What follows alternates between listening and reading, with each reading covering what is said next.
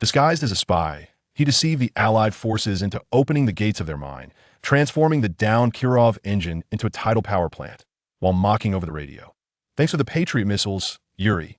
As the countdown for the superweapon commenced, Yuan's raid team had infiltrated the enemy's tank factory, and with the blaring alarm of stolen technology echoing across the continent, this poor island counterattack was finally approaching its climactic showdown. Chapter 1. Why can't I choose Yuri?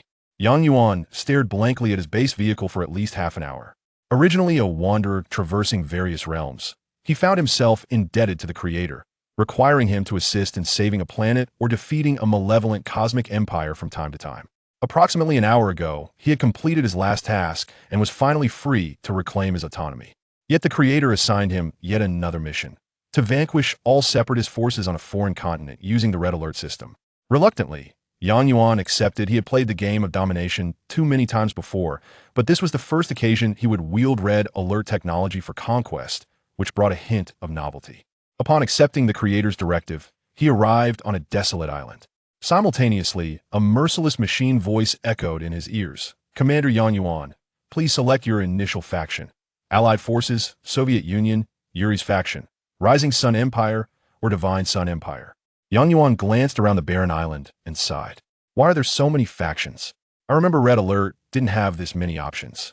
Commander Yuan, times have changed, and the Red Alert system has evolved. There are now many factions, please select one. Yuan replied, I've never heard of the Divine Sun Empire. I'll choose that and see what it's about. Commander Yuan, I regret to inform you that the Divine Sun Empire is a high-tier faction, and you currently lack the authority to choose it. Please select another faction. Are you kidding me? If I can't choose it, why mention it? Yuan nearly cursed, settling on. Then he'll select Yuri's faction. It seems powerful, able to control the minds of enemies. Commander Yuan, I regret to inform you that Yuri's faction is a derivative faction, and you currently lack the authority to choose it. Please select another faction. Are you out of your mind? If I can't choose, don't mention it. Just tell me what I can select. Commander Yuan, with your current permissions, you may only choose the Soviet Union or Allied forces. But I want to choose Yuri's faction. Commander Yuan, Yuri's faction is a derivative faction that has not yet manifested in this world. You must trigger the storyline to gain command privileges for Yuri's faction. And how do I trigger this storyline?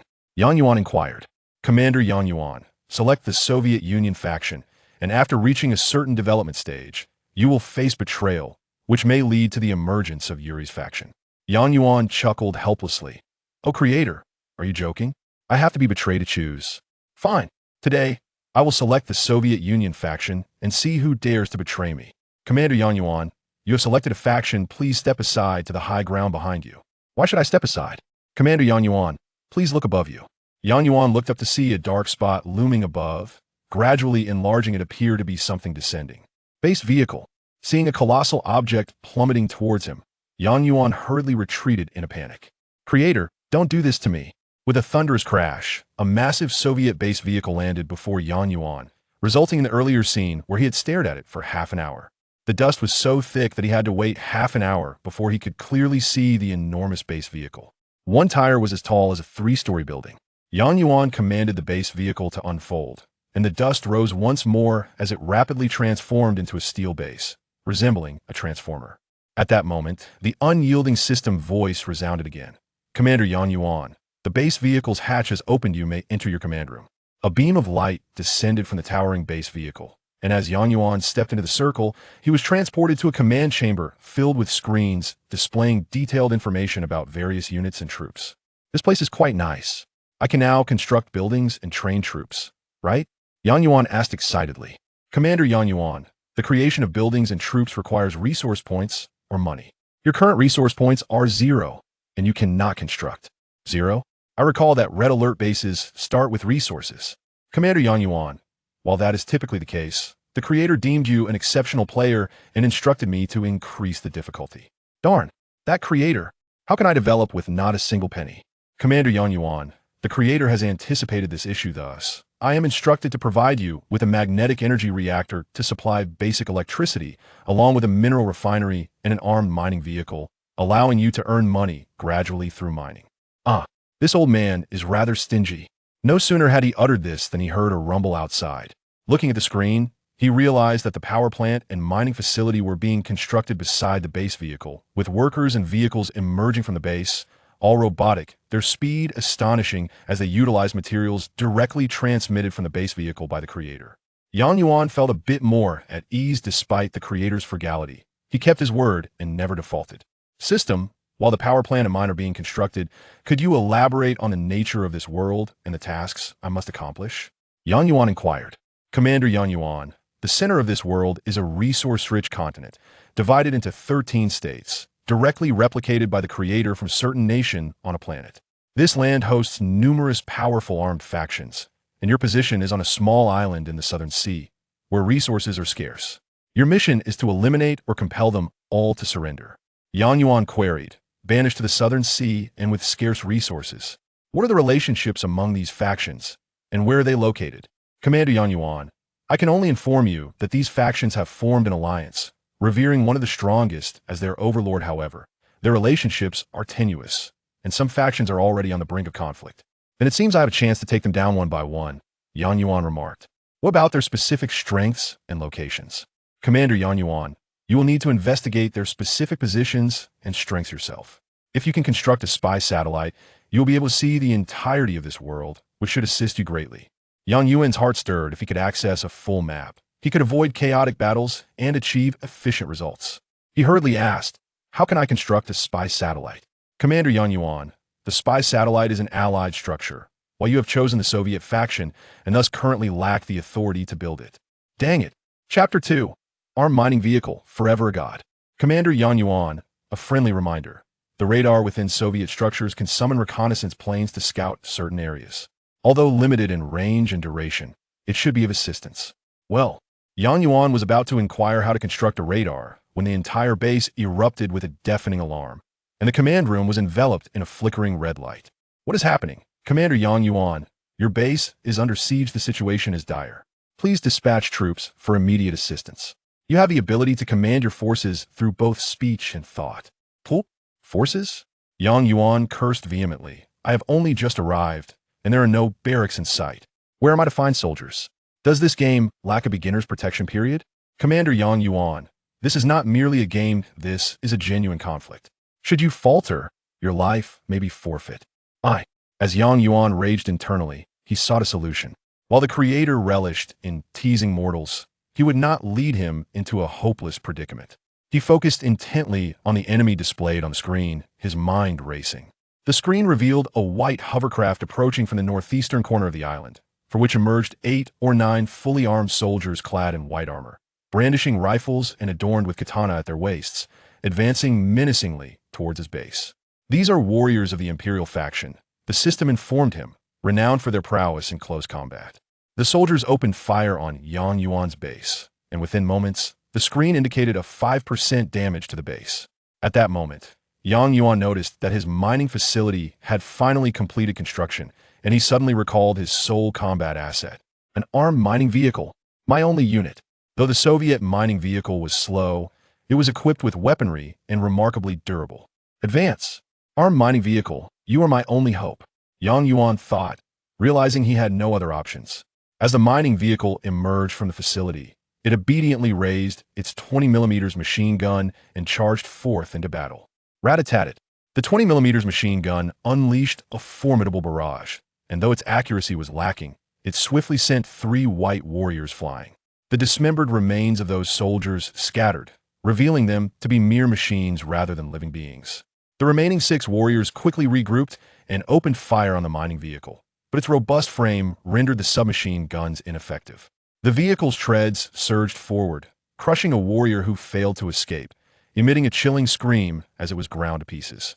Are these soldiers not robots? Why do they scream? Commander Yuan, while they are indeed machines, they possess a high degree of intelligence and can express pain when destroyed. Then the leaders of the various factions on the continent are also robots? If those leaders were machines, it would simplify matters, as their adaptability surely could not match his own. To his dismay, the merciless system replied, Commander Yuan, the leaders and their subordinates, regardless of rank, are sentient human beings, albeit with varying levels of intelligence. A cold wave of realization washed over Yuan, leaving him momentarily speechless. At that moment, the mining vehicle's machine gun eliminated the last enemy, restoring tranquility around the base. Upon reviewing the data on the screen, Yuan noted that the mining vehicle had sustained only 2% damage and had even leveled up, enhancing its defensive and offensive capabilities. This vehicle is as resilient as a tank. How impressive! Congratulations, Commander Yuan, on successfully completing a defensive battle. I have one last matter to discuss before I conclude my shift. Shift? Aren't you a system robot? Do you even need to clock out? Commander Yuan, even in the creator's realm, robots possess rights and adhere to an 8th-hour workday. Goodness, the creator speaks of human rights to you robots, yet disregards them for us living beings. Commander Yuan, every combat unit you command will be an intelligent robot. You could direct them, or even inhabit a vehicle to engage in battle. The factions on the continent are overwhelmingly powerful. It is advisable to first conquer the minor factions on the surrounding islands before planning your next move. My service concludes here. Farewell. Wait, don't leave, I still have questions. The base fell into an eerie silence, confirming that the entity had truly departed. How inconsiderate, they didn't even finish explaining. Yuan observed the list on the screen. His base now boasted a power plant and mining facility, unlocking the ability to construct barracks and a shipyard. Situated on an island, he knew he needed a shipyard to launch an assault on the continent. However, the shipyard required 1,000 resource points, and his mining vehicle had only just begun its work, yielding no resources thus far. The vehicle had discovered that the mine primarily contained copper, and a full load would only yield a meager few dozen resource points, epitomizing scarcity. The difficulty of this game is insurmountable, Yuan lamented. If any faction were to send a navy my way now, I would surely be doomed. After several hours, the mining vehicle finally amassed 500 resource points, sufficient to construct a barracks. No more waiting, let's build the barracks. I cannot rely solely on an armed mining vehicle to conquer the world. Following his command, a towering Soviet barracks rose in the northeastern sector of the base, the very direction from which the enemy had attacked. He thought that if they were to return, at least he could produce soldiers swiftly to retaliate. With the barracks operational, additional permissions were unlocked. He could now produce various units, including mobilized soldiers, guard dogs, anti-air infantry, and engineers, as well as construct a vehicle factory to manufacture tanks. However, upon viewing the concept diagram for the vehicle factory, priced at 2,000 resource points, Yuan's spirits plummeted. Building a tank will take ages. Never mind, let's produce a few soldiers first. Though they're robots, at least they can provide some companionship and alleviate my boredom. At this point, thanks to the diligent efforts of the mining vehicle, Yuan had accumulated 300 resources. With 300 in hand, I should be able to produce a few soldiers. He accessed the soldier production list, examining the costs. The basic Soviet soldier, the mobilized infantry, costs only 100. Such a bargain. Equipped with a PPSH submachine gun and a heavy helmet. As he scrolled down, he came across a concept design for a dog resembling a husky, identified as a Soviet military dog. A husky can serve as a military dog, capable of effectively identifying enemy spies, equipped with sharp fangs, and highly likely to eliminate soldiers in an instant. Quite impressive. I shall purchase one. Yuan glanced at the price beside it. Chapter 3. The mobilized soldiers. I can't believe it. 200 for a soldier? And yet only 100 for a dog? Is a human worth less than a dog? Forget it. I won't buy them. After all, my impoverished island base is not a target for spies. Yuan glanced at the requirements. 300 for anti-air infantry. 500 for engineers capable of occupying local buildings, and 500 for the highly destructive magnetic infantry. Clearly, these were beyond his current means. After much deliberation, he decided to procure 3 mobilized soldiers. As if commanded, 3 mobilized soldiers soon emerged from the barracks. Yuan observed them on the screen. They were identical, clad in maroon combat uniforms, wielding PPSH submachine guns. The only distinction was the numbers emblazoned on their chests. 1, 2, and 3. They stood stiffly outside the barracks, occasionally glancing at one another like 3 bewildered geese. Sighing, he declared, "You 3, listen carefully." "Yes, Commander." They responded in unison. Yuan smiled faintly, appreciating their quick reactions. "I order you 3 to patrol continuously from the base to the mine and then to the power plant. Remain vigilant and report any signs of enemy activity immediately." "Yes, Commander," they shouted, promptly setting off on their patrol with swift, decisive movements, devoid of any hesitation. The advantage of these robots was their obedience, devoid of any ulterior motives. Suddenly, he recalled the words of the system's robotic voice from a few hours prior. Only by triggering the betrayal scenario could the Yuri faction be unlocked. Yet, with his entire army composed of robots, devoid of thoughts or feelings, how could they betray him? This puzzled young Yuan, but he chose to dismiss the thought. At that moment, a voice from one of the mobilized soldiers broke through his reverie. "Commander, we have detected a red reconnaissance aircraft flying over the base. As our forces lack anti-air capabilities, we are currently unable to engage. The enemy has likely gathered all necessary intelligence on us." "A red reconnaissance aircraft? Is it also from the Soviet army?" Yang Yuan inquired. "Indeed, Commander. Only Soviet radar can summon reconnaissance aircraft to scout the enemy." Yang Yuan sighed. "Being behind means we must endure the consequences. What can we do when we possess so little?" The soldier replied. "Thus, our forces must rapidly develop the economy. Only with resources can we establish a formidable army." Upon hearing this, Yang Yuan regarded the mobilized soldier with newfound respect. Just earlier, he thought them like simpletons. Yet here they were articulating such insightful strategies. Could it be that robots possess intelligence? He quickly asked. "This island is resource poor, with only scant copper deposits. Our income is minimal. Do you have any good suggestions?" The soldier responded. "Commander, we should promptly send scouts to the nearby islands. We might discover gold or gemstone mines." "Indeed, that makes sense."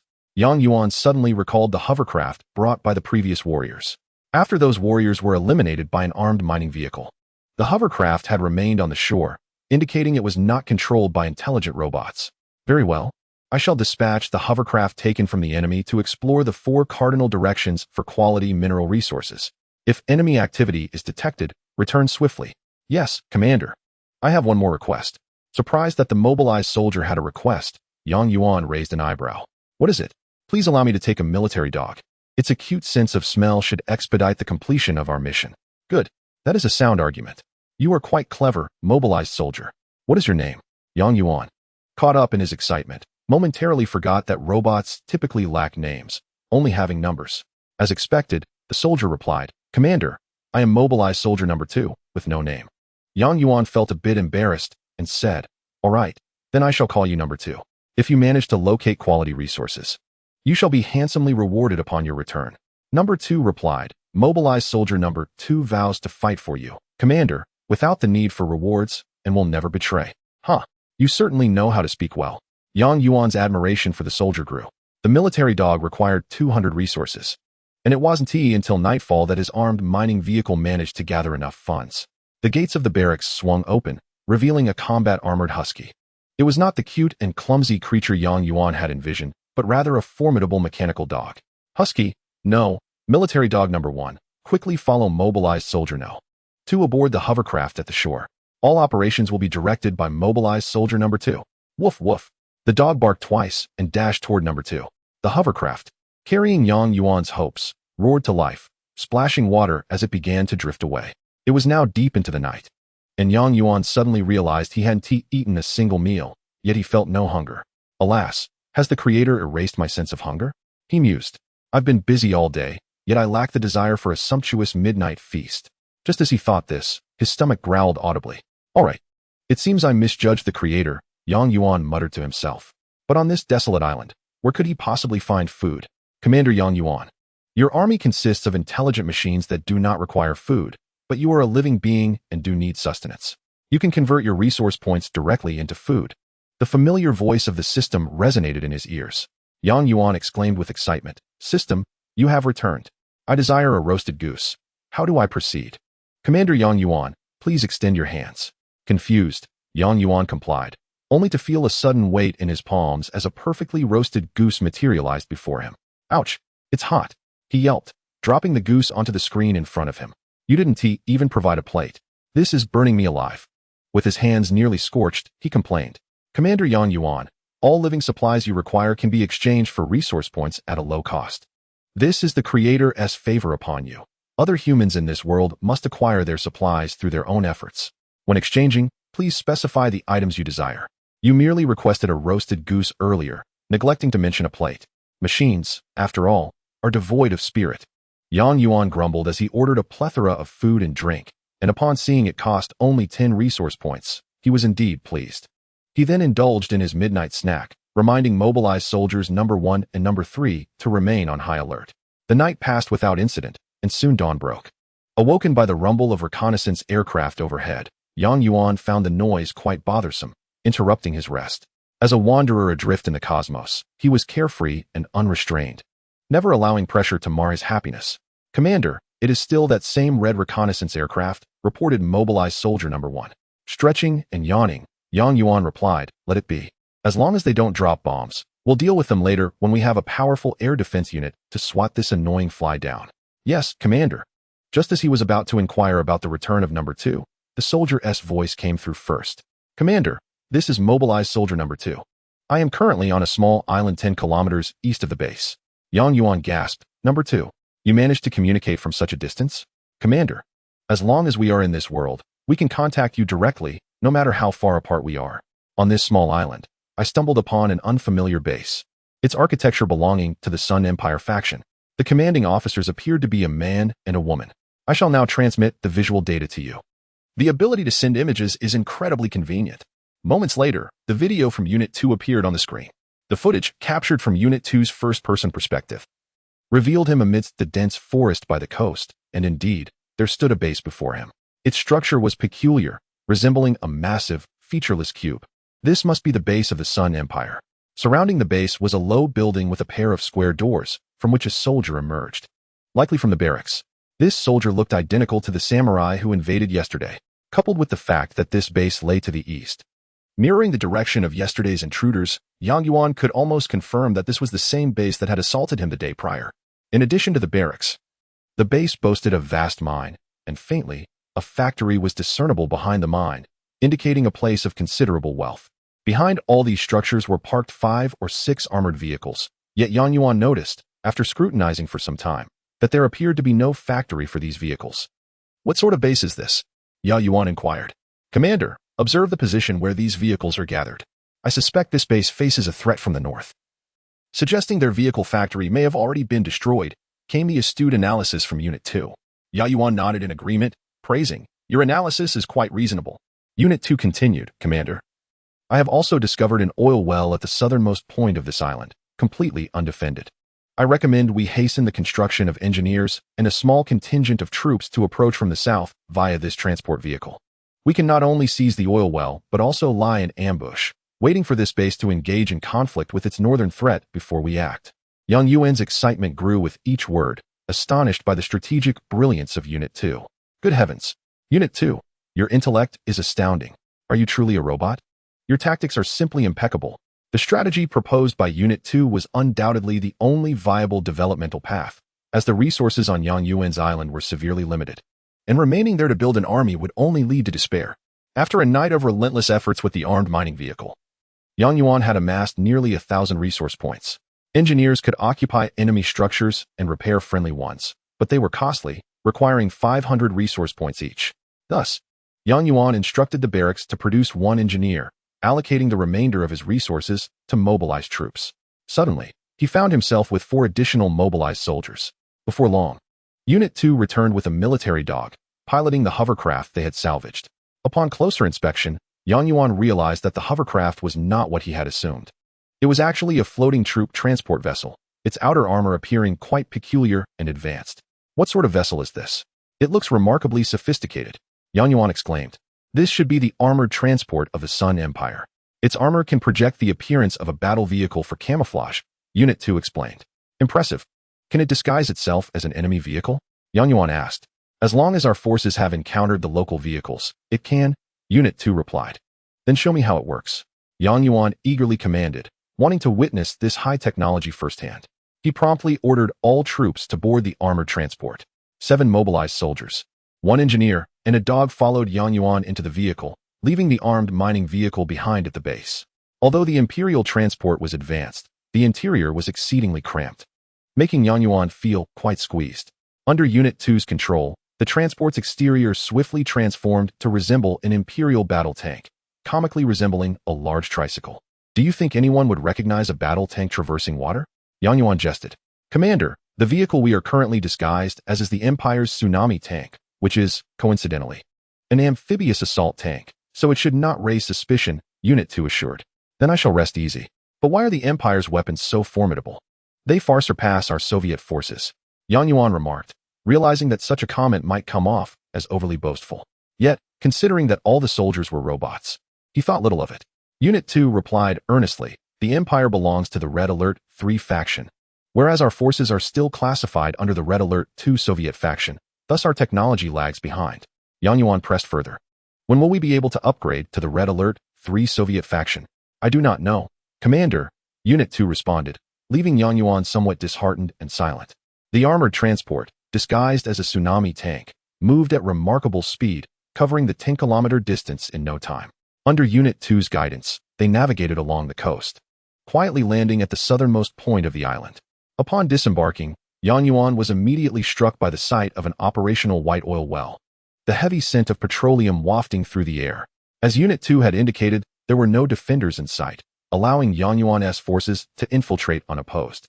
Yang Yuan promptly stationed the engineer beside the oil well, ready to seize it the moment any unrest ensued, ensuring a continuous influx of resources, akin to acquiring an additional gold mine.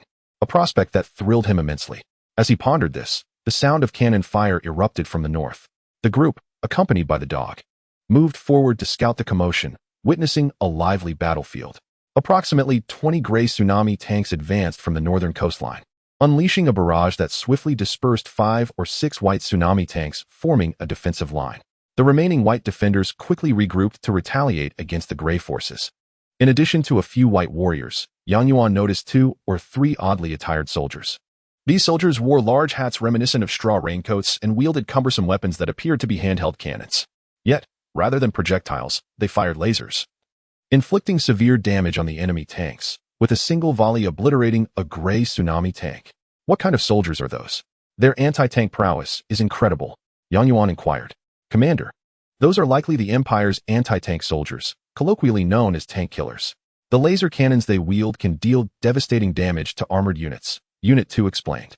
Before Yang Yuan could express his admiration, the tank killers showcased their remarkable skills. The damaged gray tsunami tank activated its ability, its armor shimmering brilliantly as it surged forward, crushing white soldiers under its weight. The 3 tank killers, however, swiftly burrowed underground, their large straw hats the only visible remnants.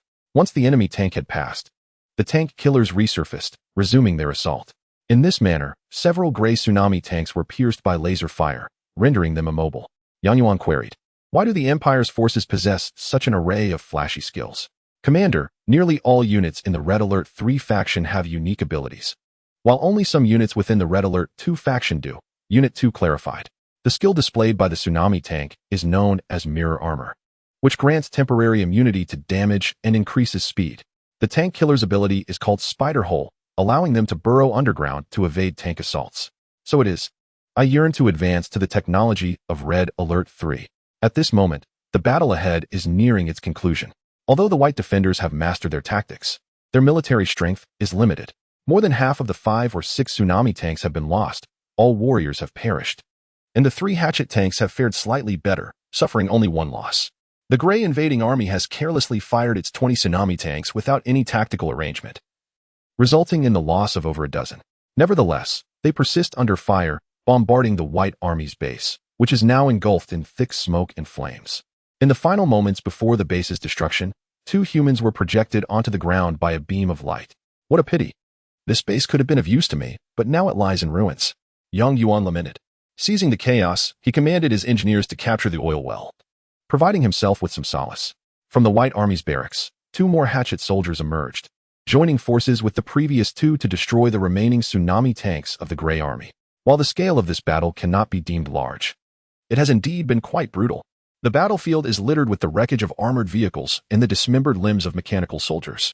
Yet, not long after, these remnants vanished into thin air, likely a design of the creator, were it not for the craters left behind. Yang Yuan might have thought no battle had ever occurred here. Commander, the opportunity has arrived. Number 2 suddenly raised his voice. Everyone, eliminate those 4 hatchet soldiers and leave those 2 humans alive.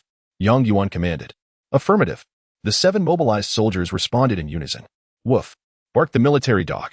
This husky surged ahead, its speed remarkable as it dashed to the front of the 7 mobilized soldiers. The 2 humans, a man and a woman, were engaged in conversation when an army suddenly emerged from behind, leaving them no time to react. Tragically, all 4 hatchet soldiers were slain by the single husky, which, despite being struck by a laser cannon, emerged unscathed. After dispatching the 4 hatchet soldiers, it leveled up twice, transforming into a second-level military dog, its body radiating light. The 7 mobilized soldiers encircled the 2 unarmed humans, while Yang Yuan leisurely approached from the rear. Haha, this is what I call watching the tigers fight from the mountain. This little island is mine. The 2 looked helplessly at the triumphant stranger, and the woman asked Yang Yuan, I have never seen you before. Who are you? Are you also a lackey of Yuan Zhongxin? Yang Yuan then noticed the woman, who, having just endured a devastating defeat, bore the marks of black soot on her face. Though she was not unattractive, yet, her fiercely glaring eyes made Yang Yuan somewhat uncomfortable. What Yuan Zhongxin? What lackey? Yang Yuan replied with his nose in the air. I am Yang Yuan, once a wandering rogue traversing the cosmos. Now I am a commander of the Soviet army determined to eliminate all factions. Bah, the woman scoffed. I see you are merely a despicable opportunist. How dare you call yourself a commander? The man, unlike the woman, spoke with a sense of defeat, saying, Sister, we are now utterly defeated and at the mercy of others. What more is there to say? We have lost our chance for vengeance for our parents. Alas. After the man spoke, both began to weep. Their tears bewildered Yang Yuan, stirring the curiosity within him. So you are siblings, and what was that about avenging your parents? What happened? The man replied, Commander, we have fallen into your hands. You may do as you please, but why must you rub salt in our wounds? Yang Yuan grinned mischievously. You are already in our grasp. I can do whatever I wish. With that, he cast a glance at the woman. The man immediately grew anxious, saying, Please do not lay a finger on my sister. I will do anything you ask. His protective instinct for his sister revealed a hint of masculinity. Tell me your story, and I shall spare your sister, Yang Yuan insisted. The man sighed deeply and began to recount their tale. My name is Yuan Zhongyi, and my sister is Yuan Qing. Our father was a commander in the Yingzhou army, and we have a cousin named Yuan Zhongxin. Yuan Zhongxin's parents passed away early, and our parents raised him. Our father trusted him greatly, appointing him as the commander of the western island branch of Yingzhou to guard against attacks from the mainland army. Yuan Qing, filled with rage, took up her brother's narrative, but unexpectedly, Yuan Zhongxin turned out to be a thoroughbred traitor. He secretly built his own power on the western island, inviting our parents to a celebration after a victory, only to have them murdered. Yuan Zhongyi continued. Then the scoundrel launched an attack against us, the siblings stationed on the southern island. Caught off guard, we could only flee south with our base vehicle and a few remaining troops, seeking refuge on this island. We believed this unfamiliar island, rich in resources, would allow us to slowly grow stronger and avenge our parents. Little did we know. Yuan Zhongyi fell silent, but Yuan Qing glared at Yang Yuan, exclaiming, How ironic that we have not yet avenged our parents, only to fall into the clutches of you, a shameless villain. Yang Yuan waved his hand dismissively. Young lady, do not speak so recklessly. You hardly know me. How can you insult me? Though I am a rogue, my character is quite upright. Yuan Qing questioned angrily. You take advantage of our moment of defeat. Are you not a despicable opportunist? Yang Yuan retorted, Had you not invaded my base yesterday, would I have come to target you? We have only been on this island for 2 days. When have we ever invaded your base? Yang Yuan protested helplessly, motioning for number 2 to drive the assault transport vehicle before them. It was this transport vehicle that carried 5 warriors to invade my base yesterday. Those warriors were clad in white, just like your comrades. Yuan Qing scoffed, You fool. While these transport vehicles and warriors may have once belonged to us, they now serve Yuan Zhongxin. It was he who invaded you. Yuan Zhongyi, who had been looking downcast, suddenly spoke. Alas, sister, we are already at their mercy. Why argue further? Hearing this, Yuan Qing ceased her protests, tears streaming down her soot-covered cheeks, creating 2 trails that lent her an air of poignant vulnerability. Chapter 6. The weak nation has no diplomacy at this juncture. Number 2 inquired, Commander, shall we execute these 2? The mere suggestion startled both individuals. For despite their seemingly fearless demeanor, dying with their parents' vengeance unfulfilled felt unbearably unjust. However, Yang Yuan harbored no intent to kill. Let the husky keep an eye on them. I must clarify this matter. Once the evidence is irrefutable, I shall grant them a proper end. This was merely a facade. As he internally mused, were it not for your somewhat pleasing appearance, I would have cast you into the sea long ago. Due to the Creator's decree preventing human commanders from wielding weapons, the 2 could only sit on the ground under the watchful eye of a second-level military dog. Gazing blankly at the creature, they witnessed Yang Yuan's engineers occupy their barracks, power plant, and mines, yet felt utterly powerless. Following reconnaissance, It was revealed that this island not only harbored an oil well and a silver mine but, astonishingly, also a gold mine on the western side. However, lacking a base vehicle, young Yuan could not construct a mining site for extraction. Nonetheless, he was quite satisfied. The silver mine and oil well would provide him with a significant fortune, instilling confidence that he could soon assemble a formidable army. His next objective was the Ingzhou that Yuan Zhongyi and Yuan Qing spoke of. The path to domination was about to commence. Beep, beep, beep. Beep, beep, beep. As he stood aside, passionately envisioning the future, a sudden beep from the command device in Yang Yuan's hand interrupted his thoughts. The command device, akin to a tablet, is present in every base, allowing commanders to monitor the current status of their entire army. A series of beeps indicated that something was amiss at the base. The video displayed 2 orange-red armored troop carriers arriving at the northern shore of Yang Yuan's base island. A figure resembling a commander emerged, accompanied by several mobilized soldiers, air defense infantry, magnetic explosion infantry, and a few tanks. Frowning, Yang Yuan noted that his own buildings and units were all in a deep red hue. The orange-red army must have come from the mainland. At that moment, his base's only fighting force was an armed mining vehicle, utterly insufficient to fend off the impending threat. Number 2, come here quickly. Yang Yuan called for Number 2 to assess the situation and see if he had any suggestions. Commander, our base is under invasion. Number 2 reported. That's obvious. Yang Yuan retorted, wishing he could kick him. I asked you to see what we should do. We don't have a single soldier at our base. After scrutinizing the screen for a few seconds, Number 2 said, Commander, this small unit bears the same colors as that reconnaissance aircraft, suggesting they belong to the same army. It seems their commander has no intention of attacking. They likely seek to negotiate with you. I suggest you proactively contact him via the command device to gauge their stance. With Number 2's assistance, Yang Yuan managed to establish contact with the opposing commander through the device, and a huge face appeared on the screen. Ahem. The other party cleared his throat. Greetings, unknown commander of Izhou Island. I am Zhou Wuyu, the deputy commander of the Yangzhou army, here on the orders of my commanding officer to pay you a visit. Yang Yuan responded with an awkward chuckle. General Zhou, is it appropriate to barge into someone else's home without even a greeting? Seeing that Yang Yuan was unyielding, the opposing commander dropped the pretense and began to issue threats. Listen here, Izhou Island has been abandoned for many years. I don't know where you acquired your base vehicle to establish this small base, but I must inform you that Izhou Island falls under the jurisdiction of the Yangzhou army. If you wish to survive, you must pay tribute on time. Otherwise, I will dispatch 2 Invincible-class warships to reduce your pathetic little place to rubble. Yang Yuan was about to unleash a torrent of insults when Number 2 restrained him. Understanding the implication, Yang Yuan realized that he was destitute and had no grounds to confront others, so he swallowed his indignation. Changing his demeanor, Yang Yuan forced a smile and said, Very well, General Zhou. I comprehend your intentions. I was actually preparing to bring gifts to visit you. What are your demands? Seeing Yang Yuan's capitulation, Zhou Wuyu's tone softened considerably. Not much, considering your base is rather small and resources on Izhou Island are limited. We only require 1,000 resources daily, which totals 30,000 for the month. The payment must arrive punctually at 8 o'clock every day. Is that all? Yang Yuan's frustration mounted. He had mined less than 2,000 resources after working tirelessly for a day and night. Now, they demanded more than half of his income. Fuming, he glanced at Number 2, who, donning a helmet, displayed no discernible expression but nodded in agreement. All right, General Zhou, thank you for your understanding. 1,000 resources daily. Arriving at 8 o'clock sharp, Zhou Wuyu burst into laughter. You have potential, young man. With the Yangzhou army backing you, you can rest assured and develop. What is your name, by the way? My surname is Yang, and my name is Yang Yuan, he declared, emphasizing his name.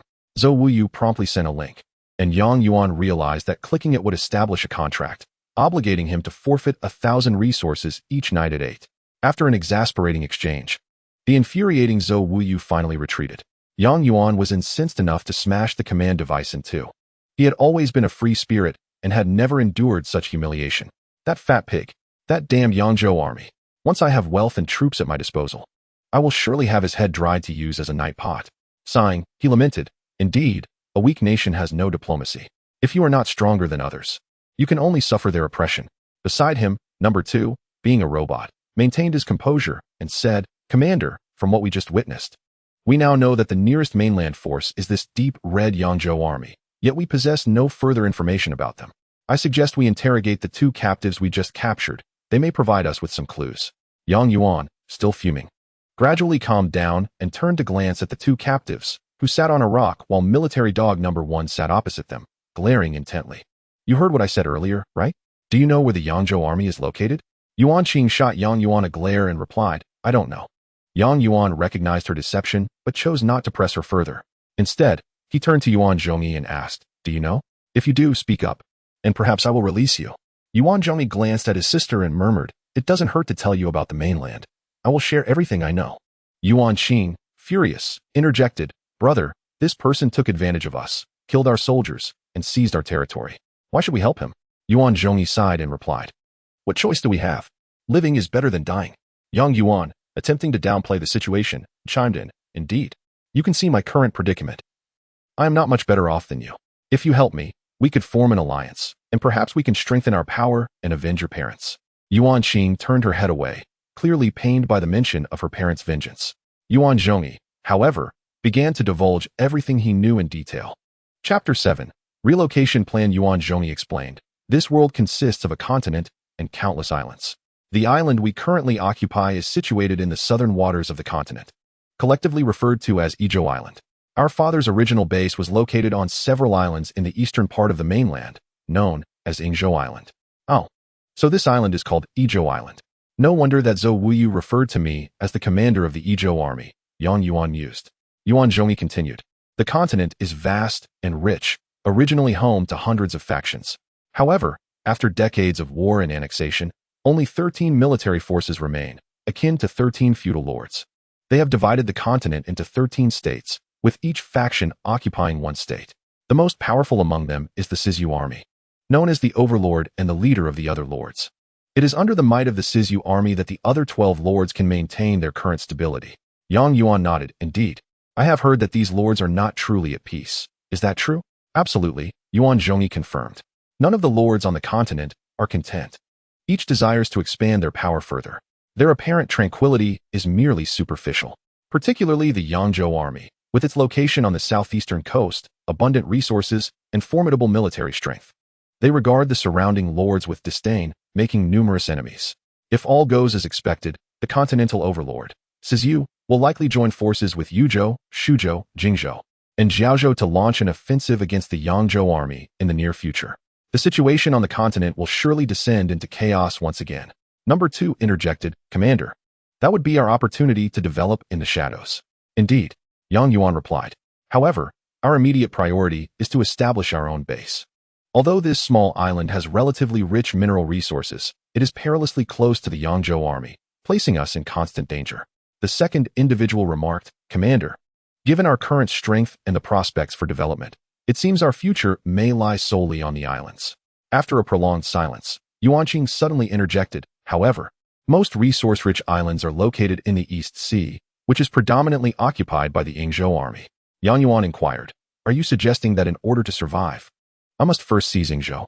Yuan Qing glared at him, replying, to take Yingzhou, you must first eliminate Yuan Zhongxin. The robot, number 2, sensed the tension and quickly warned Yang Yuan. Commander, she intends to use you for revenge. Yang Yuan smiled softly. I can discern that. However, Yuan Qing interrupted, but you have no choice. You cannot contend with the lords of the mainland alone. With the two of us, at least you can maneuver against the Yingzhou army. Collaborating with us is your only option. Yang Yuan smiled outwardly, yet his brow furrowed. This woman is quite astute, despite being a captive. She skillfully elevates her status to that of an ally. Is this what they call a calculated strategy? Very well, Yang Yuan conceded. Our goals may differ, yet our destination remains the same. If you can assist me in obtaining Yingzhou, I will not only help you seek vengeance, but I shall also allocate a contingent of troops and a territory to you. Upon hearing this, the siblings exchanged smiles. Number 2, however, grew anxious and interjected, Commander. But such a statement, Yang Yuan replied nonchalantly, enough. I've made my decision. There is no need for further discussion. As a robot, how can you comprehend that there are no eternal enemies, only eternal interests? Consequently, number 2 fell silent, as it was still bound to execute the commands of the commander. Nonetheless, Yang Yuan remained vigilant, quietly instructing military dog number 1 to continue monitoring the two. What is our next plan for conquering the Yingzhou army? Yang Yuan inquired. Yuan Qing stated, while the Yingzhou army may not be as formidable as the lords of the 13 provinces, they still possess considerable strength, necessitating a gradual approach. Please elaborate, Yang Yuan urged. Yuan Qing leisurely retrieved a tablet from Yuan Zhongyi's waist pouch, likely his control device. After a few swipes on the screen, young Yuan's controller received a map. After we fled to this location, I created this map, which meticulously details the distribution of the Yingzhou army's forces. Yang Yuan marveled. How detailed. You truly are a talent. Yuan Qing, ignoring his compliment, continued. The Yingzhou army is divided into 4 islands: southeast, southwest, northeast, and northwest. Currently, Yuan Zhongxin completely controls the western and southern islands, while the eastern and northern islands are governed by his trusted subordinates. Our point of breakthrough is the eastern island. Why the eastern island? Yang Yuan queried. Is it the weakest? Yuan Qing responded. The eastern island's forces are not weak at all, but its commander is an utter fool. This revelation amused Yao Yuan. In a world rife with gunfire, how can a fool rise to command? Yuan Qing retorted with a smirk. This fool is named Fong Lang. He holds his position merely due to his privileged lineage. Yuan Zhongyi then chimed in. Fong Lang's father is a native of the eastern island, having unified it with our father's assistance, thus becoming its commander and submitting to our father. Fong Lang was a childhood companion of ours, excessively arrogant, narcissistic, and devoid of battle experience. Yang Yuan remarked. Even if the commander is a fool, if his strength is overwhelming, we might as well be like dogs attempting to bite a porcupine. Yuan Qing rolled her eyes, clearly unimpressed by the analogy. She stated, besides being a fool, he possesses a critical flaw. What flaw? Yang Yuan asked curiously. His most fatal flaw is that he has an infatuation with me. Yang Yuan was taken aback. What? His affection for you is a flaw? Have you lost your mind? Do not call me girl. I have not lost my mind. Just listen to me, she retorted. Very well. Please continue. This sounds intriguing. Yang Yuan could not contain his excitement, as gossip always thrilled him. Yuan Qing shot him another disapproving glance and explained. Fong Lang expressed his intentions to court me while my parents were still alive, having liked me since childhood, but my father rejected him. Yang Yuan laughed. It appears he is quite the romantic. Yuan Zhongyi sighed. It is all a facade. He is merely enamored with my sister's beauty. After our parents were murdered, we attempted to contact Fong Lang to unite against Yuan Zhongxin. But he not only refused to help us, but also sought to capture us for a reward. He has undoubtedly been bribed by Yuan Zhongxin. Yang Yuan lamented. It seems he is a treacherous individual. He then asked Yuan Qing, what is your plan? That would be a feigned surrender, Yuan Qing replied. Feigned surrender? Is that not akin to a beauty trap? Yang Yuan inquired. Yuan Qing's face flushed crimson as she softly confessed, yes. How precisely will this be executed? Yang Yuan pressed. Yuan Qing's cheeks reddened further, yet she mustered the courage to articulate her plan. As wanted fugitives of Yingzhou, if my brother and I were to surrender, it would undoubtedly raise suspicions. Thus, you must lead me to feigned surrender. In this way, Fong Lang will surely be deceived. And he would not simply hand me over to Yuan Zhongxin. That lecher is bound to. At this point, Yuan Qing's face was as red as a ripe date. Yao Yuan teased. That sounds like quite a sacrifice. While jesting, he felt an immense sense of admiration and sympathy. This girl was truly remarkable. Suddenly, Yuan Zhongyi, who had been taciturn, exclaimed, my sister will not be bullied by him. She is trained in martial arts with our father since childhood, and her skills are not something an ordinary person can withstand. Yuan Qing regained her composure and stated, in this world, only robots wield weapons. All commanders are inept in their use. When that lecher attempts to take advantage of me, his army will surely be absent. At that moment, I can subdue him and seize control of the entire Eastern Island's forces. Ah, I see. What an ambitious plan. Yang Yuan applauded. But what if something goes awry? Humph. There will be no complications. Do you doubt my abilities? She retorted, demonstrating her determination. Indeed, one must be strong-willed to survive in such a world. Yang Yuan then inquired, what happens after we seize the Eastern Island? Rest assured, Yuan Qing assured him. Once we capture the Eastern Island, command will be entirely yours. My brother and I will utilize our skills to assist you in defeating Yuan Zhongxin. Our only condition is that after his defeat, we wish to personally execute him. Such a fierce declaration startled even Yang Yuan. Agreed. Though the plan was set, Yao Yuan did not intend to act immediately, for he recognized the risks involved. He decided to focus on further developing their position on the island, ensuring a contingency plan for himself. Consulting his controller and querying number 2, he learned that among the Soviet ground units of Red Alert 2 technology, the only vehicle capable of transporting personnel is the anti-aircraft tracked vehicle. While this vehicle may lack offensive capabilities against ground units and has relatively thin armor, its speed is exceptionally swift, far surpassing that of other battle vehicles. If Yuan Qing's plan fails, Yang Yuan could swiftly escape to the transport ship aboard an armored personnel carrier, retreating back to the new base. Unfortunately, despite capturing the barracks, power plant, and mining site of the Genji siblings, he was unable to construct his own Soviet units on the island. Being a member of the Red Alert 2 Soviet faction, the base vehicle could not be launched into the water, preventing access to the island. While Yuan was lost in thought, Number 2 provided him with a suggestion. Commander, there is a way to transport our base vehicle to this small island. What method? Speak quickly, Number 2 replied. The Soviet armored transport ship is immensely large and can accommodate the entire base vehicle. We can first construct a shipyard and then transport the base vehicle over. Haha. Number 2, you are truly my chief military strategist. Meanwhile, Yuanqing and Yuanzongi whispered to each other. Brother, is that Number 2 really a robotic soldier? Can a robot be so intelligent? I don't know, perhaps Commander Yang has some special technology, was the response. Yuan was oblivious to their murmurs, fully engrossed in his thoughts. After seizing the oil wells and mining sites, his resource points had reached a staggering 5,000. A Soviet shipyard required only 1,000 resources, while an armored transport ship demanded a mere 900. He was in an advantageous position. However, he was suddenly disheartened by the thought of 1,000 resources being handed over to the corpulent pig of the Yangzhou army that evening. For now, he could only endure the situation regarding the Yangzhou army. At 8 o'clock that night, Yang Yuan's base vehicle was delivered by the massive armored transport ship. Yet he had only a little over 1,000 resources remaining. The Soviet vehicle factory required 2,000 resources, and an anti-aircraft tracked vehicle needed 500. It seemed that Yang Yuan would have to postpone construction until the next day. Following Yuanqing's advice, Yang Yuan spent the remaining resources to create several infantry units to prevent enemy incursions like those experienced during the day. He also sold off all the buildings on the previously impoverished island, gaining an additional 1,000 resource points. He constructed 3 layers of walls to the north of the base, along with a guard cannon. However, he was reluctant to part with the armed mining vehicle, so he remotely controlled the transport ship to bring it over. Still uneasy, Yang Yuan utilized the remaining 500 resources to build a combat bunker next to the guard cannon, stationed infantry units from number 3 to number 7 inside.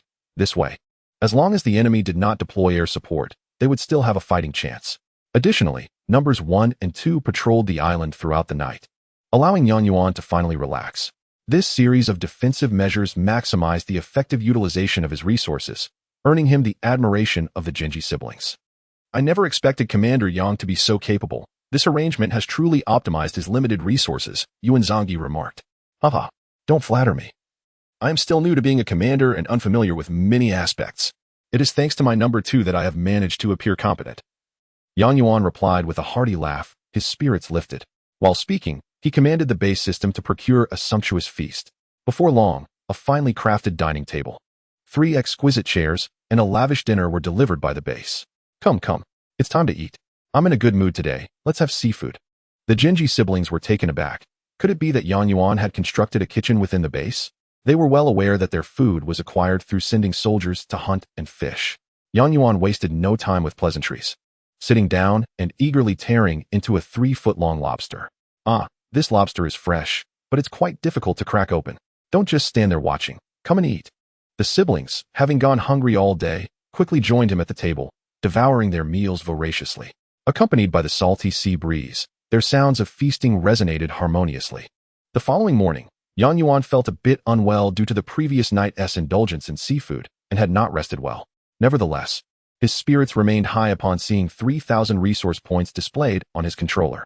With merely a silver mine and an oil well, his earnings overnight were triple that of the previous island. How could he not be elated? If he could also exploit the gold mine on the eastern side of the island, he might become a small-time tycoon.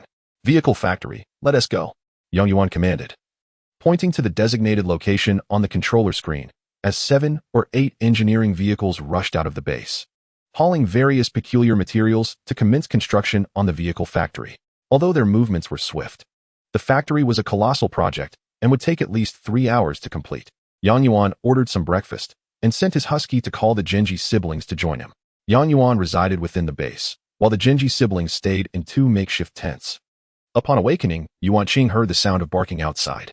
She unzipped her tent and spotted young Yuan's military dog, number 1, the husky. Initially, she had despised this dog for having killed 4 of her infantry units the previous day.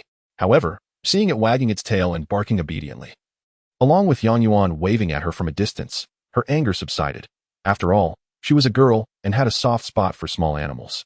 The siblings enjoyed breakfast while engaging in light conversation with Yuan, who alternated between eating and glancing at the controller, eager to familiarize himself with the various units of the Soviet faction.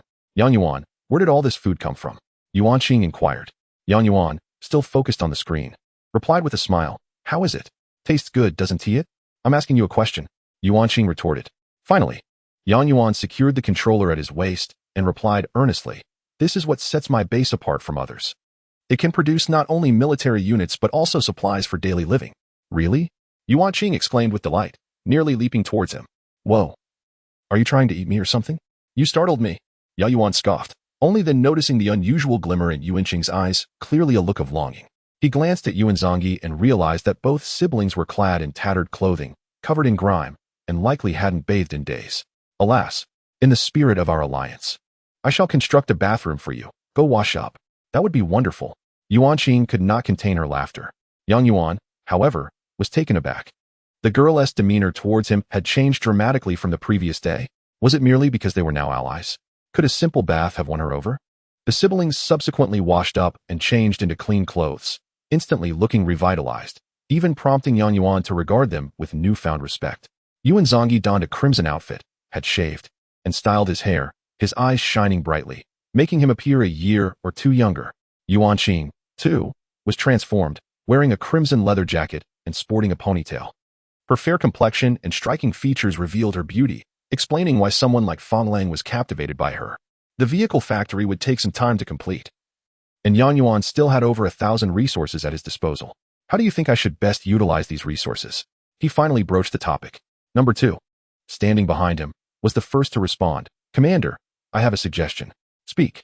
Currently, apart from the income from the oil wells, our military possesses only a single mining facility from the Empire faction, which yields limited resources. I propose that we conserve the remaining resources to construct a new mining site to exploit the gold mine located to the east of our base. Subsequently, we can instruct the vehicle factory to produce several armed mining vehicles to compensate for the Soviet Union's inefficiencies in mining operations. Yuan nodded with a smile, expressing his approval. Your reasoning is sound. Yuanqing also smiled, albeit with a hint of sarcasm. While your plan to save for the gold mine is undoubtedly correct, the production of so many armed mining vehicles is entirely unnecessary. Yuan inquired, why is that? Our armed mining vehicles are quite formidable. They can even function as tanks when necessary, inflicting significant damage on enemy soldiers.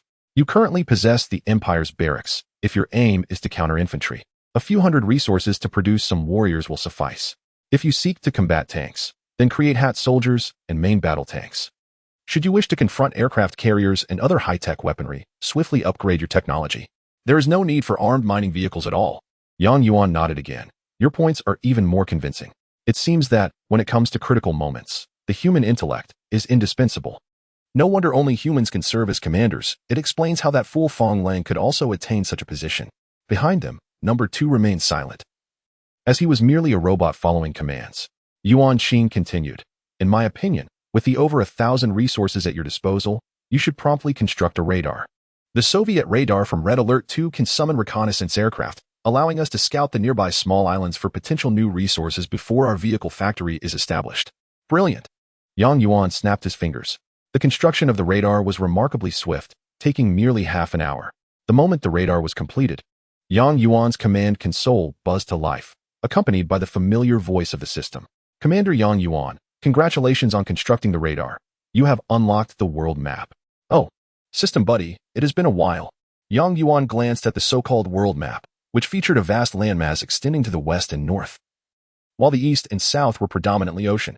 The map revealed the geographical contours of this world, yet it did not indicate the distribution of factions. Most of the map remained obscured in darkness, with only the island where Yuan resided illuminated, and he could click to view the entire island in detail. This world is enormous. Our island is situated at the southernmost point. Commander Yuan, on the world map, you can observe any of your forces at will. Every 24 hours, you can summon a reconnaissance aircraft that can fly to any designated location in this world, capturing photographs to provide you with extensive enemy intelligence. Yes, I am aware of that. Commander Yuan, I must remind you that the reconnaissance aircraft must fly at low altitudes during missions, which makes them susceptible to enemy anti-air forces. However, the system will promptly replenish new reconnaissance aircraft. ensuring that it does not affect your ability to summon again after 24 hours. Well, that's reassuring. I will scout the southern part of the continent. It must be the so-called Yangzhou army. As he spoke, Yang Yuan clicked on the icon to summon the reconnaissance aircraft and plan the corresponding route. Yang Yuan, what have you done? Yuan Xing suddenly stood up, his tone filled with shock and anger. I merely wish to scout the Yangzhou army. What is the matter? Yang Yuan replied, bewildered and innocent. Yuan Xing, exasperated, asked, have you already issued the command? Yes, why? Yuan Xing slumped back down, seemingly too frustrated to speak. Leaving Yang Yuan to gaze at Yuan Zhongyi. Commander Yang, scouting the enemy effectively exposes our own forces. If the Yangzhou army discovers that you are conducting reconnaissance, they may perceive it as a hostile act, and in severe cases, they could mobilize their troops to eliminate you. Yang Yuan suddenly understood, a shiver running down his spine. Chapter 8. The Hat Soldiers Descend from the Heavens. Yuan Zhongyi reassured him, you cannot be blamed. After all, you have only recently become a commander and lack experience. However, Yuan Xing had little sympathy. He is not merely inexperienced. He is practically an alien, unaware of the basic survival rules of this world. Realizing his own fault, Yang Yuan refrained from arguing, focusing instead on preparing for the worst outcome. Bowing his head, he examined the units he could construct while contemplating his options, flipping through the construction list of the Empire barracks. The first entry that caught his eye was the Dragonfly drone, an agile, compact unmanned aerial vehicle capable of attaching to enemy armored units and, at critical moments, self-destructing. If deployed for reconnaissance around the nearby islands, it might reveal a new path for them. I have a solution. We shall utilize the Dragonfly drone to help us identify a safer retreat, preventing an attack from the Yangzhou army. In less than a minute, a small drone emerged from the Empire barracks, resembling a true dragonfly, but significantly faster. It circled in the air several times before following the route designated by Yang Yuan for reconnaissance. The Dragonfly drone is indeed a potent reconnaissance tool. Let us hope it can locate a more secure island, Yuan Zhongyi remarked. At that moment, a massive reddish-brown reconnaissance aircraft soared overhead, heading towards the northern continent. This was the reconnaissance aircraft summoned by Yang Yuan's radar. Once called, it could not be retracted, which was precisely the reason for Yuan Xing's earlier anger.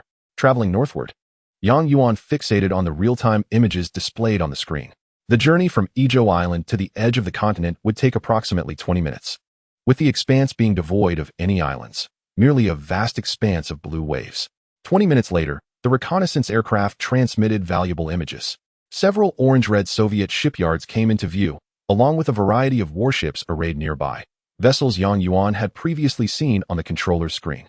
There were armored transport ships, Sea Scorpion anti-aircraft vessels, and the formidable Dreadnought-class battleships capable of launching long-range missiles. Naturally, the iconic giant squid of the Soviet Navy was not absent. These colossal creatures with enormous tentacles patrolling the coastline. However, the reconnaissance aircraft was soon detected by the enemy. The Sea Scorpion anti-aircraft vessels swiftly opened fire, and the coastal anti-aircraft artillery and mobile units joined in.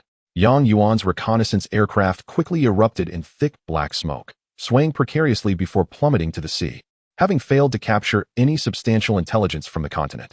Yet, merely witnessing such a formidable navy was enough to leave Yang Yuan in awe.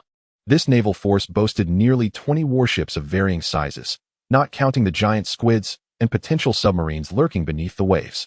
At this moment, Yang Yuan possessed not a single warship, nor even a tank. The Yangzhou army could dispatch a single Dreadnought-class battleship and obliterate Yang Yuan's base along with its inhabitants. Why is my starting point so challenging?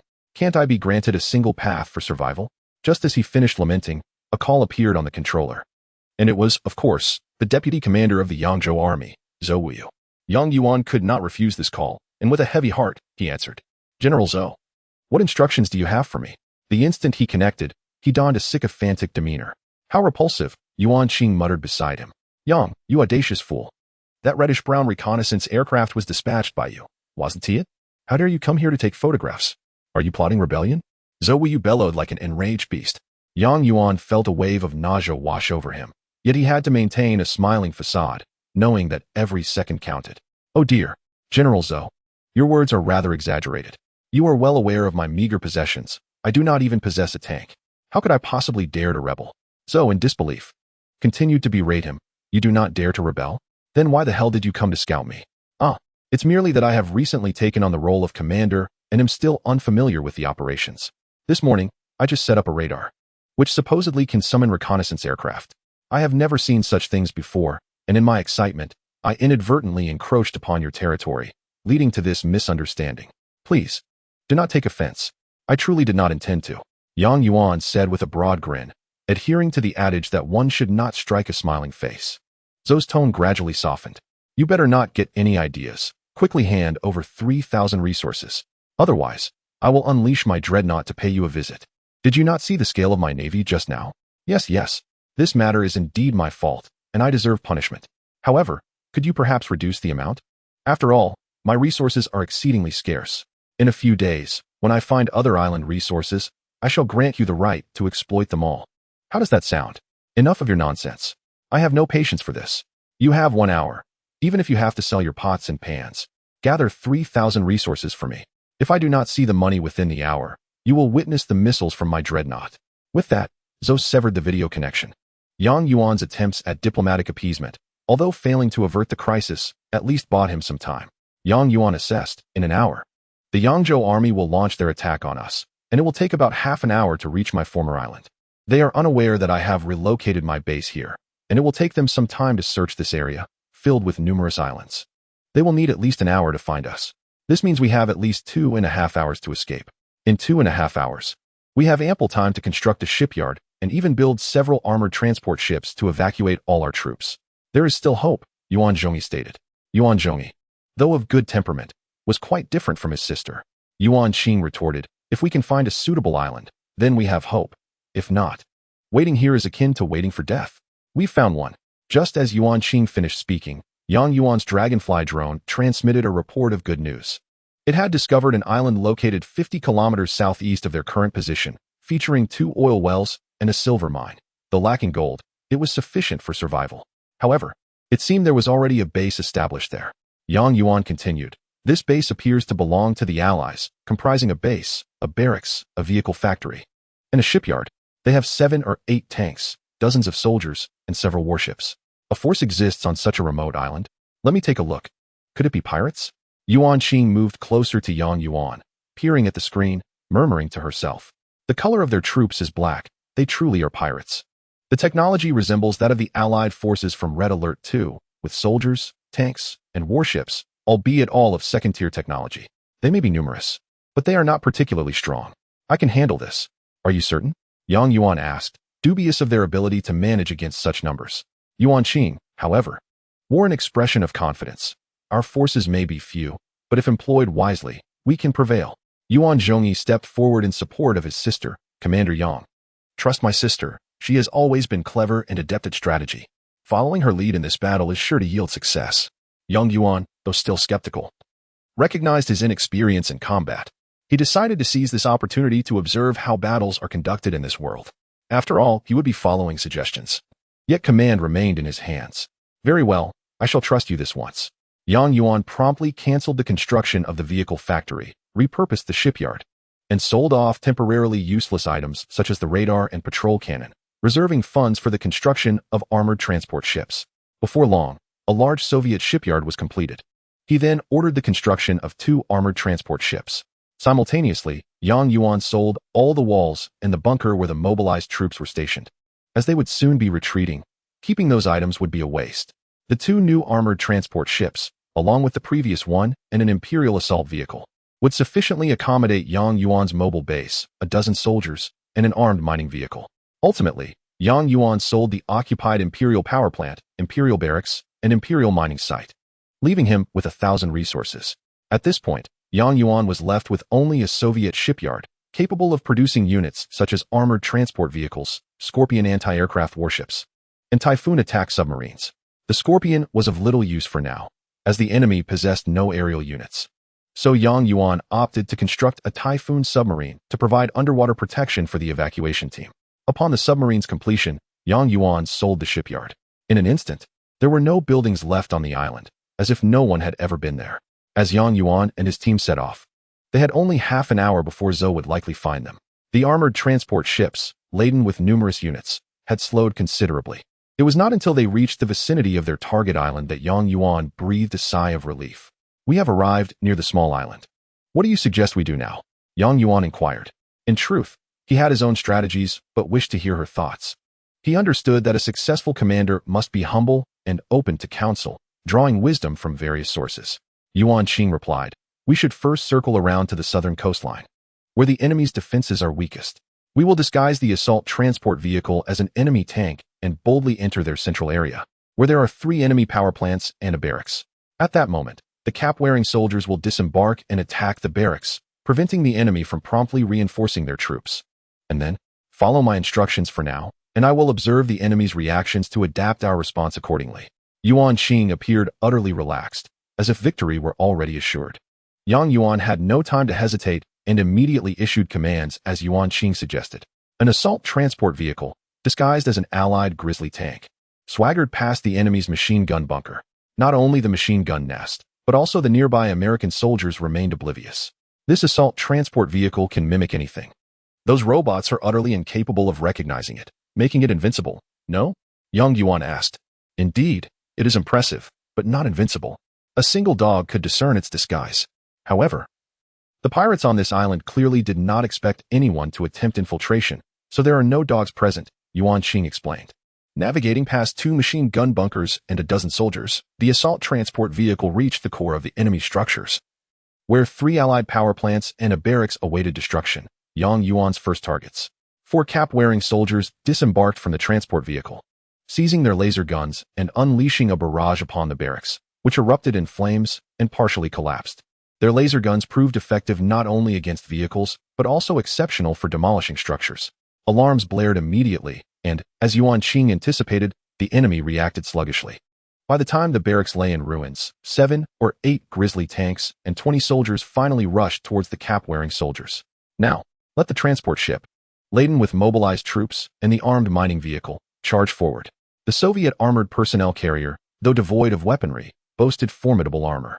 It braved the onslaught of 2 machine gun fortifications and a battalion of heavily armed soldiers, successfully delivering 7 mobilized troops and a secondary armed mining vehicle to the forefront of 4 cap-wearing soldiers. The armed mining vehicle, under command, charged left and right, swiftly crushing several soldiers, while its 20mm machine gun drew the fire of the grizzly tanks. Unfortunately, even a barrage from 8 grizzly tanks could not breach the defenses of a single armored mining vehicle, as the cap-wearing soldiers took refuge behind it, methodically eliminating the grizzly tanks one by one. At that moment, a contingent of American soldiers initiated a flanking maneuver from the north against the cap-wearing soldiers. The opposing commander evidently recognized the threat posed by the 4 cap-wearing soldiers, the true backbone of the assault. Mobilized troops, cover the cap-wearing soldiers. The 7 mobilized troops understood instantly, bending forward as they rushed northward. However, their firepower paled in comparison to that of the American soldiers, resulting in 2 casualties almost immediately. The Red Alert 2 technology enabled American soldiers to swiftly establish a fortification in place and engage with light machine guns, overwhelming the mobilized troops, who fell in increasing numbers. It is our turn now. Utilize the base vehicle as cover and send the military dogs to engage those soldiers. Simultaneously, let the submarine launch a surprise attack on the local shipyard to divert enemy attention, exclaimed one of the strategists. Excellent idea. Soon after, 3 individuals and a dog, along with the base vehicle, disembarked from the armored personnel carrier. The base vehicle shielded the military dogs as they surged forward. The second-tier Husky swiftly dispatched several heavily armed soldiers, ascending to a star rank, enhancing its attack power and speed, radiating a golden glow. By the time the military dogs arrived, all the mobilized troops had perished, forcing the 4 cap-wearing soldiers to burrow underground to evade incoming fire. One soldier, unable to withstand the barrage, succumbed to his injuries amidst anguished cries. Meanwhile, the armed mining vehicle belched thick black smoke, nearing its breaking point. Alas, it is a pity that mobilized troop number 2, despite being a robot, possessed considerable intelligence. It is truly unfortunate that it met its demise. Yang Yuan lamented as he witnessed the mobilized troops fall one by one. The arrival of the star-ranked military dog turned the tide of battle. It raced forward, engaging and eliminating American soldiers before their commander could react. Dozens of them fell to its ferocity. With the cap-wearing soldiers now unthreatened, they emerged from the ground and destroyed the last 2 grizzly tanks. Although the final shells from the grizzly tanks obliterated the heavily damaged armed mining vehicle, the cap-wearing soldiers managed to survive. At this juncture, alarms blared from the western side of the island, signaling the successful assault of the Typhoon-class submarine. Chaos erupted across the entire island. The armed mining vehicle, battered from the onslaught, lay incapacitated, leaving Yuan's Soviet base vehicle as the sole armored unit. Under the protection of the base vehicle, the three cap-wearing soldiers advanced with unmatched prowess, promptly obliterating 2 power plants. With the loss of electrical support, all machine gun fortifications fell into disarray. The local tank factory was still in the process of constructing tanks, but Yuan had no choice but to order its destruction, as he had initially intended to capture the Allied tank factory to conserve resources. Although Yuan's submarine had been destroyed by the enemy warships, his 3 cap-wearing soldiers retaliated fiercely, utilizing laser cannons to penetrate the enemy shipyard. They had now been upgraded to star-ranked soldiers, their lasers transitioning from white to red. A series of laser blasts detonated the incapacitated machine gun fortifications, enveloping the area in a thick cloud of smoke. The 3 star-ranked cap-wearing soldiers descended upon the enemy base like divine beings. Yuan laughed heartily, commanding the deployment of his base vehicle adjacent to the enemy's stronghold. Simultaneously, he used a controller to contact the commander of the Allied base. On the screen appeared a burly man with a scruffy beard, exuding an intimidating presence reminiscent of a pirate. "Ahoy, pirate! Your base is now surrounded by my 3 soldiers. Surrender." Though menacing in appearance, the pirate could only lament in despair. "Who are you, Commander? To utilize the technology of Red Alert 3 against me is utterly outrageous. In war, such considerations are irrelevant. Surrender your base to me, and I shall spare your life," Yuan insisted. The pirate's eyes widened in anger as he bellowed, "Surrender my base to you? Never." The signal abruptly cut off, and the Allied base began to retract, transforming into a base vehicle barreling towards the 3 cap-wearing soldiers. Desperate beasts will fight to the end. Dig underground. The trio of cap-wearing soldiers activated their spider hole ability, burrowing into the earth to evade harm. Employing a kite strategy, they waited for the enemy vehicle to pass, then swiftly emerged to fire a shot. This dance continued for mere minutes before the Allied base vehicle began to emit thick smoke. "Stop, stop! I surrender, I surrender!" the pirate exclaimed, realizing his imminent destruction alongside the base vehicle. The battered base vehicle obediently unfolded back into a base, while the beleaguered pirate emerged, hands raised in a classic surrender pose. The moment he descended, Yuan sent his star-ranked husky charging at him. "Do not harm me! Do not harm me!" The pirate, trembling, knelt in fear. With the situation under control, Yuan and his companions disembarked from the transport vessel at the rear. "I thought you were formidable. Turns out you're just a coward," Yuan taunted, when suddenly the system's voice resonated in his ears. "Commander Yuan, congratulations on vanquishing the enemy forces. You may send a surrender agreement to the opposing commander. If accepted, you shall acquire all remaining buildings and units." "Excellent. A successful first battle." Yuan promptly sent the agreement as per the system's guidance. The bearded pirate, despite 1,000 objections, was compelled to click accept. In an instant, the black Allied base and several black warships along the coast transformed to a deep red, signifying their allegiance to Yuan. "Commander Yuan, congratulations on conquering your first faction. The first step towards world domination is complete. You have now received resource rewards from the Creator. Please check your inventory." "Wow. The Creator has finally been generous," Yuan exclaimed with excitement as he opened the resource list, discovering a substantial sum of 5,000 points had just been credited. Coupled with the deposits of the Allied base, he suddenly possessed 7,000 resources. I've struck a small fortune, a full 7,000. The Genji siblings listened in bewilderment. How could such a small pirate possess such resources without utilizing them? The pirate himself was equally astonished. Knowing his base held less than 2,000 resources, where did this 7,000 come from? Yuan provided the pirate with a small raft, instructing him to row away. The pirate, frowning, had no choice but to comply. Defeated, he dared not negotiate any terms. Yuan cheerfully remarked to Yuanqing, "You, my dear, are quite remarkable. Your contributions in this battle are commendable. I appoint you as the chief of staff for my forces." Though Yuanqing was not fond of being called my dear, she could not help but feel pleased by the praise, replying, "I cannot accept the title of chief of staff. This victory was merely a fundamental tactic in the art of warfare." "Is this merely fundamental? I find it quite impressive," Yuanqing replied earnestly. "In Red Alert warfare, the key lies in unit countering and technological superiority. In this battle, our forces may be few, yet the Hat Brigade belongs to the advanced technology of Red Alert 3, providing us with a significant edge. Additionally, the astute deployment of armed mining vehicles and base vehicles to divert enemy fire serves as our secret weapon. Yang Yuan nodded in agreement. Chief of Staff Yuan makes a valid point. Upon hearing this title, Yuan Qing could not help but smile. Please refrain from calling me that. My passion lies in the study of tactics. Winning a few minor skirmishes is hardly an accomplishment. My brother, however, is a true strategist, well-versed in our father's teachings. You should consult him regarding our future developments. I did not realize your family possessed such hidden talents. Young Yuan turned to Yuan Zhongyi. What do you suggest we do next? Yuan Zhongyi surveyed the surroundings and gazed out at the distant sea, gathering his thoughts. Commander Yang, you are being too modest. In my view, while this island's resources may not be abundant, it is indeed a prime location for development. Yang Yuan frowned. Noting that the island only had 2 oil wells and a silver mine, and its limited size and lack of depth seemed unworthy of substantial investment. Please elaborate. Yang Yuan prompted. Certainly, Commander Yang.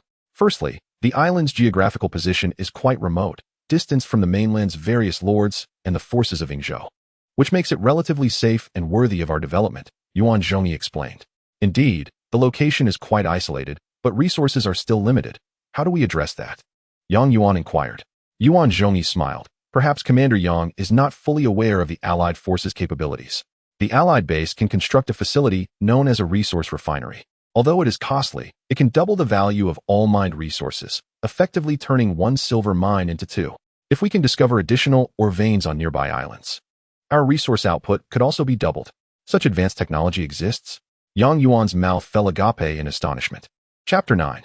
The Long Road of Agriculture. Yang Yuan perused the construction list of the Allied base, noting that the resource refinery was indeed quite expensive, requiring 500 resources. Furthermore, it was classified as high-tech, necessitating the prior unlocking of the Allied War Laboratory, the Allied Air Command, and the Allied Vehicle Factory, which collectively would require at least 500 resources. Fortuitously, the Allied mining site had recently come under Yang Yuan's control due to the surrender of the pirate captain. Otherwise, the costs would have been even higher. This Yuan Zhongyi, this nearly depletes all my resources. Is this feasible? Yang Yuan stammered. Yuan Qing remarked. Resource points are intended for technological advancement and military construction. Any unused funds are effectively wasted. Yuan Zhongyi clarified. Commander, we could sell the Soviet base vehicle, which would improve our economic situation. Sell the base vehicle? Is that a viable strategy? Yang Yuan questioned. Commander, do not allow traditional thinking to cloud your judgment. In the realm of Red Alert, flexible strategies are key to remaining undefeated. Our position on the island makes developing Soviet forces disadvantageous, as their naval and air capabilities do not match those of the Allies. Thus, we can afford to part with the Soviets. Yang Yuan glanced at the towering Soviet base beside him and then at the equally imposing Allied base, feeling a pang of reluctance.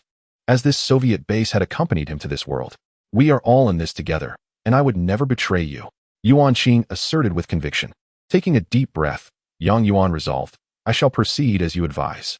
Though somewhat sentimental, once Yang Yuan made a decision, he executed it with determination. Soon, the Soviet base vanished, and Yang Yuan's resource tally increased by 500.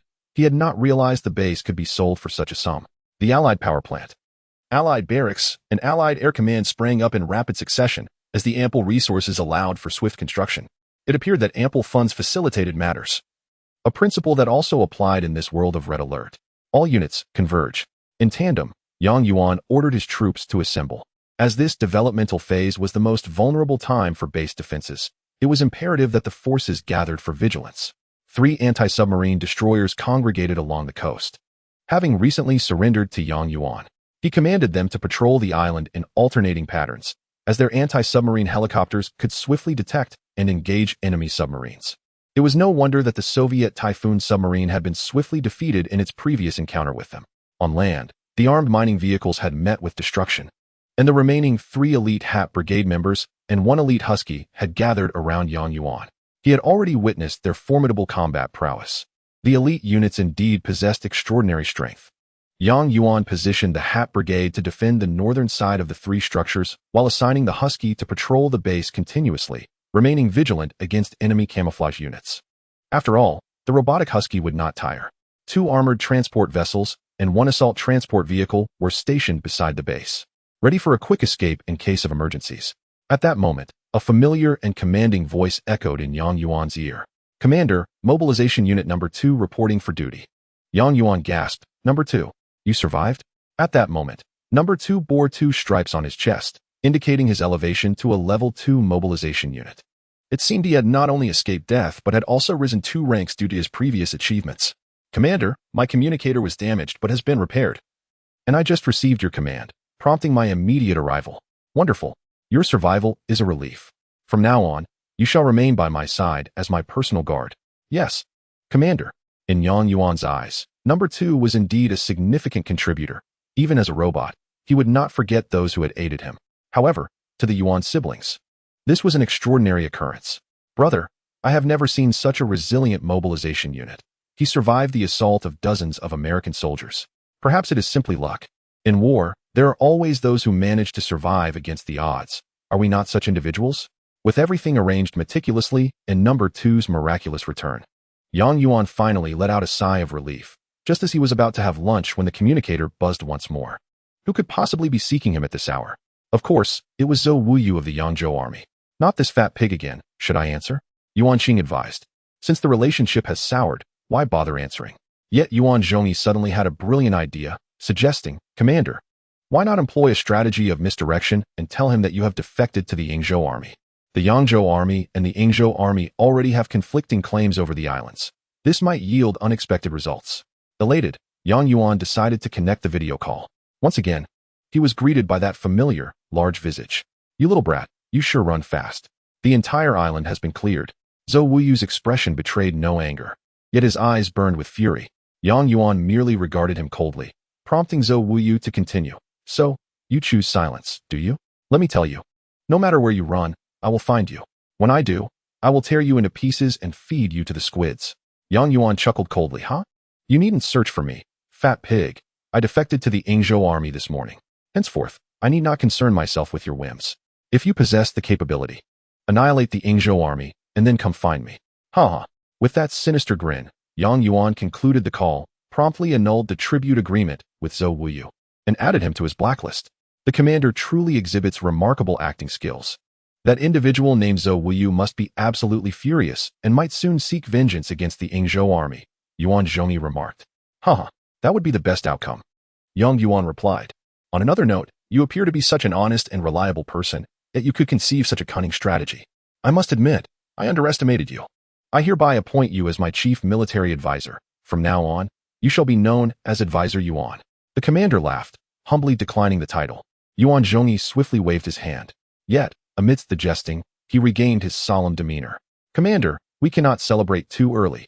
Diverting the calamity is merely a temporary measure, and the Yangzhou side will inevitably uncover the truth. We must focus on constructing high-tech forces with utmost urgency. I am not well versed in the technology of the Allied forces. Advisor Yuan, could you elaborate? He continued. If Zhou Wuyu dispatches troops to invade our base, the most likely force would be the Dreadnought fleet. The Soviet Dreadnought battleships are equipped with twin-launch missile systems, boasting an extensive range and formidable firepower. A triple barrage could obliterate our base. We must develop corresponding defensive units. Upon finishing, Yuan Zhongyi glanced at Yuan Qing, evidently aware that his sister possessed greater tactical knowledge.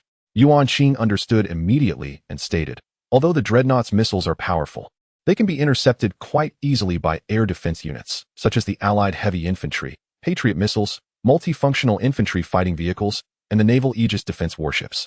However, these units can only defend, not attack. If the number of Dreadnoughts is sufficiently high, our forces may still be overwhelmed. How can we eliminate the Dreadnought fleet? Yuan Qing responded. The most reliable solution is, of course, the Allied aircraft carriers. These carriers house numerous Hornet fighter jets capable of conducting long-range bombardments. While their power may not rival that of the Dreadnoughts, their range is superior. Yuan Zhongyi added. However, aircraft carriers are prohibitively expensive and are among the highest-tier military units, requiring the support of a combat laboratory. By the time we are able to construct a combat laboratory, it may be several days hence. Understood, Yuan exclaimed.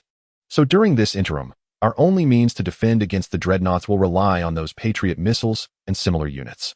Indeed, Commander, we now possess the Allied Air Command, and the radar mapping features akin to the Soviet military have been unlocked. You could initially construct an invader fighter jet to expand our reconnaissance range. The sooner we detect the enemy, the more time we have to respond, increasing our chances of success. After hearing this, Yuan felt increasingly convinced that this brother-sister duo was indeed a rare talent. he decided to be generous and grant them more authority.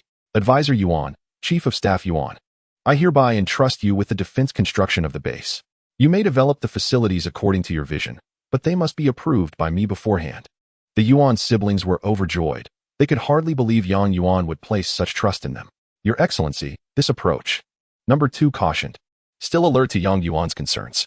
In his eyes, the Yuan siblings were ultimately outsiders and should not be completely trusted. However, Yang Yuan shook his head, exhibiting a nonchalant demeanor. Deep down, he had his own thoughts. While the Yuan siblings had not yet reached the point of full trust, the impending war necessitated specialization in tasks. Moreover, he was merely temporarily delegating construction rights while retaining command firmly in his hands. The lunch was exceedingly late. By the time they finished, darkness had enveloped the sky. At this moment, the base had undergone a transformation. The Allied base vehicles, billowing thick black smoke, had been repaired.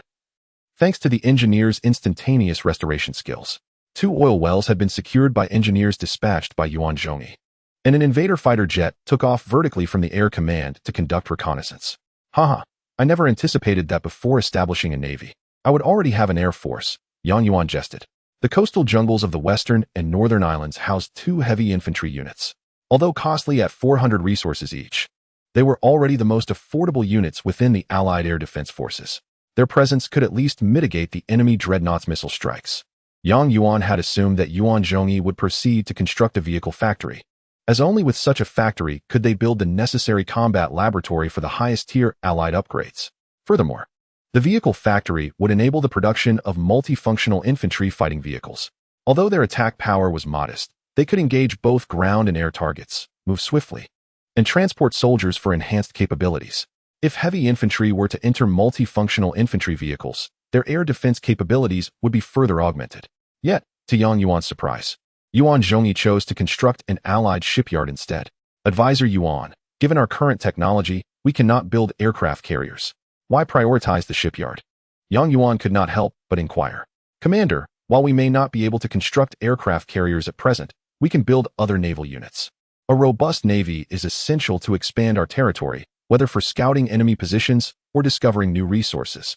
Additionally, the shipyard requires only 1,000 resources, making it more affordable and easier to generate combat power.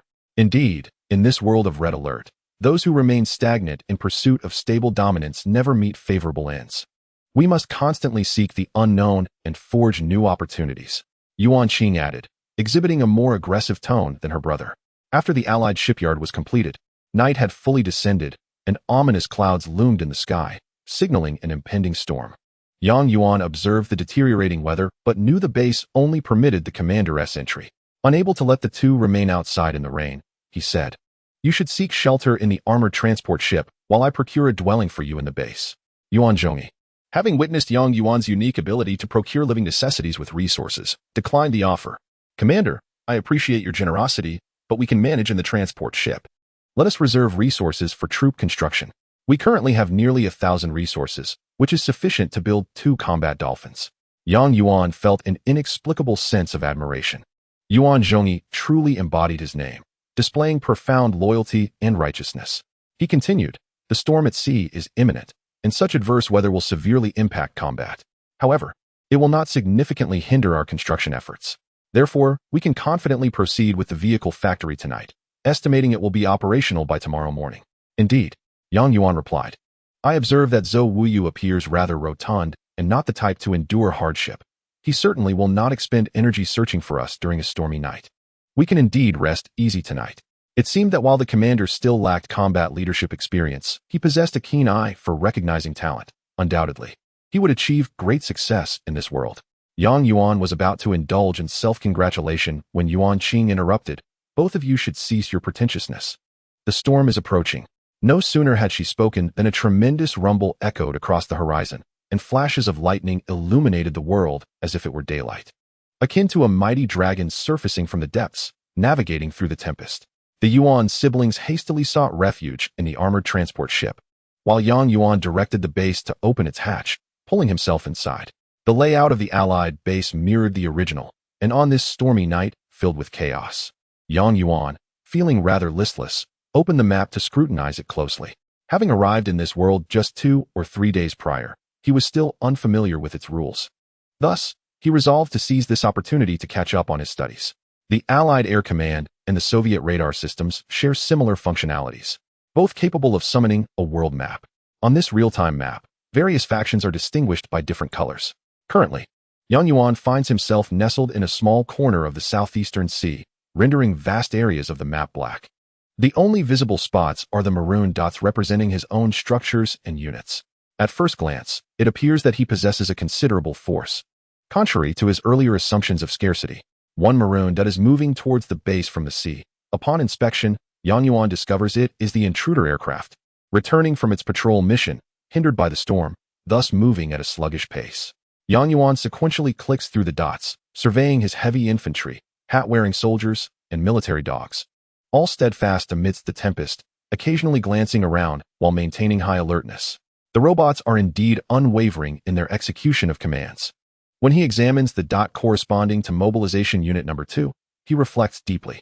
I truly suspect this Unit 2 might be a hidden gem bestowed upon me by the system. Its intelligence far surpasses that of the other soldiers.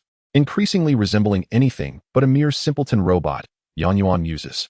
Unit 2 stands beside the base, weapon in hand, a PPSH submachine gun, strikingly similar in posture to the other soldiers. After contemplating Unit 2, Yuan shifts his gaze to the silver mine. The Allied mining facilities are flatter in design, although sleek. They are weakly armored and easily susceptible to attacks, proving to be ostentatious yet impractical. However, the Allied mining vehicle captivates Yuan with its unique appearance. Resembling a tracked cargo truck bearing a large cylindrical tank, devoid of any weaponry, utterly commonplace. Yet, once filled with silver ore, it vanishes into thin air, leaving behind only an ephemeral shadow. When it reappears, it is already dumping its precious cargo 200 meters away at the mining site. What sorcery is this? Vanishing into thin air? Earthly evasion? Yuan promptly consults the construction manual and uncovers the secret of the Allied mining vehicle. Its full name is the Transdimensional Mining Vehicle, which, despite its limited cargo capacity and lack of armament, is equipped with a transdimensional conversion device that links with the mining site, allowing for instantaneous returns. The advanced technology of the Allies is truly astonishing. It appears that technology is indeed the foremost productive force, as it significantly boosts resource production efficiency, thereby fortifying national strength. In a serendipitous moment, Yuan spots a small maroon dot at the edge of the island map and discovers it is the Dragonfly drone. This little marvel is still operational. Yuan is intrigued. This drone played a pivotal role in today's victory, having been forgotten in a corner. The Dragonfly drone belongs to the Red Alert 3 Empire faction, boasting technology far superior to that of Red Alert 2 units. Amidst the raging storm, this little drone manages to maintain a stable hovering state, which is nothing short of miraculous. Such extraordinary capabilities deserve to shine, Yuan exclaims, directing the Dragonfly drone to slowly exit the island. According to the Air Command map, this small island is merely one among hundreds in the southeastern sea, surrounded by countless others. Collectively, these islands are referred to by the mainlanders as Ijo, signifying a remote and uncivilized region. Thus, Yuan's forces are derogatorily labeled as the Ijo army by Zhou Wuyu. However, Yuan is unconcerned with such disdain. For him, reputation is secondary to development, as those islands may harbor rich mineral resources. With idle time on his hands, he decides to send the Dragonfly drone on an exploratory mission. He chooses a southwestern direction, as it moves farther away from the mainland and Yingzhou, ensuring avoidance of encounters with his two primary adversaries. The drone's stability is remarkably high, though its speed diminishes in these extreme weather conditions. Nevertheless, after a brief flight, it reaches a tiny island several kilometers southwest of Yuan's base. This island is exceedingly small, featuring only a few wind-battered trees and nothing else. Continuing its journey, the drone traverses several similarly barren islands until it discovers a slightly larger, all 20 kilometers to the southwest. Notably, this island is home to a gray oil well at its center. Having attended classes at the base, Yuan recognizes that gray structures indicate unoccupied territory, unclaimed by any faction. Whoever's engineers arrive first will lay claim to it. Yuan chuckles. This is no mere oil well. This is a veritable treasure trove of silver. An oil well can yield hundreds of resource points per hour, and its reserves are typically substantial, unlike mines that can be easily depleted. Yuan marks this location on the map and instructs the Dragonfly to proceed further. The nearest island to this oil well lies 10 kilometers to the west, and upon arriving, Yang Yuan spots buildings. This island indeed hosts a military presence, complete with an allied base, power plant, barracks, and mine, resembling a small outpost of a particular faction. Upon discerning the colors of this base, Yang Yuan bursts into laughter. The black structures and troops indicate that this is yet another pirate stronghold. He wonders if the bearded pirate from earlier has sought refuge here. Yang Yuan orders the dragonfly to circle the island for reconnaissance, discovering that, in addition to the silver mine, there is also a gold mine. Gold is worth 10 times more than silver. It is no wonder the pirates established a base here to profit. The dragonfly drone attempts to move cautiously inland, capturing images of the troop deployments within this small base. Each structure houses over 20 soldiers, including standard American troops armed with heavy machine guns and heavy infantry equipped with rocket launchers for anti-air and anti-armor capabilities. This defensive setup, though somewhat rigid, remains quite formidable. The soldiers, fortified within their structures, are unperturbed by armored vehicles, and such concentrated firepower could withstand even a charge of 20 tanks. However, this is limited to engagements involving first- and second-tier technology. If the enemy were to dispatch third-tier units, such as battleships, aircraft carriers, or airborne Kirov airships, this formation would inevitably succumb to defeat. Even more astonishing is the sight of military dogs, allied war dogs, scattered across the island, with an estimated 30 or more. Could the commander of this base be a dog enthusiast? Chapter 10. The first wave of naval warfare. This is what I call tactics. The primary function of military dogs in the Red Alert universe is anti-infiltration. Does this base's commander harbor such a fear of clandestine incursions? With this realization, Yang Yuan deduces the identity of the commander. Is it not the bearded pirate, terrified of being infiltrated? Yang Yuan chuckles, unable to suppress his glee. Surely, he does not think this will safeguard his stronghold. After this exhilarating revelation, Yang Yuan formulates a battle strategy. Precious gold mine, you shall be mine. The tempestuous night finally subsided in the early hours, and the azure waves returned to their tranquil state. The serene island was left immaculate after the rain, with the surrounding trees appearing even more verdant. The loyal robotic soldiers steadfastly maintained their posts, showing no signs of relaxation, a fact that greatly pleased Yang Yuan. The Genji siblings, not ones to indulge in sloth, promptly commenced the operations of the base's various units upon awakening. After a night of financial struggles, the Allied armored vehicle factory was finally completed. However, compared to the robust Soviet factories, the Allied structures indeed appeared quite fragile. The west and north coasts seemed peaceful, with the invaders' aircraft and dolphins patrolling up and down, having conducted 2 reconnaissance missions without discovering the orange-red forces of the Yangzhou army. For now, Yang Yuan remains safe. Advisor Jen, allocate 500 resources to construct and engineer. I discovered an oil well on a nearby island to the southwest using a drone yesterday. We can transport troops to seize it shortly. Understood, Commander. Jen Zhongyi responded, already embodying the role of Yang Yuan's subordinate. Advisor Jen, when can we construct an aircraft carrier? Commander, we can only build an aircraft carrier after acquiring the Allied combat laboratory. The prerequisites for constructing the laboratory are a base, an armored vehicle factory, and an air command center, all of which we currently possess, so we can commence construction. Then let us not delay any further. Begin the construction of the combat laboratory. Commander, the laboratory requires 2,000 resources, while an aircraft carrier demands 2,500 resources. At present, our base's resources are nearly depleted. Relying solely on this silver mine and 3 oil wells, our funds are insufficient. We can only expect to procure an aircraft carrier in 4 days at the earliest. 4 days isn't too long. I can wait. However, Commander, I do not advise such a course of action. We are not in peacetime where we can develop leisurely. If the Yangzhou army seeks trouble within these 4 days, our current island forces will not suffice to withstand them. Yang Yuan sighed. Alas, you are correct. We must prepare our defenses against the Yangzhou army's dreadnought in the coming days. It seems that delectable morsel is beyond our reach for now. What morsel? Jen Qing inquired. Last night, while scouting with the drone, I discovered a nearby island on the map that harbors a gold mine. Wouldn't you consider that a delectable morsel? Hee, Jen Qing chuckled. The gold mine is indeed a tempting prize, but it has likely been claimed already, I fear. Clever observation. It has indeed been seized by pirates, Yang Yuan replied. Yet these pirates are rather foolish, having stationed a legion of soldiers and raised 20 to 30 dogs on that island. I suspect he is a dog lover. Upon hearing this, Yang Yuan burst into laughter, and Jen Qing joined in merriment.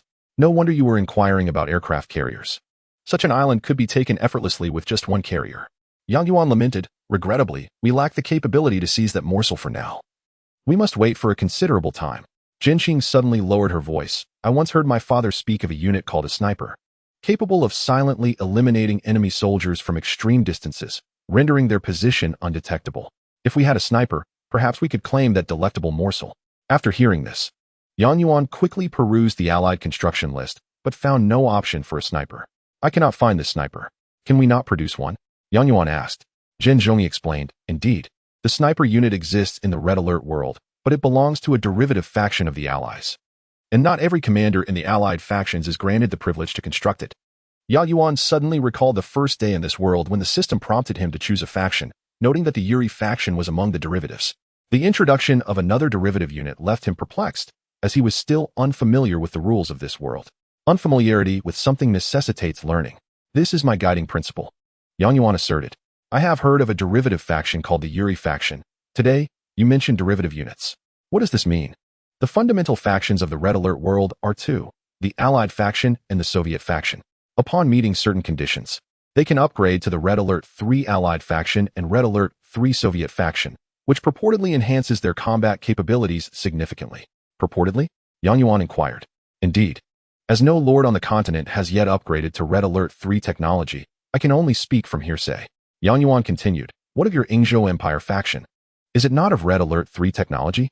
Correct, Commander, Jin Zhongyi affirmed. The Empire is a Red Alert 3 faction, and only the Ingzhou army possesses this technology. It is precisely this technology that allows the Ingzhou army to dominate limited resources on islands, even deterring powerful lords from the continent. At this point, Jin Zhongyi could not help but swell with pride, attributing the might of the Ingzhou army largely to the efforts of his grandfather and father. Ahem, Advisor Jin. You still have not addressed the issues of derivative factions and derivative units, Yuan reminded him. Jin Zhongyi's face flushed with embarrassment. In addition to the basic two factions, the Red Alert world also contains a derivative faction known as the Yuri faction. Unfortunately, this faction exists only in legend. Our generation has never witnessed it. I once heard my father recount tales of my grandfather's stories, mentioning that the Yuri faction appeared on the continent over 100 years ago. Yuan pressed on. Is it true that unlocking the Yuri faction requires experiencing betrayal? The legend indeed suggests so, Jin Zhongyi replied. The betrayed Soviet faction would give rise to the Yuri faction. It is said that the units within the Yuri faction are exceptionally formidable, beyond the capabilities of standard Allied or Soviet commanders. Yuan recalled the mysterious Shinjo faction he could not select that day and asked, I have heard of something called the Shinjo faction. What is that? Jin Zhongyi chuckled. The Red Alert world indeed has a Shinjo faction, classified as a high-tier faction. However, records regarding the Shinjo faction are contained in ancient texts over 1,000 years old. These texts are shrouded in mystery, leaving their veracity uncertain. Of course, it is true. The system's representative mentioned this faction to me, thus it must exist. With curiosity piqued, Yuan pressed, what do the ancient texts say about the Shinjo faction? Pray, tell me. Jin Zhongyi gazed skyward, evidently recalling the tomes he had perused. The ancient texts recount that 1,000 years ago, a commander suddenly went mad, claiming to have dreamt of a celestial deity who promised him the strongest army. He mysteriously vanished shortly thereafter. Months later, in a region called Bingzhou to the north of the continent, a mysterious army appeared. They did not belong to any faction and exhibited remarkable combat prowess, swiftly annihilating several northern lords. This army proclaimed themselves as hailing from Shinjo. Hence they were dubbed the Shinjo faction.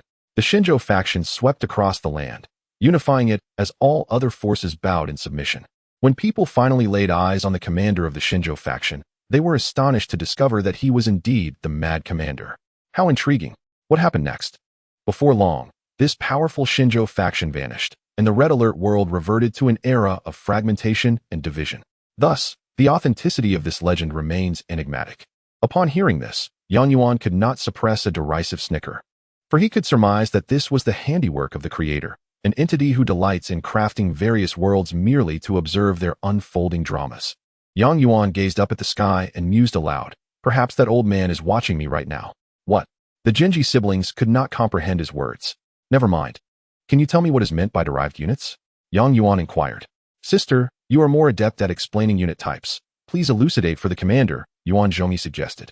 Glancing at Yuan Qing, it seemed the siblings were eager to impart knowledge to Yuan.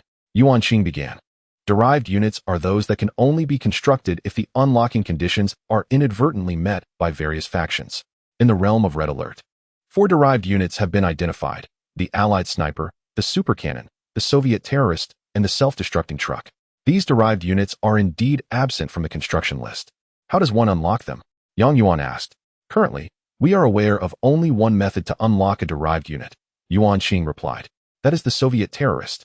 This unit is inexpensive to produce and, upon proximity, will detonate itself with a force equivalent to that of a level 3 rocket.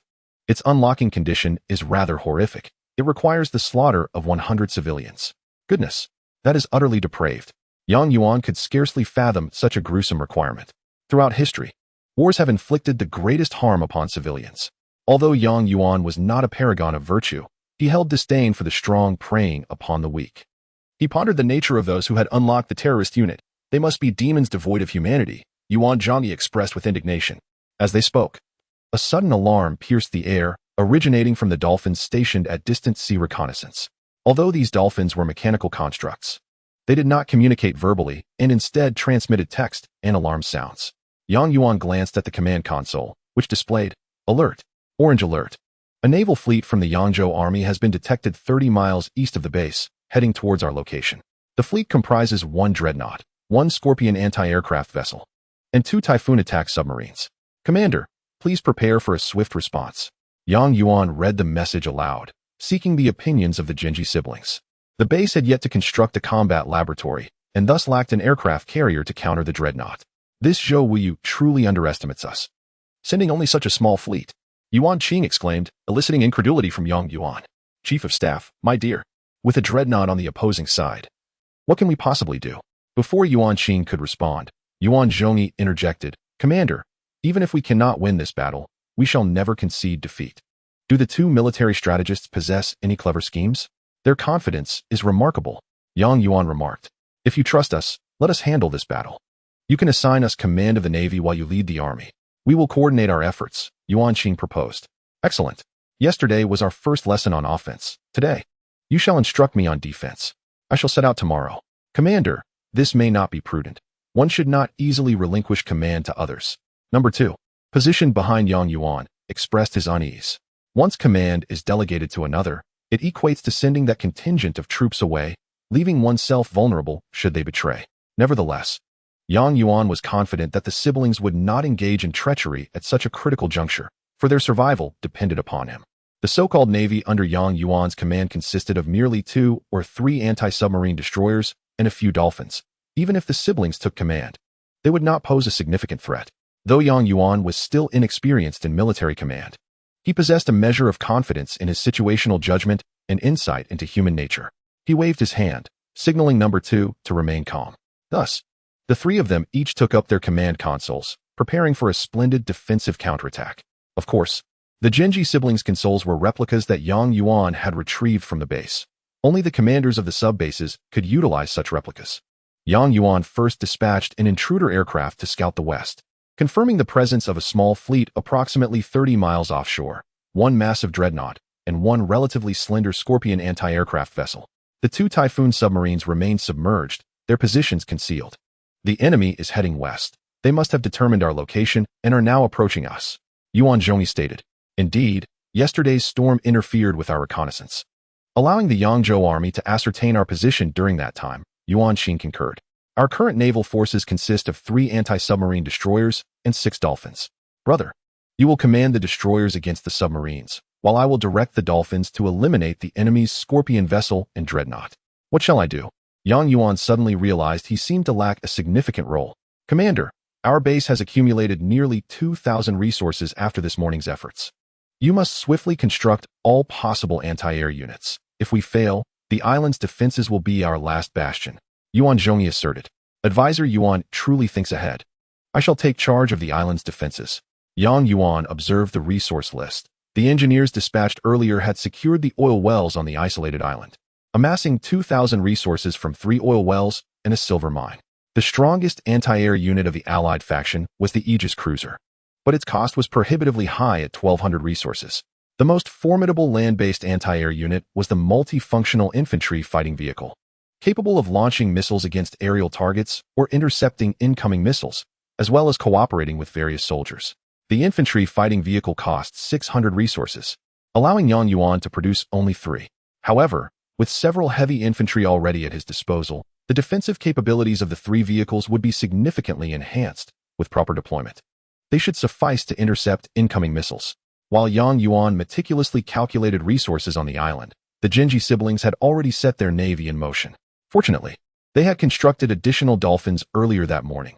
Otherwise, they would not have sufficient firepower, as the dolphins' attack strength was rather feeble, Yuan Qing lamented. Yuan Zhongyi, however, remained focused on the battlefield displayed on the screen, silent yet intent, embodying a diligent and reliable spirit. His earlier decision to establish a shipyard and produce dolphins proved his foresight. If these two could remain loyal, they would undoubtedly be an invaluable asset, Yang Yuan mused. The orange-red fleet of the Yangzhou army advanced fiercely towards Yang Yuan's small island, commanded by Zhou Wuyu, the deputy commander of the Central Army. At that moment, he was seething with anger, wishing to tear Yang Yuan into 1,000 pieces and savor each morsel with salt, all because he had naively believed Yang Yuan's deceit, thinking he had defected to the Yingzhou army. When he relayed the news of Yang Yuan's alleged defection to his brother, Zhou Wushi, the commander of the Yangzhou army, Zhou Wushi confronted the Yingzhou army, demanding to know how they could accept a traitor from the Yangzhou forces. The commander of the Yingzhou army, Yuan Zhongxin, vehemently denied the accusation, claiming that the Zhou brothers had fallen victim to a scheme to sow discord. Enraged, Zhou Wushi dispatched air and naval forces to assault several islands near the continent, only to suffer a devastating defeat at the hands of Yuan Zhongxin. Zhou Wushi unleashed all his fury from the defeat upon his brother Zhou Wuyu, ordering him to locate and eliminate Yang Yuan within 3 days. Zhou Wuyu was engulfed in a profound sense of dread.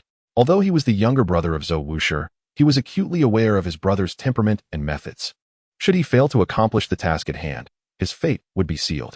Fortunately, on that tempestuous night, the reconnaissance aircraft dispatched by Zhou Wuyu, braving thunder and lightning, finally located the small island where Yang Yuan was situated. In Zhou Wuyu's estimation, Yang Yuan's modest possessions could easily be dealt with by a small squadron of fearless ships. He eagerly awaited the calming of the storm to unleash a barrage of destruction upon that island. The invading aircraft under Yang Yuan's command could only circle at a distance, tracking the fleet without daring to approach too closely, for the firepower of the Sea Scorpion anti-aircraft vessel posed a significant threat. How shall we breach this formidable formation? Yang Yuan pondered. Yang Yuan, let the aircraft launch an initial assault to gauge the enemy's reaction, suggested Yuan Qing. Without hesitation, Yang Yuan commanded the invading aircraft to ascend, targeting the fearless ship. He knew full well that the air-to-ground missiles carried by the invading aircraft would not suffice to destroy a warship. Yet this was the only means to break the deadlock. How dare they attempt to intercept us? Shoot that aircraft down, Zhou Wuyu bellowed, perceiving Yang Yuan's actions as a futile endeavor. The artillery of the Sea Scorpion roared, unleashing a torrent of black projectiles into the air. The invading aircraft, enduring the relentless barrage, surged into range to strike the fearless ship. As the missiles descended, the aircraft's wings ignited in flames. Though it was on the verge of crashing, the Sea Scorpion's firepower, while overwhelming, lacked precision and strength, allowing the invading aircraft to escape. Of course, the assault on the fearless ship by the invading aircraft was largely ineffectual, as the ship's bulk was a testament to its heavy armor. The aircraft returned to the command center trailing a long plume of black smoke, beginning a slow process of repair that would be incomplete before sunset. What incredible luck that aircraft has, Yang Yuan mused, initially believing it would be lost. Now's our chance, Yuan Qing commanded. Dolphin 1 move in, under Yuan Qing's direction. Dolphin 1 executed a wide arc to position itself behind the fearless ship, ready to fire its embedded sonar cannon. However, the maneuver was swiftly detected by Zhou Wuyu's 2 submarines, prompting an immediate response. A single dolphin intends to launch a sneak attack? Such naivety, Zhou Wuyu exclaimed. Just as he was about to issue orders, Dolphin 1 received a retreat command from Yuan Qing and fled southward, closely pursued by the 2 submarines. My tactic is called drawing the tiger away from its mountain. Let's see how you respond, brother, Yuan Qing exclaimed, pleased with the unfolding scenario. The 2 submarines unleashed heavy torpedoes, creating white streaks across the surface of the sea, but Dolphin 1 narrowly evaded them due to Yuan Qing's deft handling. Unfortunately, the Typhoon submarine's dominance over such fragile units was evident. The second wave of torpedoes struck Dolphin 1, reducing it to debris in the ocean. How could a mere dolphin escape the pursuit of my 2 submarines? Zhou Wuyu gloated upon witnessing the successful strike. Yet, at that moment, 3 anti-submarine aircraft appeared above the 2 submarines, dispatched from the 3 destroyers controlled by Yuan Zhongyi. This tactic is aptly named waiting for the rabbit by the stump. Zhou Wuyu had not anticipated that his submarines would inadvertently fall into the trap set by the 3 destroyers while pursuing the Dolphin. The destroyers not only boasted 155mm onboard cannons, but also housed an anti-submarine aircraft on their helipad. This vessel was capable of accurately tracking submarine movements and carried a substantial arsenal of anti-submarine torpedoes, rendering it a formidable adversary. 3 anti-submarine aircraft against 2 submarines was a simple task indeed. What impeccable coordination! Yang Yuan commended. It is not our strength, but rather their weakness. Yuan Qing interjected. Though Soviet submarines are formidable, they require the support of Sea Scorpion anti-aircraft vessels. This Zhou Wuyu is foolish to send 2 submarines after a single Dolphin. Seeing his submarines under fire from torpedoes, Zhou Wuyu ordered a retreat and instructed the Sea Scorpion vessels to provide immediate support. The enemy's Sea Scorpions have deployed. Let the remaining 5 Dolphins take action. Yang Yuan declared. Well done, Yang Yuan. You're learning quickly. Yuan Qing responded. Chapter 11. The Art of Psychological Warfare and the Sniper's Emergence. Yang Yuan chuckled. As I mentioned, after watching your 2 performances, I shall commence my offensive tomorrow. At the moment Zhou Wuyu commanded the Sea Scorpions to head south for the submarine's rescue, 5 Dolphins surged forth from the west, encircling them completely. While the Sea Scorpions were equipped with onboard artillery, their firepower was woefully inadequate to threaten the 5 agile Dolphins. The Dolphins formed an arc and began to unleash their sonar cannons. Unlike conventional artillery, sonar cannons possessed formidable penetrating power, posing a risk to friendly units. Which is why Yuan Qing had initially arranged the Dolphins in an arc. After several volleys, the Sea Scorpions could no longer withstand the assault and billowed thick smoke. Zhou Wuyu's face turned pale with fear. Everyone knew that without the submarines and the Sea Scorpions, the fearless ship would be left vulnerable to a close-range assault. Deploy the fearless ship. Annihilate those Dolphins. In a panic, Zhou Wuyu resolved to use the missiles of the fearless ship against the Dolphins. Akin to using a cannon to swat a fly, it is crucial to understand that employing a cannon in such a manner is not merely wasteful. It is utterly ineffective. All Dolphins advance. Attack the enemy's fearless ship. At Yuan Qing's command, the Dolphins lunged forward. The missiles from the fearless ship lacked tracking capabilities. They merely targeted a location rather than a specific object. With a whoosh, dual-launch missiles were fired from the massive vessel, yet by the time they struck the water, the Dolphins had long since vacated their original positions.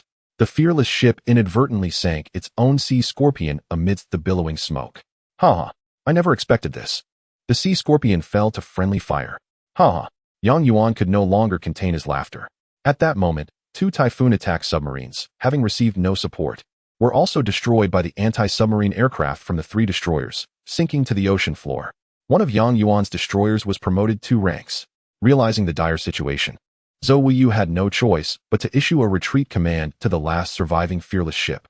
However, the 5 Dolphins, emboldened by their success, would not allow it to escape. The renowned clumsiness of the fearless ship was no match for the Dolphin's agility. It found itself unable to retaliate against the relentless assault. Under continuous bombardment from the Dolphin's sonar cannons, the beleaguered fearless ship's armor eventually shattered, tilting and smoking, its speed reduced to a crawl. At that moment, Yang Yuan suddenly declared, Chief Staff Officer Yuan, cease the pursuit. Orders were promptly followed, and the Dolphins halted their advance. Yang Yuan, have you lost your mind? Why let it go at this juncture? We could obliterate the enemy. Yuan Qing clearly did not comprehend Yang Yuan's directive. Yet, Yang Yuan smiled and replied, I am not letting it go. I merely wish to torment that fat fool.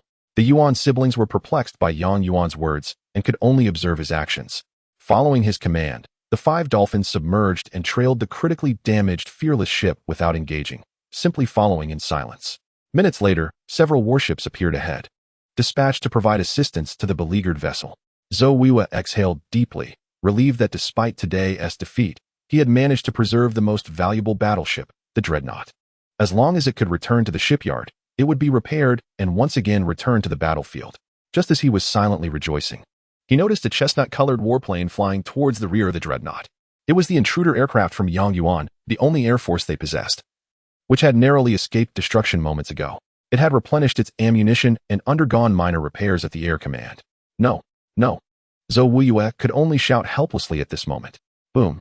A tremendous explosion erupted as the intruder's missile detonated on the already precarious Dreadnought, which could barely hold itself together, causing it to sink into the depths of the water. Yang Yuan, I shall not let you escape. even in death. At that moment, Zhou Weiyue experienced the true essence of a complete defeat, left to rage impotently at the ceiling of the base. Meanwhile, the trio at Yuan reveled in their victory. First, give him hope, then let him despair. Commander, your strategy is truly remarkable, praised Yuan Zhongyi. This is what I call striking at the heart. To deal with someone like Zhou Weiyue, this is the only way to go. Yuan was in high spirits, having finally avenged the humiliation he had suffered days prior. Yuan Qing chimed in. Having won this battle, the troops from Yangzhou will think twice before making a rash advance. During this time, we can further develop our forces and build a powerful navy, rendering them no longer a threat. Indeed, our next target is the aircraft carrier. Just as Yuan finished speaking, a buzzing sound filled the air as the system's voice echoed in his mind. Commander Yuan, congratulations on successfully winning this battle with the Allied forces. Unlocking the achievement of overcoming greater odds. You may choose to unlock one of the following Allied derivative units: heavy artillery or sniper. Haha, just as I was about to rest, a pillow arrives. Naturally, I will unlock the sniper. Commander Yuan, congratulations on unlocking the Allied derivative unit, sniper. You may now construct it from the barracks list. Enjoy your game. Haha, truly, heaven is aiding me.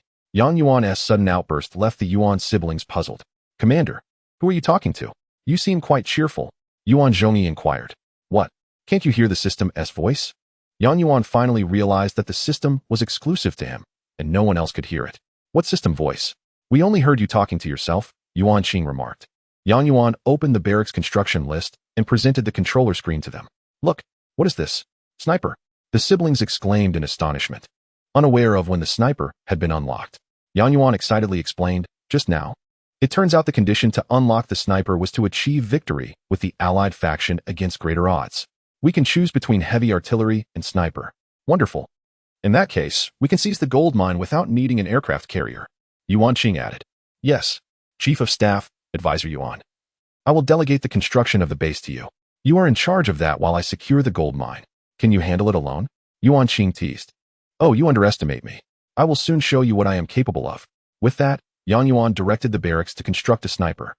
The cost of a sniper was 600 resource points, significantly higher than a standard soldier, yet considering its superior combat capabilities, the price was justifiable. With the base operating 3 oil wells and a mine, constructing a unit costing 600 points was quite rapid. A sniper dressed in camouflage and wearing a beret emerged from the barracks, prompting Yuan to approach and inspect the equipment closely. He noticed that aside from the camouflage uniform and a sniper rifle, the soldier carried no additional gear. Commander, Sniper 1 is ready. Sniper 1, what is your maximum range? Yuan inquired. Commander, my maximum range is set at 1,400 meters. It may be even further in combat conditions. Yuan Qing approached, saying, Commander, the sniper works best in tandem with an infantry vehicle. Commander, I can effectively increase firing rate from the infantry vehicle, benefiting your combat. Yuan chuckled, indeed. A derivative unit is quite astute, unlike those ordinary soldiers who seem rather dull. However, this battle does not require an infantry vehicle. You alone suffice. His words evidently failed to consider the feelings of the robot unit behind him, as machines are devoid of emotions. After preparations were complete, Yuan, accompanied by Mobilization Unit 2 and Sniper 1, set off aboard an armored transport vessel, with the sniper seated within the vehicle. Naturally, the elite husky dog accompanied them as well. Yuan could have commanded the battle remotely from the base, but his penchant for excitement compelled him to experience the thrill of victory firsthand. He was eager to witness the expression of that bearded pirate upon his second defeat. After traveling south for several miles, the island teeming with dogs came into view. The Dragonfly drone was still hovering in a concealed corner. It had already identified an excellent landing site for Yuan, and the amphibious armored transport vehicle made no sound upon landing. To be cautious, Yuan only allowed the sniper and the husky to disembark. The sniper sought the optimal vantage point, while the elite dog stood guard to protect him from any close proximity attacks by enemy soldiers. Should the sniper be approached, it would spell trouble. Sniper 1. Have enemy soldiers entered your range? Yuan asked. Commander, this position is not ideal, but approximately 20 soldiers have entered my range. They are all destined to meet their end. Sniper 1 replied. You speak with confidence. Hold your fire and adjust your angle until I give the command. Yes, Commander. Yuan first sent a video call signal to the base on the island, eager to witness the bearded pirate's expression. It's you. The pirate appeared on the screen, his mouth agape as if it could fit 5 eggs. Indeed, it is I. Pirate, it seems we meet again. And I had no idea you were guarding such a wealthy base here. Yang Yuan's tone was laced with mockery. The bearded pirate, with a woeful expression, pleaded. Please spare me. I am merely a guard for this base. Why won't you let me be? Yang Yuan, seeing his tearful demeanor, replied, perhaps. We can negotiate. Of course. I have conditions. The pirate asked, what conditions? Yang Yuan replied earnestly, if you relinquish this gold mine to me, I shall not trouble you. How does that sound? The pirate's eyes widened in disbelief, roaring, you dream. I knew you were after this gold mine. My mission is to protect it. How could I possibly hand it over? Yang Yuan glared back, firmly stating, pirate, do not regret your words. Don't come begging for mercy later. Humph, beg for mercy? Nonsense. The bearded man suddenly exuded confidence. My base is now heavily fortified, with soldiers stationed everywhere after meticulous deployment. No one can breach my defenses, whether in aerial or ground assaults. Moreover, I have stationed over 30 military dogs near the base, ready to detect any disguised vehicles entering the perimeter. How could you possibly infiltrate? You only have a handful of soldiers and no aircraft carrier. However, Yang Yuan remained silent. A cold smile gracing his lips as he stared at the bearded man on the screen. A chill ran down the bearded man's spine as he asked, what are you laughing at? What's so funny? Yang Yuan abruptly ceased his laughter, his expression turning sinister. Have you noticed the second heavily armed soldier to the north of your barracks? He inquired. I see him. What about it? The bearded man struggled to comprehend Yang Yuan's words, a sense of dread creeping over him. You'd better open your eyes wide and take a good look at that soldier's head, Yang Yuan commanded, and then silently directed his sniper to fire. The sniper's weapon was a specialized anti-infantry rifle, producing almost no smoke or sound upon firing. The bearded man witnessed a bizarre scene. The soldier, who had been standing in the fortress, suddenly tilted his head and collapsed lifelessly. This isn't over yet. Now, look at the first American soldier to the west of your power plant. The bearded man swiped the screen, and in an instant, that soldier twitched and fell to the ground. Moments later, 3 or 4 more soldiers met the same fate. The bearded man instinctively covered his mouth, unable to believe what was unfolding. What kind of advanced technology was being employed to cause his men to perish in such a peculiar manner? You claim to have many military dogs, didn't you? How many do you have left now? Yang Yuan taunted, as the sniper continued to eliminate several military dogs one by one. The bearded man had already lost over 10 units, yet the base remained eerily silent, devoid of alarms. In utter despair, he trembled and asked, who are you? Yang Yuan calmly replied, me? I am merely a vagabond wandering through the cosmos, here to partake in a game in this world. The sniper, having achieved a commendable feat, had risen to level 2, while the silent slaughter continued. What say you, Mr. Pirate? Will you surrender? I surrender. Please spare my life. Yang Yuan smiled as he sent over the surrender agreement. The bearded man trembled as he clicked to agree and pressed his fingerprint on the document. The moment the fingerprint was affixed, every building and unit on the island transformed from black to a deep reddish-brown hue. Though Yang Yuan was not particularly fond of this unsightly color, he felt a sense of warmth and contentment at that moment. As the base had now become his, the bearded man was forcibly escorted out. Standing at the foot of what was once his familiar base, he noticed that all the buildings and troops had changed color. The bearded man slumped to the ground, while Yang Yuan's armored transport vessel approached, hovering gracefully. Observing the soldiers and dogs now adorned in his colors, Yang Yuan felt a pang of regret. He should have spared a few lives earlier. With determination, he leaped from the transport vessel alongside his companions, number 2 and the starry-eyed husky, striding confidently toward the incapacitated bearded man. The bearded man, now expressionless, could only weep, asking, who are you? How can you command death with your voice? This question amused Yang Yuan, as the bearded man's imagination ran wild, conjuring the idea of voice-controlled assassins. It appeared he was quite deranged. Yang Yuan knelt to meet the bearded man's gaze and asked, first, tell me who you are, and then I shall reveal my identity to you. What do you say? The bearded man clasped his hands together in a gesture of helplessness, pleading, I am merely a small pirate working for others. I truly have done no wrong. No matter where you come from, divine being, please spare me. Yang Yuan, uninterested in further pleasantries, pressed on. Who is your leader? Is he the pirate chief? Yes. My leader is the greatest pirate chief in this region of Izhou, named Wang Ji. We all answer to him. What kind of figure is this Wang Ji? Is he powerful? The bearded man replied, in Izhou, Wang Ji is like an emperor, a king. Everyone must heed his commands. He has annihilated all other factions in the area. None were left untouched. Yang Yuan inquired further, what faction does Wang Ji command? Wang Ji was originally a fallen commander from the mainland, possessing only a Soviet military base. However, through cunning, he developed into the strongest force in Ejo, now wielding an allied base. I hear he is on the verge of constructing a formidable navy to assault the mainland forces, which is why he has us scouring for resources. Young Yuan scoffed. An attack on the mainland? This man has grand ambitions indeed. Tell me, your base possesses gold mines. The resources must be substantial. Why do you not establish a vehicle factory or a shipyard, but instead merely create a horde of infantry for defense? Upon hearing this, the bearded man could not contain his lament. That is precisely due to our leader. He maintains strict control over us, demanding that all resources be surrendered and forbidding the construction of naval forces and vehicles. Upgrading technology is also prohibited. His methods are unbearable. None of us dare defy him. What methods? What happens if someone does? Yang Yuan asked, intrigued. There was once a guy who, fed up with constant harassment at his subbase, decided to build a shipyard to create a navy for retaliation. When our leader caught wind of it, he had terrorists stuff explosives into that guy's mouth and rear end. It was a gruesome spectacle. I was there. The intestines flew right into my face. My goodness, that is truly monstrous. Yang Yuan felt a wave of nausea. It seemed the bearded man's lack of intellect was understandable.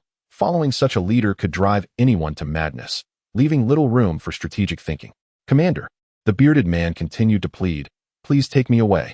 If my leader discovers I have surrendered to you, he will surely have terrorists stuff explosives into me as well. Wait, what did you say? Terrorists? I did not catch that before. It was said that only by killing 100 innocent civilians could the Soviet faction unlock the terrorist derivative unit. What did this imply? It indicated that this Wang Ji had undoubtedly slaughtered at least 100 innocent civilians. This depraved monster. If I ever encounter him, I shall ensure he receives a taste of his own medicine. Yang Yuan raised his gaze to the bearded man and said, well, you seem to be a pitiable soul. You may accompany me back to my base. At the very least, you will have a meal. The bearded man quickly prostrated in gratitude. Thank you. Thank you, Commander. You are truly a divine being come to rescue me from my suffering. Yang Yuan wasted no time, instructing number 2 to escort him onto the armored transport vessel. Upon activating the control panel, he discovered his resources had surged by nearly 10,000 points, instantly elevating his spirits. To his astonishment, he had achieved this without losing a single soldier. Merely by using his wits, he had amassed a fortune. Though the island was teeming with troops, its defenses were lacking. Yang Yuan promptly ordered the construction of a shipyard, having learned from Yuan Zhongyi that in island development, establishing a shipyard must take precedence, as it opens avenues for growth. Since this subbase could also be remotely commanded for construction, Yang Yuan did not intend to linger.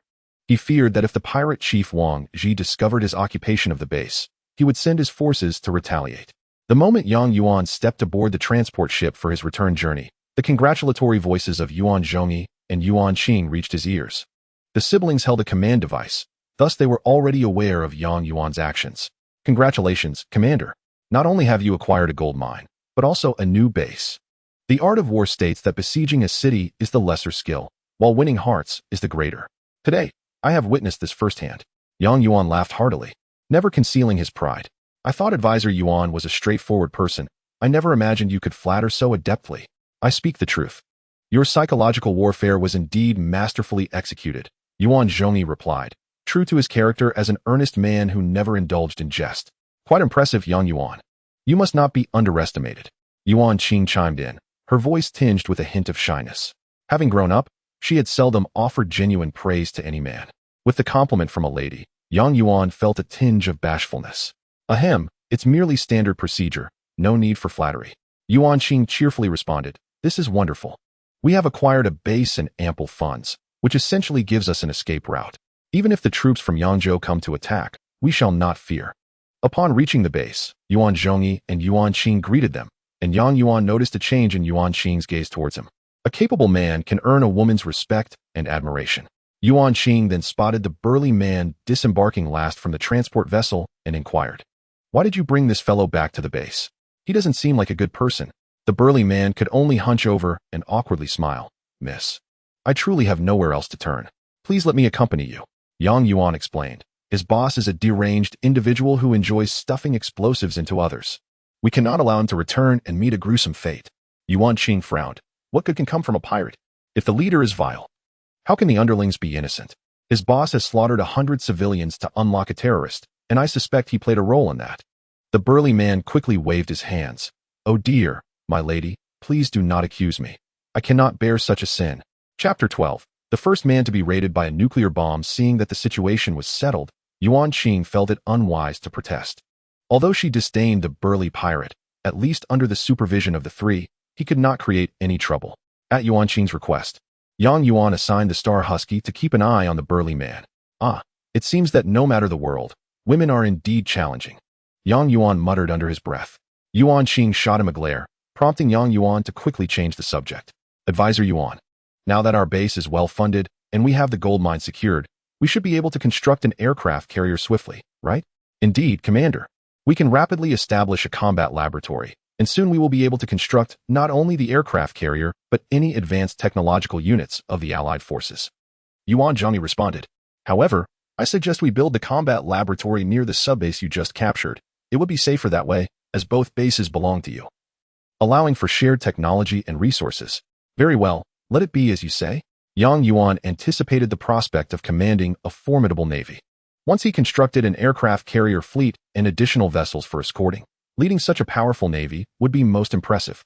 He envisioned first subduing the pirates of Izhou, then sweeping north to conquer Yingzhou, ultimately unifying the seas and establishing a mighty military empire, before launching an all-out assault on the mainland to dominate the world. At this thought, Yang Yuan could not help but laugh joyously to the heavens. What are you laughing about? So happy. Yuan Qing interrupted Yang Yuan's reverie. Of course. I am delighted. I now possess 2 bases and 3 islands. I can certainly be considered a pirate king. Yang Yuan continued to revel in his triumph. However, Yuan Qing fell silent for a moment, her expression grave and her eyes suddenly filled with sorrow. Yang Yuan, we siblings trust you, and that is why we assist you. Now that you are in high spirits, do not forget the promises you made to us. The usually strong-willed girl now appeared on the verge of tears, the vengeance for her slain parents weighing heavily upon her heart, suffocating her. Although Yang Yuan was not unfamiliar with witnessing a girl cry, he felt flustered and could only offer words of comfort. Rest assured, I am not one to go back on my word. Your vendetta will be avenged. He patted Yuan Qing's shoulder, casting a glance at Yuan Zhongyi. The siblings then felt reassured and set to work on building the base. With ample funds, the combat laboratory was established rapidly, and as the 100-meter-high building rose, Yang Yuan's construction list illuminated with possibilities. Now, not only was the aircraft carrier he had longed for within reach, but also the strongest ground forces of the Allies, the Phantom and Prism tanks, along with the elite unit Tanya, could be constructed. Enthralled by the prospect of these potent Tier 3 technologies, Yang Yuan, knowing he was not one to be frugal, sought the opinions of the Yuan siblings. Yuan Zhongyi suggested, although we have sufficient funds now, we must plan for the long term. We should first build the refiner we previously discussed, which will double our income, and then construct a spy satellite to gather intelligence on the various forces in the world. Yes, I nearly forgot about the spy satellite. Having it is akin to possessing a map of the entire world, Yang Yuan calculated, after completing the refiner and spy satellite. We will still have over 6,000 resources left, enough to construct an aircraft carrier and 1 or 2 Aegis-class destroyers. Combined with our earlier anti-submarine destroyers and dolphins, we would have a solid aircraft carrier fleet. Yuan Zhongyi continued. As for the Phantom tanks, Prism tanks, and Tanya, Yuan Qing interjected. Let us not dwell on those ground forces. They will not be effective on the small islands we occupy. Tanya can be constructed later when needed. Very well. I shall leave the base's development to you. Now it is time for continuous construction and troop production. Perhaps following the storm, the sky and sea appeared remarkably clear, and Yang Yuan suddenly found the surrounding scenery to be extraordinarily beautiful. Observing the island closely, it truly could be described as picturesque, with lush trees and blooming flowers, and soldiers stationed everywhere in a harmonious scene. Breathing in the fresh air, Yang Yuan felt immense joy.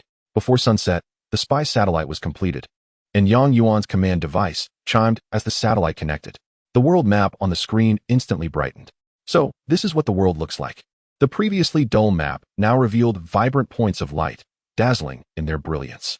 Each color represented a different force. On the 4 islands of Yingzhou in the East China Sea, there were all white dots, representing Yuan Zhongxin's faction, the ancestral home of the Yuan siblings. In the South China Sea, scattered across the hundreds of islands of Izhou were a dozen or so dark black dots, indicating the power of the pirate Wang Ji. Yang Yuan's crimson dot lay to the north of these black points. Gazing at the mainland, the colors were a kaleidoscope. Yang Yuan counted roughly 13 distinct colors.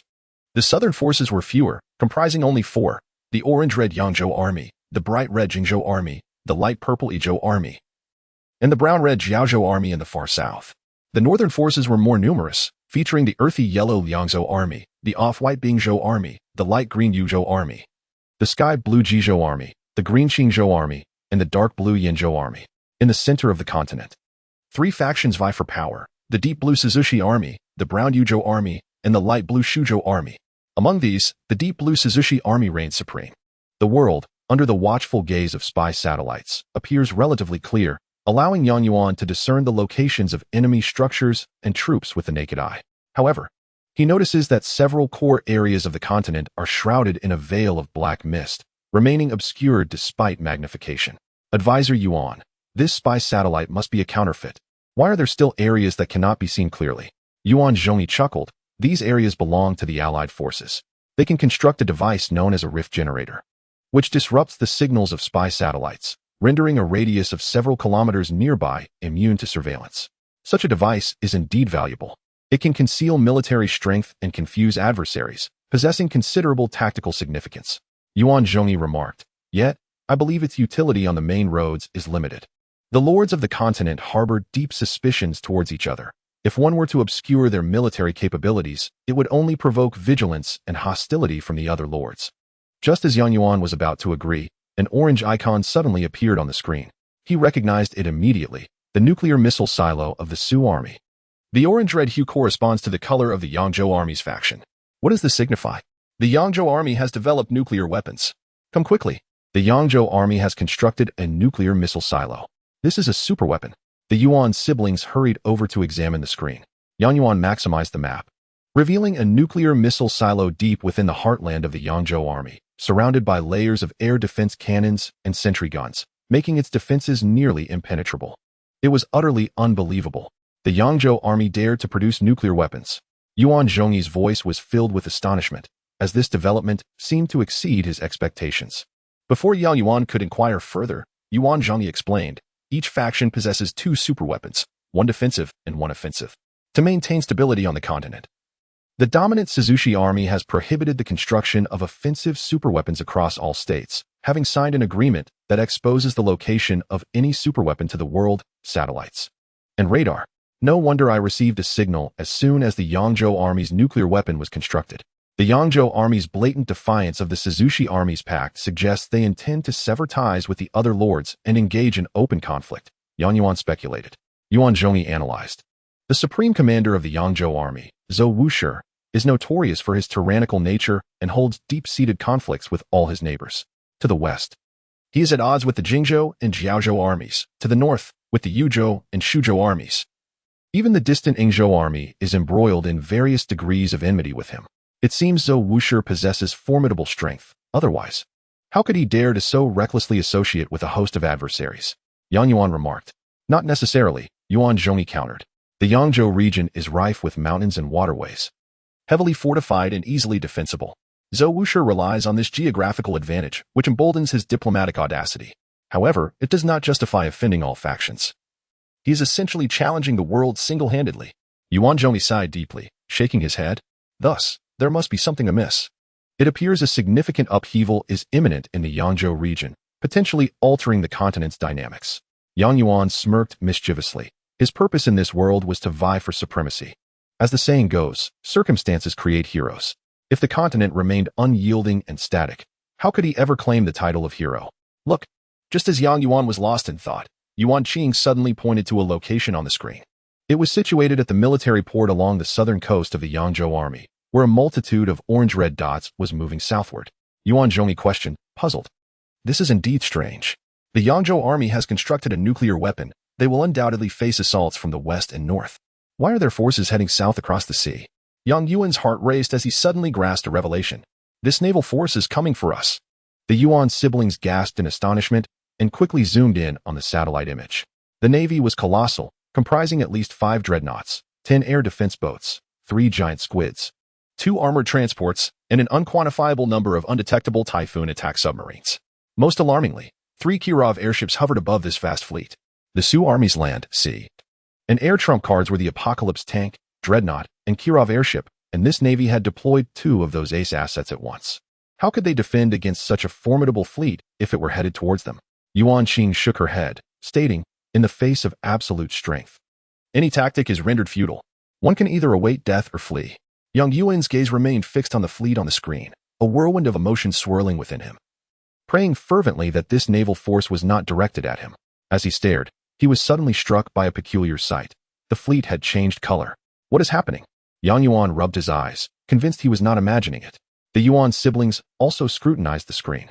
Yang Yuan had not been mistaken. The naval fleet had indeed altered its hue. Yang Yuan, you are not mistaken. It has truly changed color. Yuan Qing confirmed. It transformed from orange-red to pink, a pink Sioux army fleet. Though this color seemed ill-suited for the armored might of the Sioux army, at that moment, this formidable fleet genuinely appeared in a vivid pink. Moreover, Yang Yuan noticed that a vast array of buildings along the southern shore of the Yangzhou army had also turned pink. At this juncture, only one possibility remained. Zhou Wuyu had betrayed his brother, Zhou Wushi, and declared independence. The observant Yuan Qing also noted that the recently constructed nuclear missile silo had changed to pink, and the eager nuclear warhead radiated a pink glow. Zhou Wuyu not only defected but constructed a missile silo before his departure, intending to use it to draw the various factions to Yangzhou. Thus, Zhou Wushi would be too preoccupied to attend to him, allowing for a safe escape. Yuan Zhongyi elucidated. At that moment, Yang Yuan noticed that other factions across the continent were beginning to mobilize, particularly the neighboring Jingzhou, Jiaozhou, Yuzhou, and Yangzhou armies, whose troops were advancing towards the borders of Yangzhou, all under a state of red alert. It seemed a grand battle was imminent. Yang Yuan remarked, I never expected that this minor Zhou Wuyu could stir the entire continent into action. While speaking, a pink dot launched from the southern coast of Yangzhou, heading directly towards the small island where Yang Yuan resided. Upon inspection, it turned out to be a reconnaissance aircraft from the Sioux army, rather than a long-range strike force. The reconnaissance aircraft moved swiftly, traversing layers of ocean and racing towards Yang Yuan's direction. Yang Yuan suddenly felt an unsettling premonition. Why would they dispatch a reconnaissance plane at this critical juncture? This is bad, Yang Yuan exclaimed, panic-stricken. That nuclear missile is aimed at us. I recently learned that superweapons can only be deployed in areas visible to command centers. So the Sioux army will undoubtedly send reconnaissance aircraft to scout the area before launching a nuclear strike. As soon as Yang Yuan spoke, a chill of fear enveloped the group. Nearby, the bearded pirate under the watch of Husky No. 1, upon hearing that a nuclear strike was imminent, turned to flee, only to be tackled to the ground by Husky. In the face of impending doom, Yang Yuan found little time to dwell on his emotions. The urgency to flee consumed him. If they did not escape before the reconnaissance aircraft arrived, it was likely that all would perish alongside the island. Sinking into the depths of the ocean, dispatch the assault transport vehicles here at once, he commanded. The armored transport ships moved too sluggishly. The swiftest means of escape was to board the assault transport vehicles and distance themselves from the island. At that moment, Yang Yuan's first aircraft carrier had just emerged from the shipyard, yet he felt no joy, nor did he possess the focus to command the situation. The assault transport vehicles had arrived, and he instructed Yuan Qing and Yuan Zhongyi to board first. He took a final glance at the picturesque island and the aircraft carrier on the distant shore before boarding himself. The ominous whirring of engines grew louder overhead, and just as the hatch began to close, he glimpsed No. 2, the mobilization soldier, standing motionless beside the base. No. 2, hurry, get in. In this critical moment, they could not forsake the hero who had aided them from the outset. Military Dog 1, you too. At this juncture, every additional escapee counted. Hearing the call, the Husky raced towards Yang Yuan, followed closely by the bearded man, both aware that boarding the vehicle offered a chance at survival. Thus, mobilization soldier No. 2, the Star Husky, and the bearded man all climbed aboard Yang Yuan's assault transport vehicle, which sped southward at breakneck speed. With a single command, the vehicle surged from land to sea, leaving a frothy white wake behind as it gradually ventured farther away. Just then, the pink reconnaissance aircraft flew over the entire island, the sound of its engines still echoing in the distance. Yang Yuan observed his base through the command device, while simultaneously directing the Navy to retreat from the island. Despite the fact that all but Yang Yuan and his companions were mere machines, he still harbored feelings for them akin to those one might have for fellow humans. Regardless of whether they could escape in time, saving one life was better than none. A colossal warhead plummeted from the sky, striking the once vibrant island. No one could adequately describe the deafening explosion. Everyone inside the transport vehicle felt an overwhelming force surge from behind, lifting the hovering craft off the ground. Fortunately, Being part of the Red Alert 3 Empire faction, the vehicle's stability was remarkable, and it managed to land safely on the water after a near 180-degree flip. Resuming its steady course, Yang Yuan sensed the very air vibrating around him. He could hardly bear to look at the command screen. Yet true warriors confront the harsh realities of life and the bloodshed therein. How could Yang Yuan not look? Summoning his courage, he activated the screen, revealing a scene that appeared to be from the depths of hell. The once lush island lay charred, with all flora and fauna incinerated. And everything, people and vehicles alike, had been reduced to dust. The island was engulfed in the greenish haze of nuclear fallout. Structures such as barracks, power plants, and vehicle factories had crumbled into ruin, while the mines and shipyards, being farther from the epicenter of the blast, had only suffered severe damage, not total destruction. Tragically, the aircraft carrier he had just produced lay stillborn. Most pitiful of all was Yang Yuan's base, which now existed only as a foundation. Even the most fortified and resilient bases could do nothing against the might of a nuclear weapon, which rendered them as fragile as paper. Yang Yuan stared in a daze at the devastation as the pink fleet approached the island's vicinity. When the fleet was still several kilometers away, 2 missiles from the dreadnoughts hurtled towards his battered shipyard, and with a thunderous roar, the already beleaguered facility sank beneath the waves. 3 Kirov airships, enormous and fearsome with shark-toothed fronts, then descended from above the dreadnoughts. Despite their appearance as mere airships, they boasted formidable armor that rendered them impervious to standard anti-aircraft fire. Although slow, the might of the Kirov airships was not to be underestimated. They hovered ominously above the island, coordinating with the distant dreadnoughts to rain destruction upon the land below. This was evidently a retaliatory strike. Zhou Wuyu was not satisfied with merely obliterating Yang Yuan's base, but sought to bombard the already shattered island anew. Yang Yuan surmised that no life remained on the island. The green radiation gradually dissipated, and the remnants of broken bricks began to vanish. The battlefield of the Red Alert world would automatically erase itself. Yet it would still bear craters large and small, testifying to the suffering this land had endured. Once tranquility returned, 2 armored transport ships from Zhou Wuyu's fleet commenced landing, along with his base vehicle and personal guard. It appeared that Zhou Wuyu had orchestrated his treachery meticulously. He had betrayed the Yangzhou army, used the nuclear blast to divert the attention of the warlords, secured Zhou Wusher's loyalty, and then aimed to eliminate Yang Yuan before effortlessly claiming the island for himself. Yuan Zhongyi, having analyzed the footage, remarked, "That gluttonous pig must think we're all dead now." Huh. Yang Yuan chuckled, though internally he seethed with resentment. As long as he drew breath, he would never allow Zhou Wuyu to escape unscathed. Just then, a familiar voice echoed in his ear. It seemed to appear every time a significant event unfolded. "Commander Yang Yuan, congratulations on achieving the dual accomplishments of nuclear annihilation and survival." "System, have you lost your mind? Achieving nuclear annihilation is hardly an accomplishment," Yang Yuan retorted with exasperation. "Commander Yang Yuan, due to your dual achievements, you will unlock exclusive technologies from the Creator." "What have I unlocked?" "Commander Yang Yuan, you have unlocked the technology upgrade path for Red Alert 3. "What? Does this mean I can build units from Red Alert 3? "Commander Yang Yuan, you have unlocked the upgrade path, not the technology itself. Please do not misunderstand." "What?" "In simpler terms, you now have the opportunity to upgrade to Red Alert 3 technology by completing certain tasks. That is not too shabby. Quickly, tell me what I must do to upgrade." "Commander Yang Yuan, the Creator has tailored the upgrade difficulty for you. Now, you only need to spend 1 million resource points to upgrade to Red Alert 3 technology." 1 million? Yang Yuan was momentarily at a loss for words. Is this truly considered a reduction in difficulty? The system technician, ever eager to clock out, would not indulge him with further answers. Before Yang Yuan could finish his sentence, the technician had already vanished, proving to be a staunch advocate of the 8-hour workday. Where on earth am I supposed to find 1 million? The others could only listen in confusion, hearing Yang Yuan speak without comprehending his dialogue with the system. Before they could respond, Yang Yuan lamented, "I never imagined I would be the first man in history to suffer nuclear annihilation." Chapter 13. Rocket Troopers Attack. With a heavy sigh, Yang Yuan reflected on his grim distinction as the first victim of nuclear destruction. Observing his siblings, he sensed their hesitation to comment, but the bearded man spoke up first. "You still have my base, Commander. You can make a comeback." Though his words were meant to uplift, his eyes glimmered with a hint of flattery. Yang Yuan was well aware that this individual was merely clinging to his leg. Were it not for his potential usefulness in the future, Yang Yuan would have relished the thought of casting him from the vehicle into the sea to feed the fish.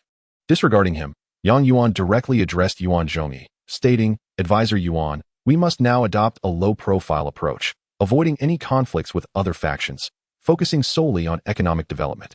Understood, replied the bearded man, adding, Commander, your vision is grand. We should indeed aim southward to acquire more resources. Yang Yuan retorted with a cold laugh. But to the south lies the domain of pirate King Wangji. Are you seeking my demise? The bearded man, realizing his folly, could only force a smile. Oh, my apologies. I would never dare to suggest such a thing. I merely believe that with a hero like you opposing Wangji, it would be a blessing to see him vanquished and liberate the common folk of the islands. Enough with the nonsense, commanded Yang Yuan. Husky, keep a close watch on him. If he utters another word, snap his neck. Woof. The bearded man fell silent. As the group fled to this island rich in gold mines, it was already past 8 in the evening. Observing everything on the island, Yang Yuan felt a sense of solace. Thankfully, the combat laboratory, or refiner, and spy satellites established during the day remained secure, and his losses were not as severe as they could have been. Economically speaking, he had only lost 1/3. With the continuous operation of the gold mine and the assistance of the ore refiner, Yang Yuan's resources were still ample, numbering in the thousands. Re-establishing the air command and vehicle factory would not take much time. After deploying a few dolphins to patrol the island and sending a Dragonfly reconnaissance aircraft out for surveillance, ensuring the base's temporary safety, Yang Yuan could finally eat something and rest easy. With the dawn of a new day, Yang Yuan, filled with vigor, resolved to live discreetly from this point forward, building high walls while biding his time for kingship. Ideally, no one would discover his existence, as if he had perished, allowing him to develop in peace. He wished for the sun's rays to never touch him, to be unseen, like an invisible man, with his troops as invisible soldiers. After articulating his 2 maxims, Yang Yuan diligently began to plan for the future. Following the patterns of island development, it was imperative to prioritize naval expansion. Thus, his next objective was to reconstruct an aircraft carrier fleet. Based on Yuan Zhongyi's counsel, a mature carrier task force should consist of 1 or 2 aircraft carriers, alongside more than 2 Aegis destroyers and 3 to 4 anti-submarine destroyers, as well as over 6 battle dolphins. The cost for all these requirements was nearly 140,000 resource points. Given the current pace of Yang Yuan's mining operations, supplemented by the ore refiner, it would take at least 3 full days to accumulate the necessary resources. In the tumultuous world of Red Alert, it was challenging for Yang Yuan to ensure he would not face local hostilities for 3 days, particularly with his sworn enemy Zhou Wuyu to the north and pirate King Wang Ji to the south, both formidable adversaries. How could he navigate this precarious period smoothly? How could the production speed of his fleet be accelerated? As these questions lingered, the group fell into contemplation. The most effective way to expedite unit construction was undoubtedly to explore new sources of revenue. However, their current circumstances were markedly different from before. Recklessly mining on empty islands could provoke Zhou Wuyu or Wang Ji, leading to catastrophic consequences. Amid the silence, Mobilization Unit No. 2 spoke up, Your Excellency. Perhaps we should first construct additional mining vehicles to enhance gold extraction efficiency. Yang Yuan, who had been seated, immediately stood up, patting Unit No. 2's shoulder, exclaiming, You were fortunate to be saved just now. You always manage to provide useful suggestions at critical moments. Yang Yuan recognized that this straightforward solution was one that the Yuan siblings and he could have easily thought of as well. However, having narrowly escaped a nuclear bombardment, they were still shaken and unable to think clearly. In contrast, Unit No. 2, being a robot, maintained a calm and rational mindset at all times.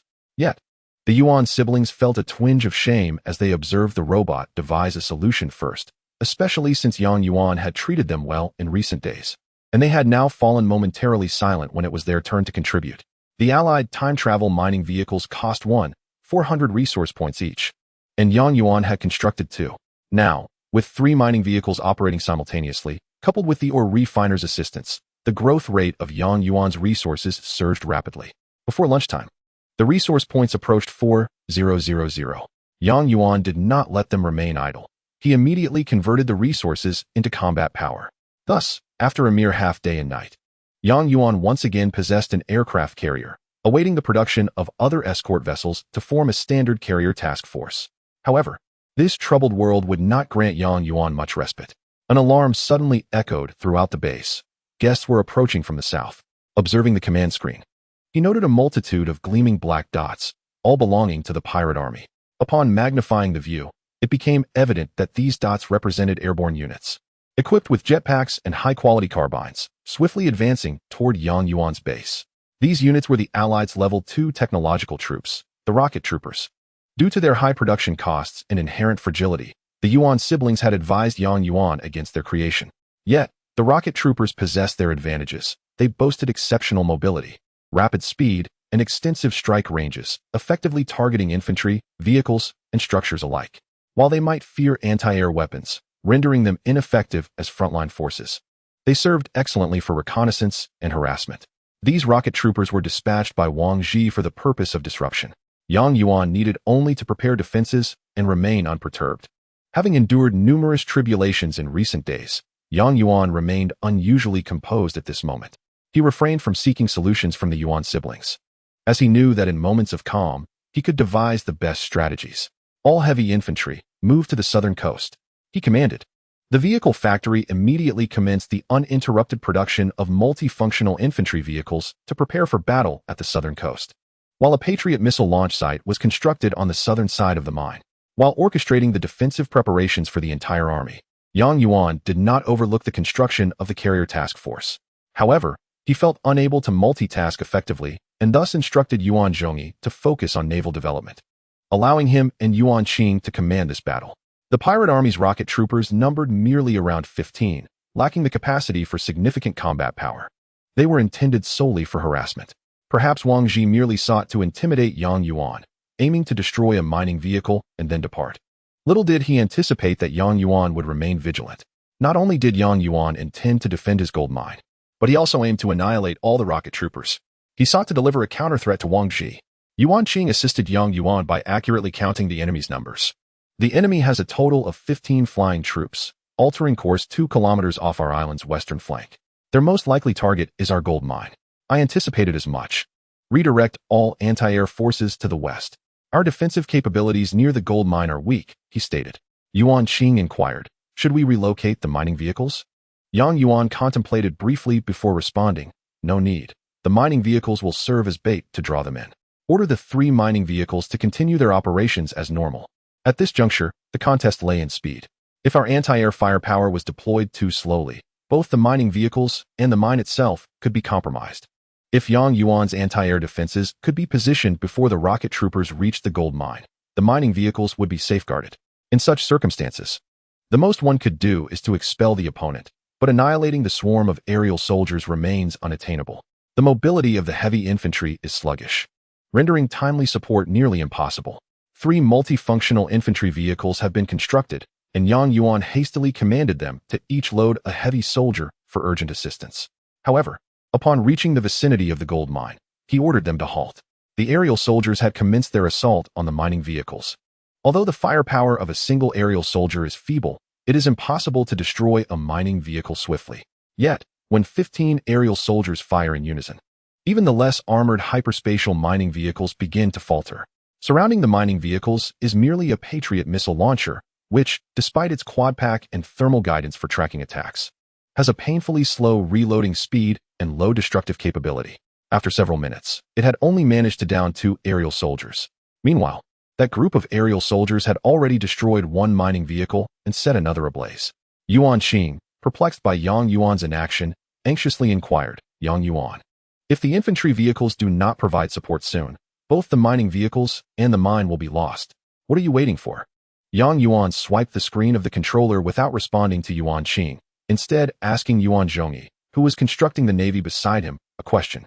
Advisor Yuan, are you ready? Commander, we are in position. Good. All infantry vehicles, engage and down the enemy's rocket soldiers. At Yuan's command, the 3 previously stationary multifunctional infantry vehicles surged forward.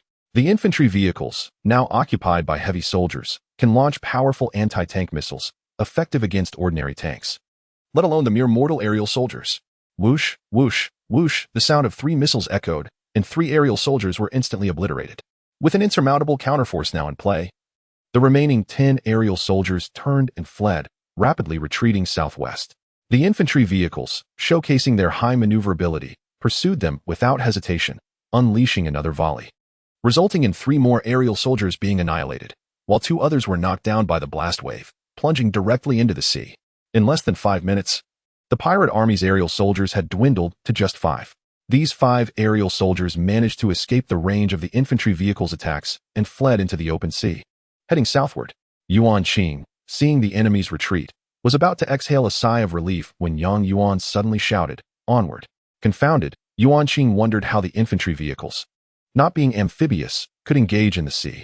However, Yuan interjected, "We've been waiting for you. Here come the Aegis air defense cruisers." Thus it was revealed. Yuan had covertly instructed Yuan to construct the formidable Aegis cruisers as he aimed to eliminate the group of rocket aerial soldiers. The previous order to keep the infantry vehicles stationary was to position the 2 Aegis cruisers strategically to intercept the enemy's escape route before launching the attack. This splendid maneuver effectively wiped out the 15 aerial soldiers, with Yuan incurring the loss of only 1.5 mining vehicles. Who would have imagined that just days ago Commander Yang was being pursued, and now he orchestrated such a flawless battle? Yuan praised him. Yuan smiled faintly. "So? My dear, are you beginning to admire me?" Before Yuan could respond, Yuan quickly inquired of Yuan "Advisor, how is the naval construction progressing?" "Through our efforts this morning, we have 1 aircraft carrier, 2 Aegis cruisers, 3 Dolphins, and an anti-submarine destroyer nearing completion." "Excellent. In the meantime, produce as many rocket aerial soldiers as possible at the barracks. We shall immediately march south to counterattack the Pirate King's base. Today, we shall bring him to ruin." Yuan, alarmed, hastily cautioned, "Commander, do not act impulsively. Our current strength is insufficient to contend with Wang Ji." Yuan took a deep breath. Fully aware that he was neither acting rashly nor jesting, he now comprehended the survival rules of this world. Fight relentlessly. If you do not strike first, others will surely strike you down. Peace is a concept spoken to the people, not to enemies. "Have you lost your senses from that nuclear blast?"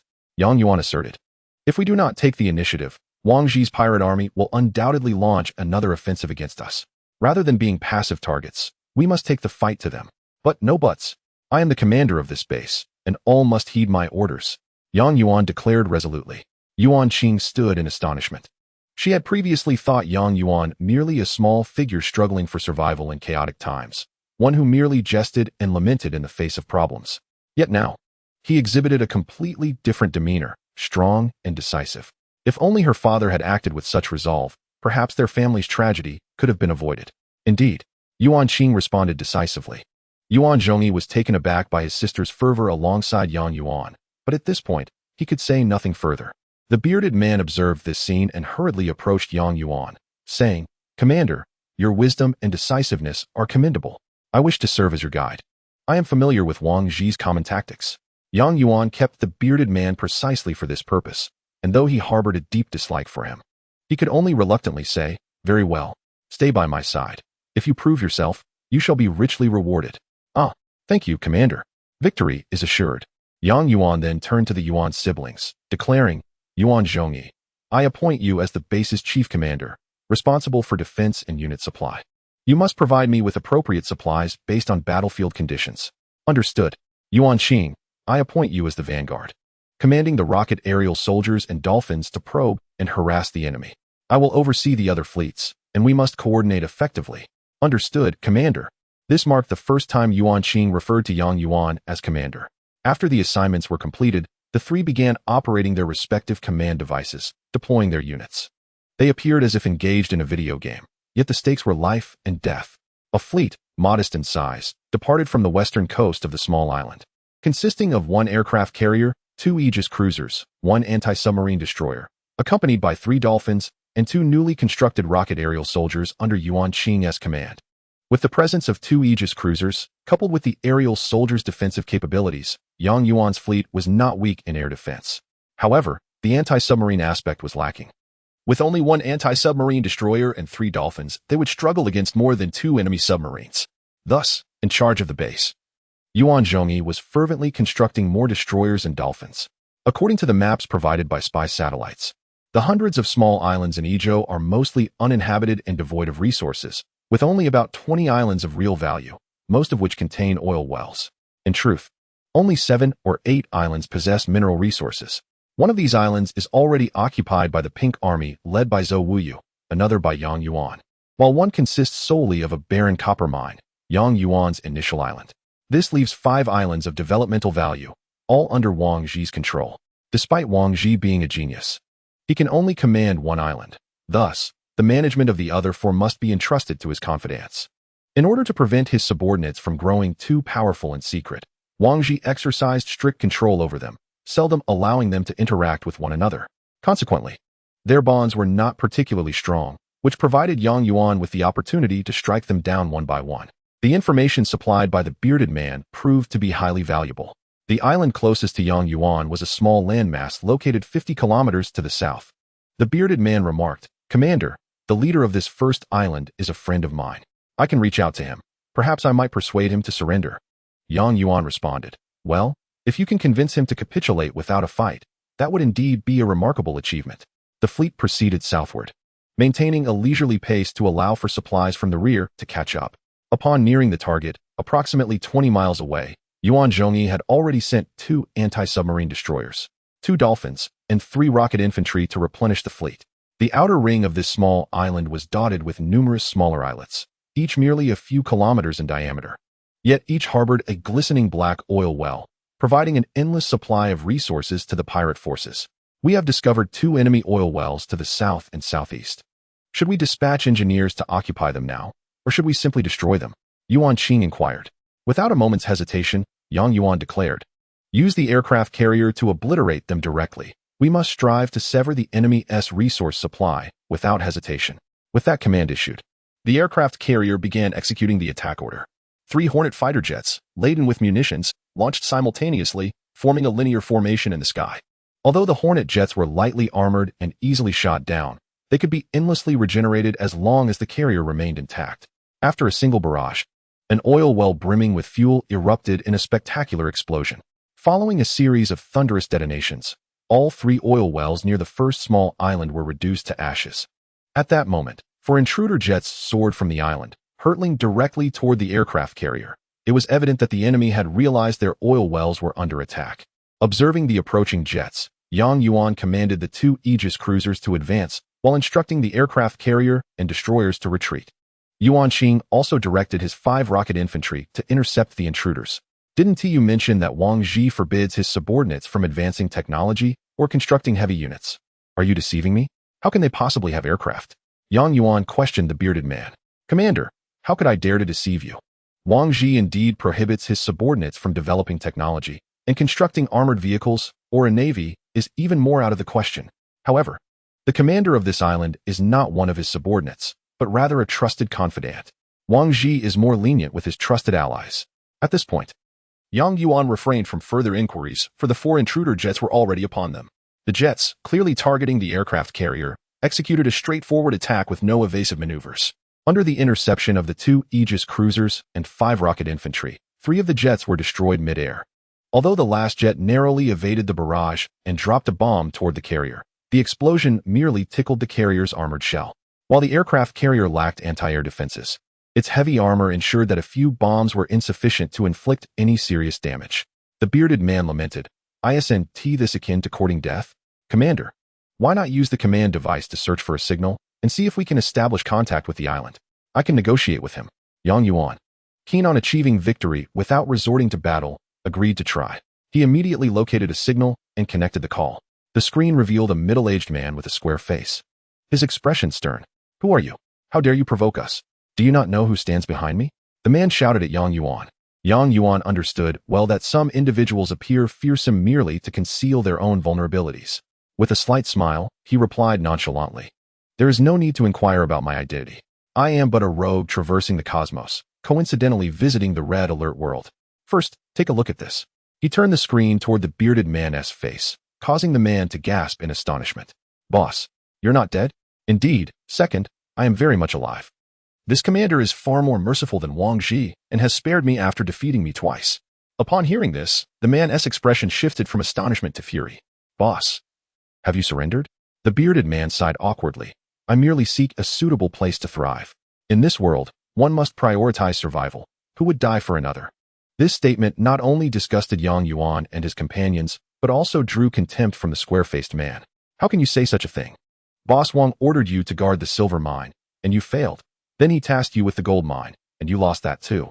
Surrendering without so much as a fight. Have I been blind to consider you a brother for over 20 years? I utterly despise you." Hearing this, The bearded man glared fiercely, retorting, "Second, you've risen through Wang Ji's favor and have forgotten who your brothers are. Do you not recall the fate of third? He met his end due to a minor infraction, blown to bits. Why would you continue to follow a man like that? Third deserved it. He knowingly defied Boss Wang's rules and met his demise for it. From this day forth, we are no longer brothers. In this battle, either I will kill you, or you will kill me." Upon finishing his declaration, the signal abruptly cut off. Yang Yuan coldly regarded the bearded man. "Didn't you suggest he surrender? Why is he now threatening to kill you?" The bearded man's face turned a mottled hue of embarrassment, yet he maintained a cheeky grin. "I have been friends with this second since childhood. He always obeyed me back then. I would tell him to go east, and he would never go west. Yet, I never expected him to be bewitched by Wang Ji and cease to heed my counsel. Alas, I am powerless." Yang Yuan had no time for pleasantries. He kicked the bearded man, cursing, "Get out of my sight, you shameless wretch." Ouch! The force of Yang Yuan's kick sent the bearded man tumbling to the ground. Unable to rise, Yang Yuan, with no time to spare, commanded the husky, military dog one, "Keep an eye on this scoundrel. If he dares to move, bite him to death." With the attempt at persuasion failing, Yang Yuan resolved to annihilate the garrison on the island. The small island had now entered the aircraft carrier's attack range, yet Yang Yuan hesitated to give the order to strike, as the heavily armored soldiers on the island posed a significant threat to the Hornet jets with their surface-to-air missiles. Yuan Qing seemed to sense Yang Yuan's apprehension and suggested, "I just utilized the dolphins to scout the area surrounding the island. They have a shipyard on the west coast, where only a few dolphins and anti-submarine destroyers are stationed. We can first strike the enemy navy. I concur with your proposal. The dolphins and destroyers are intended to counter the Soviet fleet." Indicating that the pirates in the Yangzhou army are not on good terms, Yang Yuan replied. The Hornet jets launched from the carrier, heading straight for the enemy shipyard. The only forces capable of intercepting the Hornets were a handful of heavily armored soldiers on the shore, but they were no match for the 3 Hornet jets, which successfully delivered their payload to the enemy shipyard. With a series of thunderous explosions, the shipyard sank beneath the waves. The few enemy dolphins, having witnessed the shipyard's demise, swiftly swam toward the scene, yet they were no match for Yang Yuan's forces. Yuan Qing's 5 dolphins had now been replenished to 8 and had formed a formidable fighting force. After establishing a crescent formation, a single round from the sonic wave cannon reduced several sleek black dolphins to mere powder. Following the destruction of the enemy shipyard, Yang Yuan promptly ordered the aircraft carrier to engage the opposing mining vehicles, understanding that severing their economic lifeline was essential to deplete the enemy's resources. However, the square-faced adversary evidently possessed some defensive acumen. His barracks were strategically located beside the mine, continuously producing heavily armored soldiers. Before Yang Yuan's Hornet fighter jets could reach the mining vehicles, they were already shot down by the concentrated fire of the heavy infantry. One aircraft carrier clearly lacked sufficient firepower. "Yuan Zhongyi, when can we expect the second aircraft carrier to be supplied?" The second carrier was still under construction, and considering travel time, it would take at least 20 minutes at best. Too slow. If we wait 20 minutes, we might face unforeseen complications. Yang Yuan turned to Yuan Qing. "Girl, use the flying infantry to draw the enemy's heavy infantry fire while I attempt to strike. We must eliminate their mining vehicles." "Understood. It's my turn to take command." Despite her youth, Yuan Qing possessed considerable combat experience. She ordered 4 flying infantry to remain stationary, directing only one to serve as a decoy to attract enemy fire. The army, being a machine, lacked the intelligence to discern that this flying infantry was merely a tool for drawing fire. Thus, when the decoy entered the heavy infantry's firing range, a barrage of missiles rained down. The flying infantry could not evade such overwhelming firepower and was obliterated on the spot. Yet, Yuan Qing maintained a smile, for her mission had been accomplished. Just as the heavy infantry was reloading for a second volley, 3 Hornet fighter jets from Yang Yuan's aircraft carrier swooped in. The high explosive bombs from the first 2 aircraft reduced the mining vehicle to rubble, while the third aircraft struck an empty target. Excellent. The enemy's resources are cut off. Now it is merely a matter of time before we slowly devour them. Although the enemy's air defense units remained numerous, with the cooperation of Yuan Qing's flying infantry, the fighter jets inflicted substantial damage on the enemy's units and structures. Soon, the enemy's mine, barracks, air command center, and vehicle factory were all destroyed. The scales of victory had tipped in favor of Yang Yuan. He now had the leverage for a second negotiation. Yang Yuan dialed the enemy commander once more. The square-faced man on the screen appeared devoid of his previous vigor, his countenance now marked by despair. "My friend, I have obliterated all your deployment structures. Victory is assured. Do you still wish to resist?" Upon hearing this, The square-faced man's expression shifted from despondency to fury. If you possess the capability, then bomb my base and kill me. Why waste words? Yang Yuan remained unperturbed, merely smiling. If you truly wish to die, why connect to my video? The square-faced man sighed deeply. I did not connect to your video to surrender. I merely have one last message for that traitor. I implore you to allow me to speak to him one final time. As the saying goes, a man facing death speaks with sincerity. Yang Yuan acquiesced to this request, turning the camera to the bearded man seated on the ground, being closely watched by a husky. The square-faced man gazed at the bearded individual and sighed again. Alas, boss. We have known each other for over 20 years, like brothers. Now that I am to die, I only ask one thing. My wife and daughter are with Boss Wang. I hope you will treat them kindly in my absence. I shall die without regret. The bearded man remained silent, while Yang Yuan felt a chill run down his spine. It became clear that the square-faced man was not a loyal dog to Wang Ji, but rather one who feared betrayal due to his family being in Wang Ji's grasp. The bearded man stammered a hesitant agreement, seemingly stunned by the presence of the elite military canine. Yang Yuan immediately addressed the square-faced man on the screen. Wait, you. However, his words were cut off as the signal abruptly terminated. Following this, a bizarre scene unfolded on the island. All the soldiers and vehicles began converging towards the base, and Yang Yuan initially believed it to be a final desperate struggle. To his astonishment, all units simultaneously opened fire, targeting their own base. Yang Yuan was taken aback. Was this a suicide mission? Yuan Qing's expression grew grave as she realized the truth. He had ordered his troops to fire upon their own base, an act of self-destruction. He sought to protect his wife and daughter, unwilling to betray Wang Ji. Is there no way to stop this? Yang Yuan asked, deeply wishing to avert this tragedy.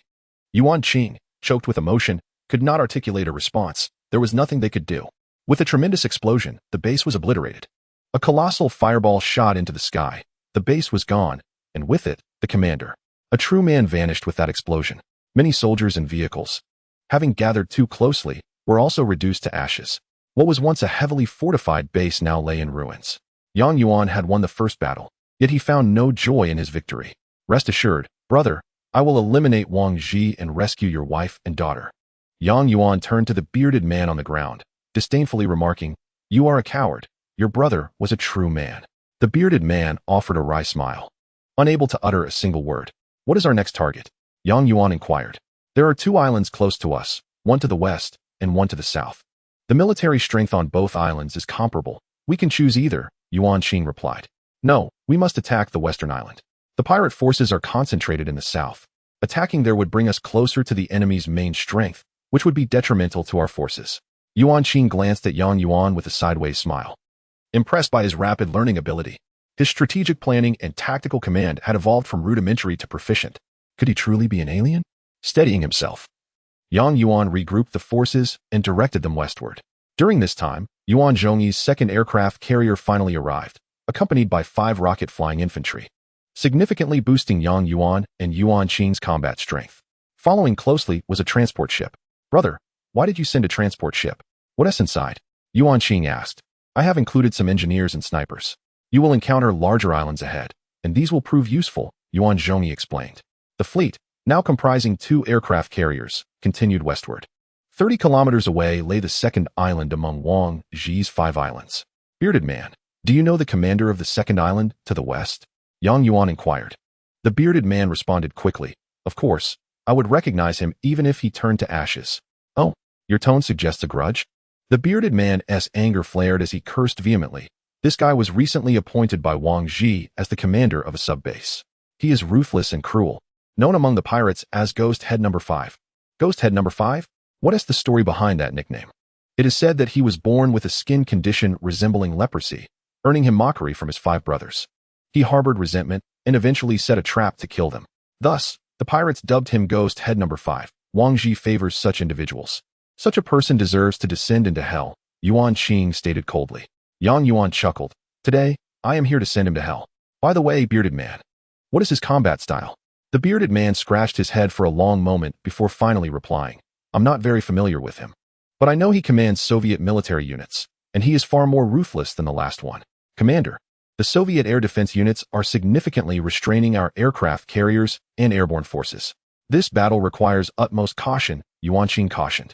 Regarding this matter, Yang Yuan was well aware that the Soviet air defense units, whether the ground-based air defense infantry, armored vehicles, or anti-aircraft artillery, or the naval Scorpion air defense boats, utilize the same type of anti-aircraft weaponry, which boasts a large blast radius and high attack frequency, proving remarkably effective against the concentrated air fleets of the Allies. This implies that Yang Yuan's aircraft carriers may soon become ineffective. I understand. We must first eliminate their navy as we did before. Once we neutralize their naval forces, they will be left with nothing but a solitary island. Understood. Upon hearing this, Yuan Zongyi hastily allocated all the resources at the base towards constructing dolphins. Only a multitude of dolphins can contend with the Soviet naval units, especially the Typhoon submarines and giant squids. When Yang Yuan's fleet approached the vicinity of Ghost Head Old 5's base, Yuan Zongyi provided 5 additional dolphins for support.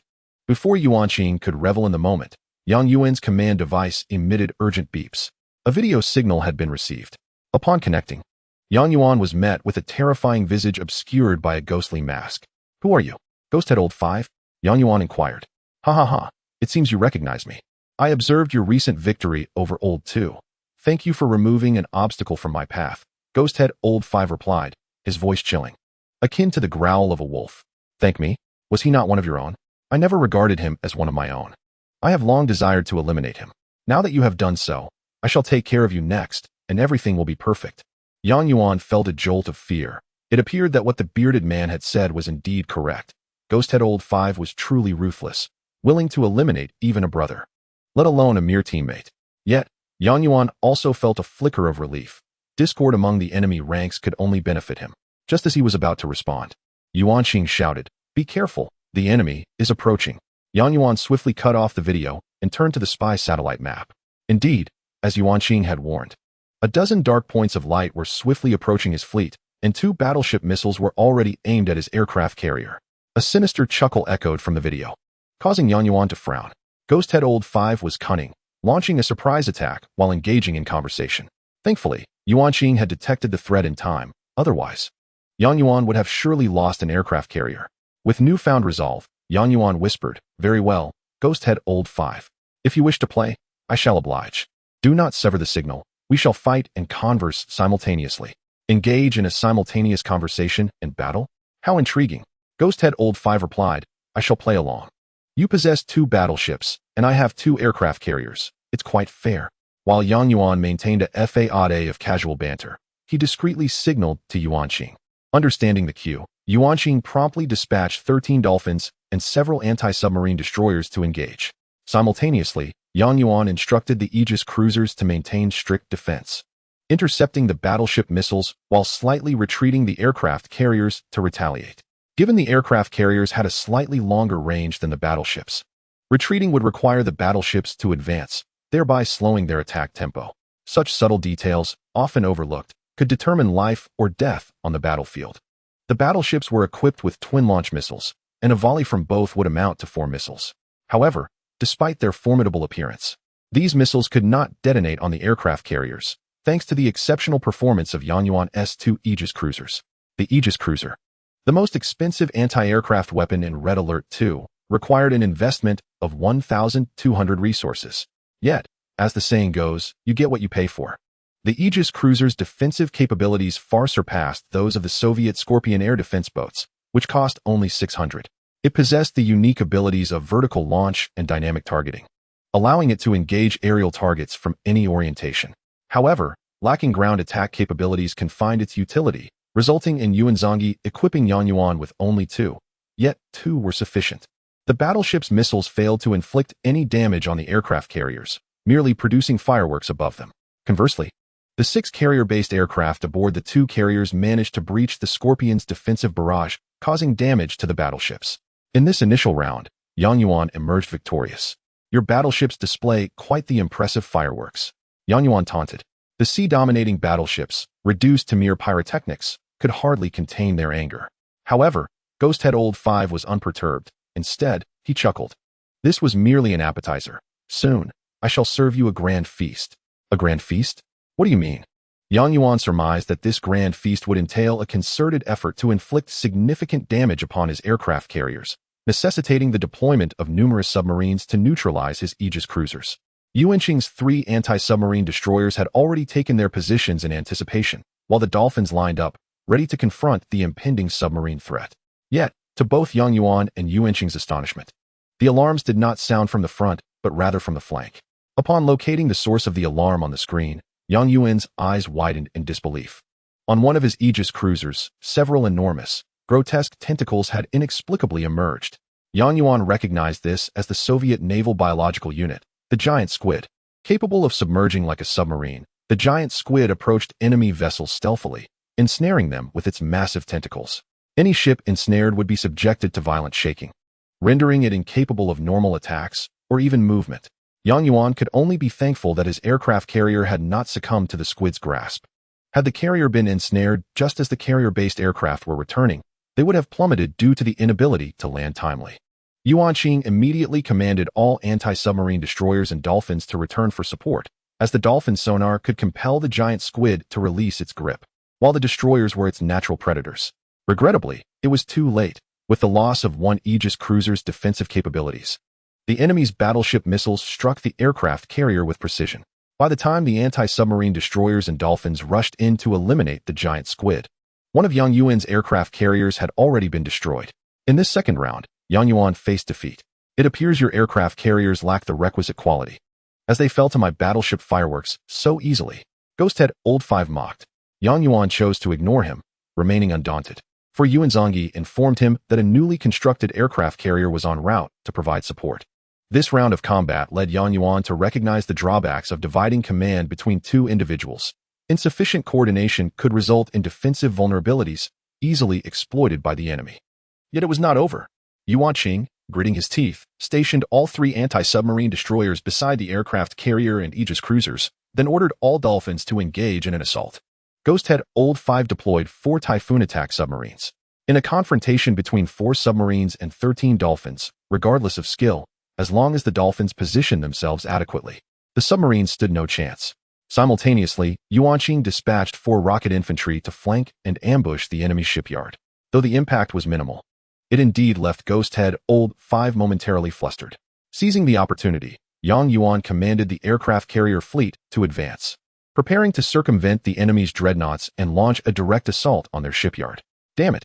The voice of Ghosthead Old 5 was barely audible. Yet Yang Yuan caught it. This tactic is what I call cutting off the firewood at the bottom of the pot, Yang Yuan chuckled. The dreadnoughts were incapable of attacking nearby foes without risking collateral damage to their allies. Ghosthead Old 5 could only watch helplessly as Yang Yuan's fleet bombarded his shipyard. Suddenly, Yang Yuan recognized the advantage of their joint command. One of them would always uncover weaknesses in their opponent's defenses, breaking the stalemate. With the escort of anti-submarine destroyers, Ghosthead Old 5 hesitated to let the remaining giant squids charge recklessly. Meanwhile, his submarines were nearly encircled and annihilated by a pod of dolphins. Filled with frustration, Ghosthead Old 5 lamented the irony that his pride, the dreadnought, had become isolated and utterly useless. This naval battle was a lost cause for him. He had no choice but to terminate communication with Yang Yuan and send a distress signal to his superior. Has he really hung up? Is he conceding defeat? Ultimately, this confrontation at sea culminated in Yang Yuan's triumph. Although he lost an aircraft carrier, he obliterated the entirety of the enemy's naval forces. Ghosthead Old 5's shipyard was reduced to scrap metal in a thunderous explosion, followed closely by the sinking of 2 dreadnoughts and several Sea Scorpion anti-aircraft vessels by the dolphins.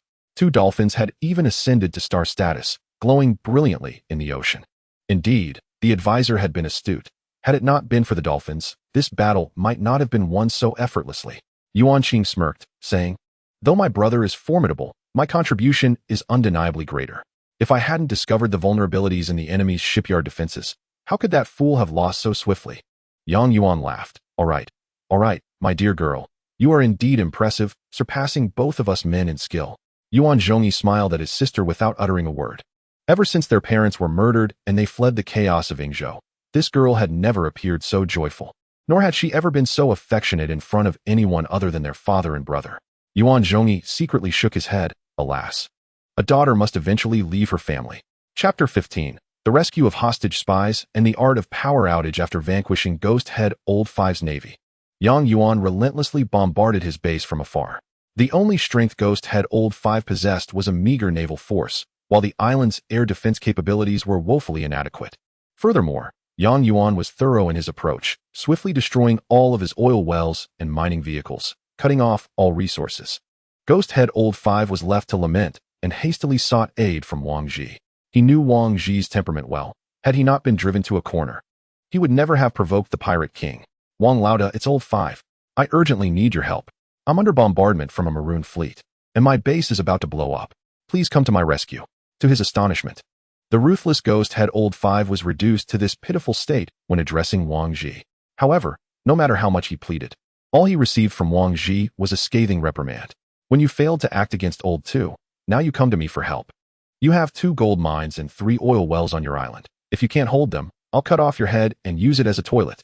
After berating him, the signal was severed and no mention of support was made. Ghost Head Old 5 slumped in his base as the sounds of bombardment echoed around him. At that moment, Yang Yuan's aircraft carrier had reached the rear, intensifying the assault on him. Without dreadnoughts, without Kirovs, and devoid of super weapons, Ghost Head Old 5 found himself utterly defenseless. He continued to dwell on Wang Ji's words. If you can't hold it, I'll cut off your head and use it as a toilet. Those words were truly terrifying because he understood that Wang Ji, who had ascended to the rank of Pirate King, never spoke empty threats. He maintained a high level of vigilance over his subordinates, forbidding them from constructing excessive military forces in their outposts.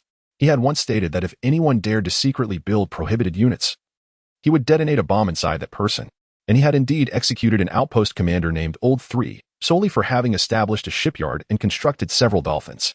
Ghost Head Old 5 could never forget that day, as Old 3 had been his informant.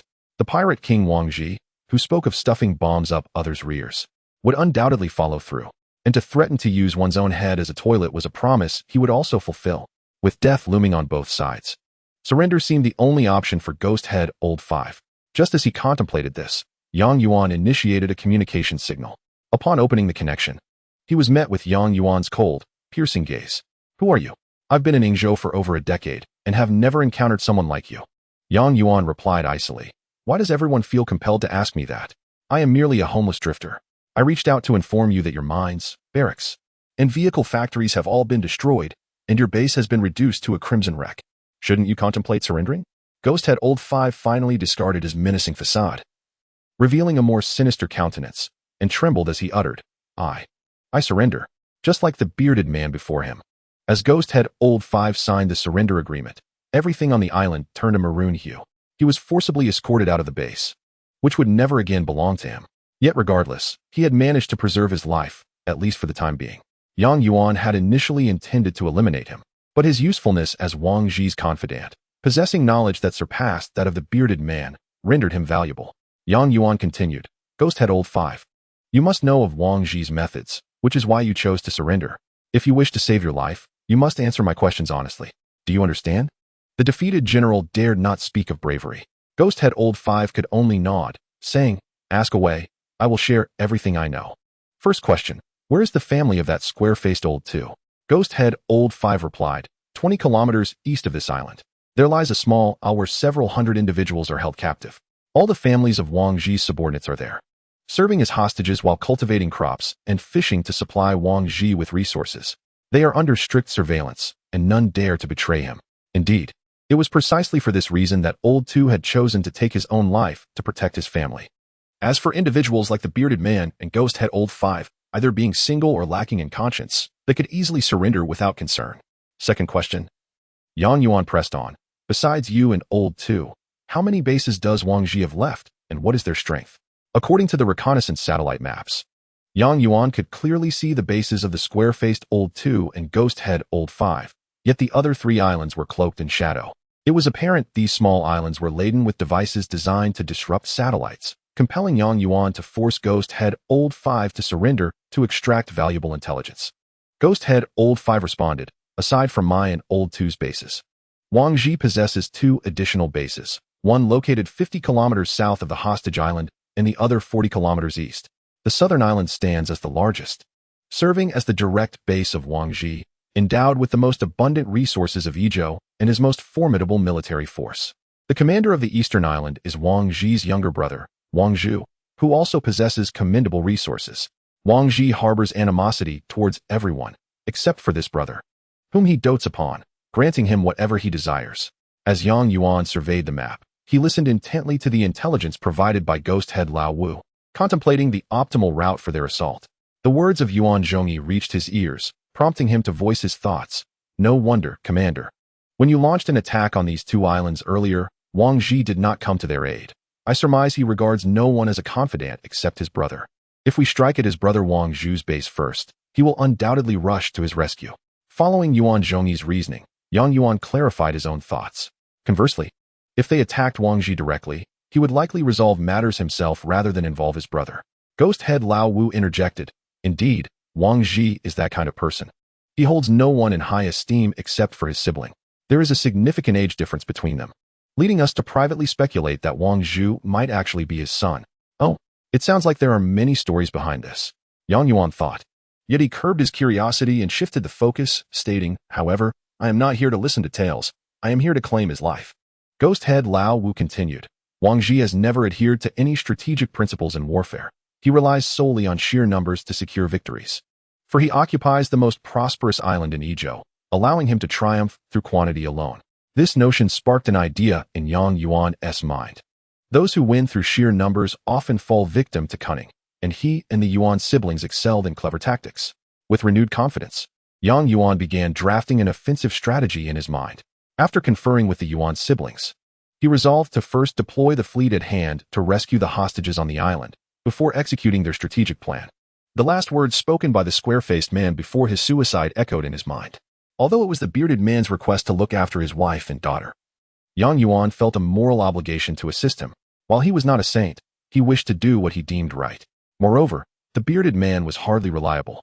The square-faced man had wasted 2 decades on a friendship that proved fruitless. Yang Yuan commanded the fleet to cautiously sail eastward. Warfare has always been synonymous with destruction. Yet this time, Yang Yuan's objective was rescue, and with the satellite unable to observe the situation on the ground, he had to proceed with caution. 20 kilometers is not a considerable distance for a fleet. Soon, the fleet anchored near the hostage island. Unaware of the island's conditions, the fleet dared not approach recklessly. At this moment, the aerial troops and dolphins under Yuan Qing's command became invaluable, capable of conducting thorough reconnaissance both in the air and at sea. First deployed was a dolphin, for it could approach the island quietly beneath the water, unnoticed unless there were anti-submarine units present. Yuan Qing dispatched a Star-class dolphin, known for its enhanced mobility and agility. The hostage island was relatively small, approximately 5 kilometers in diameter. According to the intelligence gathered by the dolphin, the island was devoid of shipyards or naval units, surrounded by emptiness. Yang Yuan pondered in confusion. Was the island solely comprised of hostages, without any guarding military? He dismissed the possibility, prompting Yuan Qing to direct a secondary rocket aerial unit to slowly approach the island for a circular reconnaissance. After one complete circuit, it became evident that the island was surrounded by trees, with small houses subtly concealed within, suggesting the presence of civilians. This at least confirmed that Ghost Head Lao Wu had not deceived him. This was indeed the hostage island where the square-faced man's wife and daughter must also reside. The aerial unit contracted its inner circle and commenced a second round of reconnaissance. This time, they finally uncovered a base situated in the heart of the island. Strictly speaking, it was merely a barracks surrounded by power plants, which in turn were adjacent to fissure generators. Encircling these generators were numerous machine gun bunkers and Patriot missile launchers. The aerial unit dared not venture closer. Yuan Qing's maneuvers had reached their limit. Any further approach would bring the aerial unit within the range of the Patriot missiles. The positioning of the machine gun bunkers was exceedingly strategic, capable of targeting the hostages' dwellings. Should the hostages defy Wang Ji's orders, their fate would be dire, Yuan Qing remarked. Yang Yuan sighed. The density of the Patriot missiles made it nearly impossible to breach with just 1 or 2 aircraft carriers. What could they do? Limited manpower left them in a state of silence, pondering their predicament. If only he had a dozen or 20 aircraft carriers, this would be a trivial issue. Alas, he lacked such strength. After a prolonged silence, it was Yuan Zhongyi who spoke up. It seems we have overlooked the fact that we are commanding the Allied forces, whose units are always victorious through technology. Advisor Yuan, spare us the suspense. If you have a solution, please share it. The Allies possess a trump card, spies, Yuan Zhongyi exclaimed. Yang Yuan smacked his forehead, realizing that Allied spies, which could only be produced with Tier 3 technology, were incredibly scarce, and even fewer knew how to utilize them. Spies possessed projection technology, enabling them to disguise themselves as any local infantry unit, even as a dog, allowing them to infiltrate enemy structures unnoticed. Should a spy infiltrate the enemy's mine, they could alter resource data, potentially enabling their side to siphon off half of the opponent's resources. Similarly, if a spy penetrated an enemy barracks or vehicle factory, they could steal combat technology, allowing their units to be produced at Tier 1 status. Should a spy infiltrate the enemy's air command or radar, it would halt the operation of the enemy's world map. However, at this moment, the most critical function was for a spy to infiltrate the enemy's power station, thus interrupting their power supply, at least for a minute. It is well known that the Allies' Patriot missiles require substantial electrical support. If a spy could temporarily cut off the enemy's power, Yuan's aircraft carriers' onboard aircraft could seize the opportunity to obliterate the enemy's machine gun bunkers, Patriots, and power plants. With this thought, Yuan Zhongyi commenced the production of spies. The cost of a spy was considerable among Allied infantry units, amounting to 1,000 resources, second only to the elite unit Tanya. The transport for the spy was the assault transport, which Yang Yuan had employed for some time. It was a unit from Red Alert 3's Empire. Faster than the transport vessels from Red Alert 2, the assault transport traversed the sea and gradually approached the island's shore, where the spy, disguised as a sleek black Allied soldier, disembarked. At this moment, many on the island had already spotted him. These individuals, who had been working and chatting outside their homes, fled into their makeshift brick houses upon seeing the black-clad soldier, fearing that Wang Ji was up to something again. Wang Ji, indeed, had lost the favor of the people. The sight of his soldiers terrified the populace as if they had seen a ghost, Yuan Qing lamented. Yang Yuan, however, viewed this as a positive development, stating, "This is excellent. When I launch the attack, it will help prevent collateral damage to them." Upon hearing this, Yuan Qing couldn't help but cast another glance at Yang Yuan. The man, possibly from another world, certainly differed from the people of this realm. On the screen, a spy, his entire form projected as a local soldier, was stealthily advancing towards the island's power plant. Commanding him was Yuan Qing, and Yang Yuan mused that such delicate maneuvers required a girl's meticulousness. As he moved forward, he soon surpassed several machine gun bunkers, which failed to recognize the spy's true identity, remaining utterly still. The spy continued onward, but after taking just a couple of steps, Yuan Qing suddenly ordered loudly, "Halt, retreat." The spy received the command and promptly withdrew to the coastline. "What is the matter, girl?" Yuan inquired. "Why must we retreat?" Yuan Qing magnified the screen, pointing to the trees behind the machine gun bunkers, saying, "Look here." Upon closer inspection, Yang Yuan noticed a dog among the shrubs behind the bunkers. It was an enemy military dog. The spy was fearless in the face of danger, but he had a singular fear: dogs. This was due to the military dog's ability to detect the unfamiliar scent on the spy, instantly revealing his identity. If the spy had possessed any weapons, he would have been swiftly dispatched by the dog. Had he taken another step forward, the dog would have detected him. Yet, that area was the only route to the power plant. What should they do now? Yuan Qing inquired. "Fortunately, you spotted that dog, otherwise, this spy would have already met his end." Yang Yuan stroked his chin, contemplating a solution. The dog's position was not only on the route to the power plant, but also surrounded by several machine gun bunkers and Patriots, making it impossible for Yang Yuan to eliminate it. "Your Excellency, Commander." At that moment, the voice of number 2 echoed in Yang Yuan's ear. "We could use a sniper to take out the enemy's dog." "Indeed, I almost forgot I had a sniper," Yang Yuan exclaimed with excitement.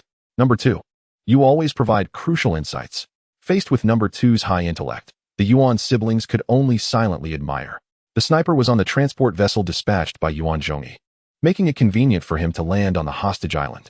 The distance between the spy and the military dog was merely a kilometer, well within the sniper's range. The sniper adjusted his equipment and lay prone on the hillside by the shore. Without a sound, the dog fell lifeless to the ground. To be cautious, Yuan Qing did not allow the spy to advance immediately, but instead carefully scanned the vicinity for any other threats. Indeed, Yuan Qing's diligence paid off, as she quickly identified additional enemy dogs hidden in several clever locations. After ensuring the sniper had eliminated all potential threats, the spy could finally infiltrate with confidence. 3, 2, 1, launch. Yang Yuan focused intently on the spy, and at the moment he infiltrated the power plant, Yang Yuan immediately ordered the aircraft from the aircraft carrier to take off and bombard the enemy's Patriot missiles and machine gun bunkers. With the power cut off by the spy, all the Patriots were rendered powerless, unable to retaliate against the aircraft, helplessly watching as they were bombarded. Yang Yuan executed his plan with great caution. As the defensive structures were perilously close to the hostage's residence, Any minor misstep could result in collateral damage. He first targeted several enemy power plants, ensuring they lost all electricity, and then methodically destroyed the remaining structures without fear of the Patriots intercepting his aircraft.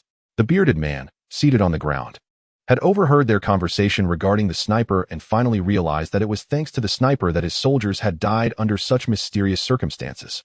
The bearded man shook his head, initially believing the commander possessed some supernatural ability to kill with sound. However, it turned out that a formidable sniper was behind it, revealing the commander to be merely human, and he had no reason to fear him. With the assistance of the rocket infantry that arrived shortly thereafter, it wasn't long before the Patriots and machine gun bunkers on the hostage island were utterly obliterated, leaving only a single barracks behind. Yang Yuan then dispatched engineers, long prepared by Yuan Zhongyi, to land. Once the engineers secured the barracks, Yang Yuan could establish defenses on the island to protect the hostages and replenish his expedition fleet with rocket infantry. Truly, a twofold victory. Yang Yuan genuinely admired Yuan Zhongyi's foresight and strategic resupply, fully aware of his force's potential needs. With such talent at his disposal, how could he not aspire to supremacy? Yang Yuan glanced at Yuan Zhongyi, feeling a sense of pride. However, this moment was noted by Yuan Qing. Yang Yuan, why are you suddenly staring at my brother and smiling? Yuan Qing exclaimed in astonishment. Are you? No, I am not. Yang Yuan hurriedly clarified. I merely admire your brother's talent. My interest in men lies solely in their abilities. And what about women? Yuan Qing asked casually, clearly joking. As for women, aside from talent, I am interested in everything else. Yang Yuan replied offhandedly, causing Yuan Qing to blush deeply, muttering her disdain under her breath. The bearded man observed this exchange with a faint, knowing smirk. Regardless of the banter, the battle must continue. Following the occupation of the hostage island, Yang Yuan not only rescued over 200 hostages, but also secured 3 of Wang Zhi's 5 most vital islands. Next, only the forces of Wang Zhi and his brother Wang Zhu remained. According to the predetermined plan, Yang Yuan instructed his fleet to linger near the hostage island for a moment before sending the rocket infantry to circle around the various hostage residences. He aimed to inform the oppressed populace that this island had been liberated by the Crimson Army. Whether or not the enslaved citizens recognized this truth, Yang Yuan's anxious heart finally found some peace. Yang Yuan turned to the bearded man and asked, You should know the daughter of the second-S wife, right? Of course. She is my sister-in-law's niece. How could I not know? Enough chatter. I need you to do something. Board the transport vessel and go to the hostage island. Explain what we've accomplished today to the people so they know they have been liberated. Then, find this mother and daughter pair and bring them back. Can you do that? The bearded man suddenly saluted Yang Yuan and proclaimed loudly, I guarantee the task will be completed. While his words sounded entirely appropriate, the sycophantic expression on the bearded man's face was thoroughly distasteful. As he boarded the ship, before it set sail, Yuan Qing turned to Yang Yuan and said, I support your desire to rescue that mother and daughter, but the more I observe this bearded man, the less trustworthy he seems. You absolutely cannot rely on him. A woman's intuition is often remarkably accurate, and Yang Yuan understood this truth. He glanced at the mobilized soldier number 2 behind him, saying, Number 2, follow this bearded man closely. Monitor him meticulously, and transmit images to me at all times. Yes, Commander. The bearded man noticed that this mobilized soldier had also boarded the ship, his face briefly reflecting displeasure, but he soon smiled and shouted to Yang Yuan, Actually, I'm more than capable of handling this alone, Commander. Yang Yuan responded in kind. Let my most trusted soldier protect you. Chapter 16. The Pirate King Yang Yuan's most trusted soldier, mobilized soldier number 2, accompanied the bearded man responsible for the propaganda on the hostage island. While ostensibly there to protect the bearded man, his true mission was surveillance. His eyes remained fixed on the bearded man, as he aimed to record everything and send the footage to Yang Yuan's command device, fulfilling his surveillance task. However, Yang Yuan remained preoccupied with confronting the Wang brothers' 2 bases, leaving him with little time to focus on this side of affairs. Resigning himself to reviewing it only after the battle concluded, Yuan Zhongyi's supply fleet has dispatched an additional aircraft carrier, a guided missile cruiser, and several dolphins to Yang Yuan. Consequently, Yang Yuan's carrier group now boasts 3 aircraft carriers, 3 guided missile cruisers, and several anti-submarine destroyers. It can undoubtedly be regarded as a formidable naval fleet. Meanwhile, Yuan Qing has also acquired 15 dolphins and 10 rocket infantry, significantly enhancing the strength of the reconnaissance mobile units, albeit increasing the complexity of their operation. Yuan advisor. How much money does our base have left? Yang Yuan suddenly inquired, with the base's resources being his primary concern. Yuan Zhongyi responded, 0. In such tense wartime conditions, Every penny must be promptly converted into combat power. It cannot be hoarded as dead money. Truly a financial expert. I'm relieved to entrust logistics to you, Yuan Qing proudly remarked. My brother began commanding battles with my father at the age of 10. He now has 15 years of experience. Though he may appear youthful, he is, in fact, quite seasoned. Oh, I see. It seems there isn't a single ordinary person in your Yuan family. The Yuan siblings laughed heartily.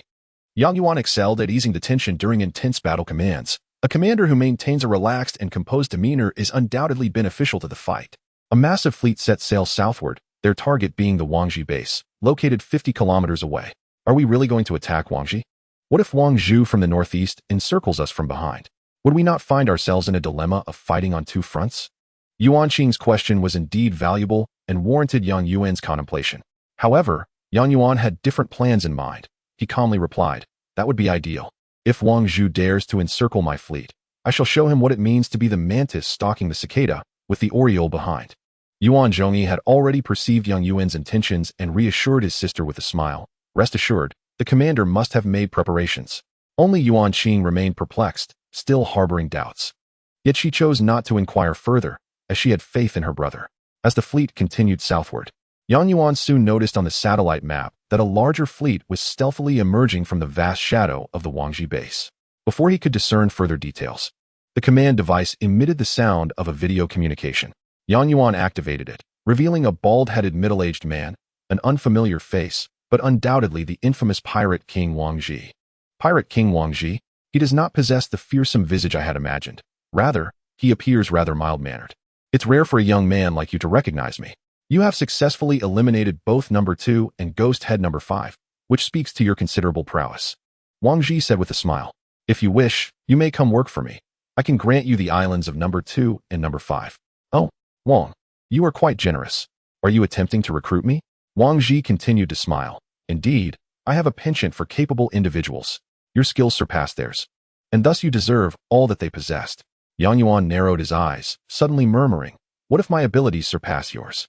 Shouldn't I then be entitled to all that you possess? Ha! Young man, if you believe you are stronger than I, feel free to put it to the test. Wangji's expression darkened abruptly, and Yang Yuan could almost see a shadow of malice enveloping him, erasing the previous gentleness and rendering him ominously intimidating. Since the decisive battle had commenced, there was no need for further words. Yang Yuan severed the signal and gazed at the ominous fleet appearing on the screen. If Yang Yuan's fleet could be considered large, Wangji's fleet was undeniably colossal. A rough estimate suggested at least 8 dreadnoughts and over 10 Sea Scorpion anti-aircraft vessels among their ranks. This was merely the surface forces. The number of Typhoon submarines and giant squids lurking beneath was unnecessary to speculate. It could only be more, if not equal. With only 3 aircraft carriers at his disposal, how could Yang Yuan contend against such overwhelming odds? Wangji could hardly fathom how this young man would engage in battle. In his view, every conceivable approach would lead to defeat. He was 100% certain of his victory. Yuan Qing divided the 15 dolphins into 3 teams, deploying one to each of the left, front, and right flanks of the aircraft carrier group to guard against the giant squid aircraft carriers and guided missile cruisers. The previous ambush by Ghost Head number 5 squid had left a lasting impression on her, hence she was not about to let her guard down. However, as the enemy fleet drew closer, no squid ambush materialized. Moreover, Wangji's fleet exhibited no formation. Dreadnoughts and Sea Scorpions were intermingled, charging directly towards Yang Yuan's fleet. It dawned on Yang Yuan that, as Ghost Head number 5 had mentioned, Wangji possessed unparalleled resources, amassing military strength far superior to others. Hence he always engaged in head-on assaults without much strategic maneuvering. After all, when one's power overwhelmingly surpasses the opponent's, who would still comprehend the concept of caution? Command, in such circumstances, likely boiled down to a simple directive: just charge forward. With no tactics, no positioning, no coordination, this massive wave of the Soviet fleet surged forth irresistibly. Had it been anyone else, they would have surely panicked, perhaps even waving a white flag in surrender. Had Yang Yuan still been the novice he was just a few days ago, he would have likely awaited his demise. Yet now, he was no longer the naive greenhorn. He had learned to strategize in battle. To be frank, even the Yuan siblings were momentarily taken aback by the spectacle, but Yang Yuan remained calm and composed in his thoughts. Perhaps maintaining a steady mindset was Yang Yuan's greatest asset. As the enemy's assorted vessels charged forth, their formation was undeniably disorganized, with some moving swiftly while others lagged behind. Yuan inquired. Among the Soviet Navy, which unit possesses the fastest speed? Yuan Xing pondered before responding. The fastest would likely be the giant squids and Sea Scorpion anti-aircraft vessels. Both are quite swift, whereas the dreadnoughts and Typhoon submarines are relatively slow. Why do you ask? Before Yuan could reply, Yuan Xing had already connected the dots. I understand now. Since the enemy is charging forward en masse, the first to approach will inevitably be the fastest units. We merely need to deploy counteracting forces. Exactly. That is precisely my thought, Yuan affirmed. Thus, we must first send out forces that can counter the giant squids and sea scorpions. Among Yuan's fleet, the dolphins were capable of combating the giant squids. While an individual dolphin might not stand a chance against a squid, in groups, they could easily overpower them. Anti-submarine destroyers could also tackle giant squids, but as the squids were accompanied by sea scorpions, the destroyers would be rendered ineffective once the anti-submarine aircraft were deployed. They would quickly be shot down by the sea scorpion destroyers. Hence, the only viable option to simultaneously confront both squids and scorpions was indeed the dolphins. The outcome of this initial skirmish rested upon Yuan Xing's shoulders. The 15 dolphins formed an arc beneath the water, awaiting the enemy's approach. Meanwhile, Yuan commanded the aircraft carriers to launch a concentrated assault on the sea area ahead of the dolphins, perhaps even managing to destroy a few squids in the process. Soon, the first to arrive were the squids. Yuan Xing conducted a rough tally and estimated there to be about 10. 10 squids, of course, stood no chance against the 15 dolphins already arranged in formation. But the problem lay in the fact that accompanying the squids were over a dozen Sea Scorpion anti-aircraft vessels. The Scorpion anti-aircraft vessel, akin to the Aegis cruiser, serves as a defensive weapon. However, the Scorpion's anti-aircraft gun can fire horizontally, endowing it with a modicum of ground combat capability. Though its firepower may be modest, it can still inflict significant damage upon dolphins. 15 dolphins, regardless of their formation and maneuvers, cannot contend with 8 colossal squids and a dozen scorpions. As 3 dolphins fell victim to the squid's grasp, Yuan, in a moment of desperation, repositioned several of his anti-submarine cruisers to the front lines. The substantial presence of scorpions rendered the onboard aircraft of the anti-submarine destroyers incapable of taking flight and attacking the giant squids. Nevertheless, the destroyers were armed with a formidable 155mm main gun, capable of delivering considerable damage to surface units. Upon advancing, the destroyers were not only able to engage the scorpions, but also unexpectedly drew the attention of some giant squids. Several squids extended their massive tentacles to ensnare the destroyers. Although the destroyers were rendered immobilized, this allowed the dolphins to unleash their sonic cannons, causing the squids considerable distress as they released their grip, leading to their demise. Regrettably, the dolphin sonic cannons also inadvertently harmed their own destroyers. Regardless, one by one, the 8 giant squids were eliminated. Yet, Yuan paid a heavy price, losing 2 destroyers and nearly half of his dolphins. With only a few scorpions remaining, the dolphins and the destroyers exchanged fire. And just as the outcome hung in the balance, missiles suddenly rained down from the sky, flipping the scorpions and several dolphins into chaos. It turned out that Wang Zhi's invincible ships had arrived on the battlefield, unleashing powerful missiles indiscriminately, obliterating not only the dolphins and destroyers, but also his own Scorpion anti-aircraft vessels. Wang Zhi's ruthlessness was evident, as he did not hesitate to strike his own forces. Although the remaining dolphins managed to eliminate the last scorpions with their sonic cannons, they too were on the brink of exhaustion. At this juncture, the first wave of confrontation concluded, with Wang Zhi's invincible ships and Typhoon submarines advancing further. Due to range limitations, the first to arrive were 5 or 6 Typhoon submarines. At this moment, only 2 dolphins and 1 anti-submarine destroyer remained to counter the submarines. Their numbers were insufficient to effectively counter the underwater threat.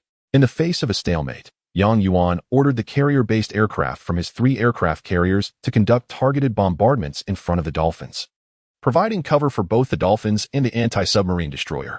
Although this carried the risk of friendly fire, he saw no better alternative. Wang Zhi's invincible ships, on the other hand, employed a more brutal approach, launching a deluge of missiles that rained down upon the battlefield, striking indiscriminately at dolphins, destroyers, and even his own submarines. In Wang Zhi's eyes, there were no allies, only relentless bombardment. After several missile strikes, the battlefield was devoid of dolphins, destroyers, or attack submarines. They were all silenced by the explosive waves. Yuan could only laugh bitterly, realizing that Wang Zhi's fleet was entirely self-destructive, with no fault of his own. The final confrontation was imminent. Yang Yuan's 3 aircraft carriers and 3 Aegis cruisers faced off against Wang Ji's 8 invincible ships. Both carriers and invincible ships were colossal, unwieldy units, devoid of maneuverability or evasion, resulting in a rather archaic battle of attrition. The 3 Aegis destroyers could intercept the missiles from at least 3 invincible ships. And given the invincible ships' slightly shorter range and inferior precision, Yang Yuan, despite being outnumbered 3-8, initially suffered only minor losses.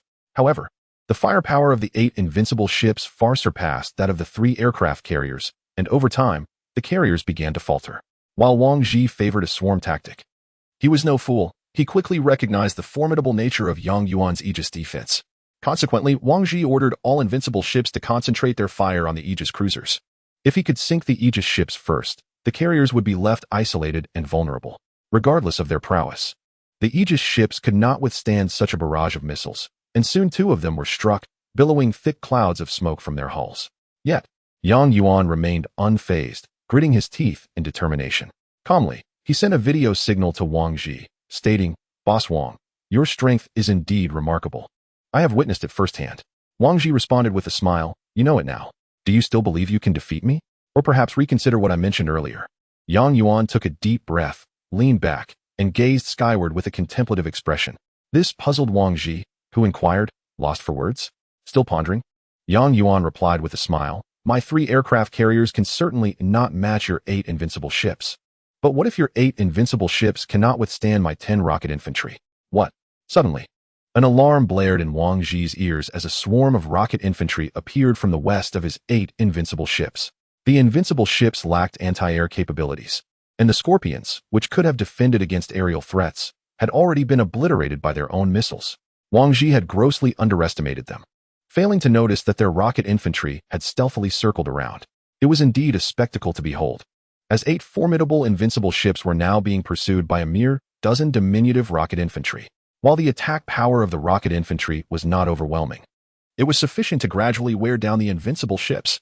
Additionally, the recently captured barracks on the hostage island had produced new supplies under the command of Yuan Zhongyi, bringing in a few more rocket infantry to bolster their numbers. At this point, it was too late to produce more Scorpion anti-aircraft vessels, and the cumbersome invincible ships, with their sluggish speed, could only watch helplessly as their maritime dominance was dismantled by a band of rocket infantry. "Do not think that just because you have defeated my navy, you have triumphed. My base is not something you can breach with such a meager force," Wang Ji declared before abruptly ending the transmission, leaving the remaining invincible ships devoid of command, clearly having abandoned these behemoths. Yang Yuan could hardly contain his joy. At the cost of 2 Aegis cruisers, he had managed to eliminate a full 8 invincible ships, while his rocket infantry had undergone significant upgrades, with nearly 10 of them reaching star status. Perhaps he still did not comprehend the fundamental truth. Victory in warfare is not solely determined by numbers. Yuan Qing remarked, "Indeed, I am fortunate to have recognized this truth early on. Otherwise, it would have been my defeat." Regrettably, all of Yang Yuan's dolphins had been annihilated by the missiles from the invincible ships, rendering him incapable of gathering intelligence on the island's surroundings via naval reconnaissance.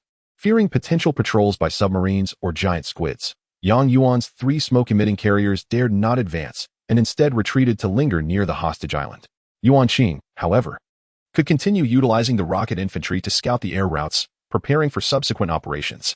To save time, Yuan Qing employed a dual-line strategy, sending 2 rocket infantry to scout from the east and west of the island simultaneously. The scouting revealed an alarming sight.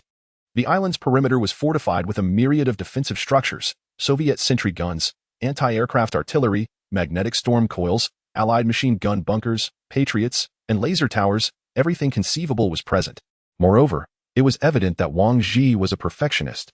Each defensive structure was meticulously arranged in a systematic manner, in areas that were clearly elevated and unsuitable for construction. Wang Ji had even gone so far as to level the terrain, indicating a clear intention to fortify specific locations. It was truly madness. Such an excellent elevated woodland was a natural defensive position, yet it had been flattened. Yuan Qing found it utterly perplexing to comprehend such bewildering behavior. Yet, Yang Yuan chuckled. What a blessing! The more foolish the opponent, the greater our chances of victory. These defensive structures could be regarded as the outermost ring of the island's defenses, with the second ring lying further within.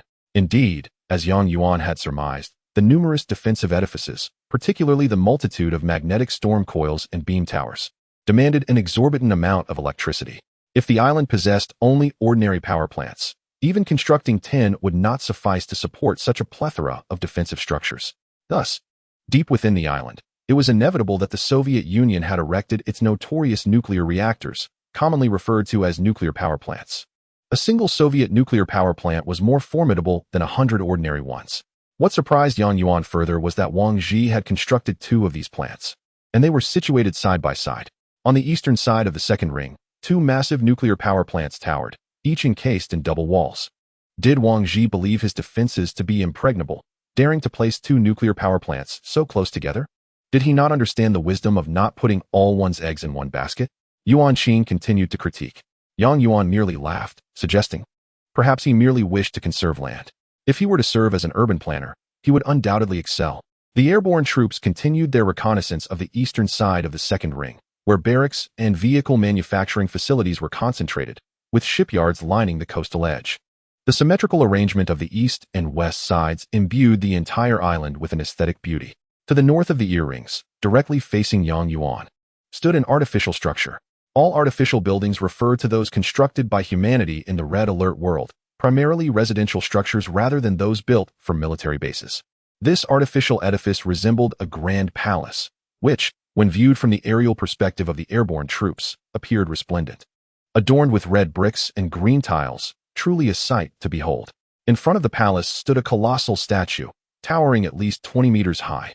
This individual seemed not only to possess obsessive tendencies, but also a narcissistic streak, having erected such a grand statue of himself. Furthermore, the palace itself resembled the imperial residences of ancient emperors. One could only wonder how many resources were expended in its construction. Yuan Zhongyi, who had remained silent until now, suddenly expressed his astonishment. Yang Yuan remarked, if the previous islands were akin to villages, then this island is undoubtedly a city. It boasts not only a palace, but also a labyrinth of streets, with the houses lining the streets being the residences of Wang Zhi's subordinates. Moreover, tanks and soldiers patrol the streets incessantly, undoubtedly a display of Wang Zhi's authority. He truly perceives himself as the local emperor of this island. Yuan Qing lamented, alas, this is the limit of the reconnaissance capabilities of the rocket troops. Any closer, and we would enter the range of the Patriots and anti-aircraft artillery. No matter. We can surmise what lies within. Our immediate concern is how to breach such a heavily fortified island, Yang Yuan inquired. Yuan Zhongyi analyzed. The outer ring of the island is densely fortified with anti-aircraft firepower. Without at least 5 aircraft carriers or dreadnoughts, breaching it is impossible. Furthermore, the opponent possesses a plethora of magnetic storm coils and beam towers, which are among the most formidable land defense structures of the Soviet Union and the Allied forces. Even an amphibious assault with transport ships would be futile. Yang Yuan furrowed his brow and asked, given our capabilities, a direct landing and long-range strikes from aircraft carriers would indeed yield no results. Are we left with no alternatives? Yuan Zhongyi seemed to have devised a plan, stating, if a frontal assault is unfeasible, we must resort to cunning. When a direct breach proves challenging, perhaps we can succeed through special operations. Are you suggesting we do as before, using snipers to eliminate guard dogs, and then infiltrating the power plant to cut off their electricity? Yang Yuan queried. Precisely. Such a multitude of defensive structures is most vulnerable to a power outage, rendering them mere shells.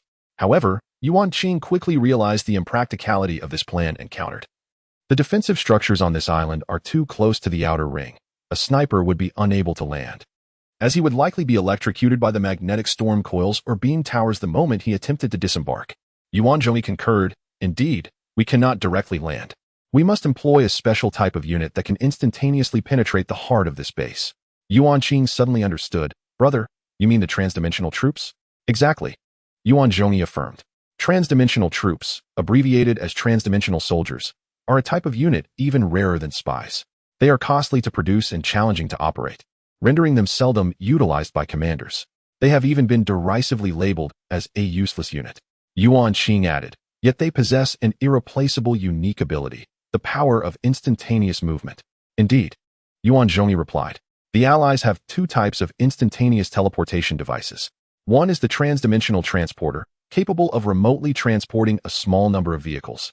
But it is exceedingly expensive, requiring 2,500 resources, and has a lengthy cooldown period.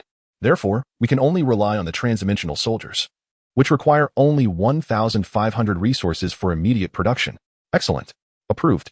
Although Yang Yuan remained uncertain about the precise application of the transdimensional soldiers, the urgency of the situation compelled him to consent to their production. Once the transdimensional soldiers were manufactured, Yuan Zhongyi took charge of their deployment. As very few were adept at utilizing this unit, even Yuan Qing lacked confidence in its operation. The transdimensional soldier resembled an astronaut, clad in a sealed suit designed for transdimensional travel, and carried a massive, unwieldy battery on its back due to the immense power consumption required for teleportation. Moreover, the soldier wielded a peculiar weapon, with a barrel that was remarkably thick yet not hollow, suggesting it was incapable of firing traditional projectiles. What is that weapon? Yang Yuan inquired, intrigued by its unusual appearance. That weapon is commonly referred to as an erasure gun. It can emit a white transdimensional gas, transporting buildings and vehicles to an unknown realm, effectively erasing them from existence, Yuan Zhongyi explained. To be honest, Yang Yuan struggled to comprehend the concept. Yet he found it impressive nonetheless. If it is so powerful, why is it seldom used? Yang Yuan questioned. Because the process of erasure is exceedingly slow. If interrupted midway, all progress is lost. Additionally, the transdimensional soldier cannot teleport at will. Each time it teleports, it must endure an extensive cooldown period before the next teleportation. And during this waiting period, even a mere conscript could eliminate it. Such limitations are significant. No wonder few utilize them. It seems the Allies' transdimensional technology remains underdeveloped. Yang Yuan mused. Meanwhile, Yuan Zhongyi had already commenced operations. He first commanded the transdimensional soldier to teleport to the hostage island, then awaited the cooldown period. As the longer the teleportation distance, the longer the cooldown time, increasing the risk of mishap. This operation indeed required immense attention and patience. Due to Wang Zhi's extensive deployment of fissure generators on the island, the transdimensional soldier was unable to teleport to a secure core location and had to sacrifice an airborne soldier. Fortunately, the Red Alert soldiers were all robots rather than flesh and blood beings. Otherwise, Yang Yuan might have felt some remorse. Yuan Qing found the optimal angle and propelled the rocket troops toward the center of the island. In an instant, a deluge of Patriot missiles surged forward, trailing closely behind the airborne troops. Nevertheless, the airborne troops managed to reach the location Yuan Zhongyi had desired, the very core of Wang Zhi's base. Now's our chance. Yuan Zhongyi seized the moment and commanded the transdimensional soldier to teleport from the hostage island to the vicinity of Wang Zhi's base. On this island, there are two bases, one belonging to the Allied forces and the other to the Soviet troops. Is it possible for the time-traveling soldiers to eradicate both bases in one fell swoop? The thought made Yang Yuan's heart race. The enemy's base was right before him, and if it could be destroyed directly, how splendid that would be. However, Yuan Zhongyi quickly doused that hope with cold reality. It is impossible. The bases are too vast, and erasing them would require an extensive amount of time that we cannot risk. Yuan Zhongyi spoke, yet his eyes remained fixated on the screen, his mind in a state of heightened tension. Observing this, Yang Yuan felt reluctant to ask any further questions and placed all his hopes in Yuan Zhongyi's hands. Upon reaching Wang Zhi's base, the time-traveling soldiers stood motionless, as they were in the midst of a cooldown period after using their teleportation ability, rendering them unable to move until the cooldown had elapsed. Indeed, the time-traveling soldiers could not traverse on foot. They were currently positioned at the core of the island, where Wang Zhi believed his defenses to be impenetrable, never suspecting that anyone would infiltrate this area. Thus, the defenses here were not particularly stringent, with only occasional tank patrols. Once the cooldown for the teleportation skill was complete, Yuan Zhongyi maneuvered the time-traveling soldiers to the west side of the second ring, precisely where the two nuclear power plants were located, to provide cover for the time-traveling soldiers' actions on the west side. Yuan Qing commanded the flying troops to create disturbances at the shipyard on the east side of the island, hoping to divert Wang Zhi's full attention.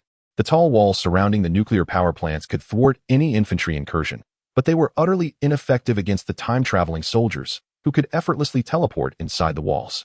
Yuan Zhongyi was so tense he could not utter a word, merely exchanging a glance with Yang Yuan that signified he was about to act. To ensure absolute certainty, Yang Yuan decided to contact Wang Zhi via video call as a ruse. Upon receiving the communication, Wang Zhi greeted him with a sinister laugh. Huh, do you really think your flying troops are of any use? You must have seen that my island's outer ring is brimming with anti-aircraft artillery and patriots. Not even your flying troops, let alone 10 aircraft carriers, could breach this fortress. Hearing this, Yang Yuan realized that Wang Ji had indeed fallen for Yuan Qing's diversion, and he breathed a sigh of relief, signaling Yuan Zhongyi to proceed with the plan. Subsequently, Yang Yuan pretended to be furious, saying, "Wang Ji, just wait. I will contact the troops from Yangzhou on the mainland.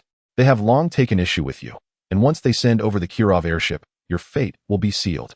Wang Ji was unfazed, continuing to bicker with Yang Yuan. The moment of opportunity had arrived. Yuan Zhongyi issued the final command, and the erasure plan for the time-traveling soldiers was activated.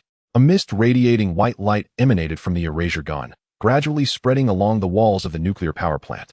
The erasure gun emitted no sound and displayed no flash, allowing the entire base to remain oblivious to his actions. Minutes slipped by as the white mist enveloped the entire nuclear power plant, awaiting the concentration of the erasure substance to rise further before the facility would vanish entirely. Almost there. Success was within reach. Yuan Zhongyi couldn't contain his excitement and shouted, but unfortunately, his exclamation was overheard by Wang Ji, who was still arguing with Yang Yuan. Success? What success? Wang Ji questioned, sensing something amiss. Yang Yuan quickly showcased his acting skills, tilting his head as if conversing with the air. What? Contact established? The Yangzhou troops have agreed to deploy? Splendid. He then turned to Wang Ji with a serious demeanor, exclaiming, Wang Ji, you are doomed. My aide just informed me that we successfully contacted the Yangzhou troops, and they have agreed to send forces. Your end is nigh. Wang Ji, enraged, retorted, Humph. Let them come. If the Yangzhou troops dare to approach, I will ensure they all meet their demise here. Just then, the screen flickered, prompting Wang Ji to ask in alarm, what is happening? The base has lost power? Yang Yuan, witnessing this scene and seeing Yuan Zhongyi leaning back in his chair, laughing as if drained, realized that the time-traveling soldiers had succeeded. Meanwhile, Wang Ji's base had plunged into darkness, instilling a sense of impending crisis. There had been no alarms, and he had not constructed any superfluous power-consuming structures. How could power fail? When his subordinates informed him that one of their nuclear power plants had vanished into thin air, he could only stare in shock and hastily ordered the construction of a new facility. However, Yang Yuan would not grant him that opportunity. The moment the time-traveling soldiers succeeded, Yang Yuan had already landed with snipers and a spy in an assault transport vehicle. The sniper disembarked beside a light pillar, which remained unresponsive without power, resembling just a thick utility pole. Having upgraded to a star-ranked sniper in the previous battle, the weapon's power and rate of fire had significantly increased. In mere minutes, the long-range sniper eliminated all military dogs and infantry in the vicinity, including several magnetic burst soldiers charging the magnetic storm coils. With the military dogs gone, no one could recognize the disguised spy in the assault transport vehicle, which was camouflaged to resemble the enemy's grizzly tanks, boldly delivering the spy to Wang Ji's mining site. Subsequently, as the spy infiltrated the mine, Yang Yuan's resource points surged by thousands. Meanwhile, Wang Ji suddenly heard his subordinate shout, "Boss, this is bad. Our resources have drastically decreased, and the construction of the nuclear power plant has slowed. Useless. Sell off some buildings. Get rid of some defensive structures. And sell the shipyard too. We need to reduce power consumption." In a state of utter tension, even Wang Ji's mind began to cloud. He was solely focused on restoring power to the base, forgetting one crucial element.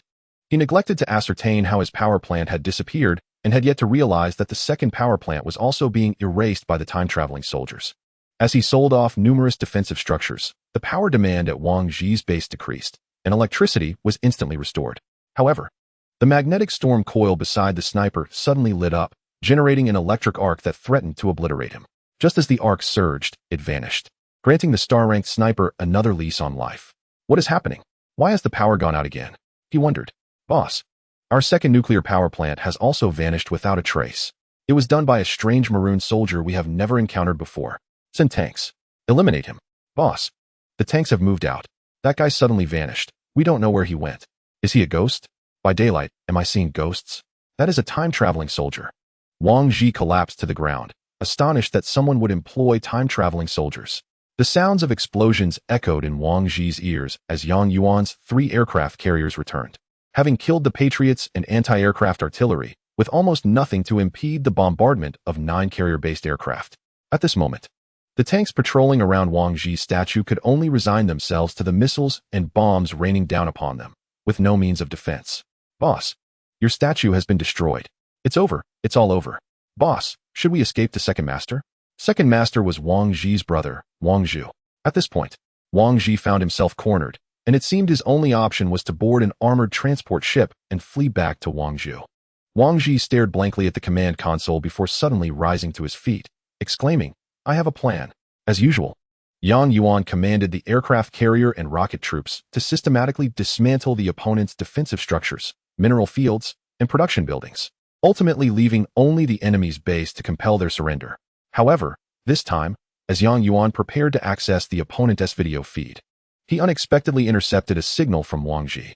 Instead of witnessing the opponent's despondent expression or hearing pleas for mercy, Yang Yuan was met with Wang Ji's triumphant laughter, as though he had not faced utter defeat, but had already secured victory. "You've reduced your opponent to a mere base, and yet you still find reason to smile?" Yang Yuan pondered, suspecting that Wang Ji was unable to cope with his failure and had succumbed to madness. Wang Ji exclaimed, "You think I've lost? I still possess one final trump card." "A trump card?" Yang Yuan was taken aback. Wang Ji continued, "Since you know who I am, you must also be aware that I have a brother whose base lies not far from here.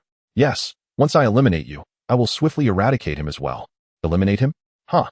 Wang Ji laughed. "Just take a look at the hostage island on the map." Yang Yuan immediately scrutinized the map and was astonished to discover several massive black dots congregating a couple of kilometers east of the hostage island. Upon closer inspection, he realized they were several Kirov airships. "You little rascal. You diverted my attention and used time-space soldiers to launch a surprise attack on me. While I was preoccupied with your destruction, you secretly contacted your brother. These Kirovs could obliterate every hostage on that island, perhaps even sink it entirely.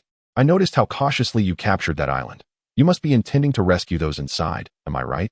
I warn you, if you dare to fire even a single bullet towards my base, my brother's Kirovs will mercilessly obliterate that island." Yang Yuan felt a pang of alarm. He had grown careless. He had been exhilarated by his victory over a formidable foe, unaware that he was now under siege from behind. While he could abandon his subbase, he could not bear to watch the loss of innocent lives, over 300 of them. Although he did not know any of these people, he could not remain indifferent to their fate. "What do you want?" This was the first time Yang Yuan had been threatened, leaving him momentarily at a loss. Wang Ji laid out his demands. "My terms are simple. Withdraw your troops and return the 3 islands you have seized.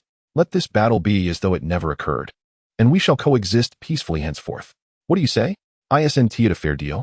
Yang Yuan clenched his jaw, his expression grave. To retreat in such a manner would render all his efforts over the past few days utterly futile. How could he acquiesce? Yet, how could he disregard the lives of 300 individuals? Yuan Qing was also taken aback, struggling to conceive a better solution. She glanced at her brother, Yuan Zhongyi, who maintained a stoic demeanor, manipulating the controller as if he were engaged in something critical. At this juncture, he was still focused on logistics? No. Yuan Zhongyi was actually up to something else. "Commander, it's done." He exhaled, as if he had accomplished a monumental task. Indeed, he had saved over 300 lives, certainly a feat of great significance. Yang Yuan hastily inquired, "Is it truly resolved? Send me a photo at once." Shortly thereafter, Yuan Zhongyi sent Yang Yuan an image, prompting a smile from him as he forwarded it to Wang Ji. "Boss Wang, take a look at this photo. Do you believe you still have any grounds to negotiate with me?" The image was simple, depicting only 2 individuals, a man with a terrified expression, his head being threatened by a woman who stood confidently with her foot on his shoulder. The man's bald head bore a striking resemblance to Wang Ji, revealing him to be Wang Zhu, the brother of the pirate king. Upon seeing the photo, Wang Ji's face fell, his eyes wide in shock, rendered speechless. "Tanya!" He despaired, shutting his eyes in defeat. The woman in the photograph was indeed Tanya, an elite unit of the Allies, with each faction allowed to summon only one. Though her body was mechanical, her mind operated with human-like cognition and possessed formidable combat capabilities. However, unlike other units, Tanya often acted independently, adhering to her own strategic reasoning. This very independence had led the domineering Wang Ji to refrain from summoning her in the barracks. Long ago, he had attempted to do so, wishing to use Tanya's explosives to demolish civilian structures on the island and construct his own palace. But Tanya's autonomy had thwarted his plans, and he ultimately had to eliminate his own summoned unit. Unbeknownst to him, Yang Yuan and Yuan Zhongyi had anticipated that Wang Zhu might attempt a flanking maneuver, secretly accumulating 1,500 resources to summon Tanya in the barracks before launching an assault on Wang Ji. As Wang Ji sought assistance from Wang Zhu, who dispatched Kirov airships, Yuan Zhongyi had already orchestrated Tanya's landing on Wang Zhu's island. Wang Zhu, in comparison to his brother, was far less capable. and his entire island was riddled with vulnerabilities. With the coordination of Tanya and the time-space soldiers, Wang Zhu's base was swiftly compromised. While Wang Zhi was negotiating terms with Yang Yuan, Yuan Zhongyi had commanded Tanya to capture Wang Zhu alive. At this juncture, Yuan Qing finally comprehended the enigmatic interaction between Yang Yuan and her brother earlier and realized why the front lines had remained devoid of supplies for so long. Her brother had been orchestrating a covert operation. Wang Zhi now truly understood the meaning of being caught between heaven and earth. Yang Yuan, with a sense of intrigue, connected the video feeds of Wang Zhu and Wang Zhi, eager to observe their exchange in this dire situation. Wang Zhu, appearing rather inept compared to his brother, uttered his first words, "Brother, just surrender. I don't want to die." As he spoke, Tanya's dual pistols were firmly aimed at his head. "Useless. All of you are utterly useless. You're all a bunch of worthless fools." Yang Yuan finally breathed a sigh of relief. No matter how many times Wang Zhi berated them, the Pirate King had undeniably lost. As Yang Yuan sent him the surrender agreement, no matter how reluctant he was, Wang Zhi could only acquiesce. From that day forth, there would be no more Pirate King in Ezhou. The once vibrant black would now turn to a deep crimson. Victory.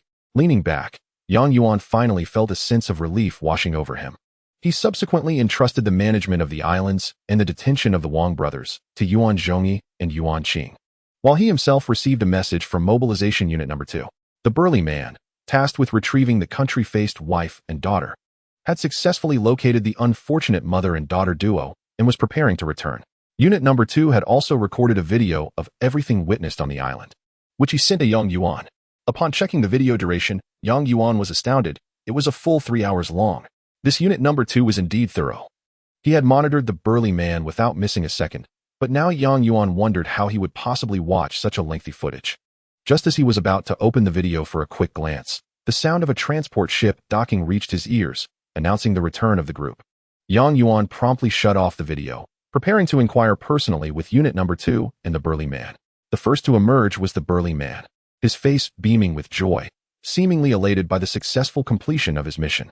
Subsequently, a woman accompanied by a 5- or 6-year-old girl appeared. The woman's face filled with terror as she clutched her child tightly. The little girl, with wide eyes and an expression devoid of emotion, seemed oblivious to the chaos around her. The last to emerge was Soldier No. 2, who diligently followed the 3 individuals ahead, fulfilling the surveillance task assigned by the commander. A bearded man jogged up to Yang Yuan, his face radiating an obsequious smile. "Commander, here are the wife and child of the second one. I searched through the hostages for quite a while before I found them." Yang Yuan nodded, directing his gaze toward the mother and daughter, as the bearded man urged them to approach. "Come, quickly greet the commander. Bow your heads to the commander." Upon hearing this, the woman hurriedly pulled her child down to kneel. Yang Yuan was taken aback, quickly interjecting, "Oh dear, it's neither a festival nor a holiday. Why kneel? Get up. I am not an emperor." He promptly rose to assist the woman and then lifted the child into his arms. The child remained calm, while the mother was filled with dread, fearful that Yang Yuan might harm her daughter. "Little girl, may I ask your name? Are you 3 years old this year?" Yang Yuan was encountering such a young child for the first time in this world and could not resist the urge to playfully engage her. The little girl, however, was quite confident, exclaiming, "I am not a 3-year-old. I am 5 years old, and my name is Xiaoqing." Yang Yuan burst into laughter, charmed by her adorableness. But before he could pose another question, Yuan Qing suddenly stood up and snatched the little girl into her embrace. Naturally, no woman could resist such a delightful child. Upon seeing her, they instinctively became maternal. "Hello, Xiaoqing. I am Yuan Qing. You may call me Sister Qing. Annie would be more appropriate." Yang Yuan joked from the side. Yuan Qing shot him a half-amused, half-annoyed glare. Just as Yuan Qing was about to inquire further, the child posed a question that took everyone by surprise. "Sister, are you going to kill me?" Chapter 18. The arrival of the new king. This question, emanating from the lips of a 5-year-old girl, left everyone speechless. Even Source Zhangyi, who had been engrossed in post-war tasks, was momentarily stunned. What experiences had led such a young child to utter such words? Yuan Qing gently seated Xiaoqing in a chair, tenderly stroking her hair. "Why would you ask that? Why would I want to harm you?" The bearded man, clearly flustered, hurriedly interjected, "Children don't understand. They say nonsensical things. Don't take it to heart." Yuan Qing shot him a fierce glare and commanded, "Silence." Xiaoqing then pointed at the bearded man. He said it. "He said that bad people killed my daddy, and that he was sent to kill me and my mommy." "No, Commander, don't listen to this little girl's nonsense. She likes to say wild things." The bearded man quickly shook his head in denial. Yang Yuan and Yuan Qing remained silent, but Xiao Qing continued with shocking clarity. He also said he was my daddy's friend and would protect me and mommy as long as mommy sleeps with him. The little girl's voice was steady, yet the adults around her felt as if their heads were about to explode. The bearded man was the first to react, desperately continuing his defense. This child is just talking nonsense. I never said anything like that. Commander, you must believe me. Yang Yuan glanced at the child's mother, who was now sobbing uncontrollably, unable to lift her head, then looked back at Xiao Qing's innocent eyes, and a wave of fury surged within him. He rushed forward and delivered a punch, forcefully slamming the bearded man's face into the ground, shouting, "I don't believe a word you say. I ordered you to rescue them.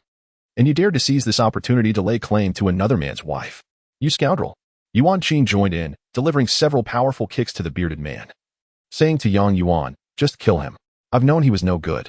Hearing this, the bearded man, disregarding the pain in his face, knelt and began to plead. "Commander, I swear I didn't tea. Please spare me." He turned to the woman, shouting, "You must tell them. I didn't say those things, did I? The second one is my brother. I consider you family. I didn't say those things, right?" The woman covered her ears, shaking her head in tears, clearly unwilling to hear any further excuses from the scoundrel. Seeing her silence, the kneeling bearded man suddenly sprang to his feet and lunged at the woman. No one anticipated this sudden turn of events. Before anyone could react, the bearded man had drawn a knife and pressed it against the woman's throat. "What do you think you're doing? Let her go?" Yang Yuan was taken aback by the bearded man's audacity to take a hostage and ordered Soldier No. 2 to be on high alert. Soldier number 2 swiftly raised his submachine gun, aiming it at the bearded man. "Commander, you better not let him pull the trigger." The bearded man shouted, "At this distance, your submachine gun will kill us both. If you want this woman's life, quickly provide me with an amphibious transport ship. Hurry."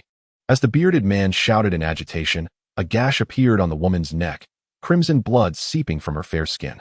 Xiao Qing walked over to Yuan Qing, her eyes brimming with tears. "Sister, please save my mommy, I beg you."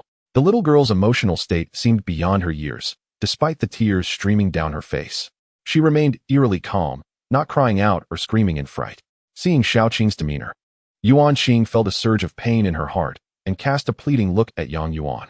Yang Yuan first glanced at Yuan Qing, giving a slight nod, then observed Source Johnny, who was still busy with post-war matters.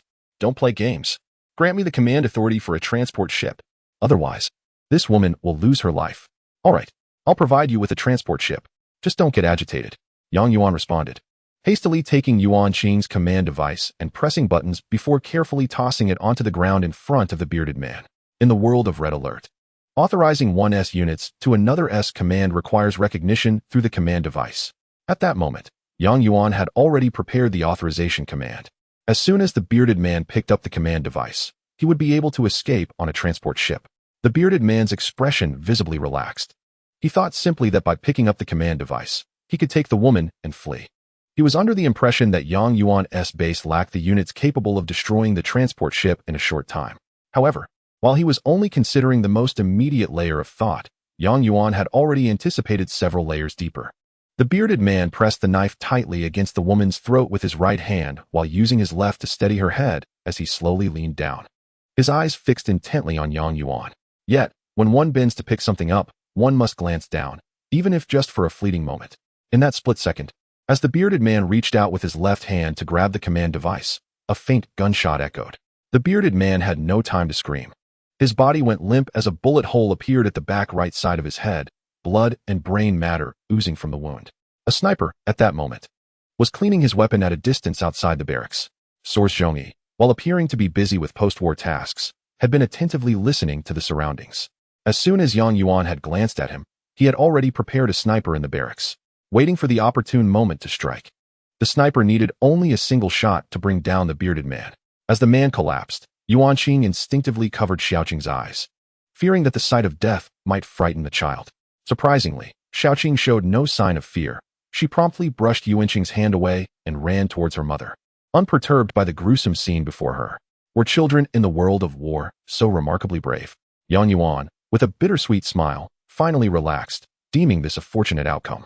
The mother and daughter embraced, tears flowing freely, a profoundly moving sight that brought tears even to Yang Yuan's eyes. "Mom, I won't let anyone bully you. You can trust me." Xiao Qing's words were tender yet resolute. Where could one find such a perceptive daughter? The woman gently caressed her daughter's hair, and as they composed themselves, They hurried to kneel beside Yuan and Yuan Qing, bowing deeply in sincere gratitude. "Thank you, Commander, you saved us." Yuan felt a pang of embarrassment at their gratitude. Helping the two women to their feet, at a loss for words, knowing that the woman's husband had taken his own life after being defeated by him. Yet, the woman spoke on his behalf, turning to her daughter. "Remember, my dear, your father was killed by a man named Wang Ji. This commander has avenged him and saved our lives. We must be eternally grateful." Her intelligence shone through, providing Yuan with an easy way out while expressing her understanding of his sentiments. Xiaoqing nodded earnestly, and Yuan finally felt a weight lift off his shoulders. The woman was right. He had merely targeted pirates and had done nothing wrong. Indeed, the girl's father had been a victim of Wang Ji. What a heartwarming tale it was. With the chaos caused by the reckless bearded man, dusk had descended, and the diligent Yuan Zhongyi had completed the construction plans for several islands. All 5 islands under Wang Ji's control, including the hostage island, were now firmly in Yang Yuan's grasp, and he had designated them with 5 names based on the cardinal directions. The first island conquered was the one belonging to Xiaoqing's father, named North Island. This island was relatively small and lacked abundant resources, containing only 2 silver mines. Yuan Zhongyi planned to station heavy infantry and military dogs here after mining operations commenced. The island known as Ghost Head, commanded by Old 5, was designated West Island, featuring 2 gold mines. Yuan Zhongyi intended to not only mine here, but also utilize the Soviet military base obtained from Wang Ji to establish a small base with barracks and shipyards, facilitating the construction of various military units. The richest island, Wang Ji's South Island, was the furthest and safest, boasting 3 gold mines and 5 oil wells. Yuan Zhongyi clearly regarded this island as a final refuge, planning to construct all essential units for both Soviet and Allied forces here. It would house Soviet magnetic infantry and Allied heavy infantry, Soviet Apocalypse tanks and Allied Mirage tanks, as well as Soviet giant octopuses and Allied combat dolphins. The layout and troop distribution of the planned buildings were remarkably strategic, making it challenging for enemies to breach. According to Yuan Zhongyi, unless more than 2 nuclear bombs were deployed, this island could be considered impregnable. Another of Wang Ji's islands, East Island, had limited mineral resources but featured very flat terrain. Yuan Zhongyi intended to construct 3 air command bases here, capable of accommodating 12 intruder aircraft, as well as a Soviet vehicle factory to stockpile some Kirov airships. These aircraft would serve as a reserve for strategic support. As for the hostage island, with the pirate threat now extinguished, its name was no longer fitting. Yuan renamed it Central Island. While lacking mineral resources, it was rich in fruit trees and tea plants, making it suitable for civilian habitation. Yuan Zhongyi envisioned this centrally located island as a secure area without military installations, allowing the populace to develop it into a village. More importantly, in the realm of Red Alert, living individuals were exceedingly rare, and skilled individuals even scarcer. If Yuan aimed to build a formidable army in the future, the 3 of them alone would not suffice for command. Would it not be splendid to cultivate loyal talents among the villagers? Yuan reviewed the plan with great satisfaction. Due to ample resources, Yuan Zhongyi estimated that this extensive project could be completed in just 10 days. Yuan contemplated that within this time frame, he must prepare thoroughly for both domestic and foreign affairs. After 10 days, he would set his sights on the next objective, the hometown of Yuan Zhongyi and Yuan Qing, Yingzhou. However, before that, he had another matter to address. The captured Wang brothers and their pirate cohort, led by Old 5, required resolution. Yuan never considered himself a judge or a chivalrous hero. To the world of Red Alert, Wang Ji and his ilk were merely a typical warlord faction. Yet, what of the common folk on Central Island? They were not merely victims, as many among the pirates were their kin. Thus, the following morning, Yuan and his companions headed to South Island, where Yuan Zhongyi had already arranged for soldiers to escort the Wang brothers, Old 5, and a group of pirates. The task of guarding this group fell to Tanya, the elite allied unit that had rescued Yuan from peril the previous day. Having heard much about Tanya's exceptional abilities, Yuan was eager to witness her prowess. The pirates were being held separately, and the 3 leaders sat on the ground, bound and stiff from a night of confinement, unable to utter a word. The despondent one was Wang Zhu, the furious one was Wang Ji, and the expressionless, wounded one was Old 5. Clad in a lightweight combat outfit, Tanya circled the 3 captives, dual pistols in hand.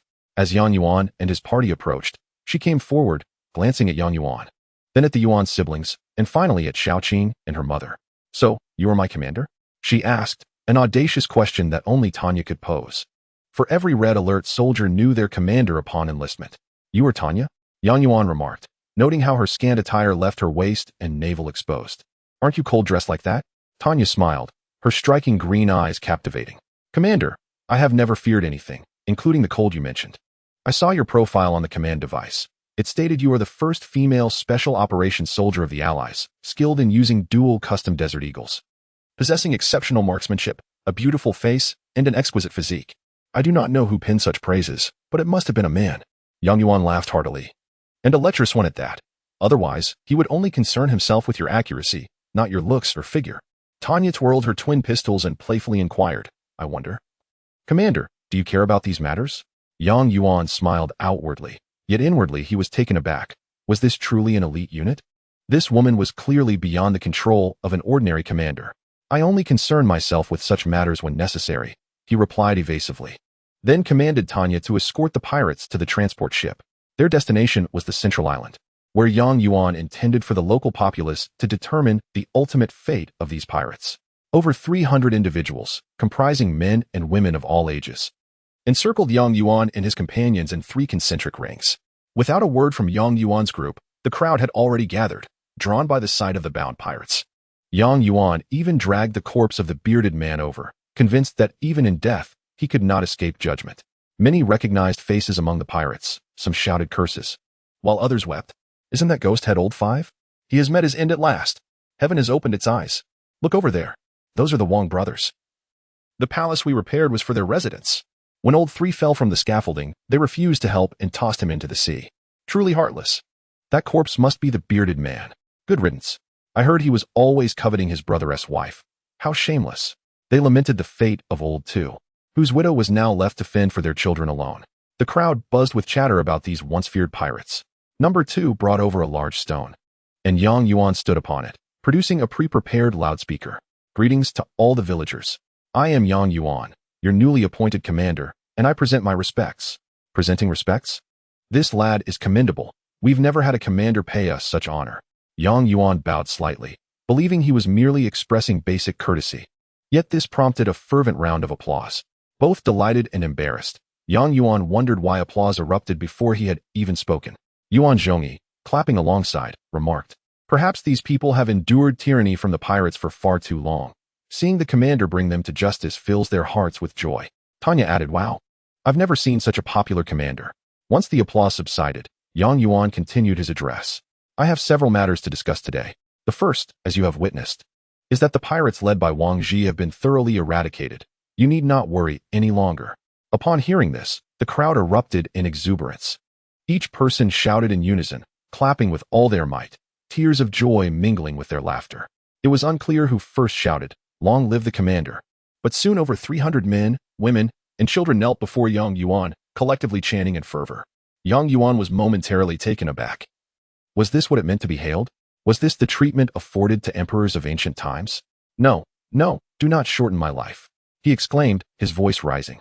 Yet Tanya, with a different expression, opened her arms and said, Commander, you should bask in this honor. Why seek to stop it? This foreign girl certainly possessed a unique perspective. After the crowd gradually rose, Yang Yuan shifted to the day's main point. The good news I just shared was the first matter. Now, let us address the second. Now that these notorious pirates stand before you, how shall we deal with them? I believe you hold the power to decide, and I wish to hear your opinions. With this, the crowd's chatter surged once more, and amidst the clamor, Yang Yuan distinctly heard a phrase that garnered overwhelming support. Kill them. As this demand echoed louder, the once stoic pirates became frantic, tears streaming down their faces. Yang Yuan had anticipated this reaction. Those who had committed heinous acts would face judgment, and the victims would not let them escape unscathed. They had once consigned others to a living hell, and now it was their turn to descend into the abyss. Yang Yuan needed no further words. He jumped down from the stone and approached Wang Ji, who now wore an expression of resignation and confusion rather than anger. Did you ever consider this day when you wielded power over others? Did you think of this when you dehumanized them? Wang Ji remained impassive, while Wang Zhu stood paralyzed with fear, muttering, I don't want to die. Suddenly, an elderly woman burst from the crowd, lunging at one of the pirates. Yang Yuan initially thought she was seeking revenge, but upon closer inspection, he realized she was weeping, embracing the pirate and uttering words of affection. She turned to the crowd, kneeling and begging, please spare him. He is not a bad person. The fervor in the crowd diminished, giving way to sighs and regrets. Yuan Qing, witnessing the scene, quickly asked Xiaoqing's mother, "Sister, what is happening? Is that pirate her son?" "Indeed, I call her Jin Ernyang. That pirate is her son. Though I do not know his formal name, he is affectionately called Jin Shirtu. She had him in middle age, and his father died early, leaving her to raise him alone." Yang Yuan then inquired, "How did he become a pirate?" They were both bullied by those sea bandits from a young age. Jin Shirtu, stubborn and determined to prove his strength, joined when Wang Ji recruited soldiers. However, he has not committed any grave offenses. Nodding, Yang Yuan approached Jin Ernyang and Jin Shirtu, who were already weeping in each other's embrace. "Mother, I regret not heeding your words." "Well, at least you know regret. There is still hope for you." Yang Yuan turned to the gathered crowd and declared, "This Jin Shirtu is one of our own, though he erred by joining the pirates. He has not committed any significant wrongs. For the sake of our kinship, let us spare his life. I will assign him to repair houses for everyone. What do you think?" The villagers, already grateful to Yang Yuan, readily agreed. Yang Yuan crouched down to observe Jin Shirtu, who appeared to be younger than himself. With sharp brows and tiger-like eyes, a square face, and a robust build, he did not resemble an ordinary person. Recognizing potential, Yang Yuan felt an immediate affinity for him. Jin Ernyang was overwhelmed with gratitude, while Jin Shirtu regarded Yang Yuan in silence. "Why do you keep staring at me?" Yang Yuan asked. "I am observing you, trying to discern what kind of person you are. Why does one stronger than Wang Ji treat us with such kindness? Why does one with power and soldiers still consider saving our lives?" Yang Yuan was momentarily taken aback, then burst into hearty laughter. "Must those who are formidable be unkind? Must those with power and soldiers forsake the lives of others?" Jin Shirtu's previously extreme worldview was realigned by Yang Yuan's words. "Commander, may I follow you and serve you in the future?" Yang Yuan had already contemplated this and replied, "Certainly. Your nickname is Jin Shirtu, but what is your full name?" "My full name is Jin Kaishan." Chapter 19. Undercurrents in this judgment. Yang Yuan not only won the hearts of the people, but also gained a loyal little brother. Jin Kaishan. Yang Yuan had a vague sense that this young man would prove to be of great value in the future. The outcome of the trial was the execution of the Wang brothers and the notorious Guetu Lao Wu. Such nefarious individuals would naturally not escape the wrath of the common folk. The remaining pirates faced severe exile to distant islands, or, at the very least, labor reform to turn their lives around. Although the world lacked formal laws, justice still prevailed. The punishments these men received were well-deserved. Yang Yuan procured a substantial amount of supplies through the base, distributing materials such as timber and bricks to the community. He entrusted these resources to Jin Kaishan, tasking him with assisting the villagers in constructing homes to atone for their past transgressions before reporting back to him on Nen Island. As for Xiaoqing and her mother, Yang Yuan initially intended to settle them in the village for a stable life, as his daily battles posed significant danger.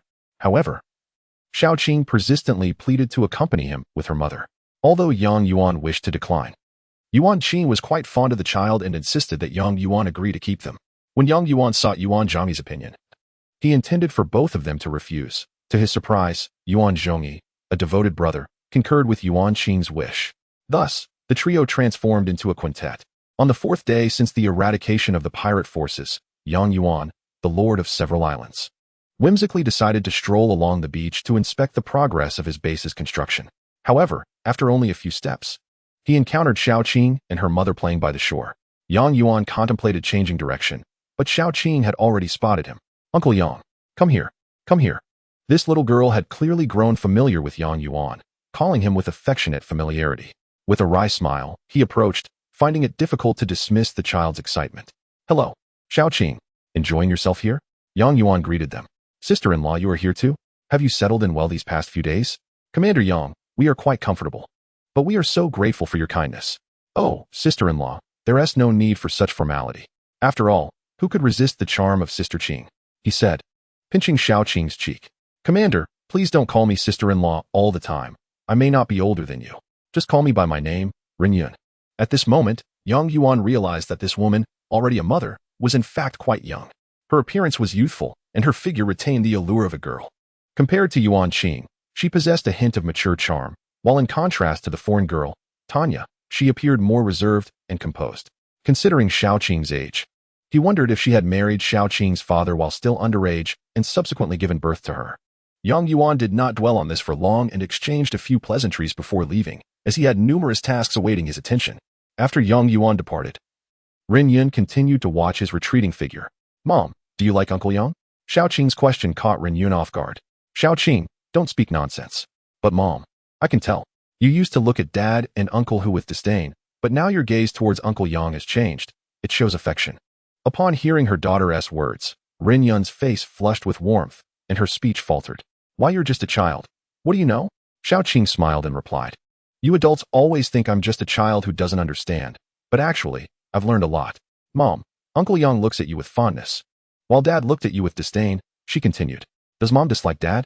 Yuan Qing could not help but inquire. Yes, Dad was unkind to Mom, so she dislikes him. Mom once told me that other parents love each other before having babies, but I was born because Dad forced Mom to, and she doesn't like him. Xiao Qing's words echoed like thunder in Yuan Qing's ears. The child, unaware of the implications, provided a grim understanding of why Xiao Qing's mother appeared so youthful. It became evident that Xiao Qing's father was far from a good man. Is your father good to you? Yuan Qing hastily asked. My father is very good to me, but not to Mom. Each time he comes home, he brings me many gifts and lets me play outside while he takes Mom to their room. At this juncture, Yuan Qing felt her cheeks heat up. After all, she was still an innocent girl. Just as she contemplated interrupting Xiao Qing to prevent her from saying more, the child continued divulging even more disturbing details. I used to think Dad brought many gifts to secretly give Mom in their room, but that wasn't the case. One time, the door was ajar, and I saw him tear Mom's clothes and hit her repeatedly while she cried, begging him not to strike her face. Yuan Qing was utterly shocked. It became clear that this child's father was not just a perpetrator, but a complete monster. Xiao Qing was not finished. Continuing, since that day, I began to dislike Dad. But now it's all right. Dad is gone, and Mom will no longer be hurt. You all will take good care of her. Yuan Qing embraced Xiao Qing tightly, gently reassuring her. The past is behind you. You and your mother are safe now, embarking on a new life. Your mother will surely find you a new father, whether it be Uncle Yang or someone else. He will treat you both well, all right? The following morning, precisely 5 days after defeating Wang Ji, Yuan Zhongyi's construction plans were over halfway completed. The islands were beginning to take shape, and Yang Yuan felt it was time to discuss the next steps. Yang Yuan's think tank now comprised not only the Yuan siblings and Mobilization Officer No. 2, but also the independently minded elite Tanya and the young newcomer Jin Kaishan. Everyone, we have completely taken control of Yizhou, but Yizhou is not my end goal. My next target is Yingzhou. According to our previous plans, we intended to create an opening from within Yingzhou through a feigned surrender. However, our military strength is currently formidable. Do you think we could opt for a direct assault instead? Impossible. As soon as Yang Yuan finished speaking, someone vehemently rebutted him. Daring to disregard Yang Yuan's authority, it is undoubtedly Yuan Qing. Why is it impossible? We now possess nearly all the resources of Yizhou, sufficient to forge an immensely powerful navy, and simultaneously, we have alliances with both the Allied and Soviet forces. Yang Yuan inquired, perplexed. His remarks were indeed for Yuan Qing's benefit, considering the previous plan of feigned surrender coupled with a beauty scheme was fraught with significant risk.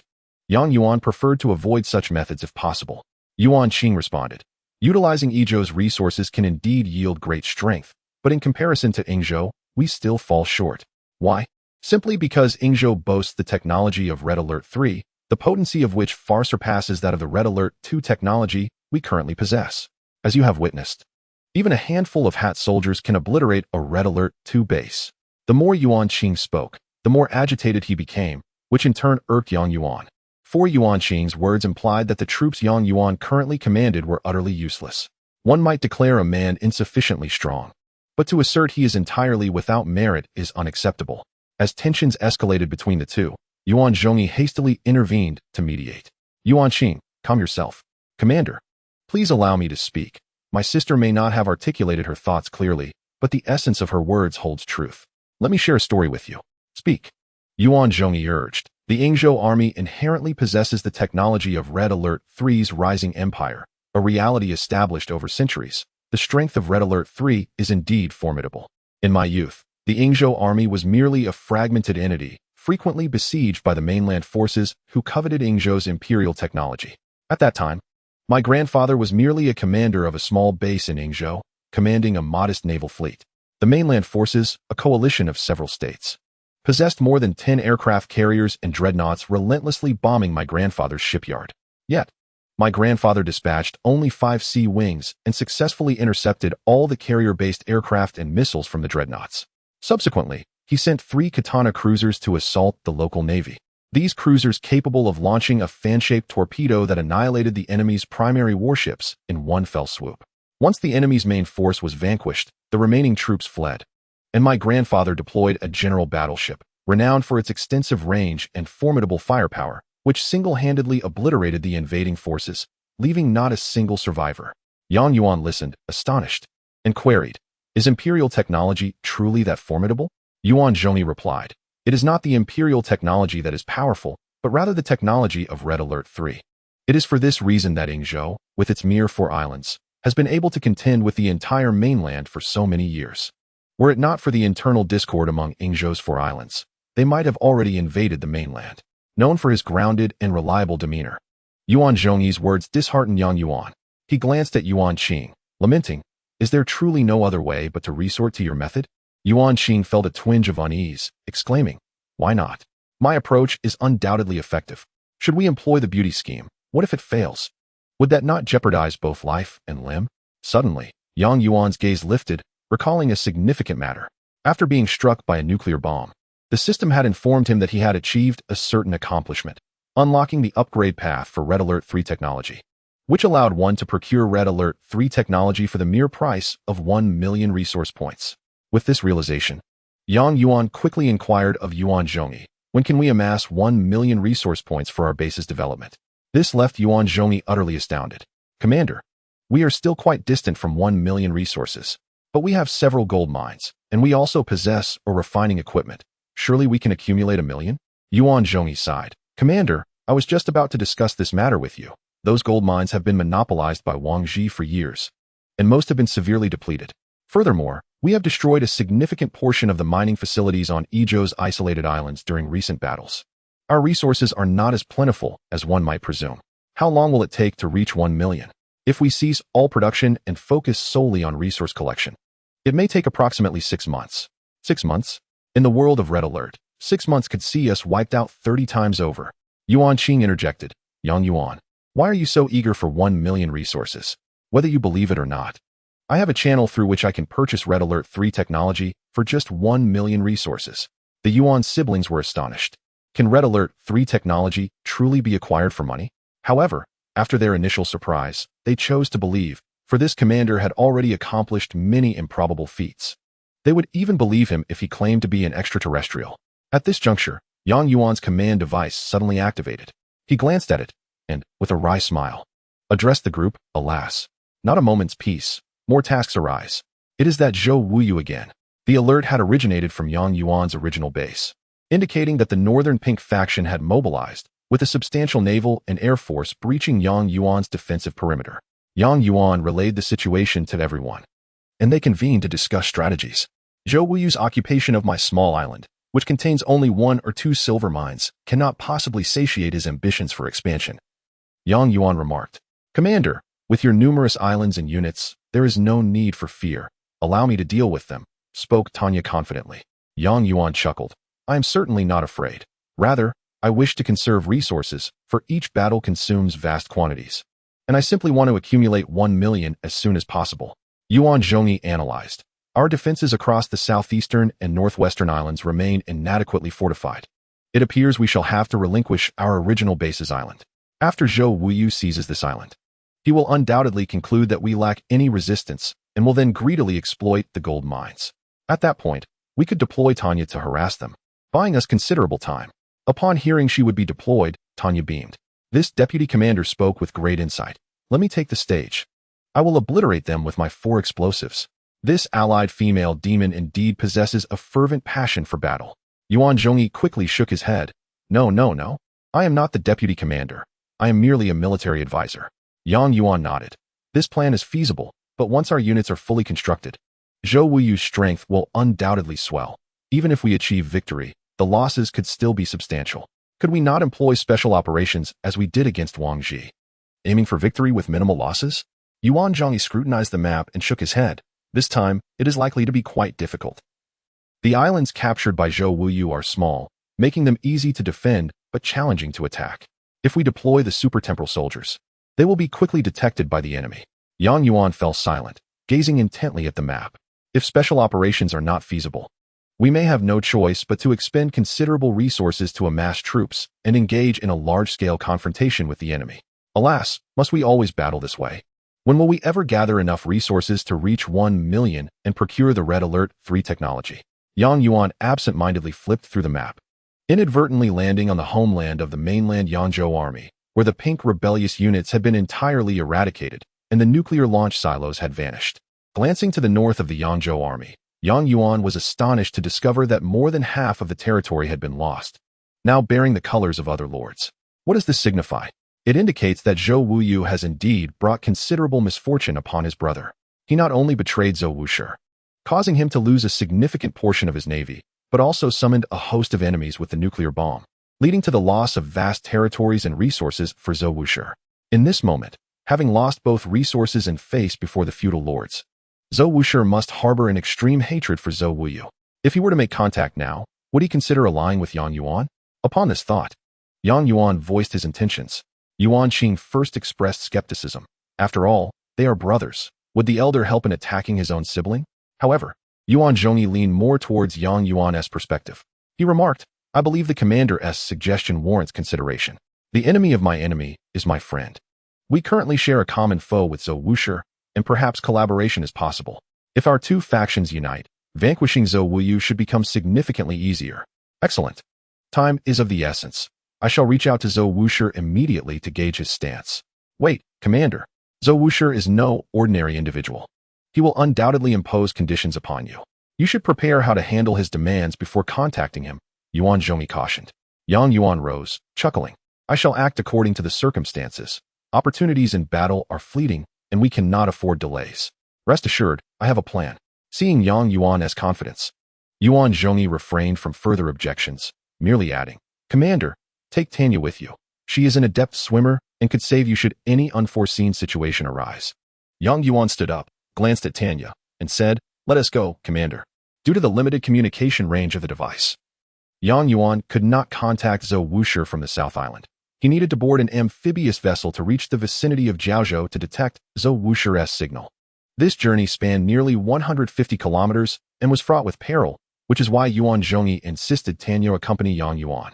Yuan Zhongyi and Yuan Qing watched as Yang Yuan boarded the ship, their expressions laden with concern. After all, traveling such a distance alone posed great risks. I must go too. Number 2 interjected, attempting to board. Why are you trying to board? Yang Yuan inquired. Your Excellency, you appointed me as your personal guard last time. I cannot leave your side. Number 2 replied. Yang Yuan smiled and asked, Can the mobilized soldiers swim? No. Then it's best you stay behind. But that is an order. Understood, Commander. Number 2 responded loyally. Yang Yuan felt pleased, but given the maritime nature of the journey, Number 2 would be of no use.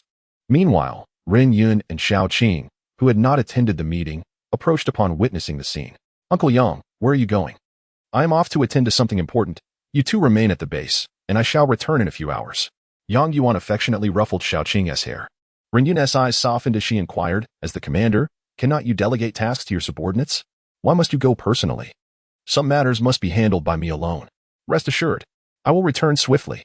Yang Yuan noticed her frown and found himself speaking more gently, suddenly sensing an awkward atmosphere. Yang Yuan lifted his head and laughed. What is the matter? Am I about to assassinate the Qin king like Jinko? Why so serious? I merely intend to make a phone call from a place with a better signal. With Yang Yuan's jest, the tension among them dissipated. Commander, what does it mean to assassinate the Qin king like Jinko? Tanya's question lightened the mood further.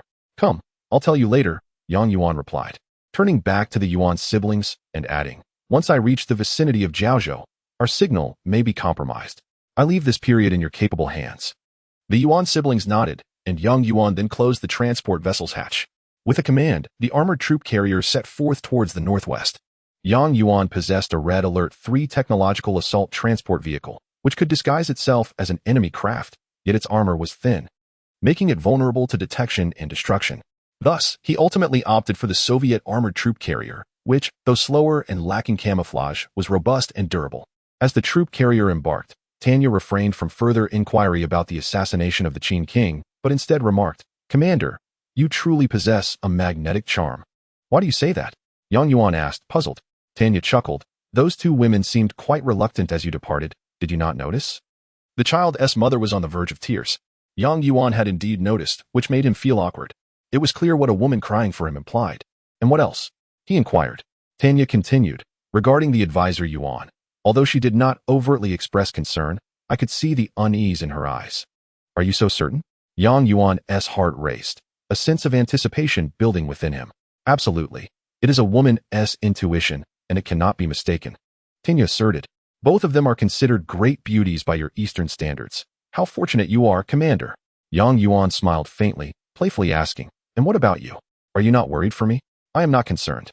Why not? Because I am Tanya.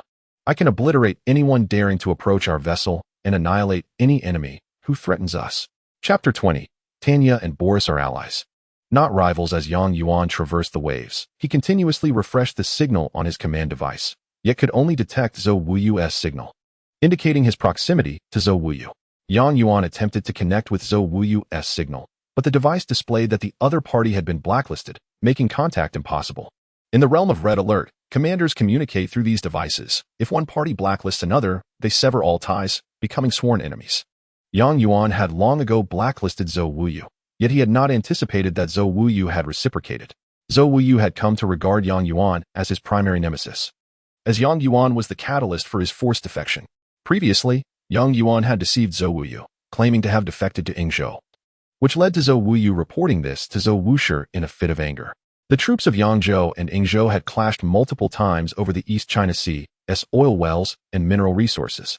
Given that both Yangzhou and Yingzhou had poor relations with other feudal lords on the mainland, years prior, Zhou Wushi had formed an alliance with Yingzhou, agreeing to cease hostilities and collectively confront the mainland's other lords. Trusting his brother's words, Zhou Wushi mobilized his forces to negotiate with Yingzhou. At that time, the ruling figure in Yingzhou was Yuan Zhongxin, who had no intention of long-term cooperation with Yangzhou. Seizing the opportunity to break the alliance first, he decisively dealt a crushing blow to Zhou Wushi, plundering all the resources in the East China Sea controlled by Yangzhou. Zhou Wushi lost both allies and resources, directing his fury towards his foolish brother, even threatening to kill Zhou Wuyu. In a state of terror, Zhou Wuyu thus betrayed the Yangzhou forces, employing nuclear weapons and Kirov airships to seize Yang Yuan's island, establishing his own faction. He initially believed Yang Yuan had perished in the nuclear blast and Kirov's attack, but upon reconnaissance southward, he discovered that Yang Yuan's forces still existed and were expanding. Consequently, Zhou Wuyu assembled his entire fleet and Kirov airships, vowing to obliterate every unit of Yang Yuan's. However, he could not foresee that while he was joyfully bombarding the old base at Yuan, Yuan was secretly taking a long detour by boat to contact his brother.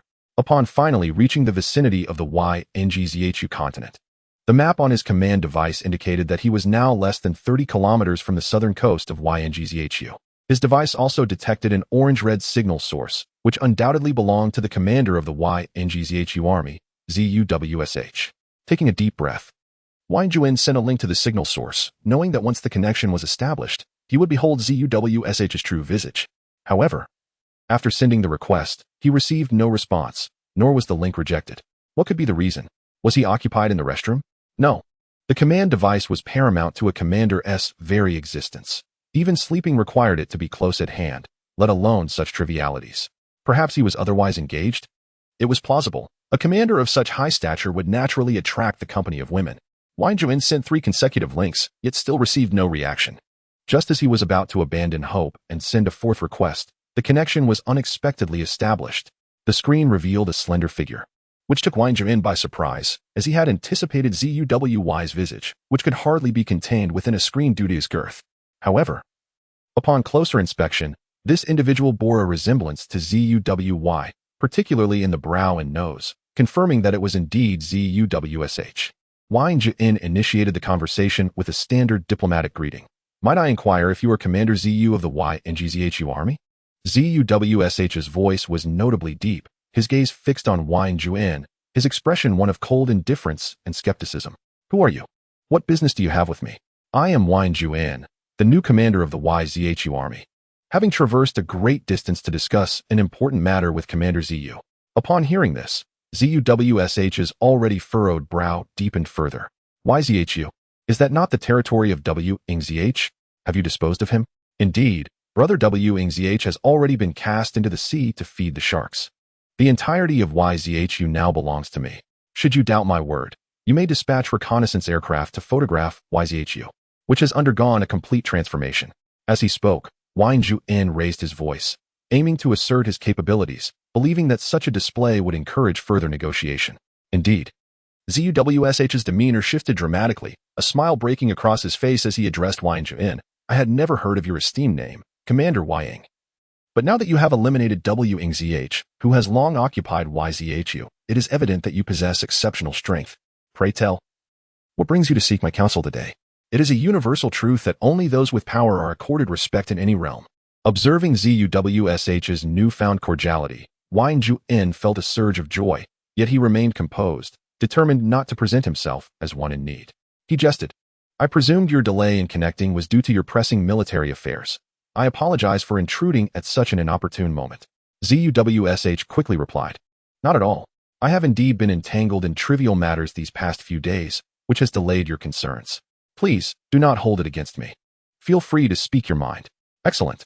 During my time in YZHU, I have heard tales of Commander ZU's generosity and open-heartedness, and I find that to be true today. Thus, I shall be direct. Please do. Wang Juin's expression suddenly turned grave as he stated solemnly. Though my capabilities may be limited, I do not wish to remain stagnant in this remote corner of YZHU. I seek to expand into YNGZHU, and I wonder if you would lend your support? ZUWSH laughed upon hearing this. YNGZHU was his arch-nemesis. And how could he refuse support if someone sought to attack it? Commander Yang, your ambitions to make a mark in YNGZHU are commendable. I shall certainly extend my full support. What form of assistance do you require?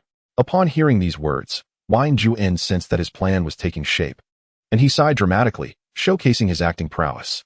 While I am currently well-equipped to march north to YNGZHU, there exists a pressing issue that necessitates your endorsement. What matter requires my approval?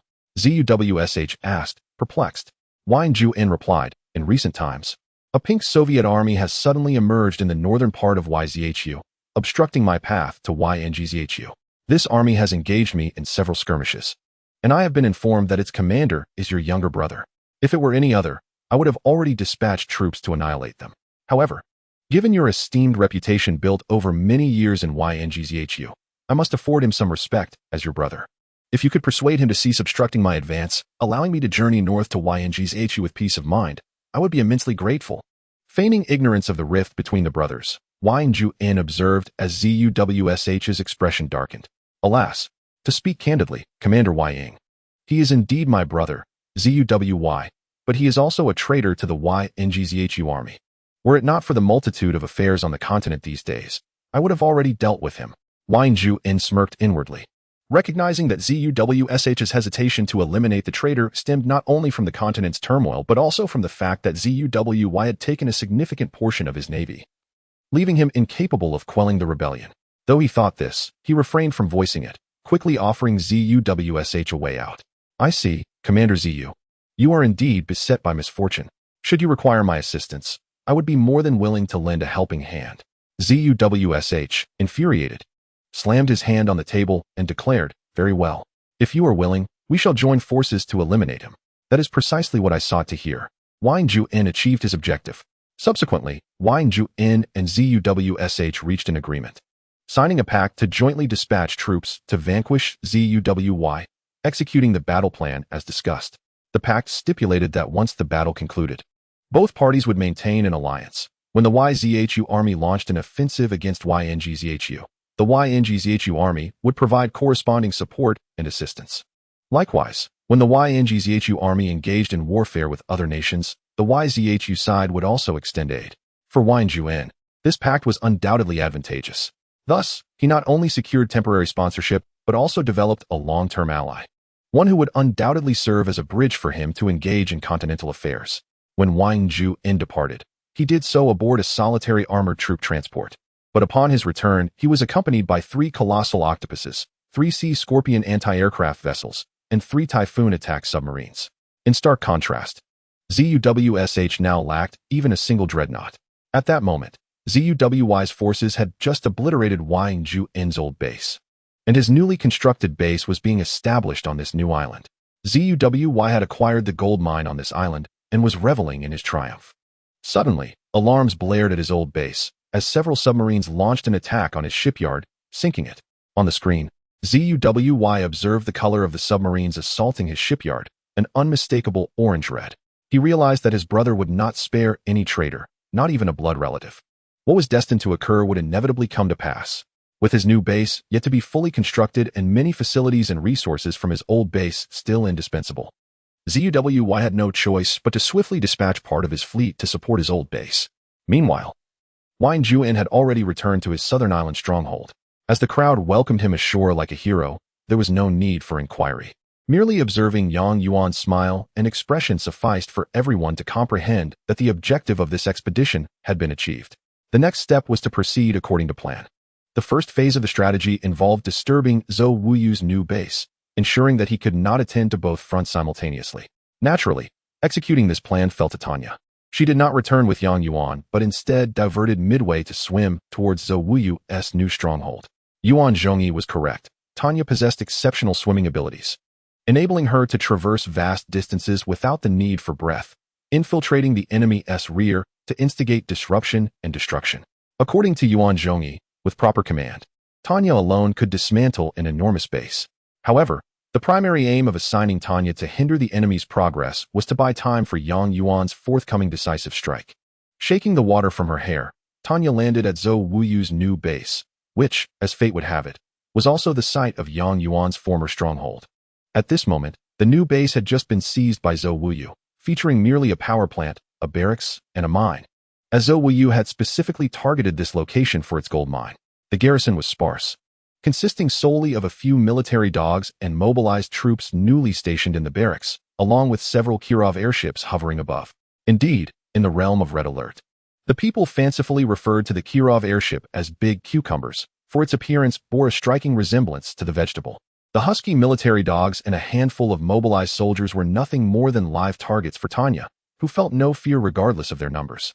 The might of the Kirov was formidable, yet at this moment, it posed little threat to Tanya, for she was too close to the enemy's mine. Should the Kirov dare to drop bombs, it would obliterate Zhou Wuyu's mine. Although Zhou Wuyu may not possess great intelligence, he surely would not commit such a foolish act. The real threat to Tanya was the sentry cannon positioned beside the mine. This automated turret, employed by the Soviet forces against infantry units, was equipped with two high-velocity machine guns capable of swiftly eliminating encroaching troops and inflicting substantial damage to armored units. Even the renowned female demon of the Allied forces, Tanya, would not dare to confront such an apparatus head-on. The sentry cannon significantly hampered Tanya's capabilities, compelling her to target the enemy's power plant instead. Commander, direct Tanya to demolish the enemy's power plant and barracks, and I shall promptly dispatch a formidable reinforcement, Yuan proclaimed. Formidable reinforcement? Stronger than Tanya? Yuan pondered, uncertain but hopeful that Yuan Zhongyi, his logistics minister, would deliver a delightful surprise. Tanya evaded the sentry cannon and approached the southern edge of the island. Traversing through a layer of coastal foliage, she soon spotted the enemy's barracks. Tanya, the enemy's barracks lie to your north, housing approximately 5 Huskies and a dozen mobilized troops. Do you have confidence in eliminating them all? Commander, keep your eyes wide open, lest you miss witnessing their demise, Tanya declared with audacious confidence. With that, she raised her dual pistols and charged northward. The Soviet Huskies, reacting swiftly to the unfamiliar presence, lunged at Tanya. Bam! Bam! Bam! What does it mean to be unerring? This is what it means. Tanya did not boast. Yuan had indeed failed to grasp the swift downfall of the 5 hapless Huskies. The mobilized troops, witnessing the scene, hastily raised their PPSH submachine guns and charged towards the fallen dogs. However, to their dismay, Tanya wielded a specially crafted Black Hawk pistol, whose range far surpassed that of the PPSH in their hands. What followed resembled a malfunctioning music player, producing only a series of gunfire sounds, as one by one, the mobilized soldiers collapsed without even a chance to fire back. Once all the mobilized troops lay defeated, Tanya dashed into the enemy barracks, and within half a minute, she rushed back out, shortly before the barracks erupted in an explosion. Well, let us rock together. After demolishing the enemy barracks, this female demon even began to sing. As she sang, she sprinted toward the enemy's power plant, executing another series of operations, as 4 explosives extinguished its power. This reckless woman, she clearly defied orders. I had not authorized her to destroy the barracks and power plant, Yuan lamented. Commander, get used to it. Elite units operate this way. They possess their own thoughts and do not strictly adhere to commands, Yuan Zhongyi replied with a resigned tone. suggesting he had experienced similar frustrations in the past. Tanya, I fail to comprehend how you can conceal so many explosives beneath such scant clothing, Yuan questioned. Commander, don't concern yourself with that. Am I not remarkable? I am about to obliterate their base, and none shall escape.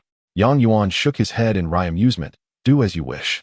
However, sensing the impending disaster, Zhou Wuyu would certainly not allow Tanya to demolish his new base without resistance. After all, a new base vehicle required 3,000 resources, far exceeding that of any combat unit.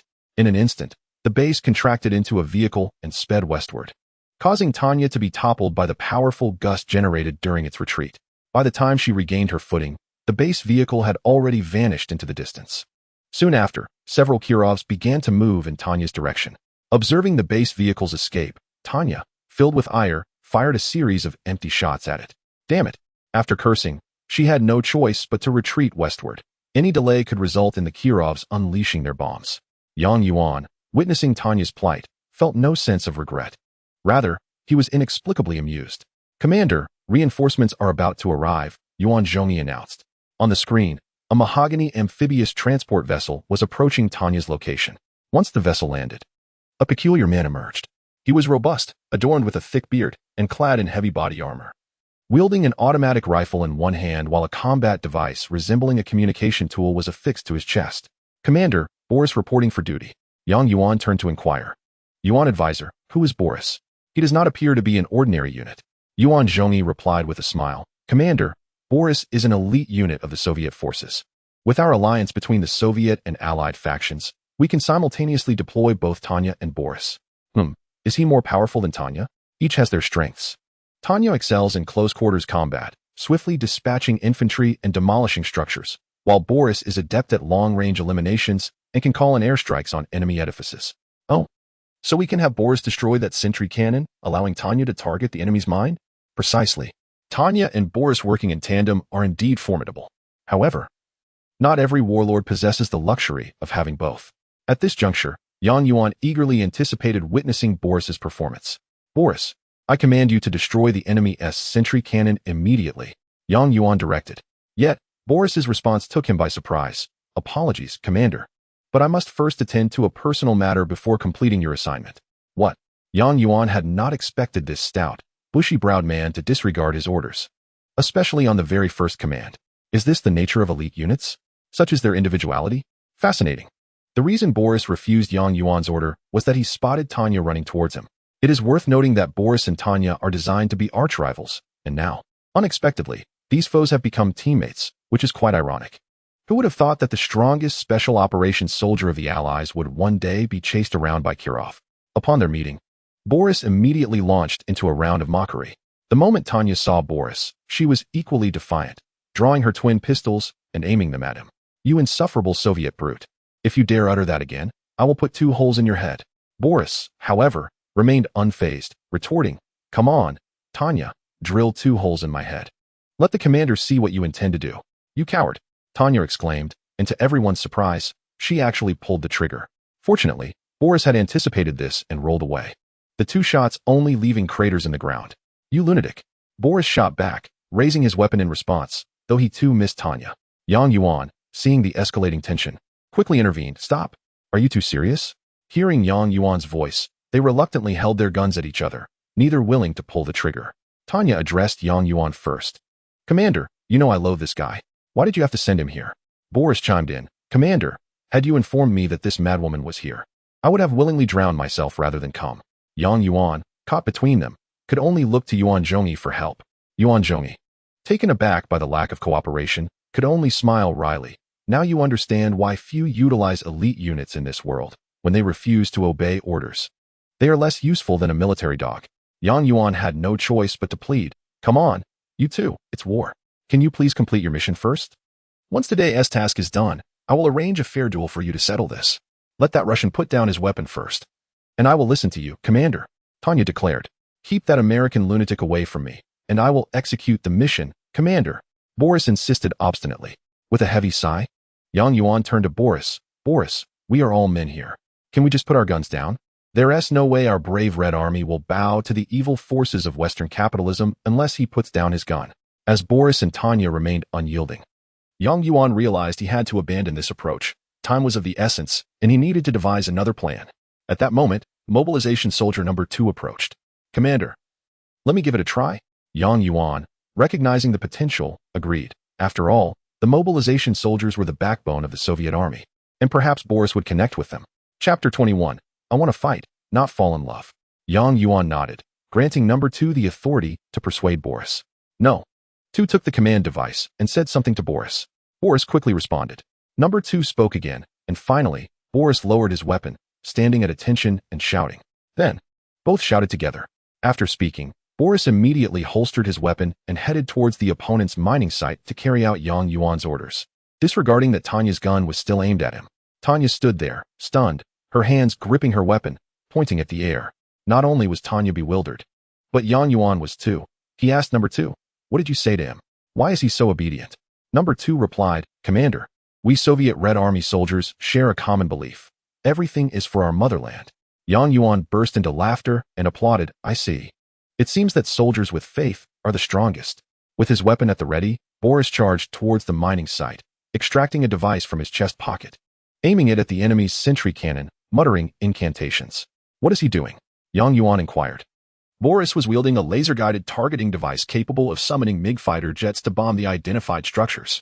Just then, a MiG fighter jet swooped in from somewhere, launching a precise missile that struck the sentry cannon, obliterating it in a deafening explosion. Wow. Now watch this. Tanya, seemingly particularly sensitive to the sound of explosions, shouted as she dashed towards the mining site, evading the fire from the armed mining vehicles, and directly plastered a row of explosives on the wall. The ensuing series of explosions transformed the mining site into ruins. This is Boris, and this is Tanya. When they choose to collaborate, they are invincible. Yang Yuan was elated. For Zhou Wuyun's new base vehicle had already entered his armored transport ship, making a hasty retreat northward. Zhou Wuyun's expansion plan had been utterly thwarted.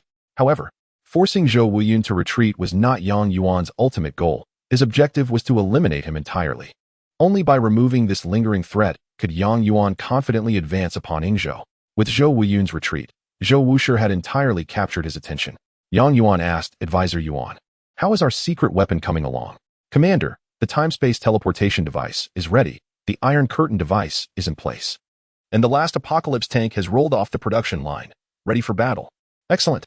Yang Yuan rejoiced. Let Zhou Wuyun witness my strength. He uses super weapons against me, and I shall counter with 2 super weapons against him.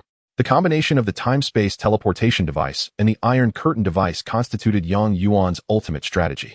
Thus far, no one in the Red Alert world had ever deployed these 2 super weapons simultaneously. The time-space teleportation device, an allied support-type super weapon, costs 2,500 resources to construct. It can instantaneously teleport armored units to any location within the allied map's visibility, achieving a surprising effect on the battlefield, often used for battlefield support. To counter this tactic, most bases establish dense defensive formations, trapping any units that teleport in. Hence, this tactic is rarely utilized in actual combat. It is primarily employed for transporting base vehicles and establishing remote forward bases.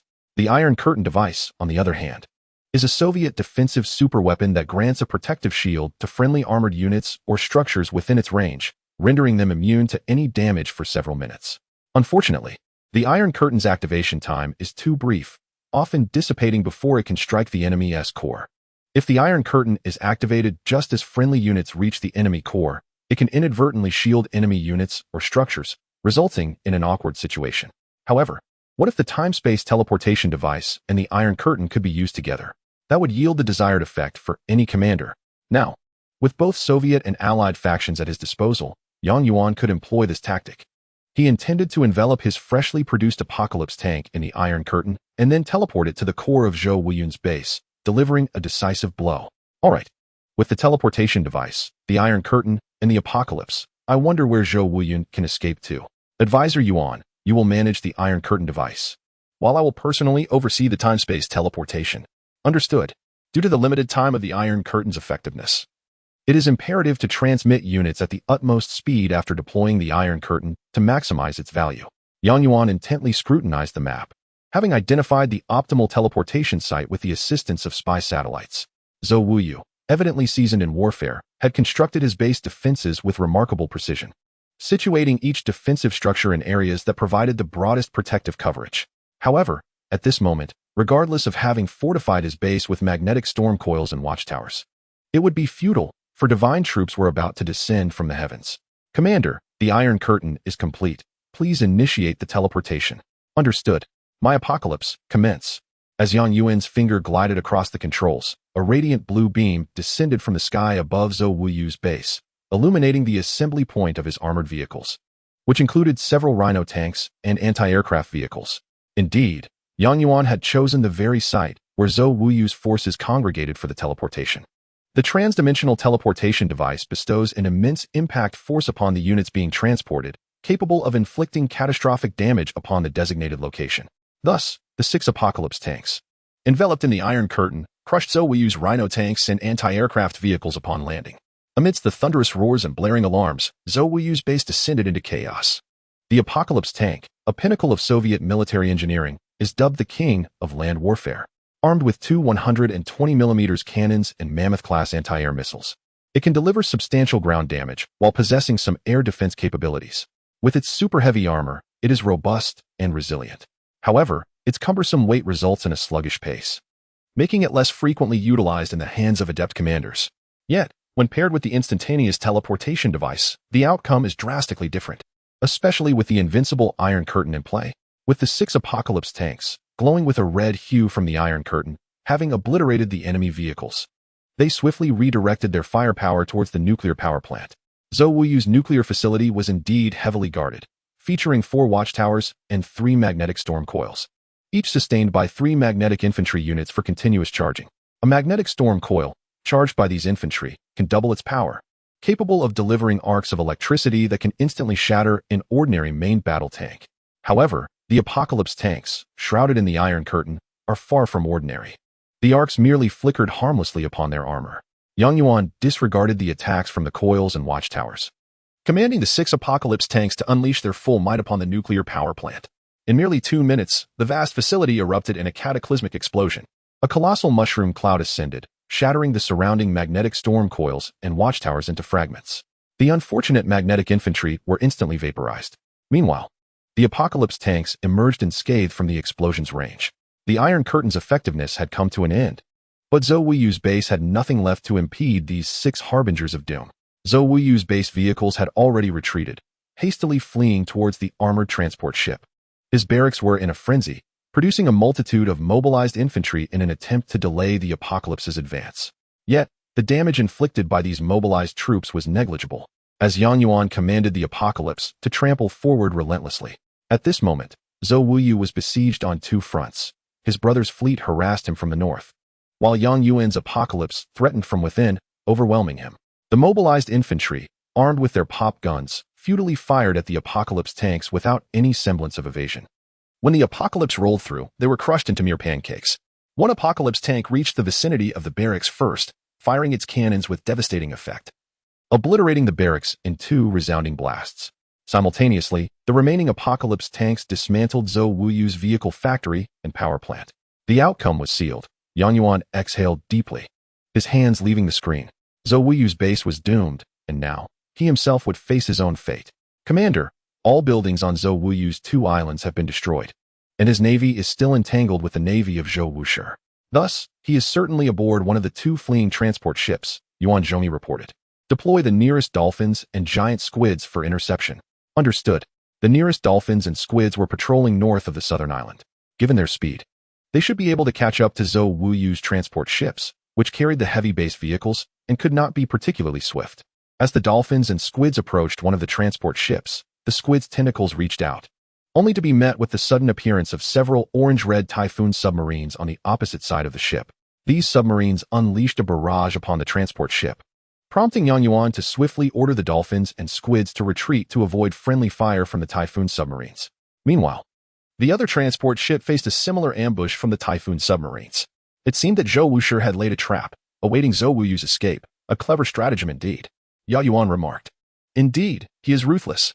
Yuan Qing lamented, fully aware that his brother was aboard those transport ships.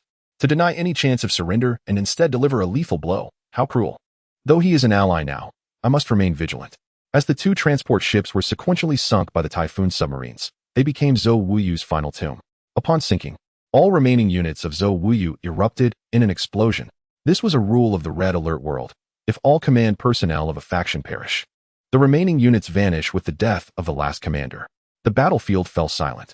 Yang Yuan surveyed the spy satellite map. No pink dots remained visible. The double-line encirclement strategy had achieved complete success. At that moment, Zhou Wushi sent a video signal. After a successful collaboration, the customary pleasantries were exchanged as Yang Yuan accepted the call. Commander Yang, we have achieved a resounding victory, and it has been a pleasure collaborating with you. I hope we will have further opportunities for partnership. Zhou Wushi, having eliminated his brother and the traitors, appeared quite pleased. However, such a soulless joy was unacceptable to Yang Yuan. Yet, at this juncture, Zhou Wushi still held value as an ally, and Yang Yuan could only acquiesce. Congratulations, Commander Zhou, on quelling the rebellion. The Yangzhou army shall surely prosper. When I conquer Yangzhou, I hope your forces will lend assistance. Once the matter is settled, we shall divide the East Sea and South Sea between us. Agreed. Zhou Wushi shifted the conversation. The Yangzhou navy is exceptionally formidable, while my Yangzhou army has suffered a significant decline in naval strength due to the rebellion. If Commander Yang could provide some resources, I would undoubtedly be able to assist you further. Yang Yuan laughed heartily, though inwardly he felt quite embarrassed at Zhou Wushi's directness in seeking benefits. Commander Zhou, if you do not mind, I shall gift you a gold mine and 2 oil wells from this island as a token of gratitude for this battle. May our cooperation endure through time. Haha. Zhou Wushi, reveling in his triumph, showed no restraint in his delight. Commander Yang is indeed generous. I shall await news in Yangzhou, ready to deploy at a moment's notice. With a few empty words of politeness, Yang Yuan finally managed to send Zhou Wu away, letting out a long sigh of relief. Commander, the loss of a gold mine and 2 oil wells is indeed quite significant, Yuan Zhongyi lamented. Yang Yuan replied with a smile, it is indeed regrettable. But such sacrifices will undoubtedly yield the greatest rewards in the future. War is merely an extension of politics. Although we have grown stronger, we cannot go it alone. Our alliance with the Yangzhou army is of utmost importance. Yuan Zhongyi nodded, saying yes. With our current strength, we can claim to stand on equal footing with the 13 provinces of the continent. Soon, we shall become the new Yizhou army to replace the pirates. He pondered whether their newly formed Yizhou army, combined with the Yangzhou army, would possess the strength to contend with the Yangzhou army. Yang Yuan mused that if he had the capability to confront the Yangzhou army, he would not need to resort to dangerous tactics like feigned surrender or seduction. However, Yuan Qing immediately doused this thought with cold water, declaring, not enough. Not enough? Yang Yuan questioned. I currently possess the dual camps of the Sioux Alliance, and the resources here are ample for me to assemble a formidable joint fleet. Is that still insufficient? Yuan Qing decisively replied, insufficient is simply insufficient. No matter how many ships you have, they are still no match for the Yangzhou army, as I have previously mentioned. At that moment, Yang Yuan felt a surge of frustration, akin to having his goodwill rejected. He furrowed his brow and exclaimed, what do you mean by not enough? Are you insisting on using seduction? Are you intent on courting death? What do you mean by courting death? What are you implying? It is your decision to confront Yuan Zhongxin with those resources that is courting death. Yuan Qing was not one to cower, and after retorting, she turned to leave. Yang Yuan slammed his hand on the table, his anger still bubbling beneath the surface. At this moment, Yuan Zhongyi and Jin Kaishan were nearby, and neither dared to utter a word. Rin Yun and her daughter Xiao Qing, who had been listening to the quarrel from a distance, turned to glance in their direction. Yang Yuan felt quite embarrassed. By the time he turned his head, Yuan Qing had already walked away, disappearing from his view. Unsettled, he said to Jin Kaishan, sure to. Go see where she is gone. Yes. Yuan Zhongyi, being astute, quickly grasped Yang Yuan's intentions and approached him, offering words of comfort. Commander, do not be too angry. This girl is quite stubborn, but she means no harm. I understand, Yang Yuan replied, his anger subsiding. He then asked, Yuan Zhongyi, with my current strength, even when allied with the Yangzhou army, can we truly not defeat the Yangzhou army? Yuan Zhongyi hesitated before slowly shaking his head, ultimately letting out a sigh. Commander, although my sister's words are harsh, they are undeniably true. The Yangzhou army, equipped with the technology of Red Alert 3, cannot be overcome by any combination of Red Alert 2 technologies. Yuan Zhongyi spoke with sincerity, never resorting to lies or exaggeration, prompting Yang Yuan to fall into deep contemplation. Yuan Zhongyi continued, Commander, Yuan Qing is my only sister and my sole family. If it were not absolutely necessary, I would never agree to such a perilous course of action. This statement resonated with Yang Yuan. as the bond between siblings who have lost their parents is something few can comprehend. Finally, Yang Yuan nodded in acknowledgement. At that moment, Jin Kaishan returned. Commander, Miss Yuan Qing is playing with Xiao Qing by the light spire on the beach. Everything is fine. Yang Yuan nodded and instructed, sure too. You should work with Advisor Yuan on a plan to deal with the Yingzhou army. Advisor Yuan is a strategic expert. You must learn diligently from him. Do not disappoint my expectations. Yes, Commander. After relaying his orders, Yang Yuan stealthily made his way toward Yuan Qing's direction. The light spire by the beach towered high like a telephone pole. Yuan Qing and Xiao Qing were busy building sandcastles there. As Yang Yuan approached, Rinyan also arrived at the scene. They all exchanged glances, creating an awkward atmosphere. Yang Yuan cleared his throat and adopted an official tone. Advisor Yuan, I require your assistance with military matters. Yuan Qing kept her head down, continuing to mold the sand, remaining silent. Hearing Yang Yuan's words, Rinyan quickly pulled Xiao Qing aside. Xiao Qing, let us search for seashells over there. Sister Qing needs to focus on her work. The reluctant child was ushered away by her young mother, demonstrating her understanding of the situation. Yang Yuan offered a polite smile to Ren Yun, who returned the gesture. Once the mother and daughter departed, Yuan Qing still did not lift her gaze, indicating she was still upset. Yang Yuan, with a resigned shake of his head, settled down in the sand across from her. Yuan, are you still angry? This marked Yang Yuan's first attempt at soothing a girl. Yuan, is that what you call me? Yuan Qing's voice, though cold, had softened slightly. I heard your brother call you that privately, so I thought I would too. My brother is my brother. You are you. Do not address me in that manner. Yuan Qing tossed aside the sand in her hands and sat down, facing the sea. Refusing to look at Yang Yuan. The sea breeze was refreshing, and for a fleeting moment, Yang Yuan found himself wishing for nothing more than to lie quietly by the shore, away from the turmoil of war. With a sigh, he too gazed toward the distant horizon. I am about the same age as your brother. What is wrong with calling you Yuan? Yuan Qing remained silent, merely smiling as she gazed at the rolling waves. Yang Yuan continued, Advisor Yuan, I apologize for my earlier outburst. I was too agitated. You are the commander. Why are you apologizing to me, a mere advisor? You are far more than just a mere advisor. You are the chief of staff of our new Yizhou army. The newcomers I recruit in the future will all be under your command. Yang Yuan exaggerated his tone deliberately. This tactic proved effective, as Yuan Qing could no longer contain her laughter. That is how it should be. A chief of staff should smile more. Otherwise, your subordinates might just become deserters.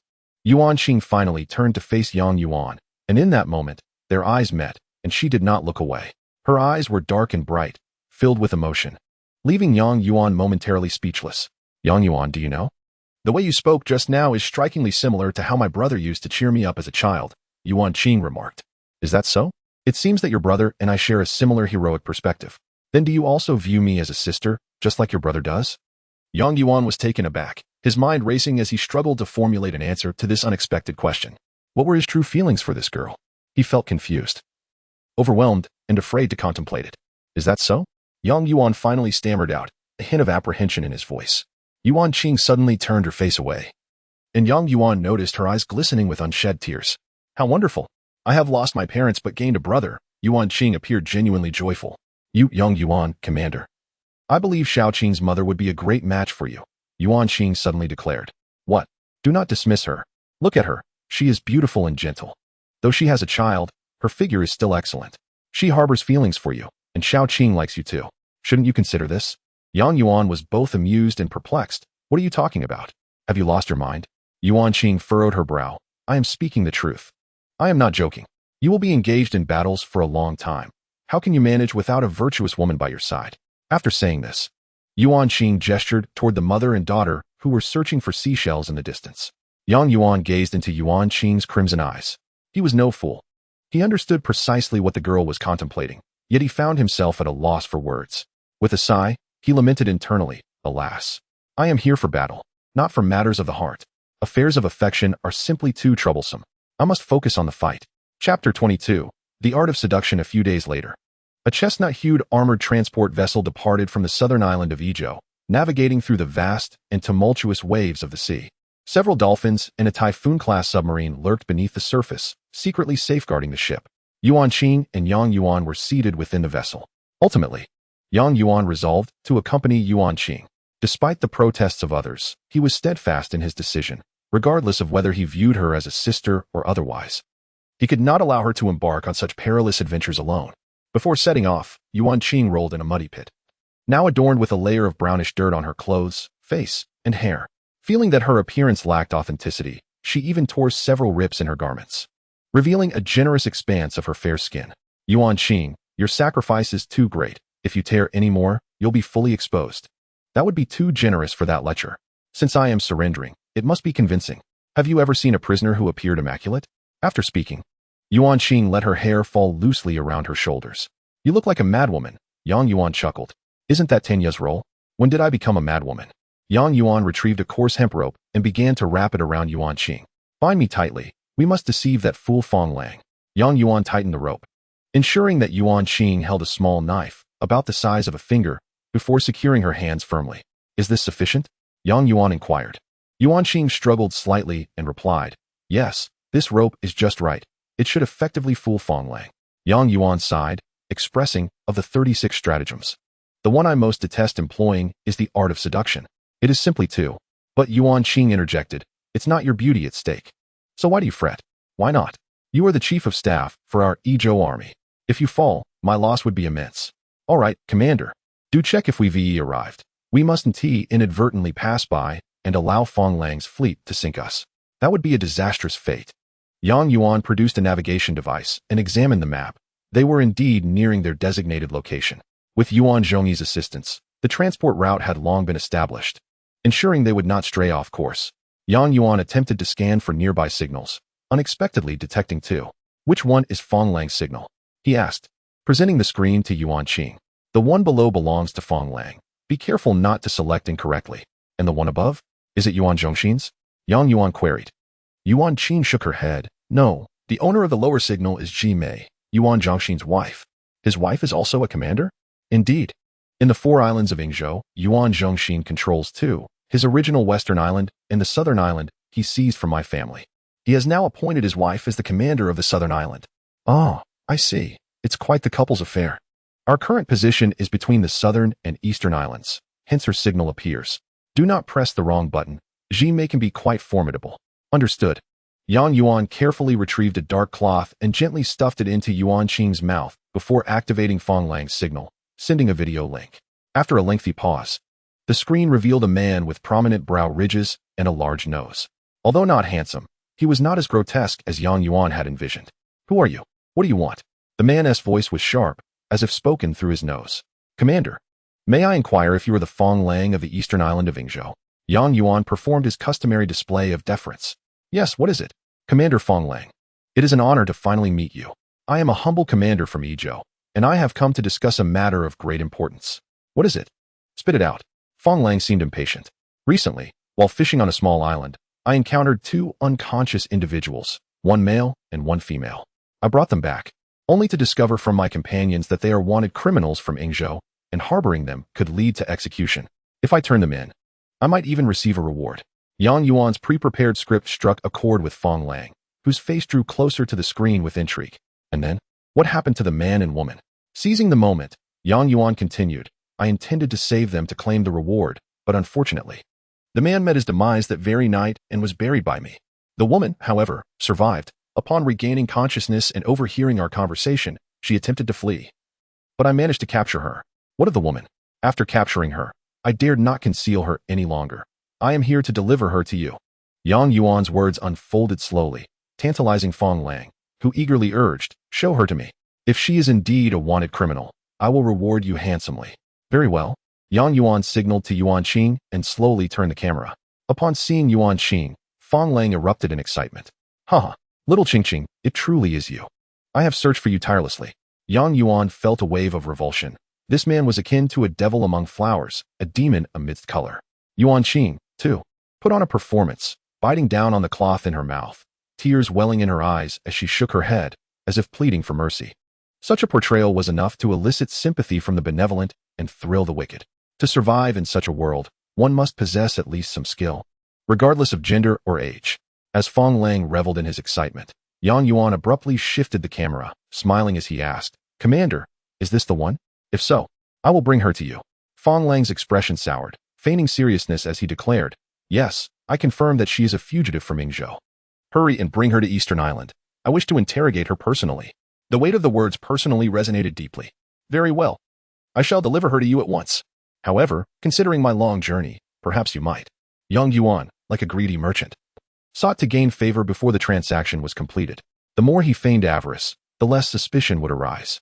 Fong Lang replied readily, rest assured, once you bring her, your reward is guaranteed. The Eastern Island is rich in resources. Feel free to ask for anything. Excellent. You are a man of your word. I shall deliver her to you. With Fong Lang successfully deceived, Yang Yuan promptly terminated the signal and removed the cloth from Yuan Qing's mouth. It appeared that this lecher had fallen for the ruse. Yang Yuan suddenly asked, do you think this fellow would execute me upon seeing you? Yuan Qing scoffed. What is wrong? Are you afraid? You could still turn back now. I am merely concerned about dying before the battle has begun. Yuan Qing reassured, rest assured, Fong Lang, though not a virtuous man, would not resort to murder without cause. His actions are dictated by personal preference. If he is pleased, he bestows lavish rewards, but if angered, he may resort to violence. Yang Yuan, feeling somewhat helpless, chuckled, I act the sycophant not for myself, but for your plan. The transport vessel sailed resolutely northeast, nearing the coastline of Dongdao, where Yang Yuan could already discern Fong Lang's fleet. He quickly instructed the escorting dolphins and typhoon submarines to halt, lest they attract attention. Fong Lang had been waiting for some time. Upon sighting the chestnut-hued transport ship, he promptly dispatched 2 warships for protection, wary of any unforeseen incidents. Accompanying the warships were 3 or 4 peculiar flying machines, resembling small shell-shaped spacecraft, soaring swiftly through the sky. Unable to contain his curiosity, Yang Yuan inquired, what strange units have arrived? The 2 warships are the Naginata-class cruisers, capable of launching fan-shaped torpedoes, Yuan Qing explained. Those flying objects are called skywings, capable of attacking ground and naval units. They can also submerge as submarines, known as sea wings, providing air defense. Such advanced technology, capable of both flight and aquatic navigation? Ya Yuan marveled. This is the technology of Red Alert 3's empire, marked by its multifaceted and diverse units, Yuan Qing replied. Now I finally believe your words, Yuan Qing. With our current forces, we are indeed no match for these units. Technology is truly the paramount strength. As they spoke, the transport vessel had already docked. Yang Yuan hastily stuffed the cloth back into Yuan Qing's mouth. The hatch opened, revealing a swarm of imperial warriors and tank hat soldiers awaiting Yang Yuan and Yuan Qing. Startled, Yang Yuan instinctively recoiled. The warriors and hat soldiers promptly parted to allow a man to approach, and Yang Yuan's face brightened as he recognized Fong Lang from the video. Commander, I have brought you the person. Take a look. To his surprise, Fong Lang ignored him entirely and strode directly towards the bound Yuan Qing, causing Yang Yuan to tense up. In that moment, both their lives rested precariously in Fong Lang's hands. Fong Lang smirked as he gazed at Yuan Qing, brushing aside her dirty hair that obscured her face. Upon confirming her identity, his laughter turned even more lecherous. Fong Lang turned to Yang Yuan, asking, are you from Ezhou? Yang Yuan bowed his head, nodding, yes, I am from Ezhou. Fong Lang glanced at the chestnut transport ship and queried, I recall the Ezhou military's colors to be bright black. Why is yours chestnut?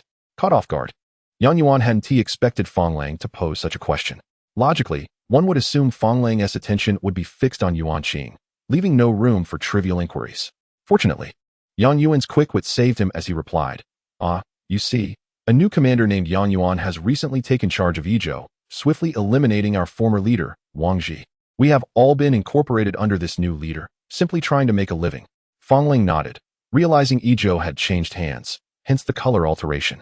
Regardless of who your leader is, you have rendered great service to our Ezhou, and I shall not treat you poorly. Thank you, Commander. I am in your debt. Now, I shall personally interrogate this prisoner.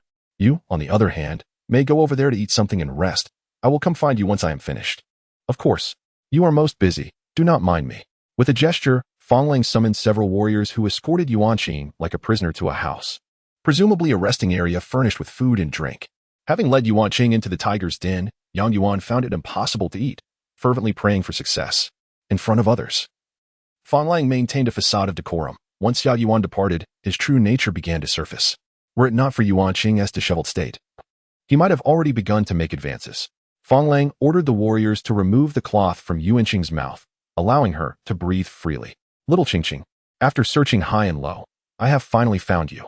Yuan Qing collapsed to her knees, pleading, Fong Lang, for the sake of our past friendship, please do not hand me over to Yuan Zhongxin. He will kill me. I beg you. Poor little Qing. Yuan Zhongxin is actively hunting for you and your brother. declaring that he must kill you upon capture. If I do not hand you over, he will come for my head. Please, Fanglang. As long as you do not surrender me to Yuan Zhongxin, I will do anything you ask. I will obey you. Fanglang chuckled with delight. Anything you say?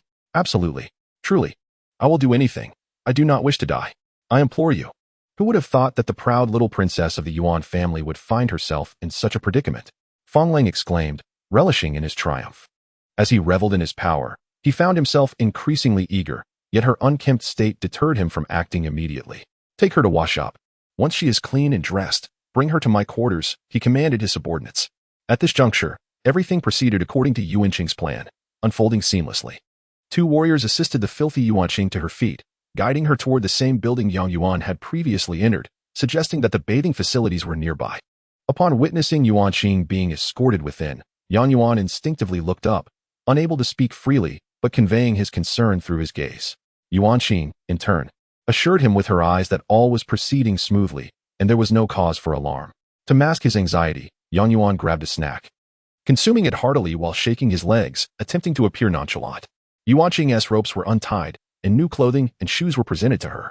Throughout her bathing, warriors stood guard outside, indicating Fanglang's vigilance. After her bath, Yuan Qing donned the attire, only to realize the outfit was a revealing gown, exposing her fair skin prominently. With no other choice, she steeled her resolve and proceeded. She concealed the blade Yang Yuan had given her within the sole of her high heel and stepped out. Emerging anew, Yuan Qing passed before Yang Yuan once more.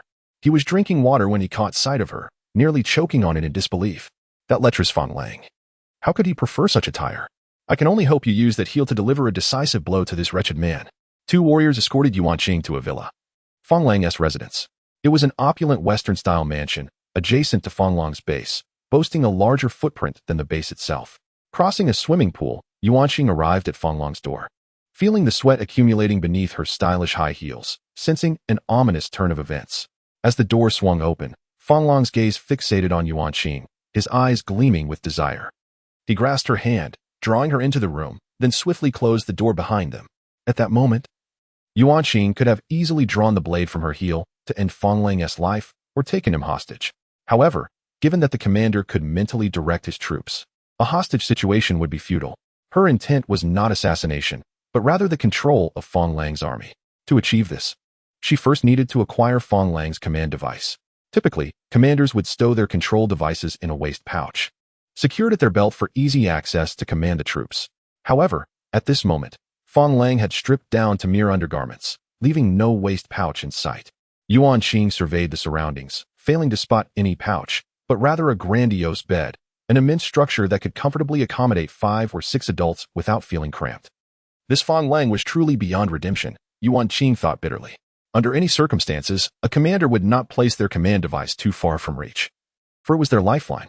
Thus, Yuan Qing's gaze remained fixed on the bed, searching for the device, but before she could examine it closely, Fanglang suddenly hurled her onto the bed.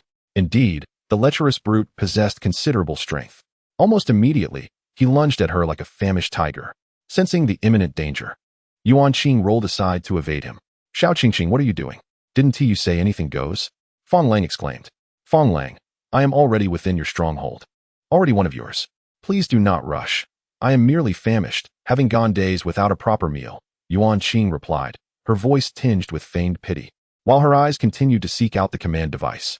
Xiao Qingqing, do not attempt any tricks, Fanglang warned. Fanglang, I beg you.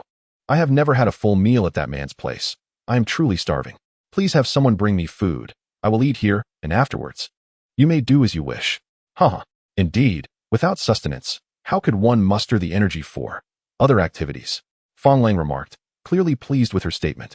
This girl would eat in front of him. What tricks could she possibly employ?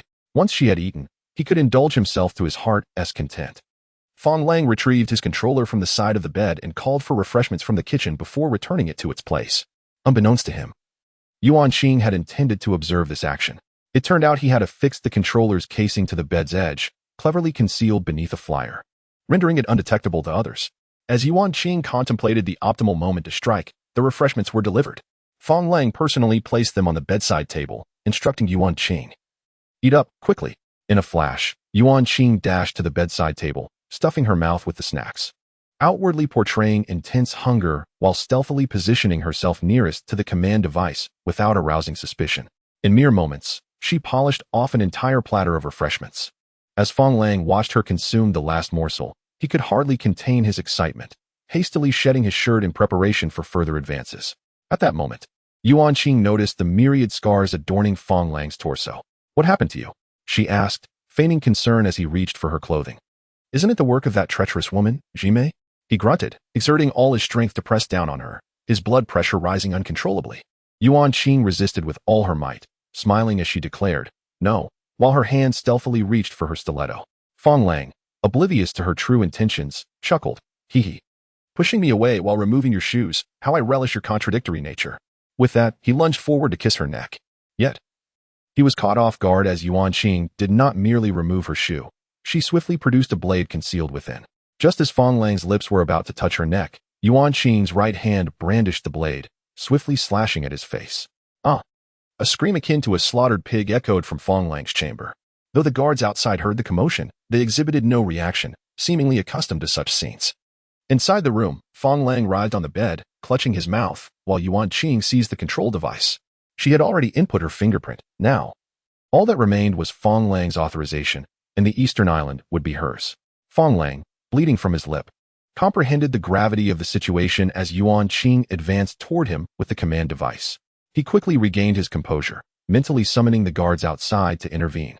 However, Yuan Qing denied him this opportunity. She sliced through Fong Lang's finger with the blade. "Ah!" Another blood-curdling scream erupted, just as the guards burst through the door. Prepared to draw their weapons, Yuan Qing commanded, "Stop." The intruding guards lowered their firearms. She had succeeded.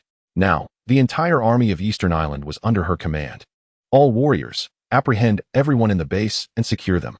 Bring that snack-eating fool to me." "Yes, Commander." Now, it was Fong Lang who wept. Though he could only stifle his cries, blood streaming from his mouth and fingers. Each sob sent waves of pain through his lips, exacerbating his injuries. Yuan Qing approached him with a chilling smile, saying, "Have you never heard the saying, 'A knife hangs over the character of lust'?" Fong Lang's anguished expression appeared to plead for mercy. At that moment, Yang Yuan was also brought in by the guards. Upon witnessing the scene, he immediately recognized Yuan Qing's victory. "Ha ha, look at you, old lecher. Today is your reckoning. Watch as I make you pay." With that, Yang Yuan kicked viciously between Fong Lang's legs. "Get lost." "Ah!" A third, agonizing scream resonated through the air. Chapter 23. Intelligence of the Four Islands of Yingzhou. Yuan Qing's beauty strategy had triumphed. The forces of Eastern Island were now entirely in her grasp. Dressed in a low-cut evening gown, she reclined beside the swimming pool of Fong Lang's villa, while Yang Yuan stood by her side. Fong Lang and several of his cronies were bound and submerged in the pool, their lips and fingers stained with dried blood, coagulated into dark clots.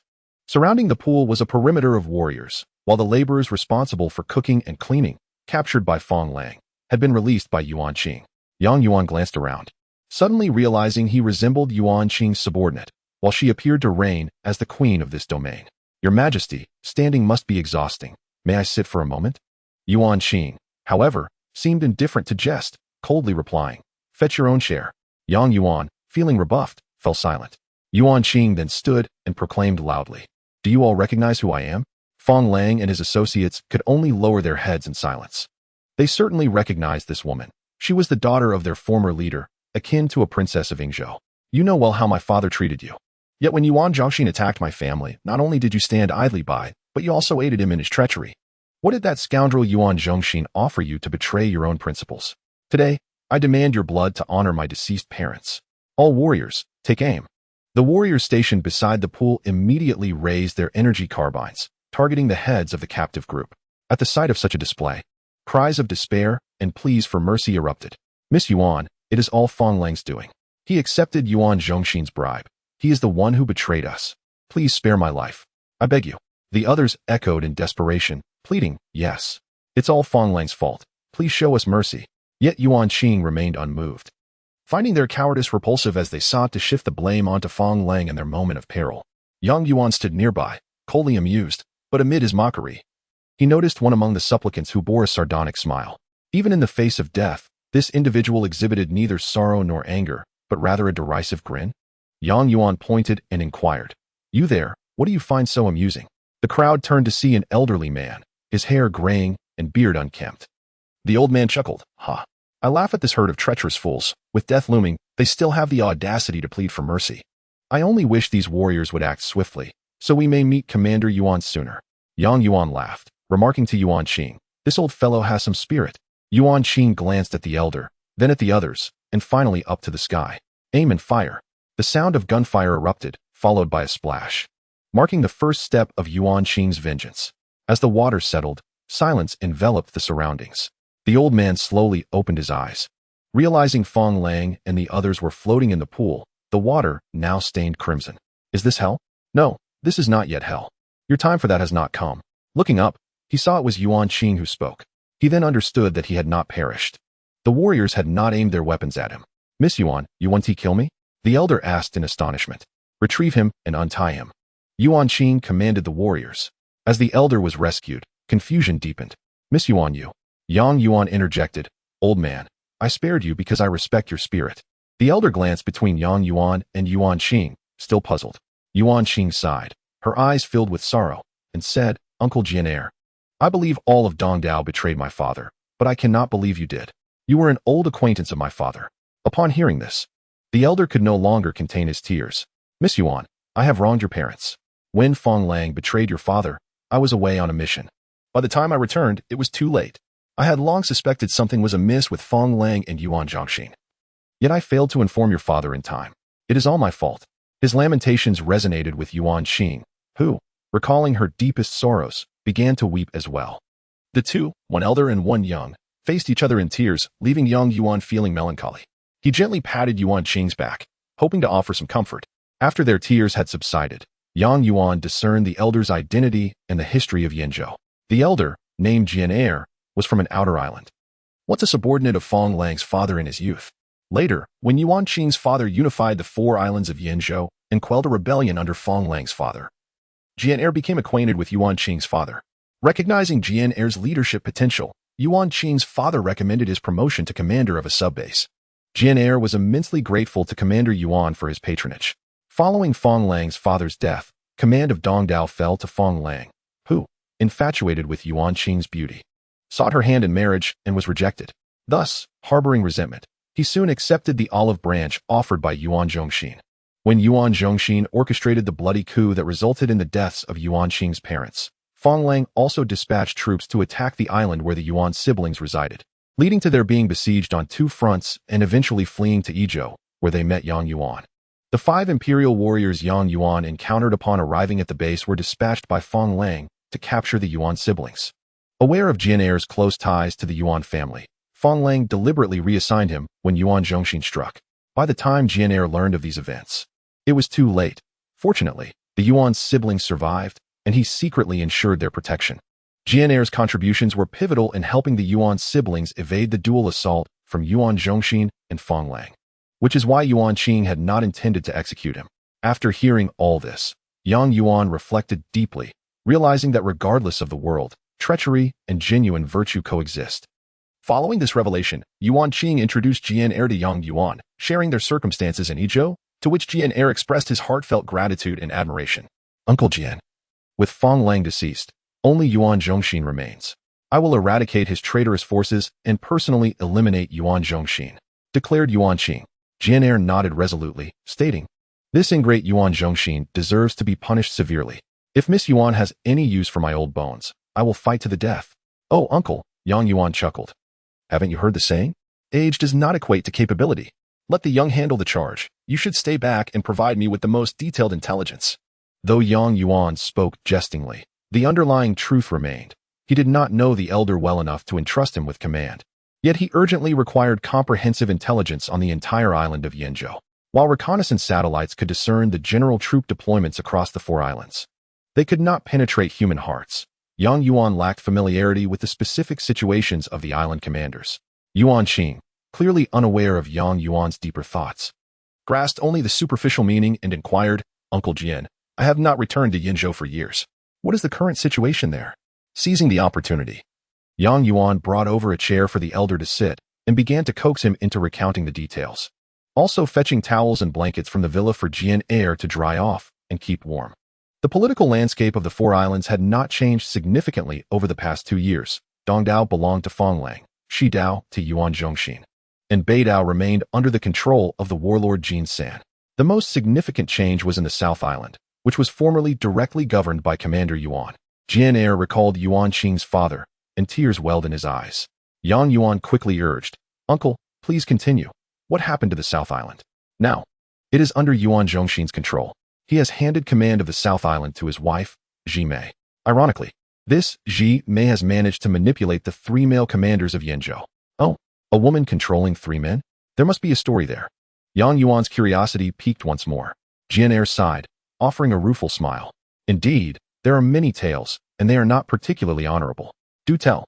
Last year, Fanglang announced he was going to the South Island for a meeting with several commanders.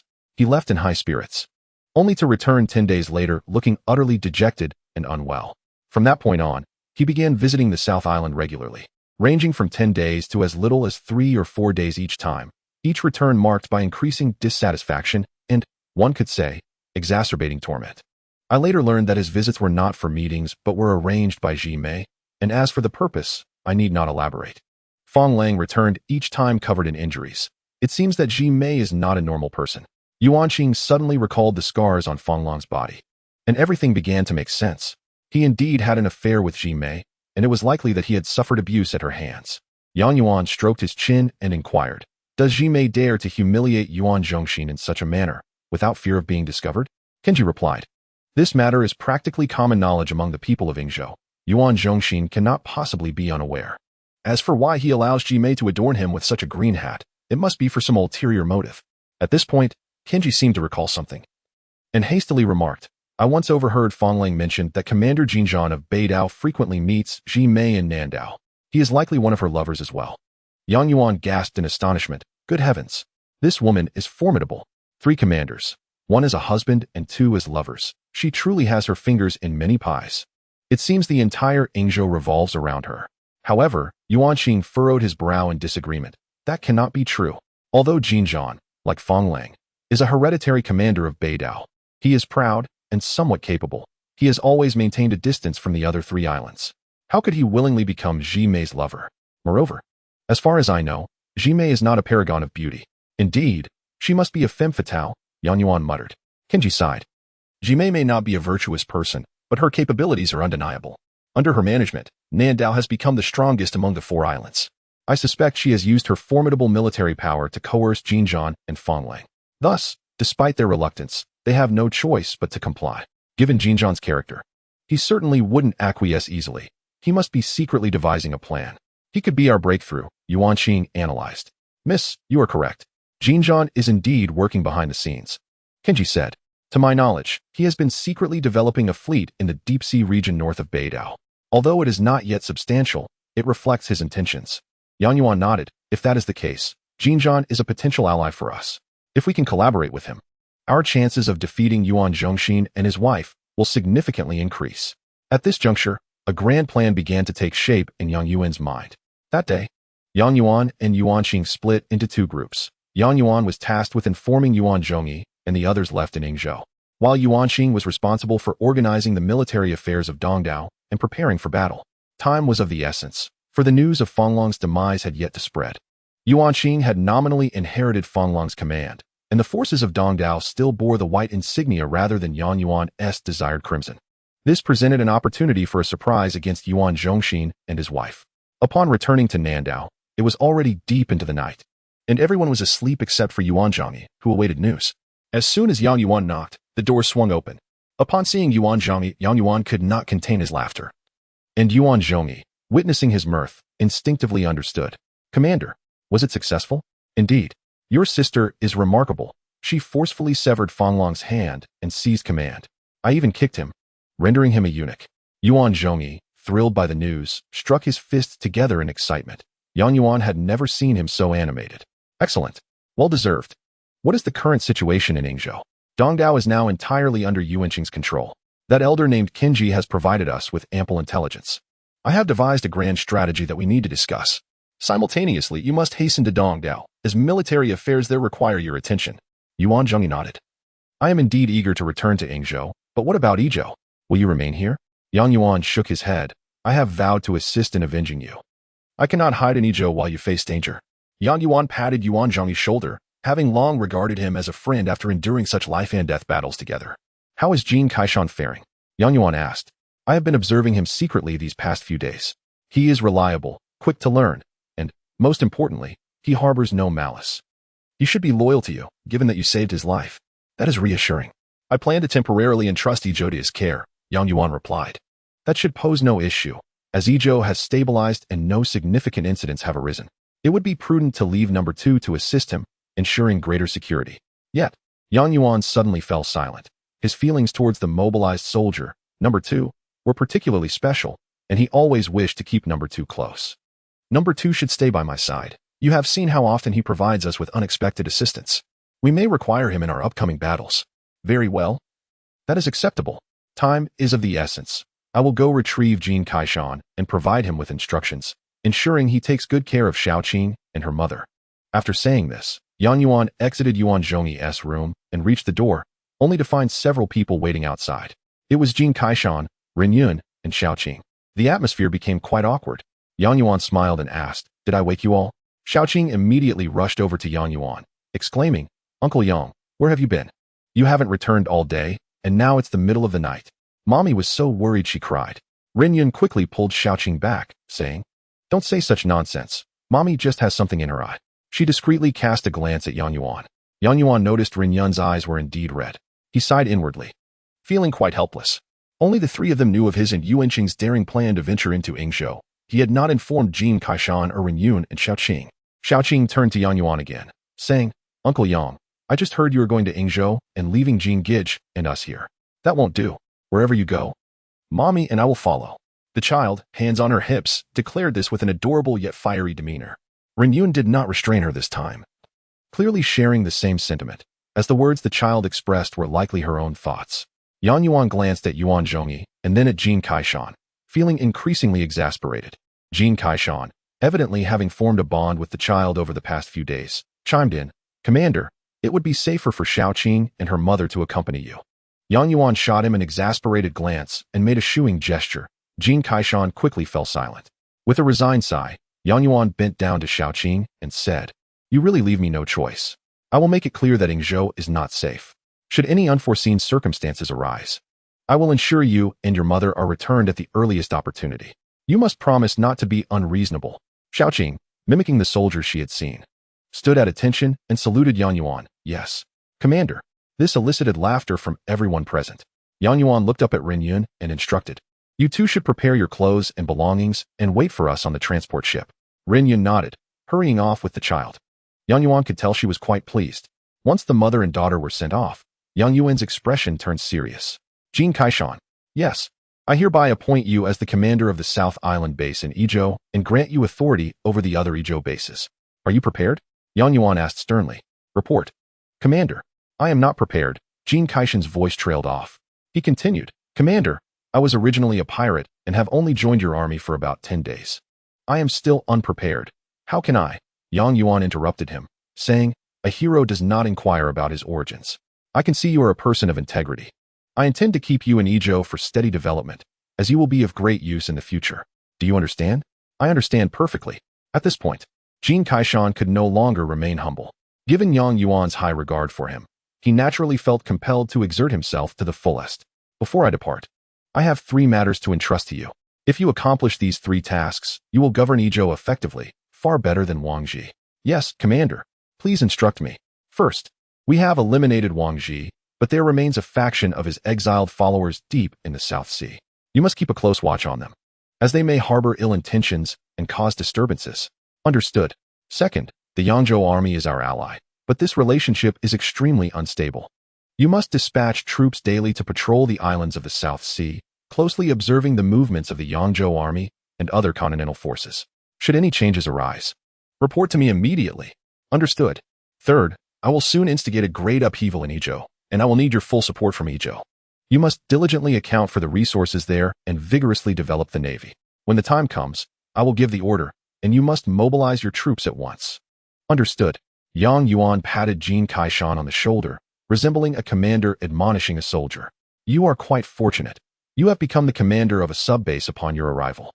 Your mentor, Yuan Zhengyi, has fought alongside me in numerous battles, yet he is merely an advisor now.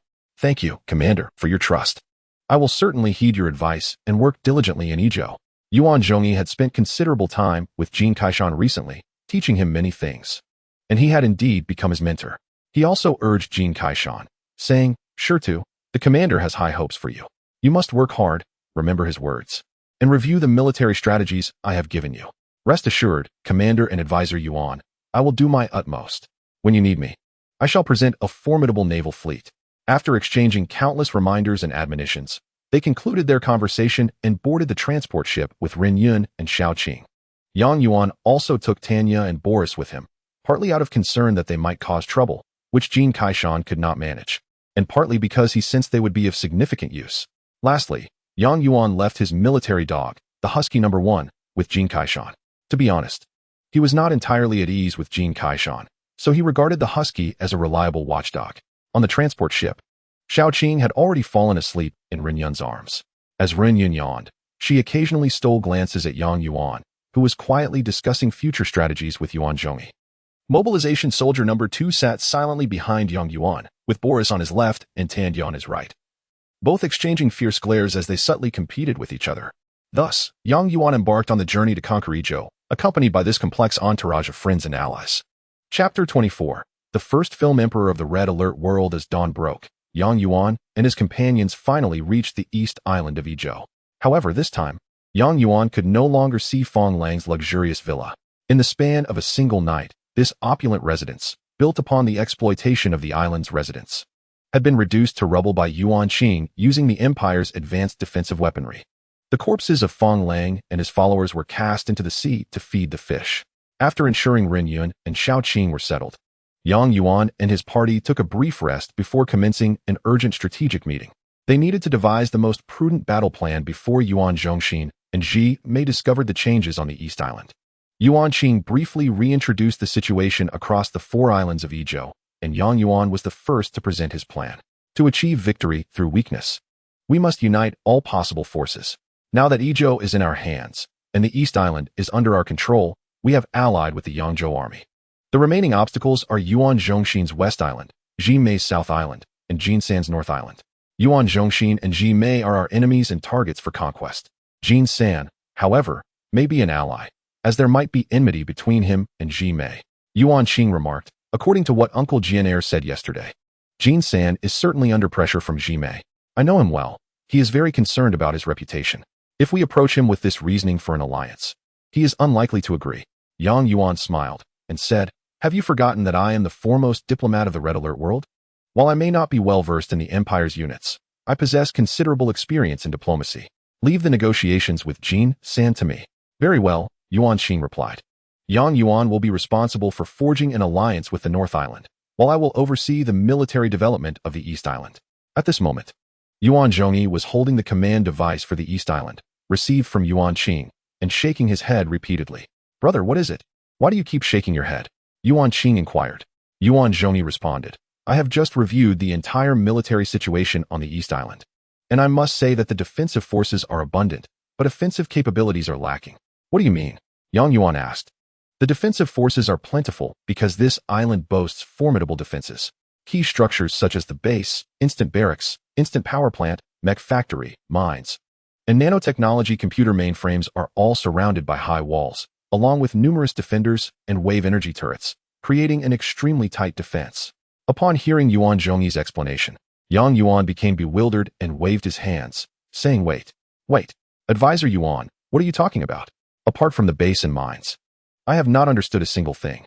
Yang Yuan had never encountered the buildings of Red Alert 3, so it was no surprise that he was confused by Yuan Zhongyi's words.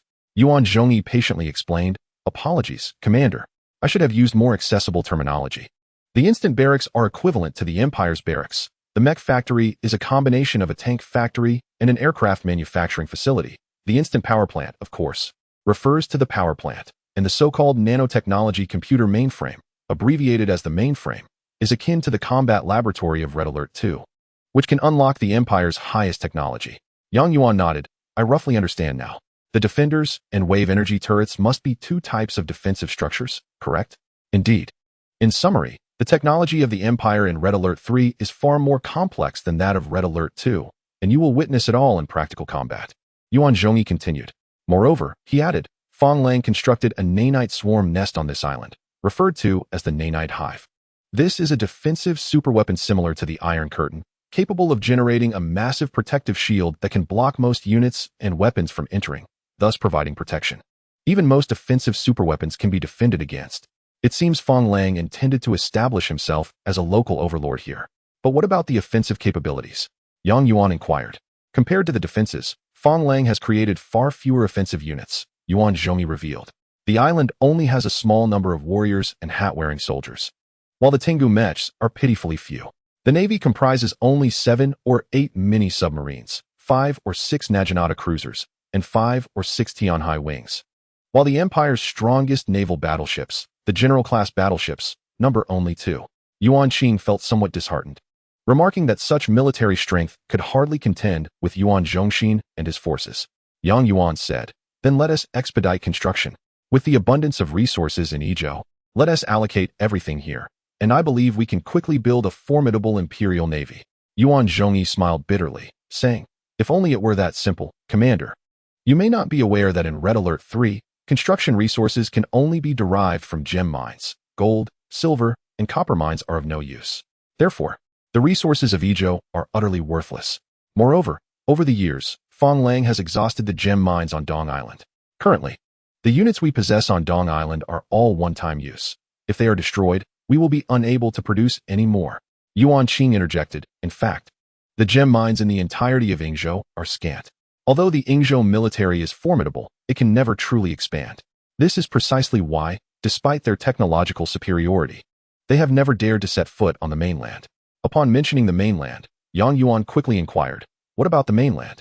Are there gem mines there?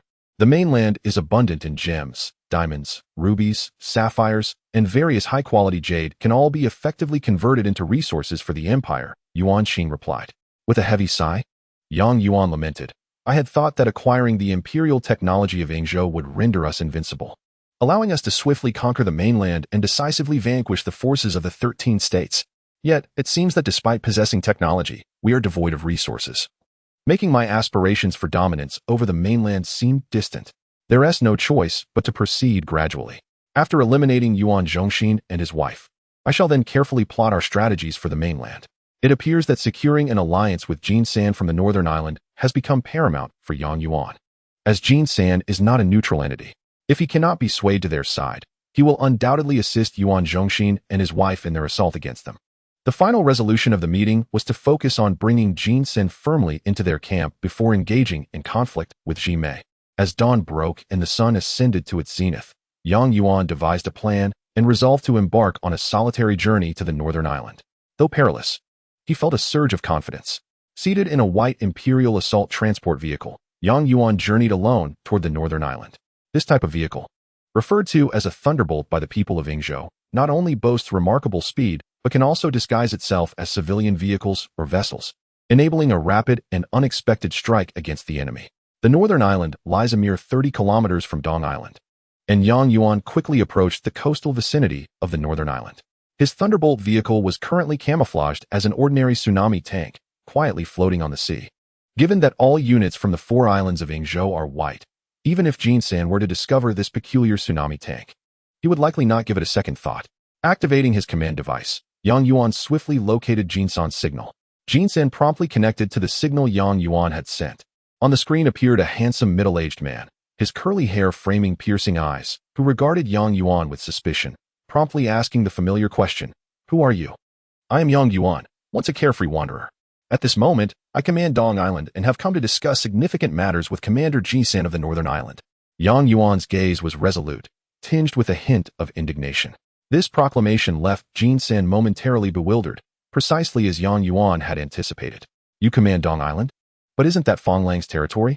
How could it possibly be in your hands? Who exactly are you?" Yang Yuan smiled knowingly and replied with diplomatic courtesy, "My dear Jin San, Fong Lang is dead, and all his forces have now come under my command. I shall send you a video to prove that I speak the truth." With a deft motion, Yang Yuan sent Jin San the footage of Fong Lang and his associates being bound and executed by samurai in a swimming pool. captured by a drone patrolling overhead. Though the video was somewhat shaky, the scene of Fong Lang and his entourage being eliminated was unmistakable. Jin San, known for his composure, absorbed the shocking footage without revealing his astonishment. Before he could inquire further, Yang Yuan continued, "Perhaps you do not care about Fong Lang's fate, but I can inform you that everything is intricately linked to a woman named Ji Mei. My intrusion today is also related to her." At the mention of Ji Mei, Jin San's expression subtly shifted, his eyes flickering, revealing the depth of his connection to her, as suggested by Kenji, the old man. Jin San's tone softened. "Commander Yang, what is it that you wish to discuss?" "Dear Jin San, I can only divulge that my purpose for seeking you is closely tied to Ji Mei, and even more so to you and me. To continue our conversation, I must speak with you face to face, as what I have to say can only be shared with you alone." Yang Yuan spoke with resolute determination, causing Jin San to pause momentarily before regaining his composure. "How can I be certain you are not here to deceive me?"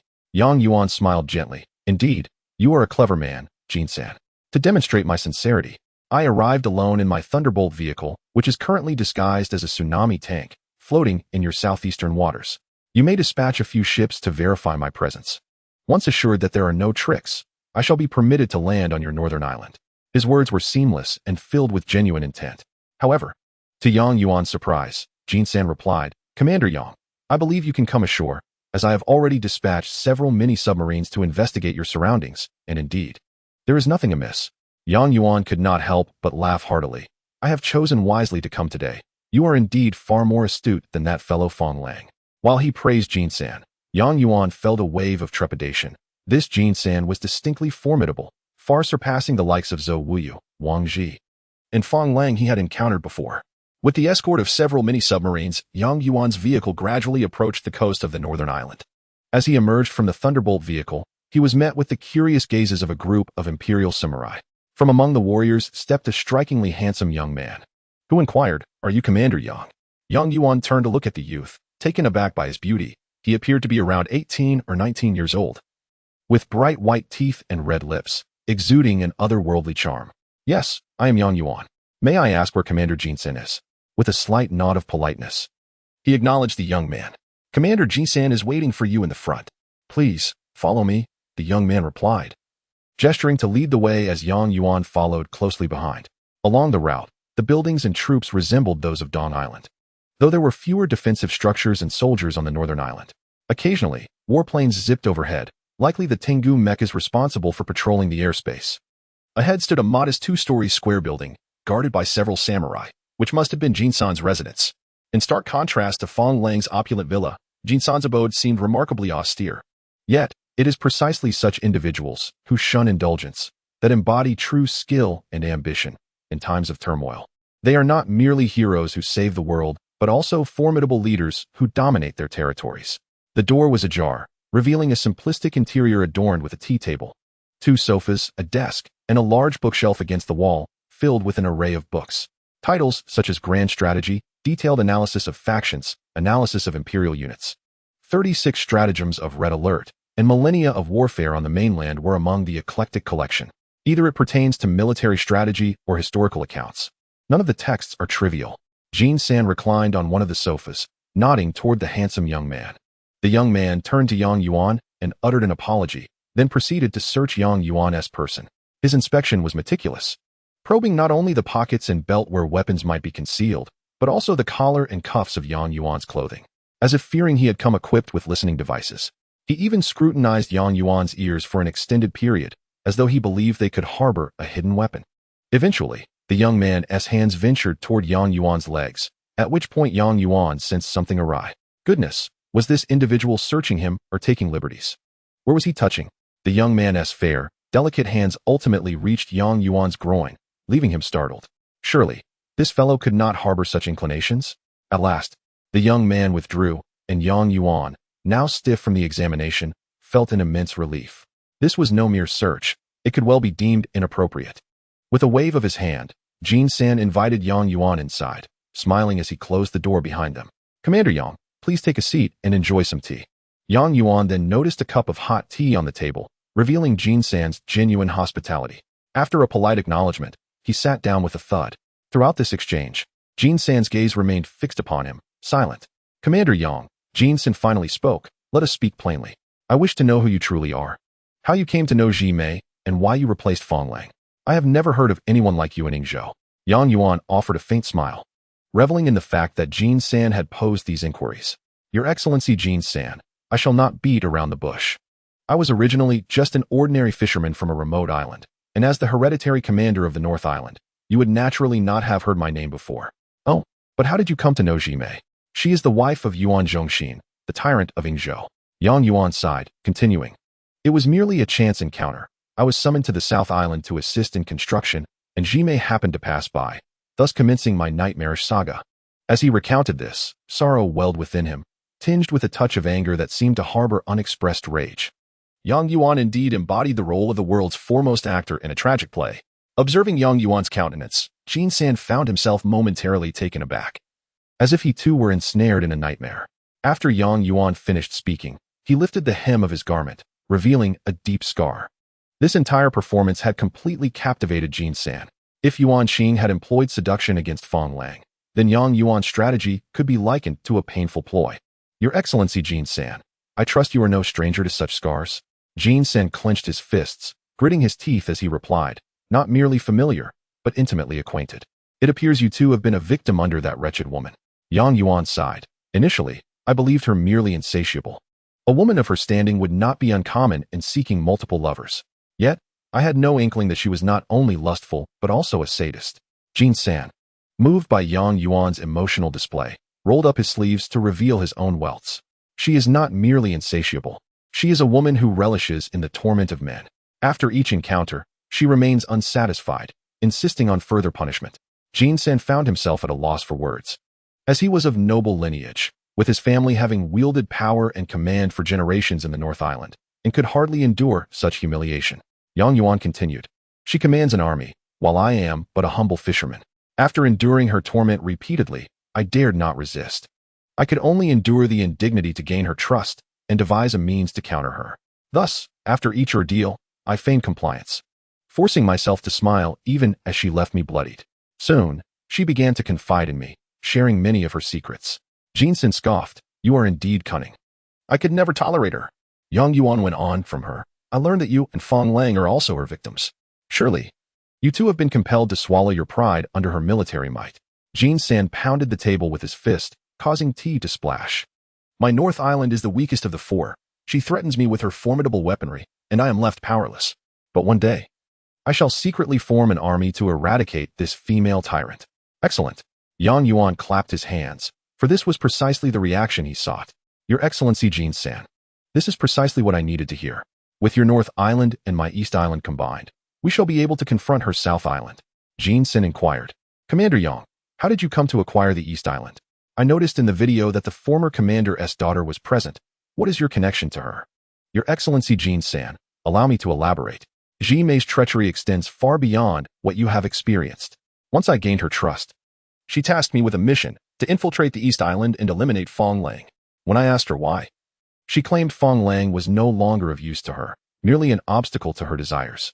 To her, Fong Lang was merely a tool, to be discarded once used. Although she promised that upon success I would be made commander of the East Island, I remained fearful. If she could eliminate Fong Lang today, she could just as easily dispose of me tomorrow.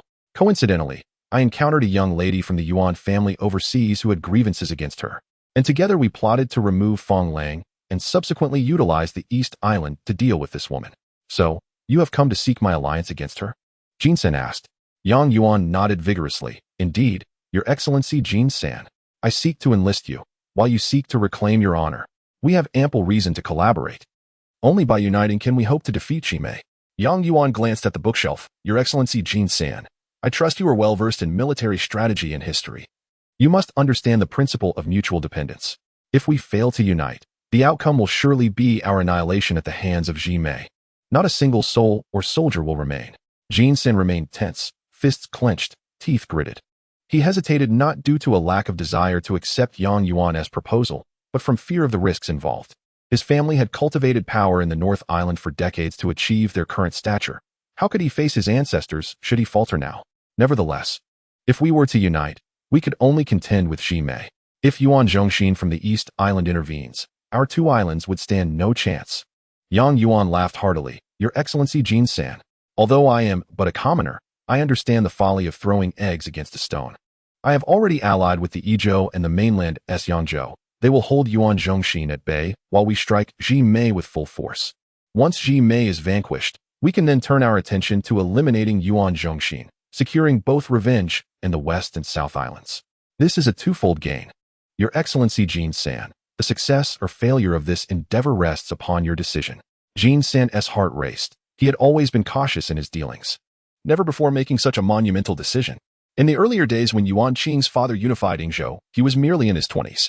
The elder commander Yuan signed a pact with him, vowing never to invade, to which he acquiesced. Later, when Yuan Zhongxin murdered the elder commander and took his place, he established a similar agreement with him. In order to preserve his strength, he did not oppose Yuan Zhongxin. Throughout his life, he remained ensnared in a mindset of maintaining stability, perpetually burdened by the pressure to safeguard his ancestors' legacy. Although he appeared aloof and solitary, he never truly lived for himself. Lord Jin San, let us join forces. Let us eradicate Ji Mei and Yuan Zhongxin. Very well. This time, I, Jin San, shall choose for myself and live for myself. Commander Yang, I shall collaborate with you. Chapter 25. A superficial confrontation with the sorceress of Yingzhou upon Yang Yuan's return to the East Island. He was met with warm greetings from everyone. Their faces brightened upon witnessing his confident smile, signaling yet another success. Yet Yuan Qing, intrigued, inquired, "What trick did you employ to persuade the typically neutral Jin San to ally with you?" "Haha, my dear girl, I utilized the strategy of the 36 stratagems, specifically, the feigning injury tactic." Upon concluding his statement, Yang Yuan rolled up his sleeves, revealing a multitude of crimson whip marks on his arms, horrifyingly vivid. A crowd gathered, their brows furrowing at the sight of his injuries. Particularly moved were the Yuan siblings, who were touched by Yang Yuan's willingness to inflict such pain upon himself for the sake of avenging them. However, to their astonishment, Yang Yuan burst into laughter, declaring, "Huh? You all have been deceived. Of these countless scars on my arms, only one is genuine. The rest are mere fabrications." With that, he wiped his right hand across his arm, causing the apparent wounds to dissolve into colorful pigments. Yuan Qing shot him a glance, realizing the truth behind the ruse. "What a fright you gave me. I thought you truly possessed such a spirit of sacrifice." Yang Yuan chuckled, casting a grateful glance toward Ren Yun, for it was she who had assisted him in creating these faux scars. Initially, he had intended to genuinely inflict pain using the whip. Last night, he had summoned number 2, intending to have him administer a few real lashes. Yet, the moment number 2 struck, Yang Yuan had screamed like a pig being slaughtered. Being a robot, number 2 followed orders without regard for mercy. Just as he hesitated to allow another lash, Ren Yun appeared at his door, carrying snacks for him. Hearing his agonized cry, she hurriedly knocked to inquire. As Yang Yuan had left the door unlocked in his own domain, when Ren Yun pushed it open, she unexpectedly witnessed number 2 wielding the whip, flushing deeply in embarrassment before quickly apologizing and closing the door. She realized that the man she admired had a penchant for such activities. Yang Yuan, wishing to clarify any misunderstandings, hastily brought Ren Yun back and explained everything. Instead, Ren Yun offered her assistance in creating the illusion of whip marks, requiring only some pigments and makeup supplies. Thus, Yang Yuan had number 2 return to Izhou under the cover of night, acquiring a plethora of pigments from his base resources, which were then transported back to Yingzhou. Consequently, his arms bore an array of strikingly red marks, intimidating in their appearance. Although Yang Yuan was unaware of how Ren Yun possessed such makeup skills, he remained grateful to her. Their eyes met, and Ren Yun shyly averted her gaze. Yang Yuan, feeling a sense of helplessness, realized that his charm was becoming increasingly difficult to conceal. A question from Yuan Qing jolted Yang Yuan from his reverie. Aside from successfully allying with Jin San, did you uncover anything particularly noteworthy on North Island? Yang Yuan pondered for several seconds, responding, "Indeed, I have made a rather intriguing observation. I am almost certain that Jin San is a man of peculiar inclinations." This revelation left everyone momentarily stunned. Yang Yuan continued, "I have noticed a remarkably youthful subordinate of his, strikingly handsome, yet possessing mannerisms, voice, and gaze that are decidedly unmanly. Jin San places immense trust in him, suggesting a relationship that is anything but ordinary." Yuan Zhongyi remarked, "No wonder Jin San has maintained such a commendable reputation among the common folk of Yingzhou over the years. He is neither avaricious nor swayed by beauty. It appears he harbors some unique preferences, yet as long as they do not disrupt the lives of the populace, it is of little concern to us. Whether he prefers men or women is of no consequence to us." But this confirms that his disdain and animosity towards Ji Mei are unequivocally genuine, Yang Yuan concluded. Regardless, the diplomatic groundwork for the conquest of Ezhou is now thoroughly laid. Ezhou belongs to us. Zhou Wushi and Jin San have allied with me, and the next step is to seize the opportune moment to confront Ji Mei. As they were deliberating their battle strategies, Yuan Xing's command device emitted a series of beeps. Upon inspection, he discovered it was a video signal from Ji Mei. What should we do? Should we answer? It's Ji Mei? Yuan Xing inquired of the others. Ji Mei undoubtedly seeks Fong Lang, but he is deceased. She knows us both.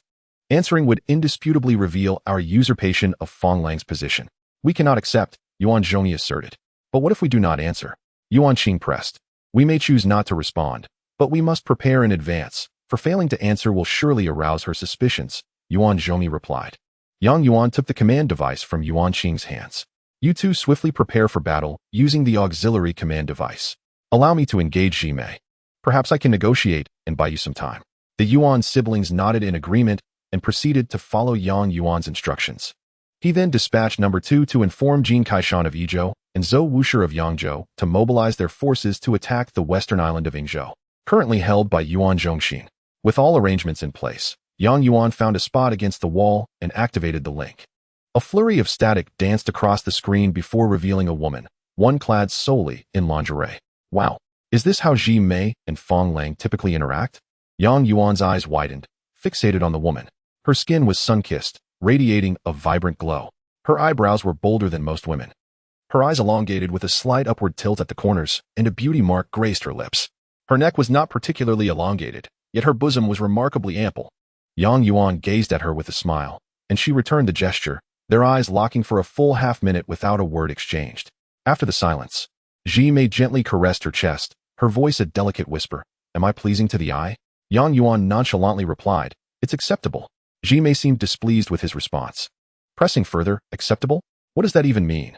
Acceptable suggests it's neither good nor bad, not too large nor too small, merely passable, Yang Yuan teased lightly. Though internally, he was in a state of panic.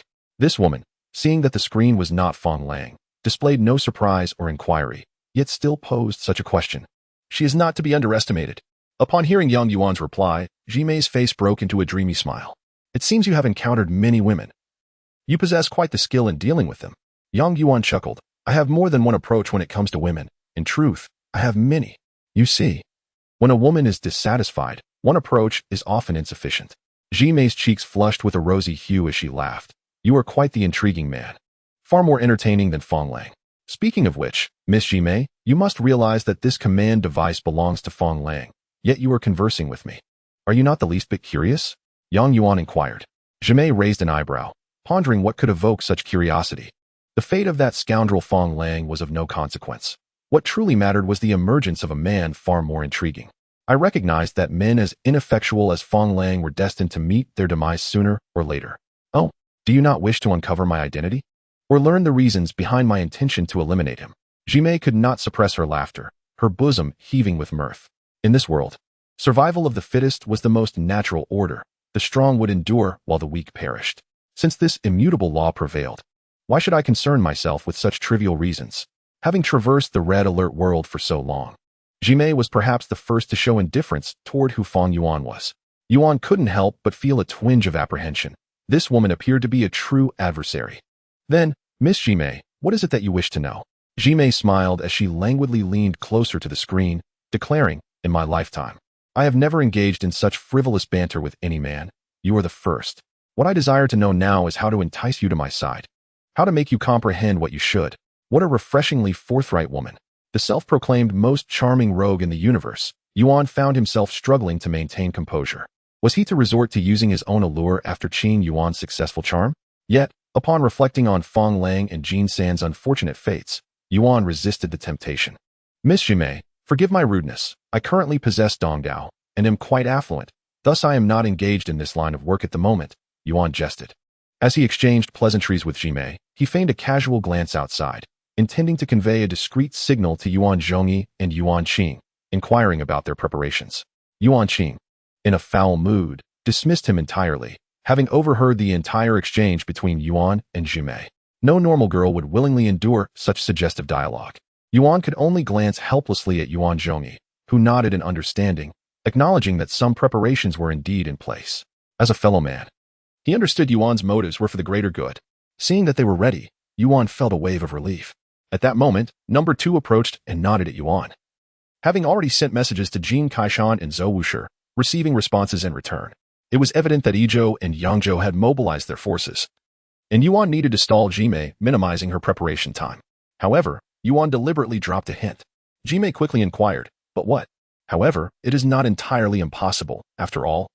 Miss Jimei, you are both intelligent and captivating. No man could resist your allure. Yet, as you are already someone else's wife, how could I dare to intervene? You need not intervene. You may engage in other pursuits, Jimei whispered, her entire face flushed. Ahem, what I meant was, if you had no husband, I might. If I had no husband?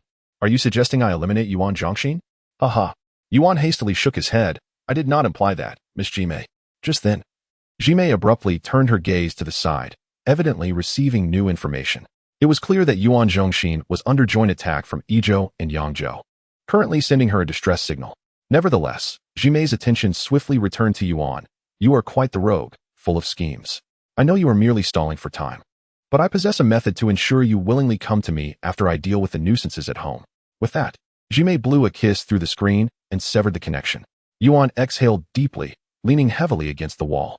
Engaging in conversation with this woman truly taxed the mind. The charm of a commander is indeed formidable. Even the enemy's wife regards you with favor, Yuan Qing remarked. Seizing the opportunity to mock Yuan as soon as the dialogue concluded, Yuan could only smile wryly. Recognizing that he had more pressing matters to attend to than engage in a war of words, he turned to Yuan Zhongyi and inquired, Advisor Yuan, how fares the situation? Yuan Zhongyi replied, although the situation is urgent, everything is proceeding according to plan. On the Izhou front, Jin Kaishan has been exceptionally effective, dispatching all main fleets, including approximately 15 dreadnoughts and aircraft carriers, along with Typhoon submarines, destroyers, dolphins, giant squids, and various other units totaling over 100. Indeed, our allies proved dependable. We must ensure Jin Kaishan avoids large-scale confrontations with the enemy and instead utilizes smaller forces to harass them, exhausting Yuan Zhongxin. Understood. Commander, I have already instructed him accordingly. And what of the Yangzhou front? Yuan queried.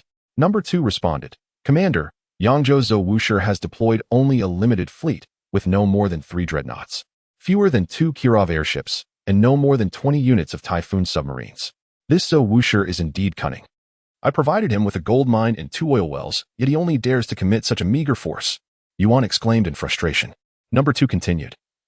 Zhou Wushi's rationale is that since the last rebellion, Yangzhou's naval strength has not recovered, and now they are facing hostility from neighboring lords. This is the maximum naval power they can muster.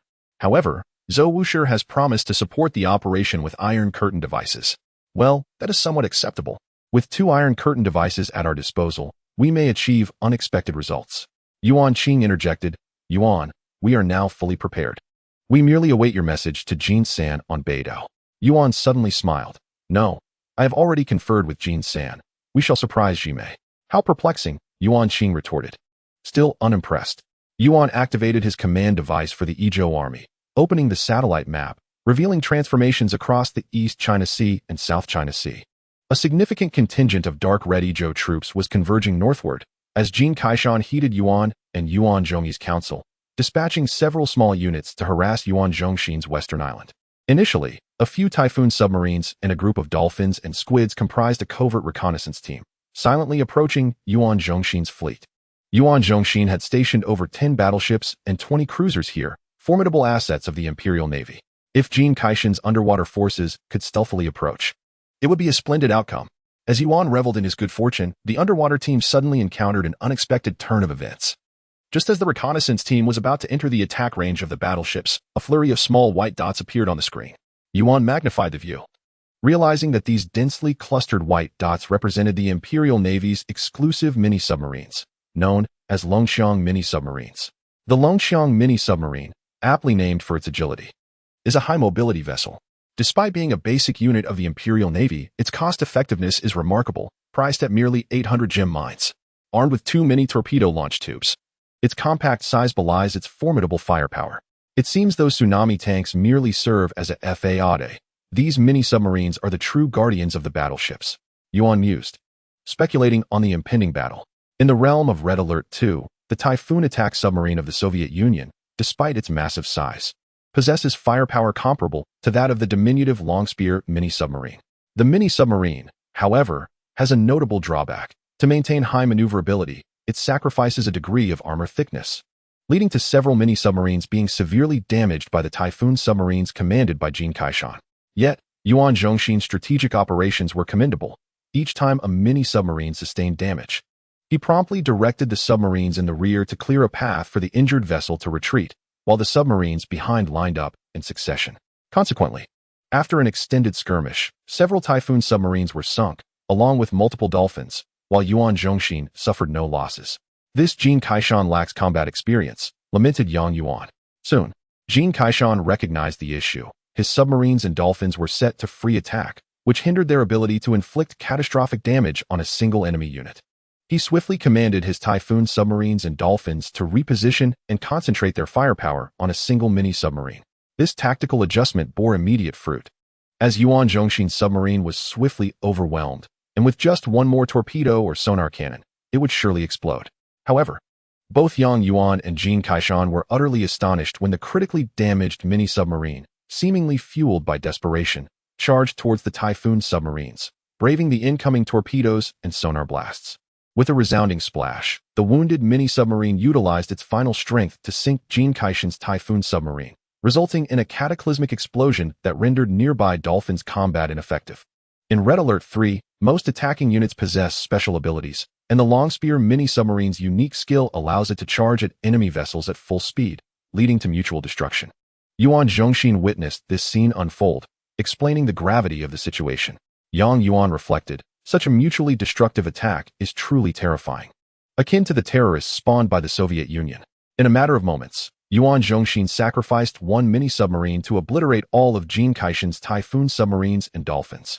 The Imperial force's might was indeed formidable, as Yang Yuan now recognized with clarity.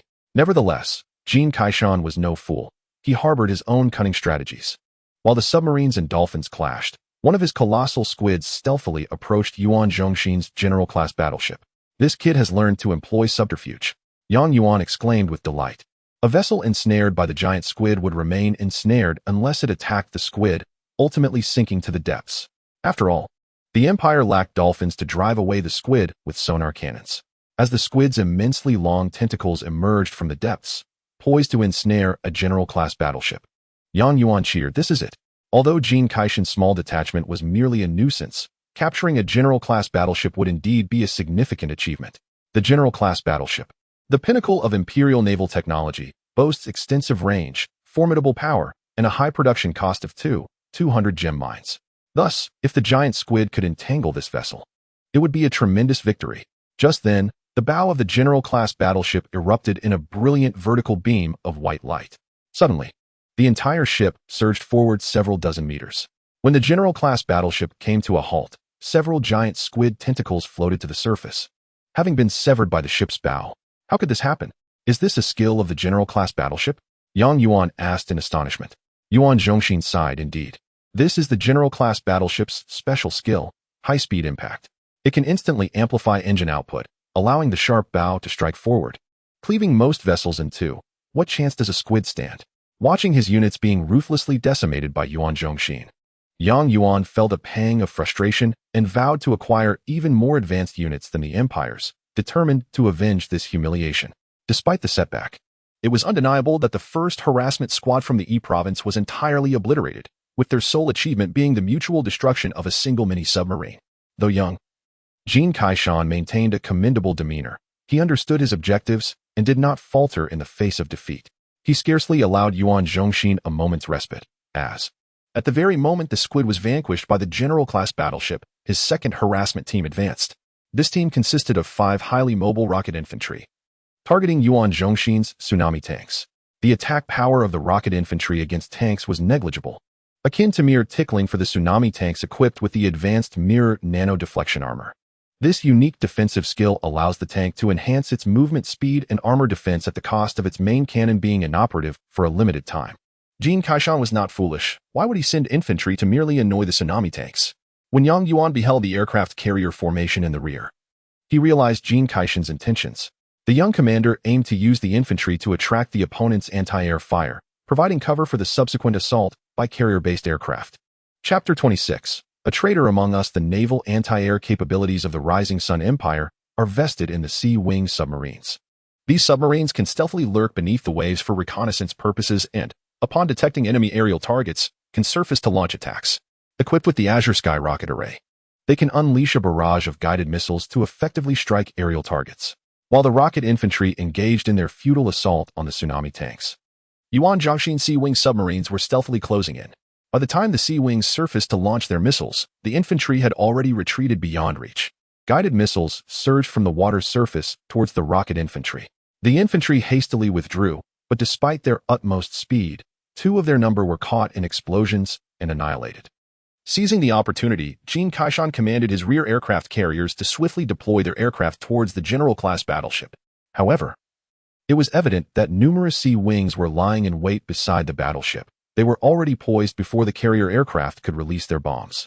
A dense barrage of guided missiles trailed blue smoke as they surged towards the aircraft, resulting in a cacophony of explosions. Although a few aircraft managed to drop their bombs in a narrow escape, the general-class battleship's formidable armor remained unscathed. Jin Kaishan's tactics garnered Yang Yuan's approval. But the young commander's inexperience and operational shortcomings, coupled with the Empire's technological superiority, rendered the situation exceedingly challenging. Moreover, the deployment of carrier aircraft had revealed the carrier's location, prompting Yuan Zhongxin to dispatch 3 Nodachi-class cruisers and a fleet of mini-submarines towards the carriers. Fall back quickly. Yang Yuan felt a surge of anxiety upon witnessing this development. Jin Kaishan, mindful of Yang Yuan's instructions to focus on harassment rather than direct confrontation, promptly ordered a full retreat of the carriers and dispatched anti-submarine destroyers, Typhoon submarines, and colossal squids to intercept the advancing forces.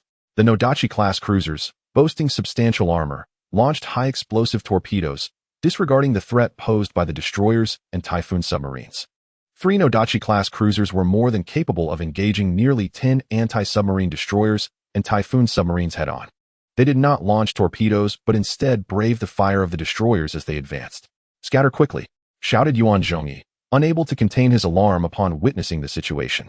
However, his voice was lost on Jin Kaishan. Why were these warships approaching for me to strike? Jin Kaishan was evidently still perplexed. Doubt breeds hesitation, and hesitation leads to defeat. Simultaneously, 3 Nagato-class cruisers arrived and unleashed their skills in a coordinated barrage. Those unfamiliar with the Nagato cruisers would never have guessed that concealed beneath their hulls lay a series of 5 torpedo launch tubes.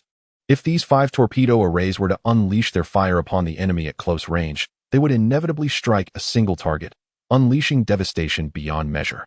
Jin Kaishan was left dumbfounded, as his destroyers, submarines, and giant squids were all grouped together. When 15 torpedoes from the 3 cruisers were launched, he had no choice but to close his eyes. The destroyers and submarines were obliterated in an instant, and the deafening explosion reverberated across the entire sea, with the squids also succumbing to the shockwaves, some dead, others injured. Yuan watched in anguish as his units suffered such heavy losses. A surge of anger welling up within him, and he demanded, "Where is Zhou Wusher's fleet?" It turned out that Zhou Wusher was delaying for every precious second, unwilling to engage while observing Jin Kaishan's forces decimate. That scoundrel, merely watching.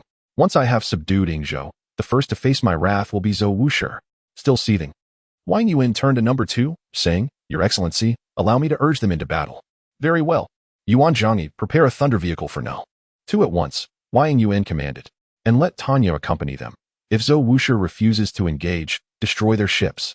"Understood, Commander," Tanya exclaimed, her excitement palpable at the prospect of battle. After number 2 and Tanya set off, Yuan inquired of Yuan Qing, "Is there any movement from Jiming? Has she not deployed her forces?" Jiming had amassed considerable combat strength on the southern shore, but had yet to mobilize. Likely believing that Yuan Zhongxin could handle the situation alone. Clenching his fist, Yuan realized it was time for a decisive strike. He ordered Jin Kaishan to swiftly execute the second phase of the disruption plan. "Understood." On the southern island of Izhou, the time-space teleportation device flickered with light, preparing to transport 5 anti-air tracked vehicles to Yuan Zhongxin's western island. Inside the anti-air vehicles lay a significant gift that Yuan intended for Yuan Zhongxin. Yuan Zhongxin's western island was under constant surveillance by Yuan spy satellites, and since the Empire lacked technologies like Fisher generators, Wang Yuan's time-space teleportation device could send friendly units anywhere on Yuan Zhongxin's western island. Jin Kaishan's 5 Kirov-class cruisers surged toward Yuan Zhongxin's fleet, while Yuan Zhongxin dispatched Tengu mechs to meet the challenge. The Tengu mechs, like the Tianhai wings, possessed two forms. On land, they operated as anti-infantry mobile cannons. While in flight, they transformed into exceptionally fast aerial combatants. Although the Tengu's attack power was modest, their low production cost of only 800 gem ores made them suitable for mass production. Coupled with their remarkable agility, they were indeed the optimal choice for intercepting Jin Kaishan's Kirov-class cruisers. Naturally, Jin Kaishan would not allow his cruisers to be offered up as free experience points, promptly dispatching 5 equally swift Scorpion anti-aircraft boats to distract Yuan Zhongxin's Tengu aircraft. In response to the damage inflicted by the Scorpions on the Tengu, Yuan Zhongxin hastily redeployed the tsunami tanks stationed at the forefront. Thus, a large-scale naval battle became inevitable. However, Jin Kaishan understood that all this merely served to divert the enemy's attention, for the time-space teleportation device had already been activated. In an instant, the 5 anti-air tracked vehicles vanished amid the whirring of machinery, appearing in an unfamiliar territory. Upon arriving, the intrusion alarm blared throughout Yuan Zhongxin's base, indicating a red alert. A multitude of unidentified units launched an assault on the 5 invading tracked vehicles, which raced toward the destination dictated by Wang Yuan's orders. Wang Yuan had commanded them to charge into the enemy's base. Indeed, each of these tracked vehicles was laden with 5 terrorists. Yes, these were terrorists created from the Wangji base. Each was equipped with a substantial amount of high explosives, intending to annihilate Yuan Zhongxin's base in a mutually destructive manner. "Commander, let us witness the final fireworks together," was the last utterance of the 15 terrorists as they disembarked. "Explode, everyone. Blow his base to the heavens." With Wang Yuan's command, the terrorists hesitated not a moment longer, pressing the detonation switches on their bodies. A series of explosions ignited simultaneously, triggering the detonation of the 5 tracked vehicles and engulfing Yuan Zhongxin's base in flames. Witnessing the success of Wang Yuan's plan, Jin Kaishan rejoiced at the base's destruction and immediately dispatched all aircraft carriers and battleships forward. Simultaneously, Zhou Wushi, sensing the chaos at Yuan Zhongxin's rear, seized the opportunity to deploy all his forces. Meanwhile, Jiming from the southern island and Jinzhan from the northern island were both taken aback by the explosion. "Ha!" Wang Yuan laughed heartily, asking, "Do you think that explosion just now killed Yuan Zhongxin? Did it avenge you?" Yuan Zhongyi, though forcing himself to maintain composure, couldn't help but chuckle. "Commander, Yuan Zhongxin is not foolish. He likely won't reside within the base. However, even if he survives, this commotion will surely cost him dearly. It's worth noting that the Red Alert 3 base vehicle is exceedingly costly, requiring 5,000 gem ores. After years of mining in Yingzhou, the gem ores have long since been depleted. I doubt Yuan Zhongxin can muster another 5,000 gem ores."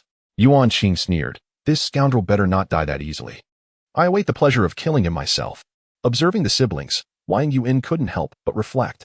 Their parents had been murdered, and they had endured years of pain, but today, they had finally turned the tide against their enemies. It was truly gratifying. If Yuan Zhongxin had not perished in the explosion, he was eager to see his expression at this very moment. Lost in thought, Wang Yuan was suddenly alerted by Yuan Qing's shout. "Commander, movement!" "What movement?" "Jiming's fleet is advancing southward toward the Izhou forces, having covered quite a distance. It seems they are heading to rescue Yuan Zhongxin." "Excellent. We have been awaiting this moment." Wang Yuan commanded, Yuan's staff officer, immediately dispatched the Eastern Island fleet to attack the Southern Island's homeland. "Understood." Wang Yuan then turned to Yuan Zhongyi, instructing, Yuan advisor, "Order Jin Kaishan to hold the Jiming fleet at all costs, even if it means obliterating the Izhou forces." "Understood." Yuan Qing mobilized all naval units from the Eastern Island toward the Southern Island. Though the total number of warships was limited, they included 8 mini-submarines, 5 Nagato cruisers, 5 Tengu mechs, and 2 general-class battleships. Yuan Zhongxin also redirected every available unit from the Eastern Island capable of entering the sea or taking to the skies to the battlefield, barely forming a naval force. Despite its modest size, this naval contingent was diverse, comprising not only the purely naval units dispatched by Yuan Qing, but also tsunami tanks, Tengu mechs, and helicopters.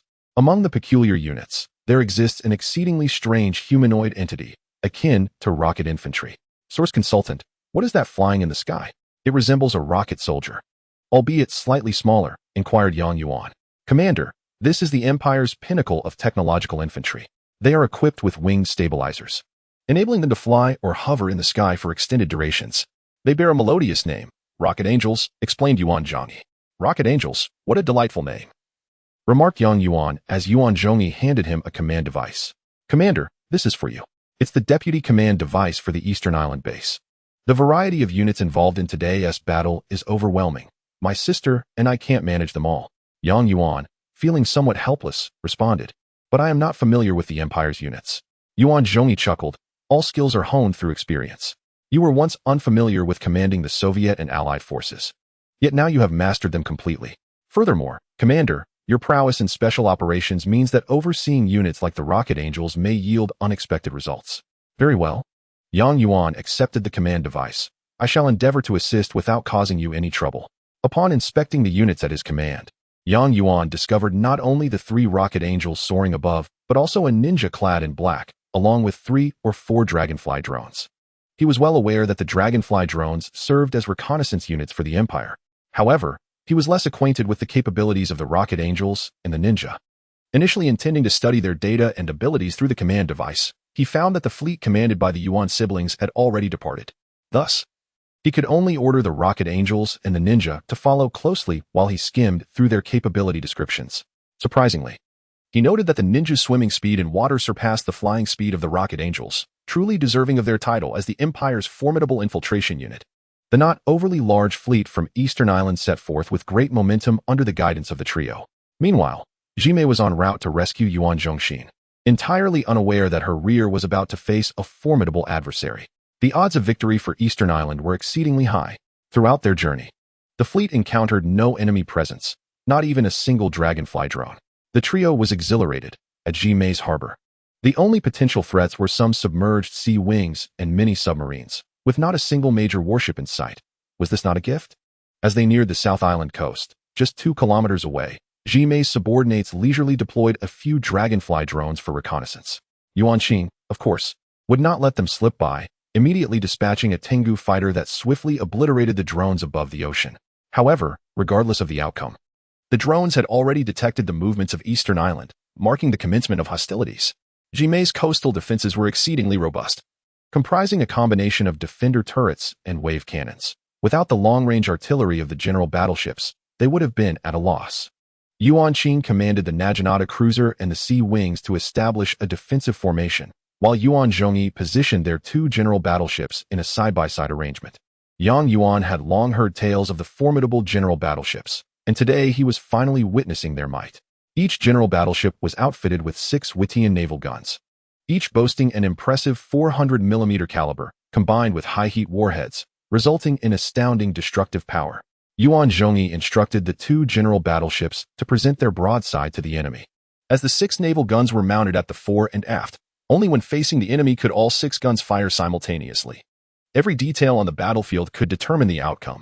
With 12 high-heat warheads launched simultaneously, Jimei's wave cannons were reduced to rubble, as their range paled in comparison to that of the general battleships, leaving Jimei to watch her structures crumble. Jimei's naval and air forces were dwindling, reduced to attempting a feeble resistance against the Eastern Island fleet. A few Tengu fighters conducted probing maneuvers at the fleet's periphery, prompting Yuan Qing to deploy all Sea Wings for aerial assault. Upon witnessing the missiles launched by the Sea Wings, the Tengu fighters transformed into floating Tengu mechs, effectively evading the entirety of the Sea Wings' assault. However, misfortune befell them. While the helicopter had 2 forms, one for aerial assaults and another for ground operations as an anti-air turret, it lacked the mobility to traverse the ocean's surface like the Tengu. Consequently, when faced with the incoming anti-air missiles from the Sea Wings, it could not evade and was forced to confront the onslaught head-on. Despite their formidable firepower, 3 fighters could not withstand the assault of 8 Sea Wings. In this brief skirmish, Yuan Qing lost a single Sea Wing, but managed to eliminate all 3 Tengu fighters. Meanwhile, on the spy satellite S-map, Jimei's fleet, having engaged with Jin Kaishan's invading forces, was retreating with haste, with her own backyard ablaze. She could hardly afford to concern herself with her husband, Yuan Zhongxin. Jin Kaishan, resolute in his orders to stall Jimei's fleet at all costs, commanded all naval units. Advance. All air forces, mobilize. Though Jin Kaishan's Kirov airship had been entirely shot down, the Eastern Islands still had 3 command centers with a total of 12 invading fighters. Upon receiving their orders, these fighters swiftly took to the skies from Eastern Island, racing toward the enemy fleet. Ultimately, however, only 3 of the 12 fighters returned, and they did so shrouded in smoke and barely airborne. There was no denying the might of the Empire's sea wings in air defense. Nevertheless, such sacrifices were deemed worthwhile, for they had accomplished their objective, to delay the enemy's advance and grant the Eastern Island fleet precious time. At that moment, Yuan Zhongyi's 2 general battleships had already destroyed 7 or 8 of Ji Mei's wave energy towers. Should this breach in coastal defenses widen further, the general battleships would advance, exposing Ji Mei's core structures within their artillery range. As Yang Yuan reveled in their success, Ji Mei transmitted a communication signal. Could she be signaling her surrender? Yang Yuan scoffed. Yuan Qing replied, "We cannot respond now. She may be attempting to distract us. We are on the verge of reaching her base." "Very well. At this critical juncture, I shall disregard her," Yang Yuan declared, severing the signal. Rocket Angels, advance. With Ji Mei's coastal defenses breached, all anti-air capabilities had been neutralized, allowing Yang Yuan to command the 3 Rocket Angels to attempt an aerial bombardment of Ji Mei's power plant. The Rocket Angels, equipped with photon rocket launchers, unleashed a torrential rain of rockets upon the target every second. Their armor-piercing capabilities were exceptional within a mere 5 minutes. The trio of Angels had obliterated a power plant and even toppled a passing tsunami tank. Observing additional Hat soldiers stationed near the power plant, Yang Yuan ordered the Rocket Angels to eliminate them. As the rockets descended upon the Hat soldiers, they promptly employed their burrowing skill, burying themselves in the ground, leaving only their large conical hats exposed. However, to Yang Yuan's astonishment, despite the onslaught from the Angels, the Hat soldiers remained steadfast, impervious to harm. How can these rockets, which devastate structures and tanks, fail to eliminate them? As several Tengu approached, Yang Yuan had no choice but to retreat the Rocket Angels. At this moment, another signal from Ji Mei was transmitted, and Yang Yuan smiled. Ji Mei was still unwilling to surrender. Ignoring her, he aimed to make her experience despair by watching her base obliterated. However, a voice interrupted his triumph. "Commander Yang, you must answer the signal this time." Turning around, he saw that the speaker was none other than Uncle Jian, the only survivor under Fong Lang's command. Yang Yuan's blood ran cold. Jian right hand was tightly gripping a bound child, whose mouth was sealed with tape, rendering him voiceless. In his left hand, he wielded a pair of scissors. The tip pressed against the child's delicate neck. "Xiaoqing!" Yang Yuan's shout startled the Genji siblings, who were intensely coordinating the battle. Yuan Qing turned back to witness the scene, equally alarmed. "Uncle Jian, what are you doing? Let the child go." Jian smirked darkly. "I can release the child. But first, Commander Yang must connect with Ji Mei." Gritting his teeth, Yang Yuan demanded, "Where is the child's mother? What have you done to her?" "Commander Yang, this is not the time for such discussions. If you do not answer Ji Mei's signal, not only will this child perish under the scissors, but the child's mother will also die in her room.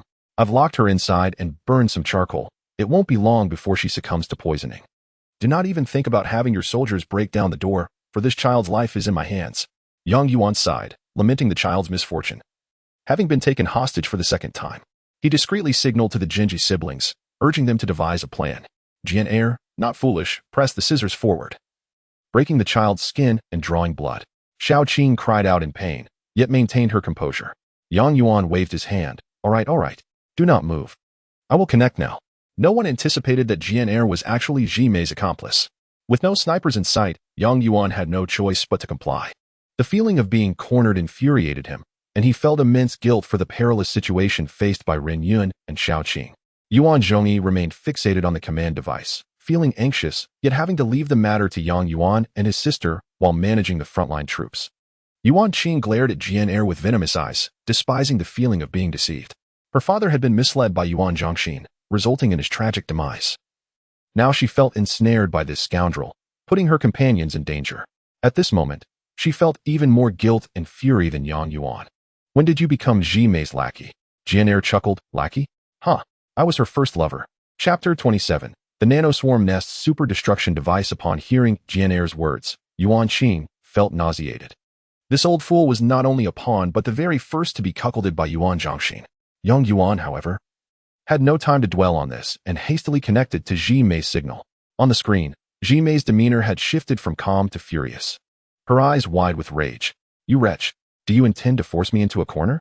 Yang Yuan forced a bitter smile. "It is your old lover who has trapped me here."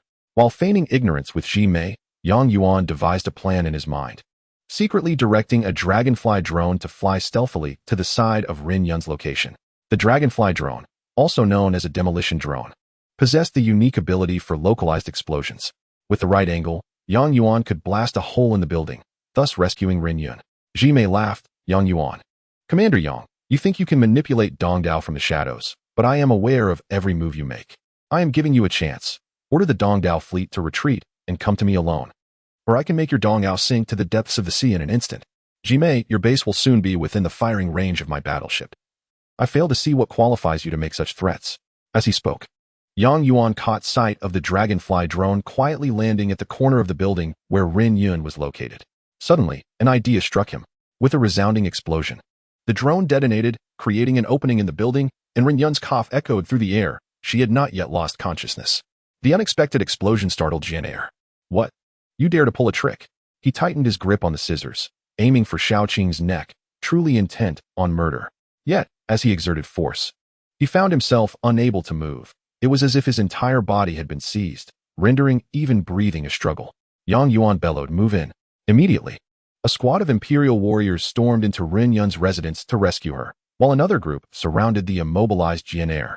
Yang Yuan glanced above Jian, where a rocket angel pointed her right hand at his head. A dark beam shot from her hand, connecting to Jian's skull. This was the rocket angel's special skill, the paralysis whip. The luminous whip, fired from the rocket angel's wrist device, ensnared anyone struck, rendering them utterly motionless. Ugh! The paralyzed individual could barely speak. But Yang Yuan discerned Jian muttering curses. Yuan Qing hurried forward, cautiously prying Xiaoqing from Jian's grasp. Once the tape was removed from the child's mouth, she neither cried nor shouted but calmly inquired, "Where is my mother?" Rin Yun had been rescued by the warriors and was now rushing toward her child. "Xiaoqing, Mommy is here." After enduring a life-and-death ordeal, the mother and daughter embraced, weeping bitterly. Yang Yuan felt he should not have overlooked such a danger and approached to offer comfort. Rubbing Xiaoqing's head, he said, "I apologize, Xiaoqing. I failed to protect you and your mother from harm." Rin Yun wiped her tears and replied, "Commander, it is not your fault. You saved us." Yang Yuan cast a grateful glance, assuring her, "Rest assured, I will never allow you to face danger again. I will protect you." Rin Yun wiped her tears and nodded resolutely, trusting in Yang Yuan, the young commander. Meanwhile, Yuan Qing was filled with rage, delivering 10 resounding slaps to Jian, sending the old scoundrel tumbling to the ground. She then kicked his face, and in no time, blood and tears flowed freely, leaving the old rogue unrecognizable. Yang Yuan broadcast this scene to Jimei, declaring, "Miss Jimei, it appears your infiltrator can no longer threaten me. The useless old fool, both upper and lower body, is a waste." Jimei cursed vehemently, only to quickly regain her composure, sneering, "Do not celebrate too early. My trump card is certainly not just this worthless pawn. Look at this." With that, Jimei synchronized a video feed, revealing an aerial view of a circular building, unmistakably captured by the dragonfly drone. The structure appeared peculiar, resembling a large starfish lying on the ground. "Commander Yang, this colossal apparatus is known as the Super Energy Destruction Device, a creation I have meticulously assembled over 3 years by marshaling various resources. It is precisely this device that compels every man in Yingzhou to heed my commands. The preparations have been completed.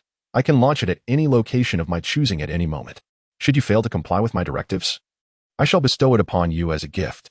Although Yang Yuan remains oblivious to the true nature of the Super Energy Destruction Device, its very name suggests it is the Empire's most formidable weapon. Yang Yuan glanced at the Genji siblings, and all three fell into a contemplative silence. They dared to provoke many things, yet the might of a superweapon was not among them. With a sigh, Yang Yuan conceded, "Very well, Miss Jimei, you have triumphed. I have no desire for death.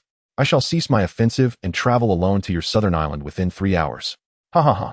Jimei chuckled, her slender eyes narrowing with delight. "That is much better. However, the journey from the eastern island to the southern island only takes an hour, so I shall grant you but 1 hour." Upon concluding the call, Yang Yuan was left speechless, his expression grave. He had not anticipated that Jimei had indeed constructed a destruction device, a contraption that was both costly and energy-intensive, unsustainable by the resources of a mere island like Yingzhou. Yuan Zhongyi remarked, "It is indeed astonishing." Yuan Qingxi inquired, "Are you truly willing to serve that Jimei as a slave? You might as well embrace death." Yang Yuan offered a wry smile. "No more words. Quickly instruct the fleet to retreat, then take the thunder vehicle back to Yizhou. We can no longer remain on the eastern island. Yuan Qingxi laughed. Fool. Why should we leave? She possesses a super energy destruction device. Do we not have a nest of nanobots? What do you mean? Yuan Zhongyi also chuckled. Now I understand why Fong Lang devoted so much effort to constructing a nanobot nest. It serves as a defense against super weapons, including the super energy destruction device. Yang Yuan grasped their point. What? Are you implying we need not fear her at all? Yuan Zhongyi replied. It's not that simple. The nanobots must be deployed with utmost precision to withstand the destruction device. However, we have 1 hour. Perhaps we can devise a method to utilize the nanobots to neutralize Jimei's device. Upon hearing that Yuan Zhongyi had a plan, Yang Yuan eagerly asked, what is the plan? The nanobots can envelop the destruction device, rendering it inoperable for a limited time. If our engineers can seize control of the device during this interval, we shall succeed. Yang Yuan nodded. Although the plan was challenging, it was indeed worth attempting. At that moment, the two individuals responsible for urging Zhou Wushi to mobilize returned in the Thunder vehicle, Tanya and Boris. As Tanya exited the cabin, Yang Yuan's mind began to formulate a strategy. Alas, there was no choice but to sacrifice his own allure. A Thunder vehicle departed from the eastern island, embarking on a maritime route towards the Enchantress's southern island. Within this vehicle sat not only Yang Yuan, but also Tanya and Boris, accompanied by an Imperial ninja and an Imperial engineer. The ninja was enveloped in layers of attire, revealing only his eyes, while a katana of the same model as that of the Imperial warriors was strapped to his back, and various peculiar tools bulged from his waist. The Imperial engineer, in stark contrast, bore no resemblance to a robot. He donned high-tech glasses, a suit, and clutched a briefcase, resembling a rather oblivious office worker. Both the ninja and the engineer remained silent, seated calmly opposite Yang Yuan, while Tanya and Boris engaged in a ceaseless exchange of banter. Despite Yang Yuan's efforts to separate them by seating them on either side, their bickering continued unabated. Initially, Yang Yuan attempted to strike up a conversation with the ninja and engineer, but found them as unyielding as stone. As the argument escalated, Yang Yuan could no longer endure and shouted, "Enough!" Startled, both Tanya and Boris fell silent. Do you realize what your commander is about to undertake? Tanya replied. Of course, we are going to obliterate the enemy's base. Boris added, certainly we shall eliminate those capitalist lackeys and liberate the people of the southern island. With a deep sigh, Yang Yuan acknowledged, you both speak truthfully. However, before we proceed, we must first neutralize the enemy's superweapon. Otherwise, we shall all perish. Commander, Boris inquired, isn't this task one we can handle? Why do you need to be personally involved? Because I must negotiate with the opposing commander to buy you time. I am, like you, a brave warrior. Wow, my commander, you have moved me deeply. Tanya shall forever follow you. Commander, my loyalty is no less than that of this woman. With their vows of allegiance, Yang Yuan felt reassured enough to share the ensuing battle plan with them. Once the plan was laid out, they had arrived at the southern island. The defensive turrets along the shore remained motionless. For Jimei was aware of Yang Yuan's arrival and had ordered a ceasefire within the base. Yang Yuan stepped slowly from the cabin, only to be surrounded by a throng of warriors, their demeanor resembling that of an escort for a condemned criminal. Yang Yuan cast a furtive glance back at the Thunder vehicle, resigned to his fate as he was escorted away as if to the gallows. Upon entering the room, Yang Yuan was greeted by Jimei, clad only in her undergarments. Behind her loomed a grand bed reminiscent of the one in Fong Lang's villa. It appeared that such lavishness was not Fong Lang's preference, but rather a demand from Jimei. With a wave of her hand, the warriors dispersed, standing against the walls. Upon seeing Yang Yuan, Jimei erupted into a fit of giggles. Commander Yang, you did come, after all. It has already been over an hour. Yang Yuan swallowed hard and smiled awkwardly. Miss Jimei, the turbulent seas delayed my speed. Jimei rose gracefully, inching closer to Yang Yuan. With each step, her voluptuous figure swayed enticingly. Yang Yuan found himself instinctively retreating, sensing the danger this woman posed, akin to a predatory specter. Why are you stepping back? Do you not find me appealing? Am I not beautiful enough? Jimei pouted, nibbling on her finger as she feigned disappointment. Her beguiling expression sent Yang Yuan's heart racing. Despite his awareness of her formidable nature, the primal instincts of his body elicited a myriad of curious reactions. As he shook his head and stepped back, a sudden dark beam of light shot towards him, rendering him immobile. It was then that he noticed a rocket angel hovering outside the window. It was the angel's paralyzing whip that had ensnared him. Ha ha ha, now you cannot escape. Jimei sauntered forward, extending her hand towards the buttons of Yang Yuan's shirt. Panic surged within him. It seemed he was doomed to succumb to her whims today. To his astonishment, however, Jimei struggled with the buttons, managing to unfasten none. How vexing. Did you intentionally wear such an outfit? The buttons are far too tight. Indeed, the impeccably arranged attire was deliberately chosen by Yuan. As he sought to buy time for his plan, at that moment, he could only hope that Tanya and Boris had already set their plan in motion. Eventually, Jimei succeeded in unbuttoning Yuan's shirt, leaving him in only his dress shirt and undershirt. Jimei provocatively traced vertical lines on Yuan's chest with her fingers, gliding down to his abdomen. She maintained her gaze on him, continuing her descent until she reached his thighs. Yuan trembled all over, struggling to open his mouth. Yet it felt as if his lips were no longer under his command, rendering him utterly powerless.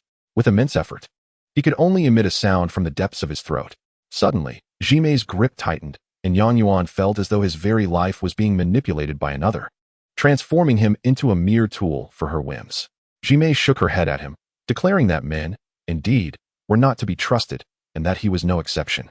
Releasing her hold, she forcefully pushed Yuan onto the soft bed, which bounced beneath him. Jimei sat on his legs, brandishing a small knife that had seemingly appeared from nowhere. Losing patience with unbuttoning his shirt, she swiftly sliced through both his shirt and belt. Don't worry, I'll prepare a new set for you. One with buttons that won't be so tight. It will be much easier next time. As Yuan watched his shirt being torn apart and his pants shredded, he screamed internally, urging action before he became a victim. Jimei ripped the remnants of his shirt away, her breath quickening, her cheeks flushed like an apple. Gripping Yuan's ear, she positioned his head and then, like a ravenous tiger pouncing on its prey, bit down fiercely on his neck. Just as Yuan was on the brink of becoming a sacrificial lamb, the lights in the room suddenly dimmed. A power outage. Yuan breathed a sigh of relief, for it seemed his plan was unfolding. Indeed, after Yuan had been brought to Jimei's chamber by a group of warriors, Tanya and Boris had secretly ordered the thunder vehicle to disguise itself as a tsunami tank. While Jimei was preoccupied with Yuan, this vehicle, blending in, stealthily approached Jimei's devastating device. However, the area was heavily fortified, surrounded by wave energy turrets and defender turrets, with nearly 20 aerial drones and helicopters patrolling the skies. Tanya could not come near the device, and even Boris dared not summon aircraft for bombardment, knowing that the moment they appeared, they would be shot down by overwhelming anti-air defenses, risking the commander's life. Hence, they had to resort to a secondary plan, finding the power plant. If the ninjas could infiltrate it and cause destruction, they could induce a temporary blackout at the base, as both the defender turrets and wave energy turrets, along with the destruction device itself, required substantial power. Fortunately, thanks to Yuan Zhongyi blowing a breach in the coastal defense turrets, the ninjas successfully located Jimei's power plant. Though they encountered patrolling warriors, the ninjas utilized smoke bombs to cover their infiltration. This was the cause of the power outage. Alarmed, Jimei sensed trouble. The base's power had always been stable, and a blackout signified a crisis. As expected, just 2 seconds after she spoke, gunfire erupted outside, followed by blaring alarms. Jimei leaped off the bed, seizing her command device to assess the situation. After the ninjas caused the power outage, Tanya and Boris immediately commanded the engineers to act, aiming to seize Jimei's devastating device. However, as soon as the engineers emerged, their thunder vehicle was exposed, drawing a swarm of warriors and hat-wearing soldiers towards them. To cover the engineers' actions, Tanya and Boris had no choice but to engage in gunfire, using the thunder vehicle as a shield. Thus, the cacophony of gunfire ensued. Old Bao, the time to serve the commander has come. Let us unleash havoc. Sure thing, American girl. Let's see whose marksmanship reigns supreme. Tanya's customized Black Desert Eagles could eliminate Red Alert 2 infantry with a single shot, yet against Red Alert 3 warriors and hat-wearing soldiers, it took 3 bullets to down one. Boris faced similar challenges, needing a barrage of bullets to take down a hat soldier, and if they burrowed underground, he couldn't hit a single one. At that moment, Jimei learned of the unfolding chaos through her command device and swiftly ordered all internal troops to reinforce, targeting the engineers' advancement. Consequently, a multitude of tsunami tanks, aerial drones, and rocket angels surged towards the battlefield. No matter how formidable Tanya and Boris were, they stood little chance against such overwhelming numbers. Watching the approaching aerial drones, Tanya and Boris exchanged anxious glances. American girl, I envisioned countless scenarios of sacrificing my life for our motherland, yet I never imagined it would end alongside you. Nor did I foresee sharing a grave with you. Russian brute, I've taken down 5 soldiers. How about you? 5 as well. It appears this contest is far from over. With that, both summoned their courage and fired at one another. The true threat was not the Hat soldiers. While their plasma-cutting cannons delivered devastating damage to armor, they often missed their human targets. The Imperial warriors, however, were different, wielding kinetic carbines and heat blades. The latter served as their weapon for initiating their ultimate charge, and when drawn, significantly increased their running speed. Anyone struck by their blades would be incinerated in their wake, including elite units like Tanya and Boris. Thus, they had to eliminate the warriors before they could unleash their lethal attacks. At this juncture, Tanya noticed that the multitude of aerial drones and rocket angels had halted, seemingly obstructed by some unseen force. It was the effect of the Nanite swarm. Yuan Zhangyi was also a part of the plan's execution, tasked with using the swarm to impede as many enemy units as possible while the engineers seized the destruction device. The commander will never abandon us. He is aiding us. We're saved, American girl. Long live the commander. Charge. Fueled by newfound courage, Tanya and Boris pressed on as Jime furrowed her brow in concern. The rocket angel controlling Yang Yuan had also been reassigned, granting him his freedom. However, having been paralyzed for so long, he could only slowly rise from the bed, his body still tingling. As the engineers approached the destruction device, Jime's expression hardened. At this critical juncture, she could not allow her superweapon to fall into enemy hands. She would have to act decisively just before the engineers entered the device. Damn it! Damn it! Hearing Jime's furious outburst, Yang Yuan realized that Tanya and Boris had succeeded. Yang Yuan, was this your doing? Jime shouted angrily. Yang Yuan shook his head. Miss Jime, I was under your control. How could I have orchestrated anything? Jime let out a cold laugh. Do you think I am a fool? She was clearly aware that she was being manipulated. Before she could finish her words, the alarm rang out again, this time emanating from within the building itself. Subsequently, one of Jime's subordinates rushed into the room, breathless, and said, "It's bad, Commander. Those two lunatics have killed over 20 of our soldiers and are charging towards us in a thunder vehicle. We must flee, Commander. That madwoman, Tanya, belongs to the Allied forces. She can demolish a building in an instant." Damn it, Jime cursed, feeling helpless. She hurriedly donned her clothing and followed her subordinate out of the room, leaving behind a fierce declaration. Yang Yuan, one day, I will make you kneel before me and beg for mercy. Chapter 28.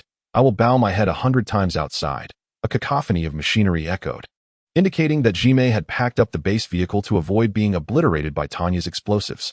Yang Yuan's senses finally returned, and he stealthily exited the room.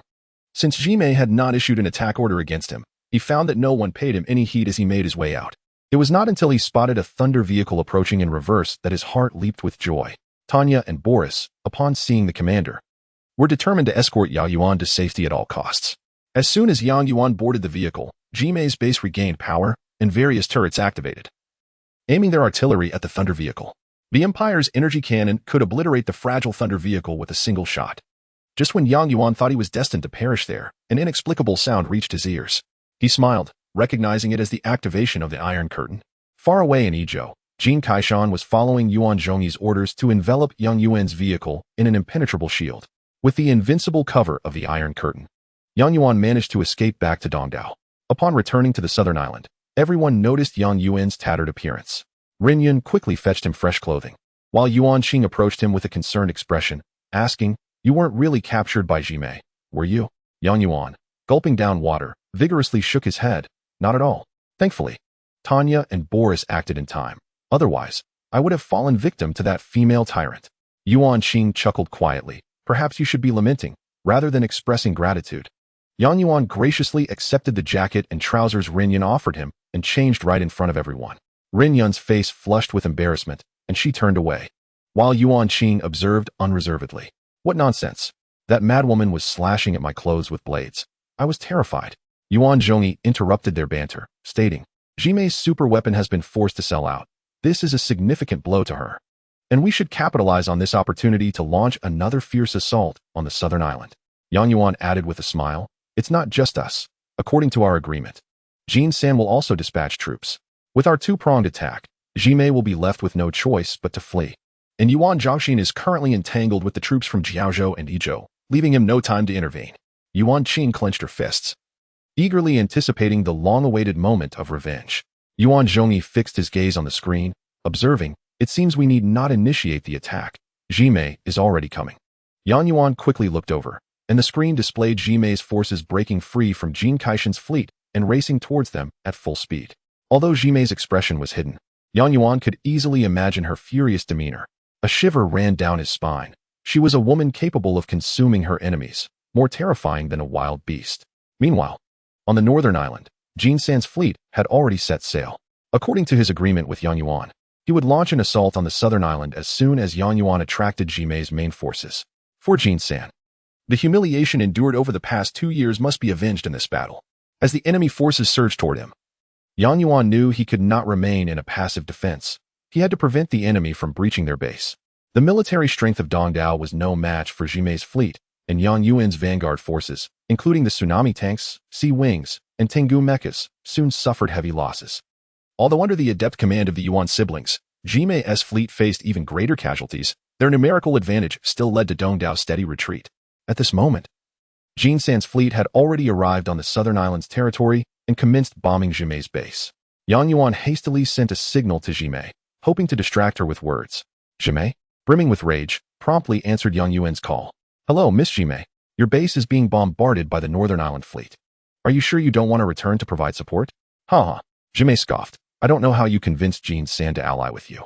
But today I will surely defeat you. Yang Yuan, I have promised to make you kneel and beg for mercy. Do you see that base vehicle among my fleet? I am inside it. Today, I will seize your Dongdao and reside there, demanding you bow your head before me for an entire night. The signal was abruptly cut off. Yang Yuan touched his forehead, already feeling the impending pain. It appeared that this female tyrant was resolute in her determination to subjugate them, forsaking her southern island. Yuan Zhongyi, noticing a colossal vehicle trailing behind Jimei's fleet, remarked, that is indeed Jimei's base vehicle. Unlike in Red Alert 2, the base vehicles in Red Alert 3 can traverse the sea. It seems Jimei's base vehicle is following closely. We may have to abandon Dongdao. If we delay any longer, we will all become her captives. Yang Yuan commanded, let Ren Yun and Shao Qing take the thunder vehicle and retreat towards the waters off Yizhou. We must secure our base before withdrawing. We cannot simply hand it over. Having learned from previous experiences, Yang Yuan knew to prioritize the safety of the mother and daughter duo. Though reluctant to retreat, in the face of crisis, they had no choice but to obey their commander's orders. Once they had left, Yang Yuan felt unburdened and turned to the Yuan siblings, saying, I have a plan that can lead Jimei into a trap. Both siblings listened attentively as Commander Yang Yuan elaborated on his strategy. Throughout their acquaintance with him, the commander had never failed in his tactics, and they readily expressed their agreement with his plan. At this very moment, the most exhilarating experience belonged to Jin San on the northern island. As he advanced toward the southern island, he faced little resistance. All of Jimei's power plants, mines, and other installations had been obliterated. Even the very room where Jimei had tormented him was reduced to rubble by his rocket artillery. However, Jin San felt a twinge of regret. Jimei's base was not present, clearly indicating that she had fled. Just as Jin San was lamenting this, his command device received a coordinate from Yang Yuan. Upon opening it, he discovered it was the location of Jimei's base vehicle. This vehicle was floating on the sea, surrounded by few escorting ships. Jin San was overjoyed. I had thought Jimei would seek refuge with Yuan Zhongxin on the western island, but instead, she has committed all her forces to assault Dongdao. Now, I shall surprise her. The tyrant Jimei, who had dominated Yizhou for nearly 3 years, was unaware that she had fallen into a precarious situation, caught between two attacking forces. Yet, within her heart, she harbored her own ambitions. She was not an impulsive fool. She would obtain whatever she desired. The formidable fleet of Jimei boasts 10 battleships, with countless escorting Tengu. With such a force, Jimei is confident she can obliterate Dongdao. Yet, her true aim is not to annihilate Yang Yuan, but to compel his surrender. This intriguing man, who has eluded her grasp time and again, must be hers. As Yang Yuan's fleet retreats, it quickly withdraws to the shipyard dock, relying on the long-range wave energy turrets for some semblance of defense. Though these defenses seem insignificant in the eyes of the battleships, Jimei remains unhurried, methodically arranging her fleet before initiating a slow assault. Is she playing a game of cat and mouse with me? Cats often relish playing with their prey after catching it. Yang Yuan muses, wishing Jimei would hasten her offensive. At this moment, one of his Thunderbolt vehicles has already circumvented Jimei's fleet, heading towards a predetermined location. However, unbeknownst to Yang Yuan, another Thunderbolt vehicle has taken a wider route, stealthily approaching the rear of his base. The master of this vehicle is none other than Jimei. Her earlier claim of being inside the base vehicle was merely a ruse, as that vehicle served only to distract Yang Yuan and Jin San. Within Yang Yuan's Thunderbolt vehicle, Tanya is preparing her explosives, following the commander's orders to launch a surprise attack on the base vehicle. This mission is perilous. As the base vehicle is the heart of a faction, any construction relies on the technological permissions it grants. Consequently, every faction strives to safeguard its base vehicle in the most secure locations. Tanya's undertaking is yet another gamble with her life. The Thunderbolt vehicle cannot open its hatch while traversing water, so Tanya must first locate a remote island to exit before swimming towards Ji Mei's base vehicle. To her surprise, she encounters no obstructions during her approach. Although she faintly hears the sounds of many submarines in the water, they show no inclination to attack. Thus, she arrives at the massive base vehicle, gazing up at it as an ant might regard an elephant. What a colossal and cumbersome behemoth. Tanya affixes her explosives around the entire perimeter of the base vehicle. After swimming a distance away, she smiles and presses the detonation button. Although the explosion sound is muted by the sea, Tanya is confident that the base vehicle has been rendered inoperative. Commander, Tanya has completed her mission. The enemy's base has sunk. Well done, Tanya. Yang Yuan rejoices for no more than a minute before alarms blare throughout the base. What is happening? Yuan Zhongyi quickly traces the alarm's origin. What? Commander, our base is gone. What? How could this be? Yang Yuan turns to see his base has indeed changed color. From silver-white to gray. Ji Mei has stolen our base. Quickly, send engineers to reclaim it. Yuan Zhongyi immediately orders the engineers to rush to the base. The Imperial engineers possess skills that allow them to run faster. Yet as they near the base, a beam of light strikes from an unknown source. The engineer collapses without uttering a sound. Dead. What happened? It's the ninjas. Ji Mei must have dispatched engineers alongside ninjas using Thunderbolt vehicles to stealthily capture our base while we were distracted. As Yang Yuan stands astonished, his communicator buzzes. It's Ji Mei. Commander Yang, can you guess where I am now? Ji Mei squints her eyes in delight. Where else could you be? Yang Yuan knows all too well that Ji Mei is currently in his base. Commander Yang, are you not pleased that you just destroyed my base? Did you think I had perished? You never anticipated that I would take the risk to circle around and capture your base. This tactic is borrowed from you. Am I not clever and quick to learn?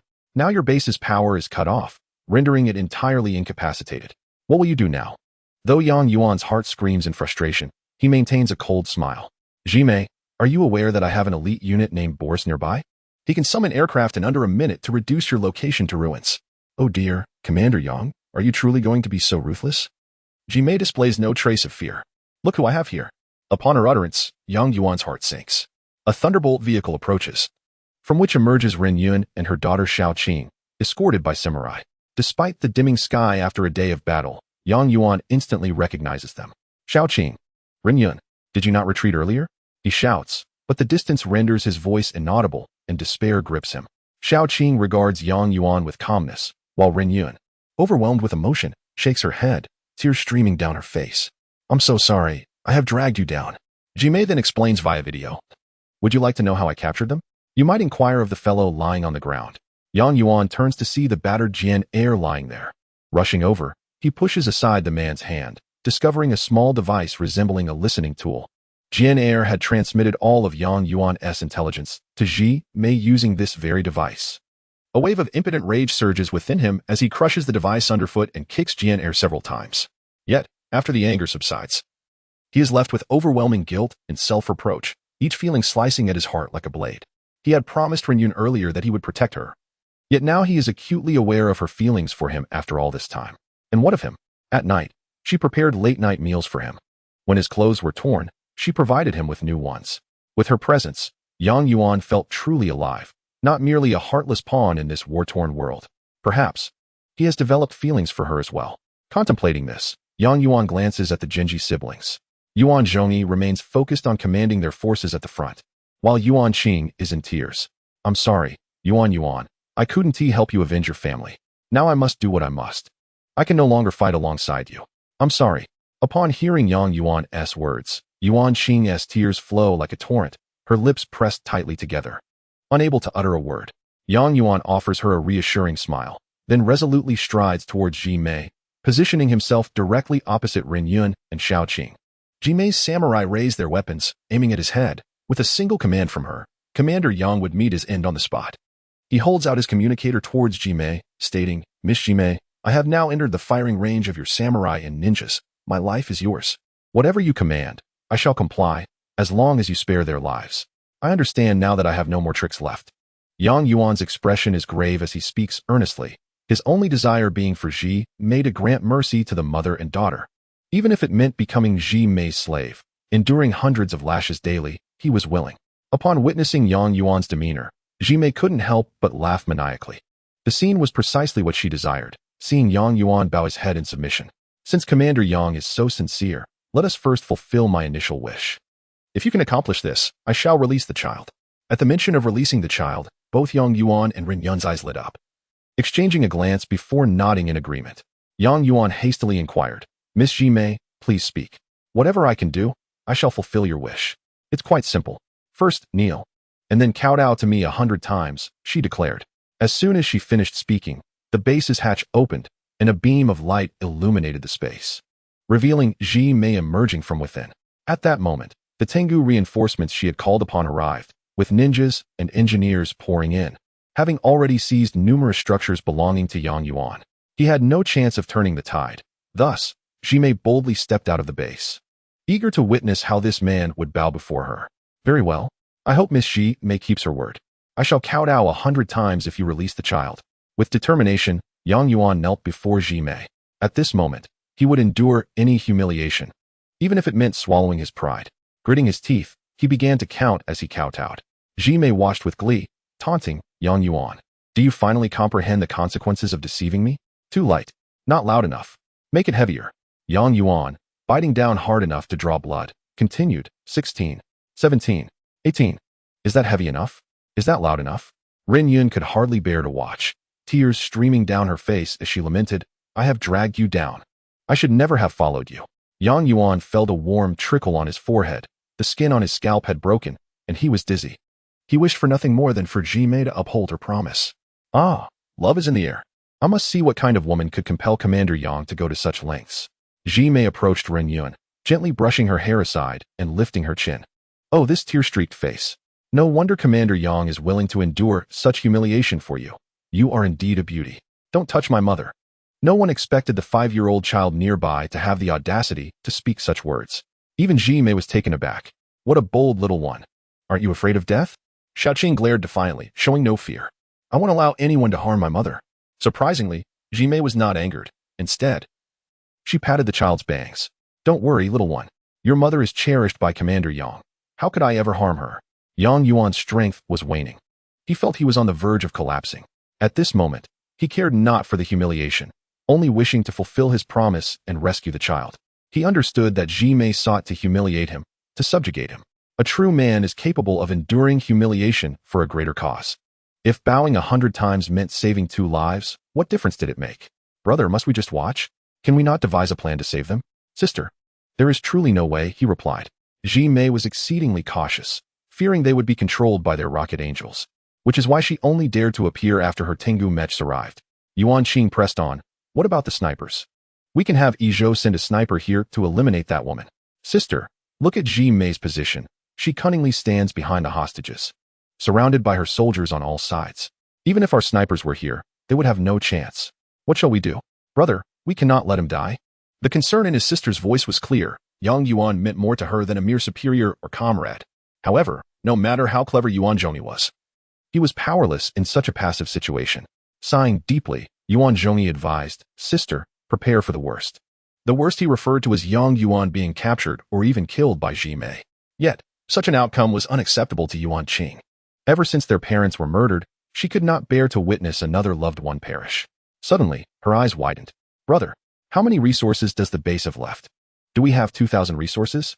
The base has less than 200 remaining. Brother, if we sell everything except for the instantaneous dojo, can we gather 2,000 resources? Yuan Zhongyi was taken aback. Sell everything? That would certainly be enough, but we would have nothing left. Even if we have nothing, I must save him. I need to avenge our parents, but I must save him too. All hope rests on those 2,000 resources. Seeing his sister's determination, Yuan Zhongyi could only nod. From childhood, she had been the apple of the family's eye. As her older brother, how could he not support her? As the 97th kowtow echoed, Yang Yuan's face was smeared with blood, yet he gritted his teeth, knowing this was not the time to fall. What's the matter, Commander Yang? Just 3 more. Can't you hold on? Just 3 more, and I can release this little girl. With a wild laugh, Yang Yuan suddenly erupted, causing Ji Mei to shudder. 98, 99, 100. His fists clenched tightly, Fingers digging into his palms, he summoned his last ounce of strength to complete the final 3 kowtows before slowly rising, as if reborn. Miss Jimei, here are the 100 kowtows. Now it is time for you to fulfill your promise. Chapter 29. Sudden change on the East Island, bloodied and battered. Yang Yuan revealed a smile, urging Jimei to honor her commitment. Very well. Yang Yuan, you are indeed a true man. I shall keep my word and release the little girl. Following her command, the ninja released Xiaoqing, who ran into Yang Yuan's arms. He gestured for Yuan Qing to take the child away. As she did, she exchanged a glance with Yang Yuan. At that moment, the nearby power plants, mines, turrets, and other structures began to retract and vanish into thin air. Yang Yuan understood that this was Yuan Qing's plan to save him, but he couldn't fathom why she wanted to sell those buildings. Before he could comprehend, Jimei began to question, Yang Yuan, what do you intend to do with the sudden sale of so many of your base's structures? With a knowing smile, Yang Yuan replied, Miss Jimei, I merely instructed my subordinates to pack up and leave without concern for me. I am already defeated. Huh, you possess a remarkable sense of self-awareness. Miss Jimei, what more must I do for you to release her? He glanced at Ren Yun, whose pale face was still streaked with tears, held at gunpoint by a warrior. Jimei stroked her chin, pondering her response. As soon as the words fell, a Tengu aircraft that had been suspended in the sky suddenly plummeted, crashing to the ground and transforming into a heap of scrap metal. What on earth happened? Not only did Jimei gasp in shock, but Yang Yuan was also taken aback. It should be noted that this Tengu mech was stationed above Jimei, unharmed by any attacks. Could it have run out of fuel? But this Tengu does not run on fuel. Before the initial shock could settle, Yang Yuan noticed that Jimei's feet had lifted off the ground. She was flying. Was she about to ascend to immortality? No. Jimei's expression was one of sheer terror. She clearly had no idea how she had taken flight. Yang Yuan looked up, seeing Jimei's body suspended by an unknown force, her face contorted in pain. Yang Yuan, what kind of trickery is this? Put me down immediately, or I will kill this woman, Jimei shouted, already hovering 3 to 4 meters above the ground, flailing her arms in desperation. Yang Yuan was bewildered. I have no idea what is happening. How can I put you down? Just then, he caught sight of someone standing at the side of the base. Strictly speaking, she was not standing but floating with her feet off the ground. She was a very young girl, seemingly no more than a teenager, dressed in a school uniform. Her face adorned with an eerie smile as she watched Yang Yuan. Jimei, if you wish to survive, release her at once, or I shall have Yuriko kill you. Yuan Qing had appeared beside Yang Yuan, revealing that this entire scenario was her scheme. Yang Yuan later learned that the peculiar girl was named Yuriko, a member of an elite unit of the Empire, possessing unfathomable superpowers. Within a certain radius, with a mere wave of her hand, she could cause an aircraft to crash to the ground or elevate a tank or a person into the air, only to explode from within. Jimei's blood ran cold. You dare to employ Yuriko. Even if you kill me today, she will come for you tomorrow. This female tyrant from Yingzhou was evidently afraid of Yuriko. Yuan Qing chuckled coldly. We shall deal with tomorrow when it comes, but at this moment, if you do not order your warriors to release her, you will explode in midair, leaving no trace of your existence. Jimei spun chaotically in the air, but her mind remained clear. If you do not have Yuriko let me down, I will command my warriors to pierce her skull. You. What a cunning and composed Jimei. Had she been an ordinary person, she would have been terrified into submission. Yet here she was, maintaining her composure and striving to seize the initiative. The girl named Yuriko suddenly floated forward, her demeanor chilling. It was well known that elite units often disregarded their commander's orders. You all, who among you is my friend? Yuriko's simple question resonated with a sinister undertone. This deranged girl, resembling a fragile doll, glanced at the airborne Jimei, then at Yang Yuan and Yuan Qing. Commander, will you be my friend? As Yuriko approached the ninjas under Jimei's command, Yuan Qing quickly shouted, Yuriko, what are you doing? Come back. It was crucial to note that although Yuriko possessed superpowers, she was still mortal. If struck by a couple of blades, she could perish. Jimei, of course, observed everything. And upon noticing Yuriko's approach, she bellowed, attack. 3 or 4 ninjas charged toward Yuriko, armed with shurikens and throwing stars. A single volley could eliminate this superpowered girl. Yuriko, seeing the oncoming threat, neither retreated nor expressed fear, but instead clenched her fists and let out a primal scream. Ah! The sound echoed, resembling a cry of terror, and a tremendous wave of energy erupted from Yuriko's vicinity, causing the 4 ninjas to explode into a cloud of blood mist. This was Yuriko's unique ability, the super energy wave explosion. With just a shout, those around her would meet a gruesome fate from being torn apart. How terrifying! No wonder Ji Mei was utterly terrified of this elite unit. Although Yuriko had been summoned by Yuan Qing from the dojo, she clearly did not heed Yuan Qing's commands. Her will was evidently stronger than that of Tanya and Boris. At this moment, with merely a thought, Yuriko could end Ji Mei's life, yet she chose not to. Instead, she continued to make her float in the air, as if playing with a toy. Yuriko extended her left hand, her fingertips moving through the air, and a warrior holding a gun to Ren Yun's head suddenly flipped over, floating upwards, mirroring Ji Mei's plight. Do not harm Yuriko. Yuriko was evidently furious at Ji Mei's intent to kill her, thus tossing Ji Mei's warrior into the air as well. With the warrior under Yuriko's control, no one was left to threaten Ren Yun, inadvertently rescuing her. Yang Yuan, overjoyed, quickly pulled her close to himself. Ji Mei, witnessing this turn of events, felt despair wash over her. With the hostage lost, and herself toyed with by Yuriko, any soldiers she could control were either killed by Yuriko or, like her, were floating helplessly in the air. It was indeed a loss. Ji Mei, it seems luck is on my side.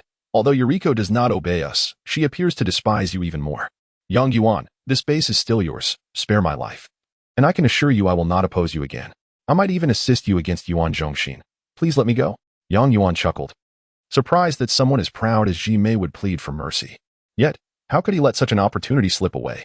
Ji Mei was not a mere fish in a pond. Releasing her would be akin to letting a tiger return to the mountains, ultimately becoming his greatest threat. Ji Mei, I'm afraid you must pay a price for your 100 bows of respect. Upon hearing this, Ji Mei's fear morphed into rage. Yang Yuan, what do you mean? I have never wished you harm. Are you planning to kill me now? Yang Yuan glanced at Ren Yun beside him, then looked up at Ji Mei. But you have harmed those I wish to protect. As Ji Mei's terrified voice echoed, Yang Yuan issued his final command to Yuriko. Yuriko, kill her. Yuriko, however, chuckled incessantly, lowering her head to look at Yang Yuan. Commander, you cannot order me like this. Yuriko does not accept any commands. Yuriko only does what she wishes. Suddenly, Yuriko's expression turned fierce, and she released Ji Mei and the warrior. Ji Mei crashed heavily to the ground, promptly vomiting, while the warrior remained unharmed, merely sparking with a few embers. Yuriko, you? Yuriko floated toward Yang Yuan. Commander, you must not do this again. Having finally gained her freedom after being manipulated for so long, she could no longer be controlled. In this moment of desperation, Ji Mei would not let such a golden opportunity slip by. Yang Yuan, weren't you just intent on killing me? I will first take your life. Warrior, fire.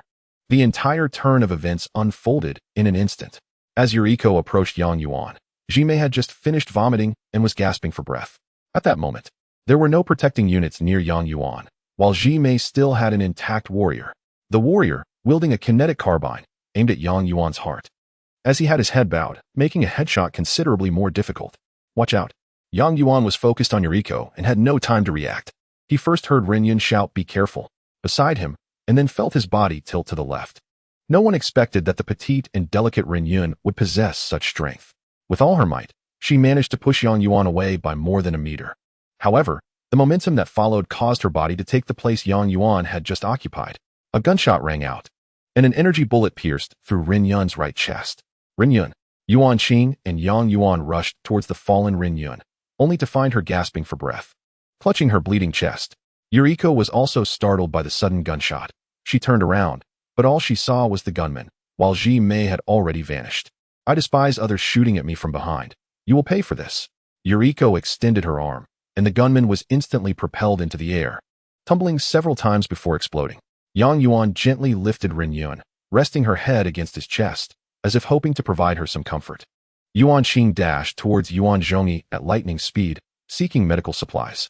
Xiao Qing, witnessing the scene from afar, realized her mother was injured and hurried over. Ren Yun's complexion was pale, her breaths faint. Yang Yuan's expression was devoid of emotion, yet tears streamed down his face. He never imagined that events would escalate to this point. The one he had vowed to protect was now sacrificing herself for him. Ren Yun, don't die. I beg you, don't die. Yang Yuan tenderly brushed her face and hair with his muddy hands. With great effort, Ren Yun opened her eyes, her cracked lips moving slightly.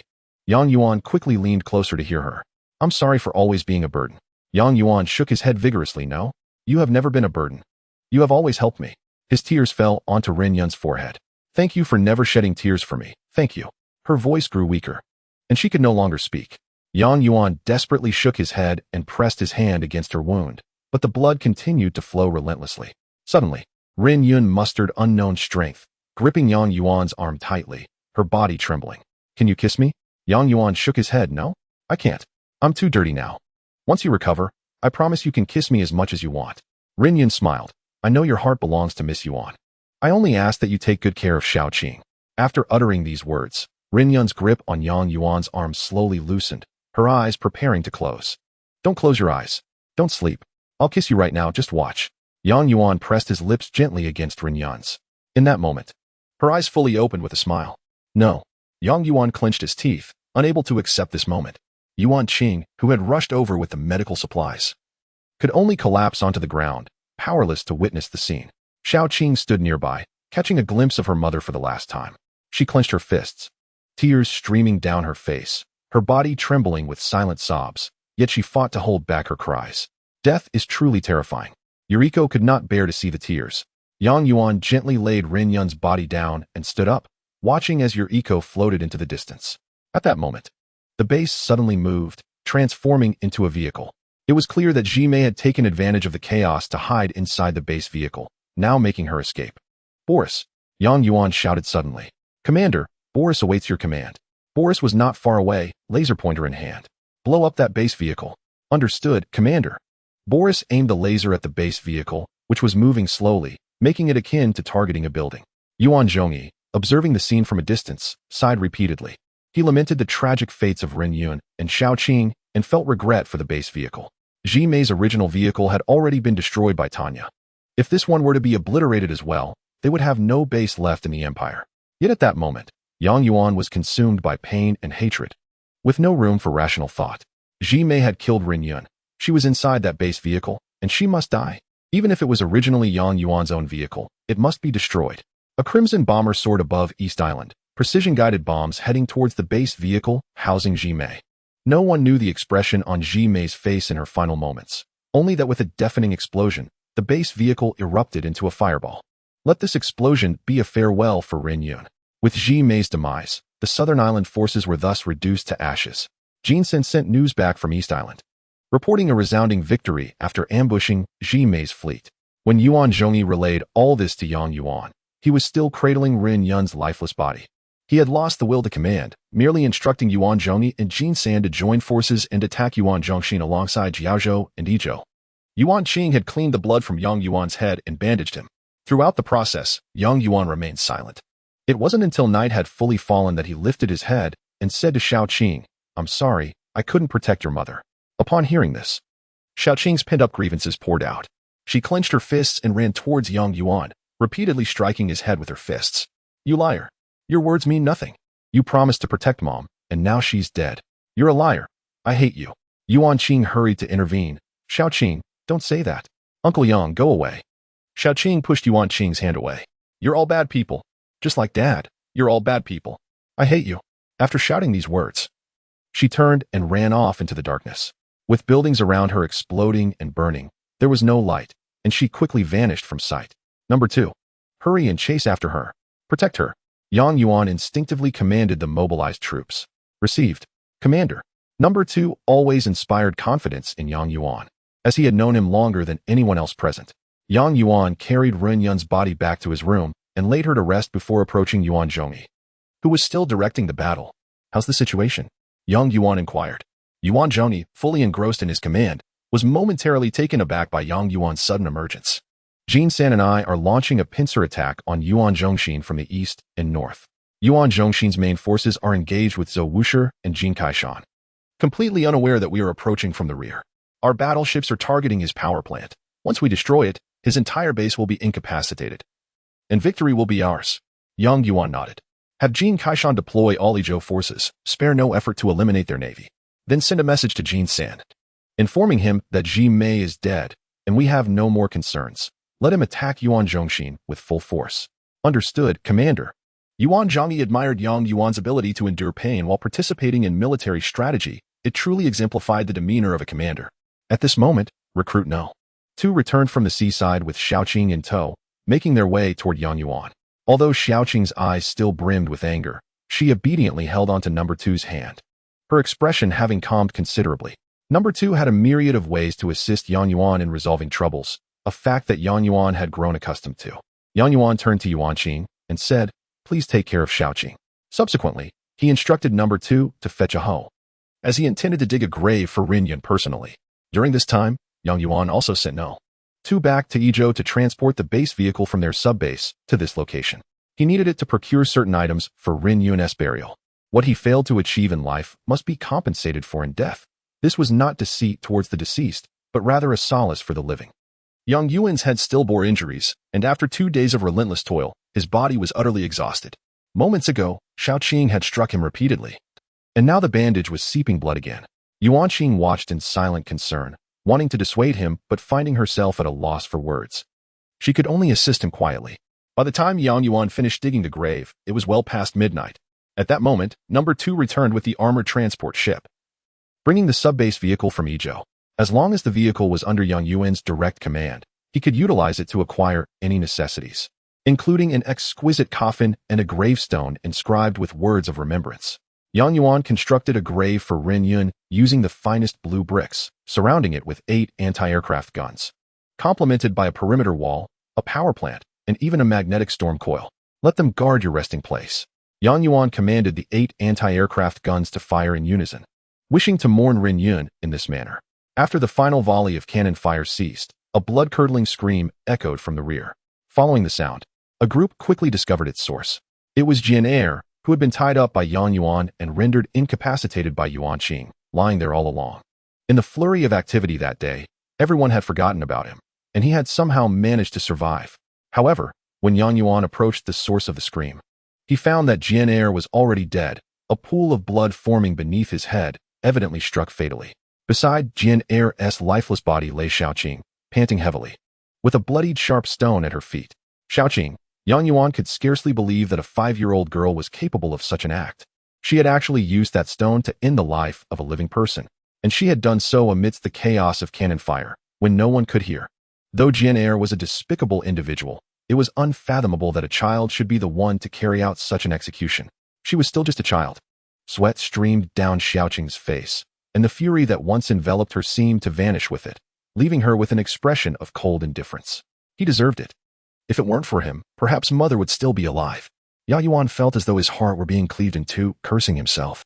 Shouldn't I be the one to die? If not for me, your mother would not have been in such peril. Number 2. I entrusted you to watch over her. Yang Yuan could not say much to Xiaoqing, so he directed his ire toward Number 2. Number 2 was right behind Xiaoqing when she committed the act. Commander, I was vigilant. She did not engage in any perilous activities. After all, Number 2 was merely a robot, unaware that Xiaoqing's actions posed a greater threat than any danger to herself. Yang Yuan refrained from further comment, yet amidst the tense atmosphere of battle, Yuan Zhongyi suddenly shouted, "Great news! We have captured Yuan Zhongxin." Both Yang Yuan and Yuan Qing were taken aback. Yuan Zhongxin was the traitor responsible for the murder of the Yuan siblings' father, the very scoundrel who had betrayed them. Had he finally been apprehended? Bring him here. I wish to see what the scoundrel looks like. Chapter 30. The secret weapon of the Jiaozhou army. The emergence of the mines in the Izhou army of Jin Kaishan and the Yangzhou army of Zhou Wushi had suffered near total annihilation. Yet they had successfully delayed Yuan Zhongxin for Yang Zhongyi and Jin San. Thus, when Yang Zhongyi conveyed the news that Jimai had been eliminated, Yuan Zhongxin immediately surrendered. By the time Yuan Zhongxin was escorted back to Dongdao by Tanya, dawn had broken, and Yang Yuan and his companions took the opportunity to rest. You are not Yuan Zhongxin? Who are you? This was the first question Yuan Qing posed upon seeing Yuan Zhongxin. Yang Zhongyi stepped forward to scrutinize the man closely. This individual was indeed not Yuan Zhongxin. Yuan Zhongxin was his cousin, and while they bore a slight resemblance, the man before them, though not unattractive, was certainly not the enemy they sought. I recognize you. You are Yuan Zhongxin's subordinate.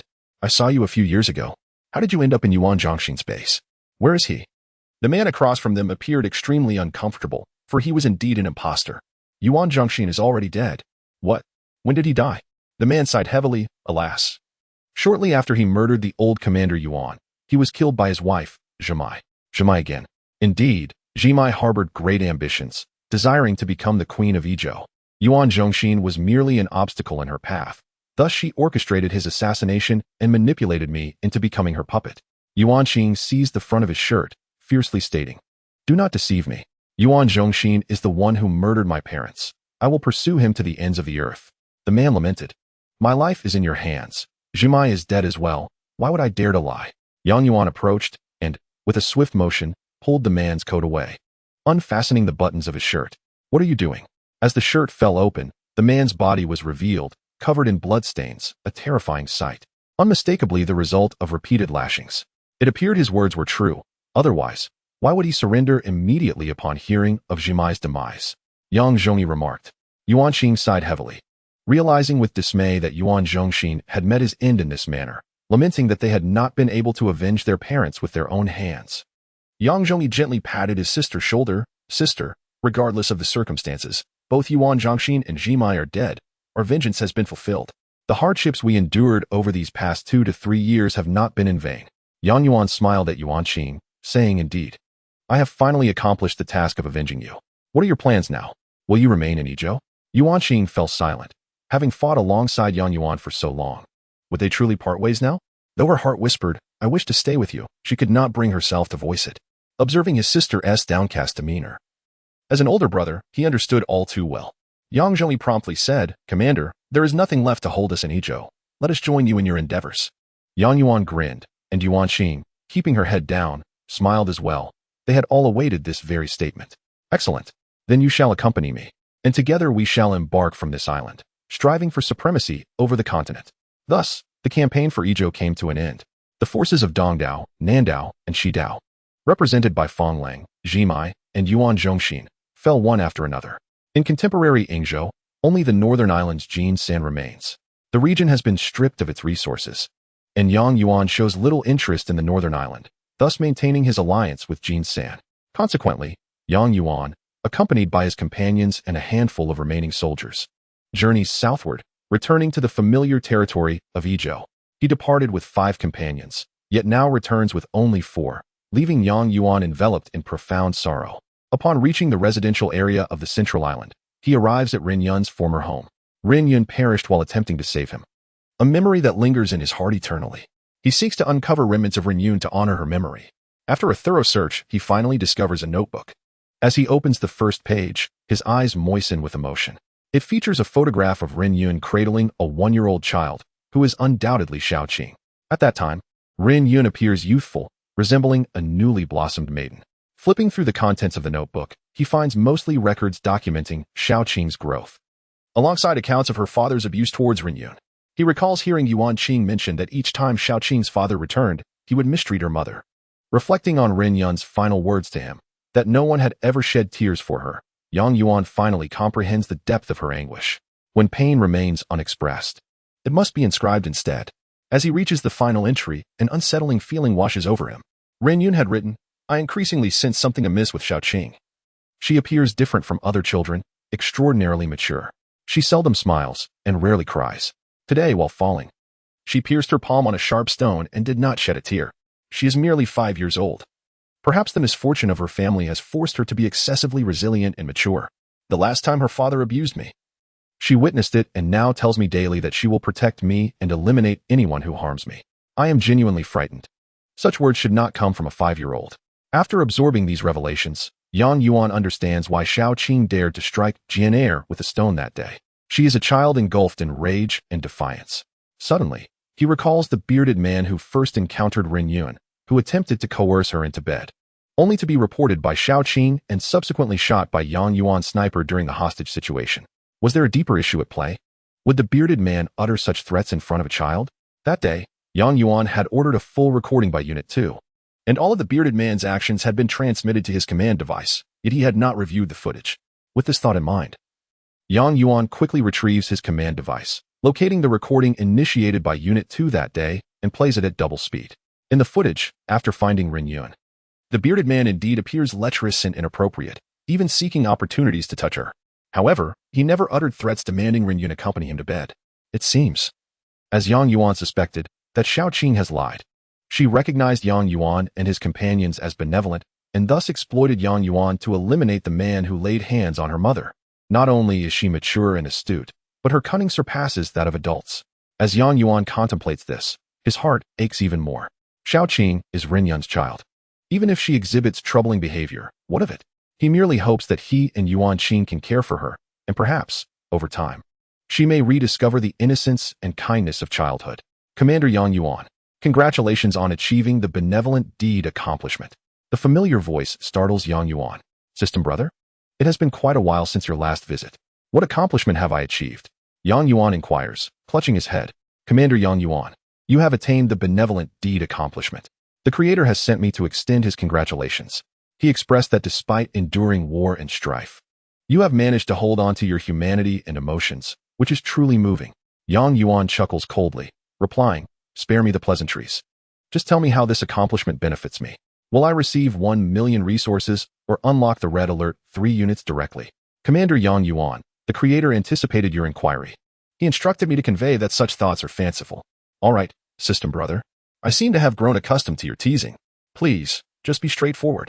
The system responds, Commander Yang Yuan, due to your annihilation of all maritime hostile forces, your units will now receive level upgrades. Each unit you produce will ascend 1 level. Yay, at last, I have received a desired answer. Yang Yuan rejoices. It is known that Red Alert units can level up through military achievements, classified into 3 tiers, level 1, level 2, and star level. With each ascension, attack, defense, health, and even movement speed will see varying degrees of enhancement. Finally, some tangible rewards. Yang Yuan, still elated, queries with skepticism, but it can't be that simple, can it? This cursed system has never given anything for free. Commander Yang Yuan, it is no wonder the Creator favors you. Your perceptiveness is indeed sharp. As a player in the Red Alert world, your rewards will naturally come with increased difficulty. You are about to face a new wave of challenges. Good luck. What challenges? Yang Yuan asks. Commander Yang Yuan, your next objective is to conquer the 13 states of the continent. Each lord has his own secret weapon, which will present you with a more challenging game. Enjoy your game. With that, the system brother clocked out, leaving Yang Yuan with no further inquiries as he had long since adjusted to this routine. Before he could ponder further, he received a call from Yuan Zhongyi, indicating an urgent situation. He promptly boarded a transport ship back to the southern island base of Izhou, where Yuan Zhongyi reported the developments. Both Yuan Zhongyi and Yuan Qing had completely earned Yang Yuan's trust, and he had officially designated them as deputy commanders of the base, granting them equal command authority. When Yang Yuan is absent, the military would be entirely under their command. Additionally, despite suffering heavy losses in the campaign against Ingzhou, Jin Kaishan had shown great dedication, and Yang Yuan appointed him as the commander of the subbase, responsible for continuous mining and production. Why the blue alert? Is there an urgent matter? Yang Yuan inquired. Yuan Zhongyi replied, I received news from Zhou Wushi. He reported that his Yangzhou army was attacked by the southwestern Jiaozhou army, and they suddenly deployed a mysterious weapon, catching him off guard. He requests our support. Mysterious weapon? Upon hearing this, Yang Yuan recalled the system brother's earlier words. Could this be the surprise each lord was meant to present to him? Yuan Zhongyi asked, Commander, should we support Zhou Wushi or let them fight amongst themselves? Our objective is to conquer the continent. This is the perfect opportunity to intervene, so we shall provide support. However, there is no such thing as a free lunch. Since we are taking the initiative, I will negotiate terms with him. Zhou Wushi is ostensibly Yang Yuan's ally, allowing him to directly contact his command device. Upon seeing Zhou Wushi drenched in sweat on the screen, Yang Yuan couldn't help but chuckle. Commander Zhou, what is the situation? I heard from my subordinates that you are requesting support. Oh, Commander Yang, please, do not refer to me as Commander Zhou. I'm currently overwhelmed by the sudden assault of the Jiaozhou army and have already lost several positions. Please send troops to assist us. We are allies, after all. Certainly, we are allies in mutual assistance, and I am certainly inclined to support you. However, as you are aware, my forces were nearly exhausted during the battle in Ingzhou last month, and the resources of Izhou have also been largely depleted. Currently, I find myself bereft of both troops and funds. Yet fret not, I shall muster a contingent to aid you, if only to honor our friendship. Zhou Wuyin, understanding the underlying message, promptly smacked his forehead and exclaimed, Very well. Commander Yang, your loyalty is commendable. As long as you can assist me this time, I shall provide whatever remuneration you deem appropriate, as long as it is within my means. Ah, that was not my intention. You misunderstand. Yang Yuan chuckled. Did you not mention that the Jiaozhou army has deployed some mysterious weapon? Quickly send me the battlefield intelligence. Once I have gathered my forces, I will provide immediate support. Understood. With that, the conversation concluded. Yang Yuan, filled with satisfaction, remarked, How the tides of fortune turn. Just yesterday, I was imploring him, and today, he seeks my help. How amusing. Yuan Zhongyi frowned. Commander, Our forces in Izhou are also in short supply. Our navy was nearly depleted during the conflict in Yingzhou, and we have yet to recover. Moreover, as you noted, the mines in Izhou are nearly exhausted, leaving us incapable of constructing a sizable fleet or even a single Kirov-class ship. It will take considerable time to restore our strength. Yang Yuan nodded, fully aware of the situation, yet he could not let this opportunity slip away. Before he could respond, the battlefield intelligence from Zhou Wuyin arrived. Upon opening it, Yang Yuan was taken aback. "What kind of weapon is this?" he exclaimed in astonishment. "I have never seen anything like it." The Jinji siblings and Jin Kaishan had never witnessed such a look of surprise on Yang Yuan's face, igniting their curiosity. Soon after, Yang Yuan shared the battlefield video sent by Zhou Wuyin with the three of them. The screen revealed an orange-red Soviet mining base nestled in the mountains, boasting 2 jade mines that appeared to be rich in resources. Clearly, Zhou Wuyin placed great importance on this location, as he had stationed numerous watchtowers and magnetic storm coils at the valley's access points. Additionally, Rhino main battle tanks patrolled the valley's edges, while anti-aircraft vehicles stood ready to thwart aerial assaults. Moreover, mobilized infantry, military dogs, and magnetic blast infantry were distributed throughout the area, forming a dense defensive perimeter. Upon closer inspection, several Apocalypse tanks were concealed halfway up the slope, ready to spring into action against any intruders. The defenses of this valley are formidable. Zhou Wuyin is indeed a skilled tactician, Yuan Zhongyi praised. As they continued to observe, a brown-red army could be seen advancing from the south of the valley. It was the Jiaozhou army. Yang Yuan, utilizing spy satellites, was already aware of their circumstances.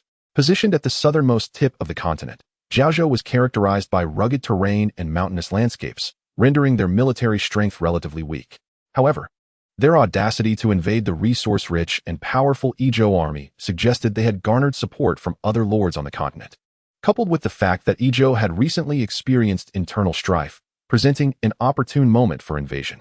Yet, as the brown-red forces drew closer to the camera, an unsettling realization dawned upon them. The Jiaozhou army had dispatched 2 distinct types of units, a colossal armored vehicle and helicopters. Although the Jiaozhou forces were aligned with the Soviet camp, the Rhino tanks and Apocalypse tanks they employed were immense, and they also possessed armed helicopters. However, the vehicles and helicopters sent by the Jiaozhou army did not belong to the Soviet forces or any allied faction. They were entirely unique. While others were puzzled, Yang Yuan understood the implications. He could not help but feel a sense of dread. This was undoubtedly an upgrade. The challenge the system had mentioned was clearly indicative of his opponents being enhanced. Yang Yuan attempted to enlarge the image, but upon clicking, a secondary screen appeared, showcasing information and visuals introducing these 2 new units. He leaned over to tap on Yuan Qing's screen, but it remained unresponsive. It seemed this was a benefit granted solely to him by the system. What on earth are these? Has the technology on the continent advanced to produce such inexplicable units? Yuan Qing pondered. As Yang Yuan absorbed the video, he began to explain to the 3 companions beside him. This armored vehicle is known as the Tiger Armored Transport. It can carry 3 units and is equipped with a 127mm machine gun and a quad-mounted 23mm anti-aircraft gun, effective against infantry and basic aerial threats. Yuan Qing inquired, "How do you know this? We have never encountered such a thing." Yang Yuan smiled faintly. "I read a lot." Yuan Qing scoffed, "You just like to show off." On the screen, several Tiger transport vehicles gradually emerged from the valley. Though their speed was unremarkable, they adeptly navigated the mountainous terrain. When they encountered ambushes from mobilized infantry and magnetic blast infantry, they showed no signs of hesitation. The 127mm machine gun inflicted devastating damage on the infantry, and their thick armor rendered them impervious to even the magnetic blast infantry's anti-armor capabilities. The Rhino tanks patrolling near the mining site quickly advanced to the battlefield upon detecting the invasion. Due to the narrow valley, they could only form a single file line. However, as they approached the Tiger transport vehicles, a squad of magnetic blast infantry suddenly disembarked from the transports. These were standard Soviet units. Magnetic blast infantry, recognized as tank destroyers, donned heavy armored combat suits that made their heads appear disproportionately large, earning them the nickname Big-Headed Soldiers. They were impervious to being crushed by tanks, effectively blocking the Rhino tank's path within the valley. Armed with miniature Tesla coils, they could unleash 2,000 volts of explosive electrical current, tearing apart tank armor piece by piece. Seizing the opportunity, 3 or 4 helicopters hovering above the Tiger transport swooped in, unleashing their firepower. These helicopters were not only equipped with the same 127mm machine guns as the transport vehicles, but also armed with a barrage of mini-missiles. A single volley of missiles could obliterate a Rhino tank, boasting tenfold the destructive capability of standard Soviet-armed helicopters. It is worth noting that Rhino tanks are not flimsy. They are considerably more robust than the Allied Grizzly tanks. What terrifying helicopters are these? Yuan queried. Their combat effectiveness is astounding. Yuan accessed the data and explained. These weapons are called Wolfhound helicopters, equipped with machine guns and missiles, showcasing formidable firepower. The Rhino tanks, lacking anti-aircraft measures, prompted the EJO forces to swiftly deploy their anti-aircraft vehicles, capable of inflicting substantial damage on the helicopters. Look, something appears to be emerging from the rear of that transport vehicle. How peculiar. Jin Kaishan, being younger and possessing keen eyesight, spotted an object descending from the Tiger transport. Is that a military dog? Yang Yuan remarked. The creature indeed resembled a dog, yet upon closer inspection, it was covered in metallic sheen, resembling a mechanical canine. This mechanical dog sprinted far faster than standard Soviet Husky military dogs or Allied German Shepherds, darting directly in front of the anti-aircraft vehicle. Everyone was puzzled by its intentions. Could this mechanical dog possibly breach the anti-aircraft vehicle's armor? While the anti-aircraft vehicle was light armored, it was not susceptible to the bite of a mere mechanical dog. Yet, astonishingly, it did. This extraordinarily swift mechanical dog leaped onto the anti-aircraft vehicle's tracks and, with a powerful bite, tore off a substantial piece of armor. With another bite, it penetrated the gun turret. What incredible jaws! Amidst the astonishment of the crowd, none could have anticipated that a mere dog could vanquish a light armored vehicle. Before the anti-aircraft vehicle could even enter the strike zone of the wolf-hunting helicopter, it had already been rendered half destroyed by the dog's fierce bite. The remaining portion exchanged fire with the helicopter, but ultimately succumbed to destruction in a series of explosions. Several Rhino tanks struggled to hold their ground.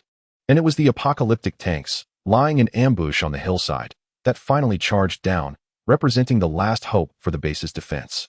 The apocalyptic tanks surged forward, propelled by their own momentum, wielding the formidable power of their dual 120mm cannons, complemented by mammoth missile capabilities to target the helicopters above. However, to everyone's surprise, the Tiger transport vehicles did not retreat. Instead, they advanced one by one. The heavily armored Tiger vehicles, under the command of a clever leader, were employed as shields. True to Yuan Zhongyi's assertion, 5 Tigers indeed served as shields, while the magnetic burst infantry stealthily unleashed electric arcs against the apocalyptic tanks from behind. Meanwhile, the wolf-hunting helicopter executed guerrilla tactics, skillfully dodging the anti-air missiles while reloading its own missiles for bombardment. The reason apocalyptic tanks were seldom utilized en masse by commanders was due to their notorious clumsiness. Following the actions of the Jiaozhou army, they could only explode one after another. Thus, the entirety of the base's defensive forces was obliterated. Yang Yuan roughly estimated that the Yangzhou army had lost 5 apocalyptic tanks, 7 Rhino tanks, and 6 tracked anti-air vehicles, along with a few mobilized troops and magnetic burst infantry. In contrast, the Jiaozhou army's losses were minimal, amounting to merely 2 Tiger transport vehicles and several magnetic burst infantry. The video concluded here, and it was evident that the base would soon be systematically dismantled by the advancing Jiaozhou forces. With such advanced technology on the enemy's side, how could Yang Yuan provide support? Chapter 31. Volkov and Boris. Not only the Yangzhou army, but if such a weapon were to strike EJO, we would be unable to withstand it. Upon viewing the video, Yuan Zhongyi was the first to voice his thoughts. Known for his adeptness in assessing situations, he recognized the enemy's prowess. Yuan concurred, stating that the Jiaozhou army was entrenched deep within the mountains, far beyond the reach of naval support, leaving only the possibility of mobilizing ground forces for a landing operation. Her brother quickly added, however, that the army stationed on the islands was limited in numbers. Transporting them via vessel would be slow and likely ineffective in providing timely support. The siblings fell silent. Although Yang Yuan had assured Zhou Wushi that reinforcements would be dispatched, the situation was indeed challenging, requiring a trek of 100 miles. Listening to the siblings, Yang Yuan kept his gaze fixed upon the map displayed by the reconnaissance satellite. The map revealed that the Jiaozhou army's location was riddled with ravines, effectively isolating their various subbases, which could present an opportunity. If we were to send reinforcements directly to support the Yangzhou army, it was unlikely we could contend with the enemy's weaponry. What if we dispatched an elite strike force to land south of Jiaozhou, and then traverse the mountains to launch a surprise attack on the Jiaozhou army's rear? I believe this could work, The enemy would certainly not expect an incursion from such a remote and wild area. Upon hearing this, Jin Kaishan immediately expressed admiration for his commander.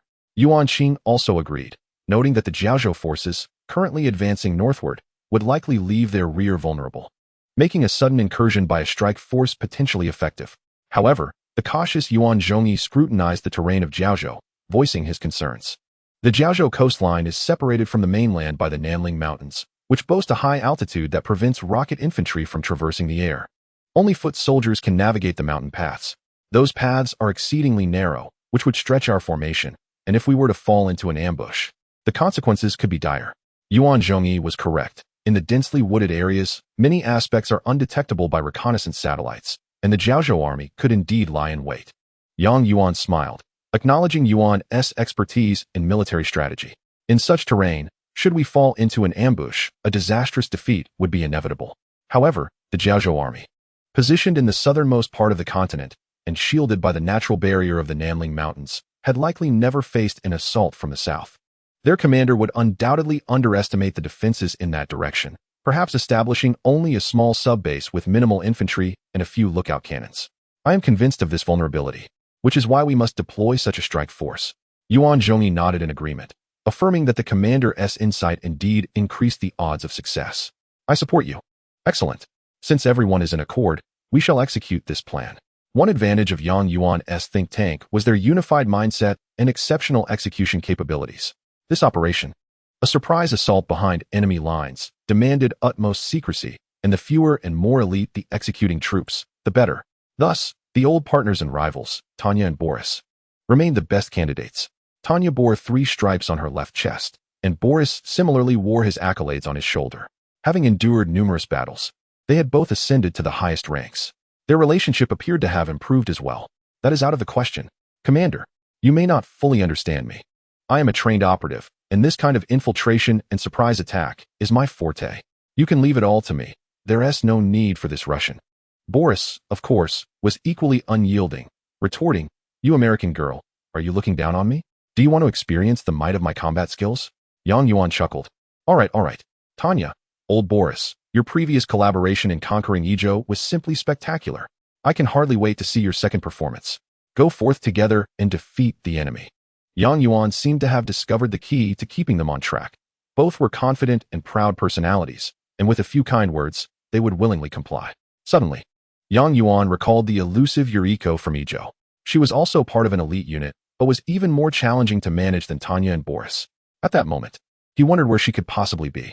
As Tanya and Boris set sail on the transport vessel, Yang Yuan maintained constant communication with them.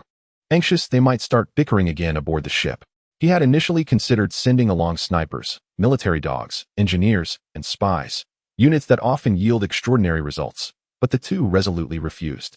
They insisted that such reinforcements were unnecessary, confident in their ability to accomplish the mission. Relenting to their insistence, Yang Yuan ultimately agreed to their request. As the two made landfall, Yuan Zhongyi sent a message to Zhou Wushi, indicating that Yang Yuan's support troops would soon launch a significant offensive from behind Jiaozhou, urging him to persist. This was simply to ensure that Zhou Wushi would draw the attention of the Jiaozhou forces, facilitating Tanya and Boris's operation. Wow, Commander! This place is truly a paradise. The mountains are clear, the waters are pristine, and the air is fresh. With Tanya's exclamation of wonder, she and Boris transmitted their post-landing perspective to Yang Yuan. Just as Tanya described, the location where they landed was indeed characterized by lush mountains and clear waters, devoid of any signs of human habitation. This was precisely what Yang Yuan wished to see. The more primitive the area, the less likely it was for Jiaozhou to have laid any ambushes. Behind them loomed towering peaks, forming the Nanling Mountains. Following the planned route, Tanya and Boris embarked on their ascent. Tanya, clad solely in a bulletproof vest and wielding 2 black desert eagles, moved with remarkable agility, swiftly ascending the mountain. In stark contrast, Boris struggled under the weight of his cumbersome armored attire, armed with a formidable weapon and burdened further by a laser designator on his chest, causing him to lag behind Tanya. "Hey, old man, do you need me to fetch a wheelchair for you?" Tanya shouted mockingly. Boris, aware of his sluggishness, could only grimace in silence. "Do not call me old man, you capitalist brat." Tanya's laughter echoed through the valley, startling Yang Yuan, who quickly interjected, "Please, Tanya, keep your voice down. It would be disastrous if the ambushing enemies heard us." Fear not, timid commander. Should an ambush exist, I shall eliminate them. Both were machines in human form, taking 2 arduous hours to traverse the treacherous mountain. As they descended, Tanya exhibited a newfound caution, treading carefully and refraining from chatter, even pausing occasionally to allow Boris to catch up. It seemed this woman was more than just a brash talker. She possessed a strategic mindset. Gradually making their way down, Tanya spotted something unusual at the mountain's base. Commander, there is a reddish-brown structure down below. It appears to be a base. Indeed, there are troops from the Jiaozhou army. Proceed with caution and ascertain the situation ahead. As Tanya advanced, the sight of the base drew nearer. However, Yuan discerned that it was not a military base, but rather a power plant. Commander, you must be mistaken. This is a Soviet power plant, and there are no other military installations nearby, just a villa. Following Tanya's guidance, Yuan indeed spotted a grand villa constructed of green bricks, suggesting that the power plant supplied electricity to this residence. How curious that such a grand villa exists here. Yuan mused aloud. Yuanqing responded, there are only 2 possibilities. It is either for civilian use or the residence of Jiaozhou's commanders. A surge of excitement coursed through Yuan. If this was indeed the abode of the Jiaozhou commanders, it would be an opportune moment for a decapitation strike. Yuan Zongyi suggested, let us continue our descent and investigate further. If it truly is the commander's villa, our mission will yield great rewards. As Tanya continued her descent, the villa became increasingly visible. Nestled on a small plain at the mountain's foot, accompanied by a mountain spring and waterfall, a picturesque location. Commander, there are guard cannons at both the front and back of the villa, and several anti-aircraft vehicles are stationed out front, Tanya reported. Although she could obliterate a structure in an instant, her greatest fear lay in the presence of those guard cannons. For her vest could not withstand the rapid fire from such weaponry. At that moment, several individuals emerged from the villa. Due to the distance, Yuan could not discern their features, but he could ascertain that they were indeed Jiaozhou commanders, as their attire was exceedingly refined and opulent. It was well known that in the Red Alert world, most resources were monopolized by military factions, leaving ordinary civilians as mere farmers and fishermen, incapable of such luxurious dress. In a hushed tone, Yuan commanded, Tanya, it is now evident that this is the stronghold of the enemy's high-ranking officials. Destroy it. The success of this mission rests upon you. Commander, perhaps I should first target the power plant. Yuan understood that Tanya feared the guard cannons, but he was merely jesting. Meanwhile, the leisurely Boris chimed in, Boris is here, implying that the completion of this task was solely his responsibility. Commander, should I target the guard cannons first or strike the building directly?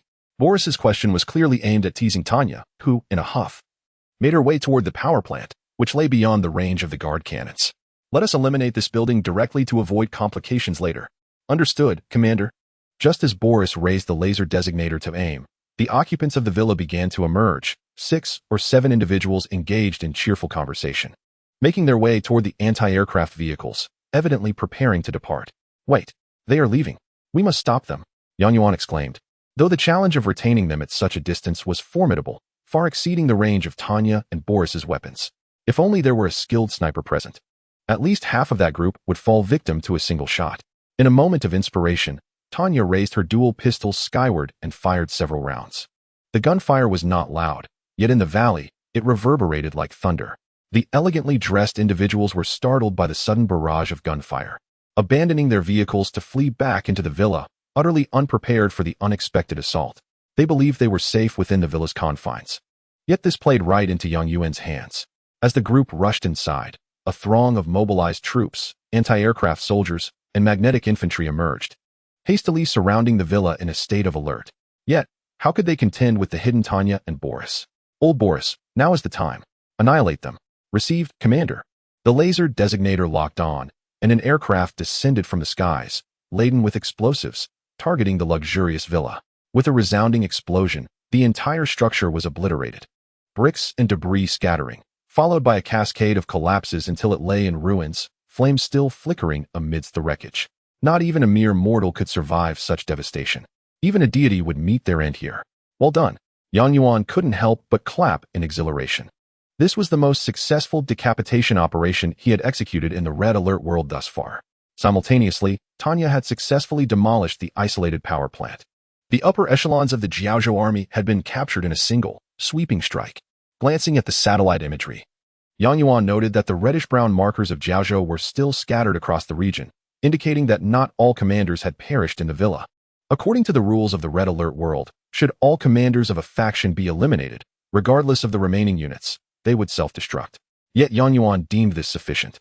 The Jiaozhou forces would find themselves in disarray, lacking leadership, thereby significantly alleviating the pressure on the Yangzhou army. Who would have thought this mission would be so straightforward? Or perhaps our luck is simply extraordinary? Boris inquired. Naturally, we must retreat. The commotion we have caused will undoubtedly prompt a swift response from the enemy. Adhering to the principle of retreating in the face of an advancing foe, we should now avoid their wrath, Yuan replied. However, just as Boris and Tanya prepared to withdraw, a figure emerged from the smoldering ruins, one completely charred, yet somehow alive and walking. The flames that danced upon him seemed to pose no threat. And he bore a uniquely shaped cannon in his hand, resembling a being forged of steel. He glanced around, seemingly searching for traces of Boris and Tanya. Is this a living being or a machine? Before Yuan could ponder further, the steel figure began to shout, speaking as if he were an ordinary person. Boris, I know it's you. The only one capable of remotely summoning aircraft for bombardment is you. Come out, old friend. He knows Boris? How could he possibly know your name? Boris wore a bitter smile, perhaps realizing who he was. That voice was all too familiar. Before Yuan could inquire, Boris had already stepped out, preparing to meet this old friend. Volkov, old friend, I am here, right behind you. The steel figure turned, a semblance of a smile on his darkened face. Indeed, it is you, Boris. I never expected to see you alive. Volkov, so do I. Never imagined you would be the commander of this army. As the two conversed, Yuan discovered information about the man named Volkov on the command device. It turned out that in the backdrop of Red Alert, Volkov, like Boris, was also a heroic soldier of the Soviet army. They had shared life and death together, accomplishing many seemingly impossible missions. Volkov, later severely injured, was transformed into a mechanical being by the Soviets, which explained why he was impervious to the explosion of an entire building. Boris, you just killed all my commanders. Who would have thought we would become enemies? Volkov remarked. At this point, the atmosphere between the two began to shift subtly. Deep within their memories, they were friends and comrades who had fought side by side. Yet, at this moment, they found themselves in a different world of Red Alert, belonging to opposing factions. Former friends could indeed become today's mortal enemies. Yes, I never expected this either. We have become foes, Boris said, each word heavy with meaning. After finishing this sentence, his steps involuntarily began to retreat, his grip tightening on his weapon, and Volkov mirrored this action. The atmosphere shifted from subtlety to tension, akin to a duel between Western cowboys, where life and death hung by a thread. Suddenly, Boris raised his weapon, and Volkov simultaneously lifted his strange cannon. The sound of gunfire was rapid, while the peculiar cannon emitted a crackling noise. An ordinary automatic rifle faced off against a high-tech chain electromagnetic cannon, the latter's destructive power surpassing that of the miniature Tesla coils mounted on the magnetic infantry. The result was evident. Volkov remained unscathed, while Boris fell to the ground. Gravely injured, Boris let out a pained cry, smoke rising from his body due to the burning energy cannon. Boris, Yuan asked anxiously what happened. Boris did not respond, merely gasping for air as Volkov approached him. Old friend, allow me to personally escort you on this journey. Do not fear death. After all, in this world, you can be resurrected countless times, as long as your commander is willing. Volkov spoke rightly. If Boris were to perish, Yuan could indeed expend resources from the Soviet barracks to summon him back. However, the resurrected Boris would have no memory of the past, and the bond with his commander would need to be rebuilt from scratch. This was something Yuan wished to avoid, yet it was about to unfold. Volkov extended his left hand, slowly reaching for Boris's head. Yuan learned from the command device that Volkov's use of the dangerous chain electromagnetic cannon meant his entire mechanical body was imbued with magnetic energy. Anyone he touched would be reduced to ashes from this overwhelming magnetic power. Should Volkov make contact with Boris, he would turn to dust. Suddenly, a few bullets, fired from an unknown direction, struck Volkov's face, embedding themselves in his specially designed skin and creating a deep indentation. Who? Volkov shouted, interrupted by the gunfire. Who is shooting? Who else could it be? Of course, it was Tanya. Yuan rejoiced. At this critical moment, Tanya had stepped forward. Volkov recognized Tanya as well. Glancing at Boris's crimson battle attire and then at Tanya's matching red bulletproof vest, he deduced they were allies. Huh.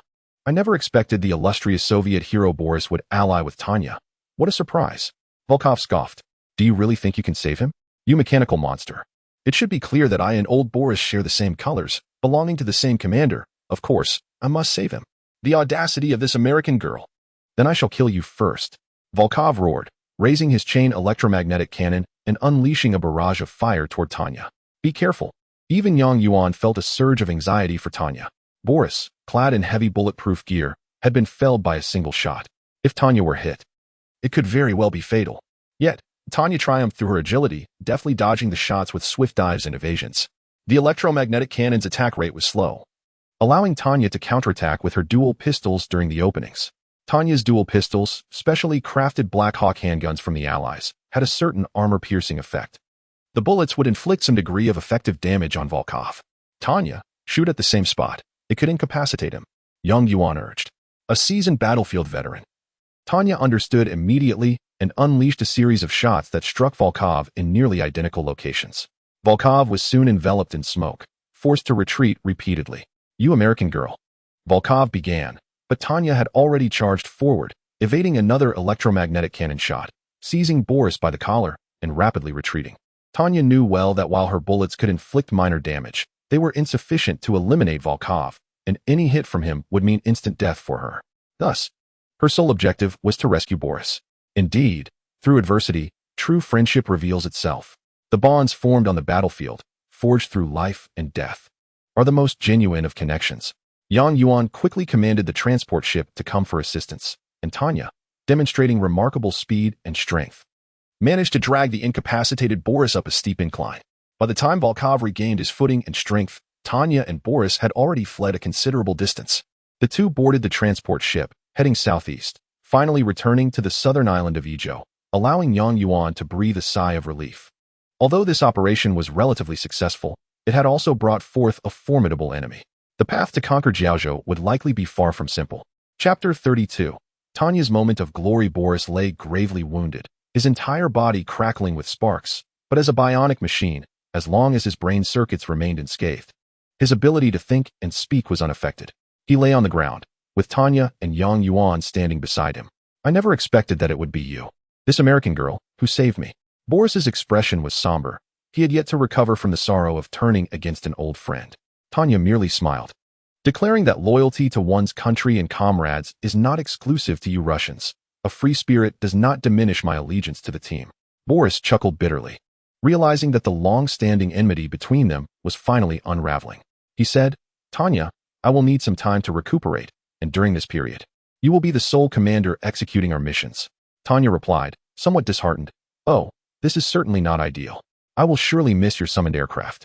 Observing the harmonious atmosphere, Yang Yuan felt a genuine sense of happiness. Unity among subordinates is what every commander yearns to witness. He patted Tanya on the shoulder, cautioning her about the formidable Volkov, advising her to exercise caution. Just as Tanya was about to respond, Yuan Zhongyi's call came through. Commander, we have received news from Zhou Wushi. What news? Zhou Wushi reported that the invasion by the Jiaozhou army has suddenly stalled. He has taken the opportunity to counterattack in several locations, and our support has had a significant impact. Yang Yuan scoffed. What do you mean by a significant impact? We have taken down their stronghold. That is more than just significant. Yuan Zhongyi continued. Zhou Wushi also mentioned that Volkov has established a forward base in the heart of Yangzhou, which is expanding and poses a serious threat to his main base. We hope to destroy it to alleviate pressure on the front lines. Subsequently, Yuan Zhongyi sent the situation map provided by Zhou Wushi to Yang Yuan. Glancing at it, Yang Yuan smiled, noting the base's rudimentary defenses. If Zhou Wushi cannot handle such a weak position, it seems he is indeed overwhelmed by Volkov. Turning to Tanya, he remarked, this area is rife with rivers and mountains, making it difficult for ordinary infantry and tanks to maneuver. It's time for you to take action. This time, you will surely deliver a decisive blow. No problem, Commander. I will reduce them to fragments. Meanwhile, Mobilization Unit Number 2 stood beside Yang Yuan, holding Shaoqing's hand. Following the recent upheaval, Yang Yuan had ordered Unit No. 2 to remain by her side at all times, never to leave her alone. Unit Number 2 suggested, Commander, why not take this opportunity to eliminate the Jiaozhou army and establish a base for our forces there? This would provide a valid reason for our presence on the mainland. Yang Yuan was startled. This was indeed an excellent plan. At this moment, the Yangzhou army desperately needed support, and even if Zhou Wushi was aware of Yang Yuan's intentions, he would have no choice but to agree, making it a clever strategy. Yang Yuan patted Unit Number 2 on the shoulder, praising, you always bring fresh ideas. Although Tanya had sustained minor injuries while rescuing Boris, due to splash damage from Volkov's chain electromagnetic cannon, her elite unit had self-repair capabilities, and with her star-level rank, her recovery was expedited. By the time Tanya landed in Yangzhou before Zhou Wushi, she had nearly fully recovered. Is that the reinforcements sent by Yang Yuan? Zhou Wushi thought. Though he knew Tanya's prowess, he could not believe that Yang Yuan would send only her. Naturally, he envied Yang Yuan's ability to command such elite units. Long ago, he had summoned Boris from the Soviet army, yet this Boris had proven uncooperative, even going missing without a trace. Tanya affirmed, indeed, my commander has only sent me to provide swift support to your forces, but we will still require some assistance from your side. Her typically direct and proud demeanor was softened by the influence of Yang Yuan's teachings. Zhou Wushi noticed the star insignia on Tanya's left chest and nodded, saying, all right. You can request any assistance you need, but you must help me eliminate this thorn in my side. I need a tank. I will provide you with an apocalyptic tank. No, Tanya shook her head. The apocalyptic tank is too slow. I need a rhino tank. Very well. I will give you 3. Zhou Wushi replied. However, these tanks are on the other side of the river, so you must retrieve them yourself. Yang Yuan overheard this and thought, Zhou Wushi is quite the cunning fox. Surprisingly, Tanya readily agreed. No problem. Zhou Wushi handed Tanya a command device, which unlocked the map and the command of the 3 tanks. Tanya glanced at the map. Memorizing it instantly, it resembled the one she had seen from Yang Yuan. The map displayed a river named Shashi. To the south lay Zhou Wushi's army, unable to cross due to the lack of a bridge. To the north, a group of mobilization units were entrenched in civilian buildings, fending off the Jiaozhou army's siege. Further north stood a mountain, within which a village had been established by the Jiaozhou army, continuously producing combat units. This position was easily defensible, yet hard to assault, posing a significant threat to Zhou Wushi's rear. Hidden within the secret mountain paths surrounding the village were Zhou Wushi's 3 rhino tanks, originally stationed there, but now too intimidated by the Jiaozhou army's occupation to reveal themselves. As the Jiaozhou army lacked reconnaissance satellites or similar surveillance equipment, Tanya set out at night. Swimming through the icy waters of the Shashi River, she could already hear the tremors from the land. As fierce battles raged on the opposite bank, Tanya, be careful, the gunfire on the other side is intense, Yang Yuan warned through the communication device. Understood. Indeed. As soon as she reached the north bank, the gunfire grew louder. This was a village, but its residents had either perished or fled, leaving behind mobilization units entrenched within the buildings. Surrounding the village were soldiers clad in reddish-brown uniforms, all part of Volkov's forces, who were numerous and receiving constant reinforcements. As houses crumbled under fire, Zhou Wushi's mobilization units found themselves with nowhere to hide. After observing for a while, Tanya noted the absence of artillery fire, indicating the lack of tanks nearby. Without heavy armored units, she faced no real threat. Commander, it's time for me to shine, Tanya exclaimed with excitement. Just be careful not to accidentally kill Zhou Wushi's men. It's hard to distinguish between orange, red, and brown at night, Yang Yuan cautioned. However, Tanya disregarded his words, brandishing 2 specially crafted Black Hawk pistols as she charged forward, shouting, "Come on, monkeys. Let me paint you all in colors." Yang Yuan could only sigh, thinking, this madwoman. The attention of the reddish-brown mobilization units and magnetic blast infantry was entirely captured by Tanya as they rushed towards her, only to be swiftly eliminated. There was little they could do. Tanya not only boasted long-range capabilities, but also a remarkable speed in both shooting and aiming. This was the star-level Tanya, who left even Zhou Wushi in awe. What kind of tricks has Yang Yuan employed to have such an unruly elite unit serve him so willingly? I must learn from him. Having such obedient elite units is like having 100 men on the battlefield, almost without needing to dodge or maneuver. Star-level Tanya's strong recovery abilities ensured that even if she were occasionally struck by a bullet, it would have little effect. In a mere half hour, Tanya had purged the entire village, leaving the ground strewn with corpses that swiftly vanished with the system as command. Zhou Wushi, a lone soldier trapped here, was finally liberated. Tanya, you are formidable. This infantry squad is now under your command. Zhou Wushi expressed genuine admiration, transferring the command of the squad to Tanya. Instantly, the orange-red squad transformed to a deep crimson, mirroring Tanya's own hue. Yang Yuan, puzzled, inquired, can Tanya also serve as a commander? Yuan Zhongyi replied, all units can be granted the authority to command troops, but they cannot partake in the construction or production of the base. Tanya, twirling her twin pistols, surveyed the squad of over 20 mobilized soldiers, shaking her head in disbelief. I never imagined I would one day command an army composed of Russians. With this newfound force, Tanya advanced, her next objective being to ascend from the northern part of the village and locate the 3 concealed Rhino tanks along the mountain road. Only by finding them would the command of these tanks be transferred to her. But why did Tanya desire these tanks? She soon located the 3 rhinos, standing amidst the dense foliage of the mountain path, where she could also see the sub-base at the foot of the northern hill. This base was evidently small, newly established in Jiaozhou, equipped with radar and a battle vehicle factory capable of producing medium-tech equipment, such as the 3 rocket launchers. Although the 3 rocket launchers were cumbersome and notoriously slow, making them susceptible to surprise attacks. They held the distinction of being the longest-range units in the entire Red Alert 2 faction. Their rockets could arc over mountains to strike their targets. If the 3s became a threat here, it would spell disaster for the Yangzhou army. This urgency was precisely why Zhou Wushi was so keen for Tanya to eliminate this location. Aside from the few 3 rocket launchers, the army here was hardly formidable, merely taking advantage of their geographical position, allowing them to easily repel Zhou Wushi's attacking forces.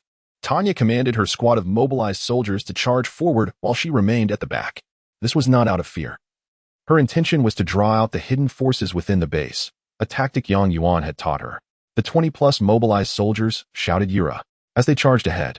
They appeared fierce, yet their speed was notably slow. As anticipated, several dogs and a few scattered mobilized troops soon emerged from the reddish-brown base. The mobilized soldiers, armed with PPSH submachine guns, were not afraid of military dogs, yet in the pitch-black night, their aim faltered. If they failed to eliminate the dogs in time, they would be savaged. Retreat. Quickly retreat, Tanya commanded, and all the mobilized soldiers fell back, leaving only her to advance. The darkness did not impede her marksmanship. She unleashed a series of shots, dispatching the swift dogs first, followed by the enemy mobilized soldiers trailing behind.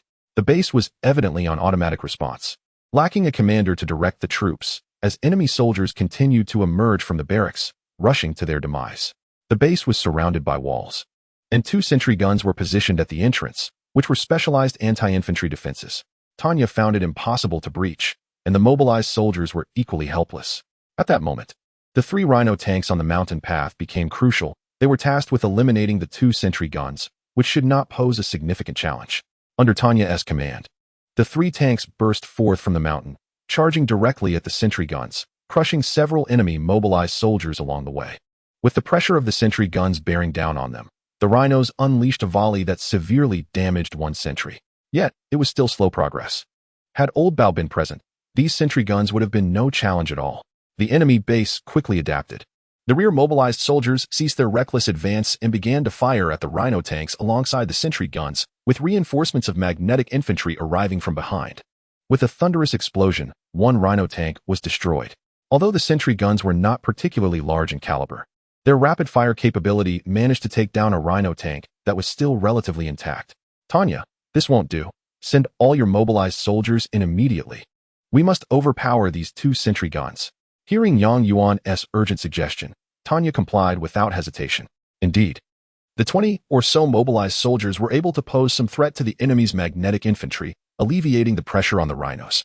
Soon, one of the sentry guns was dismantled, while the other began to emit thick plumes of smoke. At that moment, however, Tanya spotted a meteor streaking across the sky. This was no romantic narrative. It was clearly the enemy's 3 rocket being launched.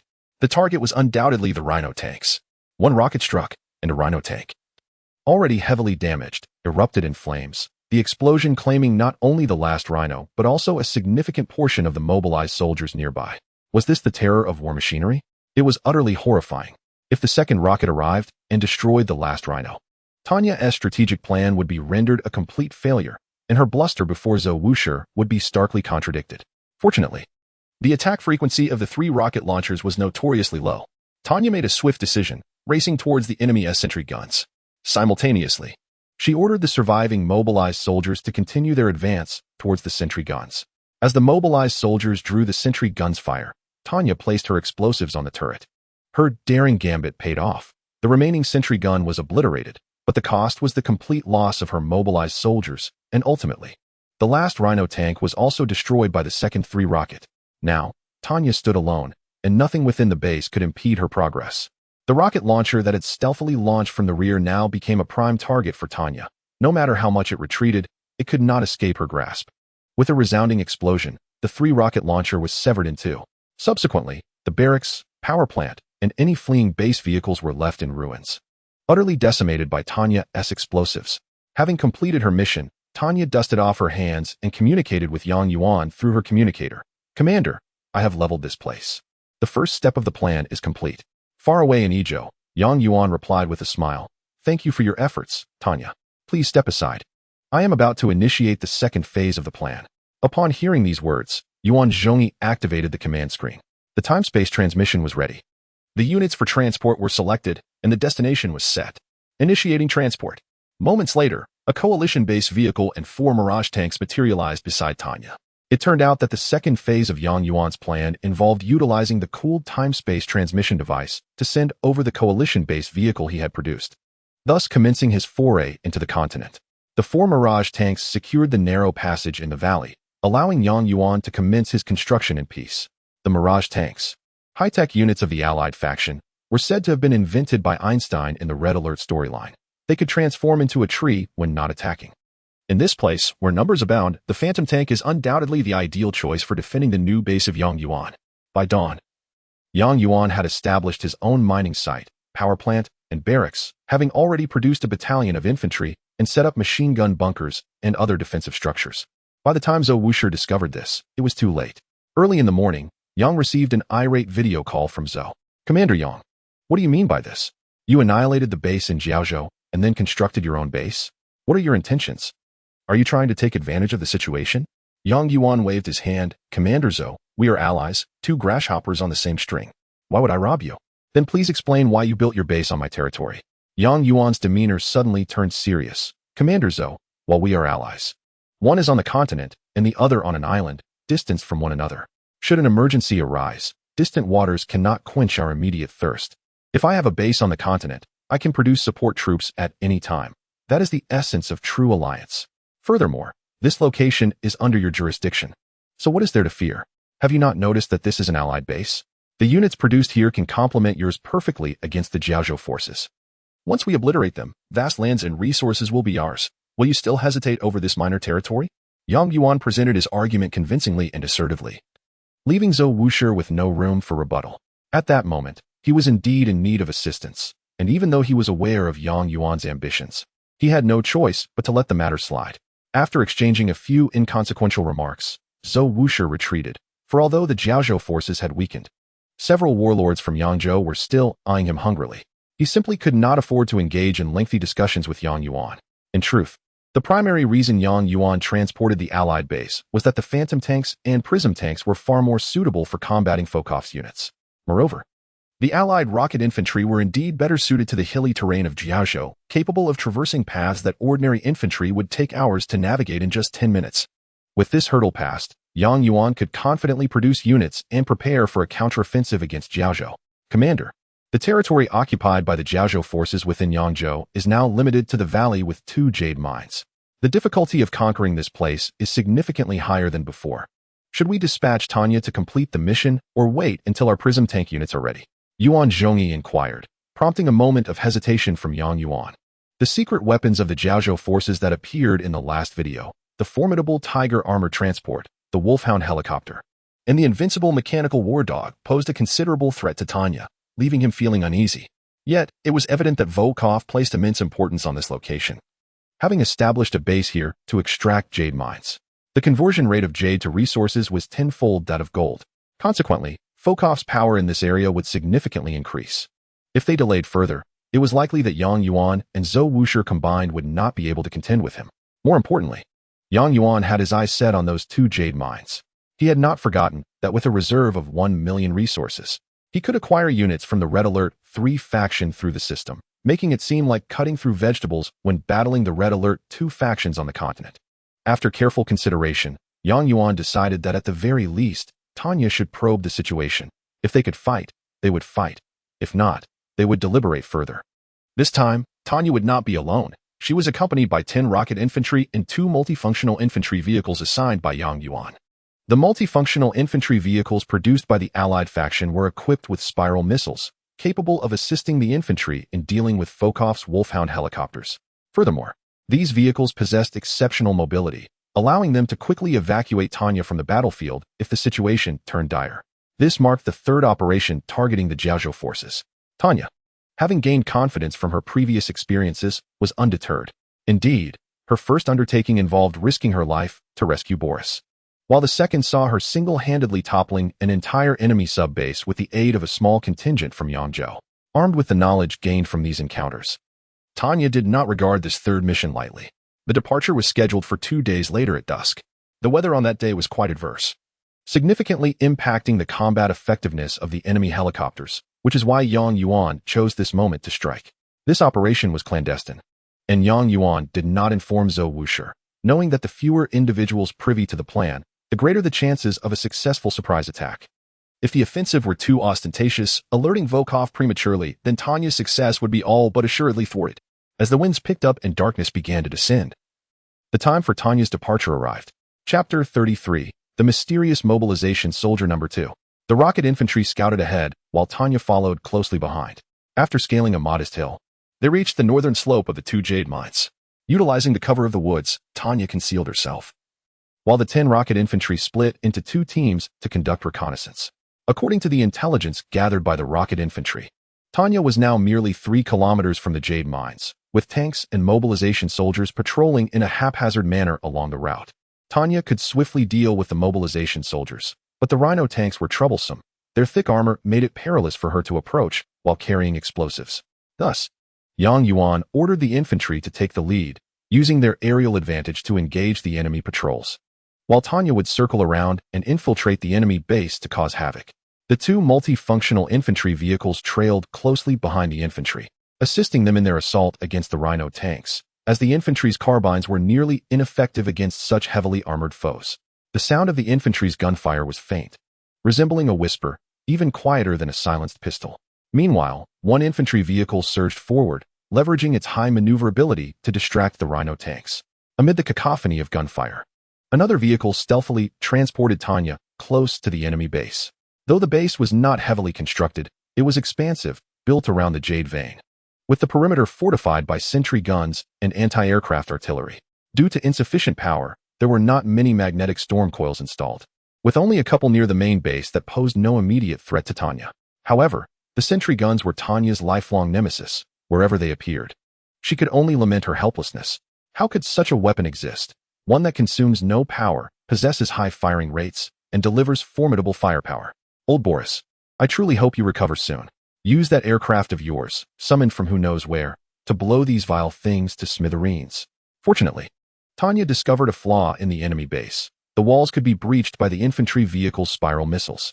By maneuvering to the rear of the enemy base, they could utilize the infantry vehicles to break through the wall, allowing Tanya to infiltrate and wreak havoc. Tanya chose the northernmost section of the base, densely populated with trees for enhanced concealment. 2 spiral missiles were launched, creating a breach in the wall, and Tanya exited her vehicle, dashing inside. This is the enemy's rear base, consisting solely of a few power plants and barracks, posing no threat to Tanya. Meanwhile, a significant portion of their forces has been deployed to the front lines to counter the aerial soldiers, leaving the base vulnerable. With a resounding blast, Tanya obliterates the power plant and the barracks. Elated, she prepares her next target, the enemy's vehicle factory. Once destroyed, it would significantly hinder the enemy's capabilities. Just then, she spots a dog sprinting towards her from a distance, with no soldiers or vehicles in sight. Only this solitary canine, a lone dog, daring to approach her. While a military dog could indeed pose a lethal threat to Tanya, she would not be foolish enough to allow it to bite her. No dog could withstand the wrath of her desert eagle. Come on, darling. Tanya grips her dual pistols, waiting to eliminate the dog the moment it charges. However, something feels amiss. The dog is moving with astonishing speed. In mere seconds, it has traversed hundreds of meters, closing the distance to mere feet. Tanya hastily draws her weapon and fires, but every shot misses. The dog's agility is extraordinary, far beyond that of an ordinary canine. Tanya, retreat. That is no ordinary dog. Get to the infantry vehicle. Yang Yuan realizes the gravity of the situation and urgently directs Tanya to flee. But time is running out. Mere meters away, the dog leaps into the air, its gleaming metallic teeth aimed directly at Tanya. Under normal circumstances, a soldier would have met a grim fate at the jaws of such a creature, yet Tanya, an elite soldier, instinctively retreats while simultaneously firing her guns. At this close range, every bullet strikes the dog's head. Yet this is no ordinary dog. Yang Yuan recognizes it as the mechanical dog from before. The command system has provided information on it. Named Chekai, it is a mechanized beast, the beloved pet of Volkov, reconfigured into an elite unit. In the hierarchy of Red Alert units, this dog is on par with Tanya, a truly unexpected revelation. Though Chekai takes several bullets to the head, it does not perish. Its speed and momentum are diminished, causing it to miss its target. Tanya, having narrowly escaped disaster, obeys Yang Yuan's command and boards the infantry vehicle that has come to her aid. That was terrifying. I've never encountered such a formidable dog, Tanya exclaims. Indeed, that dog is Volkov's mechanical pet, possessing immense combat capabilities. Then let me crush it with the infantry vehicle, Tanya insists, yet Yang Yuan quickly interjects, hurry. That dog's teeth can easily shred the light armor of the infantry vehicle. With Yang Yuan's warning, Tanya reluctantly withdraws. As she retreats in the infantry vehicle, the main force of the enemy has annihilated her pitiful aerial soldiers, leaving none alive. The infantry vehicle is, of course, also destroyed. This main force comprises the Tiger transport vehicles and the Wolfhound helicopters that Yang Yuan had observed in the video. Both units are equipped with anti-aircraft weaponry, rendering the rocket infantry unable to escape. Tanya is forced to take a lengthy detour, navigating over several mountains before finally returning to her base. I thought that in this stormy weather, those helicopters wouldn't dare to operate. Yet here they are, unaffected by the elements. Yang Yuan's voice is laced with frustration and resignation. Dealing with such forces requires advanced technology, such as prism tanks and mirage tanks. But producing these units demands substantial resources. The only resource available to Yang Yuan's faction is silver, devoid of jade or gold mines, making it impossible to amass a large army. What, then, is to be done? Should they seize resources from Zhou Wushi? Yang Yuan indeed contemplated this notion, but quickly dismissed it. After previously occupying a portion of his territory, Zhou Wushi had grown suspicious. If they attempted to seize his resources again, he would likely retaliate with fury.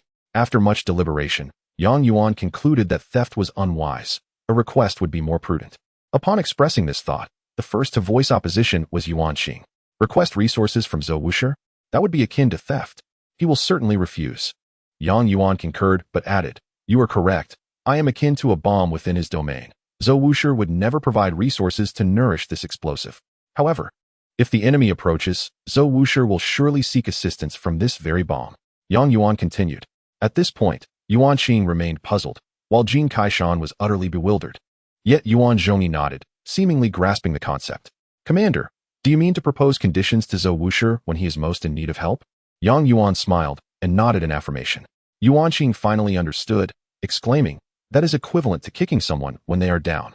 Jin Kaishan chimed in other words, as the saying goes, strike while the iron is hot. Number 2, standing behind Yang Yuan, admired this strategy and praised him. Your insight into the situation and human nature is indeed remarkable, Commander. The first step of this plan involves inciting the Jiaozhou army to launch a fierce assault against Zhou Wushi, placing him in a precarious position. However, due to Yang Yuan's involvement, the Jiaozhou army's invasion of Yangzhou has stalled. They will not launch a full-scale attack on Zhou Wushi anytime soon. With enmity established between Yang Yuan and the Jiaozhou army, Volkov remains wary of him. Only if Yang Yuan reconciles with Volkov will the latter lower his guard. Commander, if you are comfortable, I can communicate with the Jiaozhou army's commander. I have a way to persuade them to redeploy, placing Zhou Wushi in dire straits. Upon hearing Number 2's proposal, Yang Yuan felt a surge of hope. Excellent. Number 2, I entrust this task to you. If you succeed, I shall appoint you as the commander of the mainland base. Number 2 nodded slightly, smiling. Thank you, Commander, for your trust. As a mobilized soldier who cannot swim, Number 2 sets forth with a command device that has only communication capabilities, boarding a transport vessel. After landing near the coast of Jiaozhou, he quickly locates Volkov's signal on the controller. Upon initiating a video call, Volkov answers promptly, recognizing it as a call from the faction led by Boris. Are you the commander of that chestnut-colored army? Volkov inquires, observing that Number 2 is clad in a standard mobilized soldier's coat, appearing anything but commanding. No, esteemed Volkov, I am not the commander. I am merely a peace envoy dispatched by our commander, Number 2 replies. Huh, a peace envoy? Volkov scoffs. You have just annihilated all my commanders and ambushed my forward base, yet you come to discuss peace? Number 2 nods slightly at Volkov on the screen before calmly saying, esteemed Volkov, I understand how ironic this sounds, but today's proposal for peace is utterly sincere. Please allow me to elucidate the reasons. Very well. I shall listen to your justification. Volkov, a straightforward Russian, responds. Our commander is named Yuan. Initially, he was merely the commander of a small island, but managed to vanquish the formidable Ezhou pirate army and the powerful Yingzhou army, with assistance from Zhou Wushi of Yangzhou. Commander Yuan is here solely to repay a favor he owes him. However, after the crisis of the battlefield eased, Zhou Wushi began to disrespect our commander Yang with pointed remarks. Our troops could no longer tolerate his behavior. Thus, Commander Yang discreetly sent me to clarify the situation to your forces. We do not genuinely wish to be enemies with you. To atone for the harm caused to your army in the past, we intend to offer assistance in eliminating Zhou Wushi's troops from Yangzhou. This statement, a blend of truth and deception, stirred even Fokov's heart. For years, he had been amassing strength with the singular goal of annihilating the Yangzhou army and seizing the vast gemstone mines under Zhou Wushi's command. However, he did not anticipate the sudden emergence of Yuan, which thwarted his plans. The foolish commanders of his subordinate bases had perished, but the relentless harassment and assaults from Yuan posed a significant challenge. Now, with this unexpected offer of peace from Chun Yaojin, should he not take advantage of the situation? Volkov inquired. If that is the case, we can cooperate.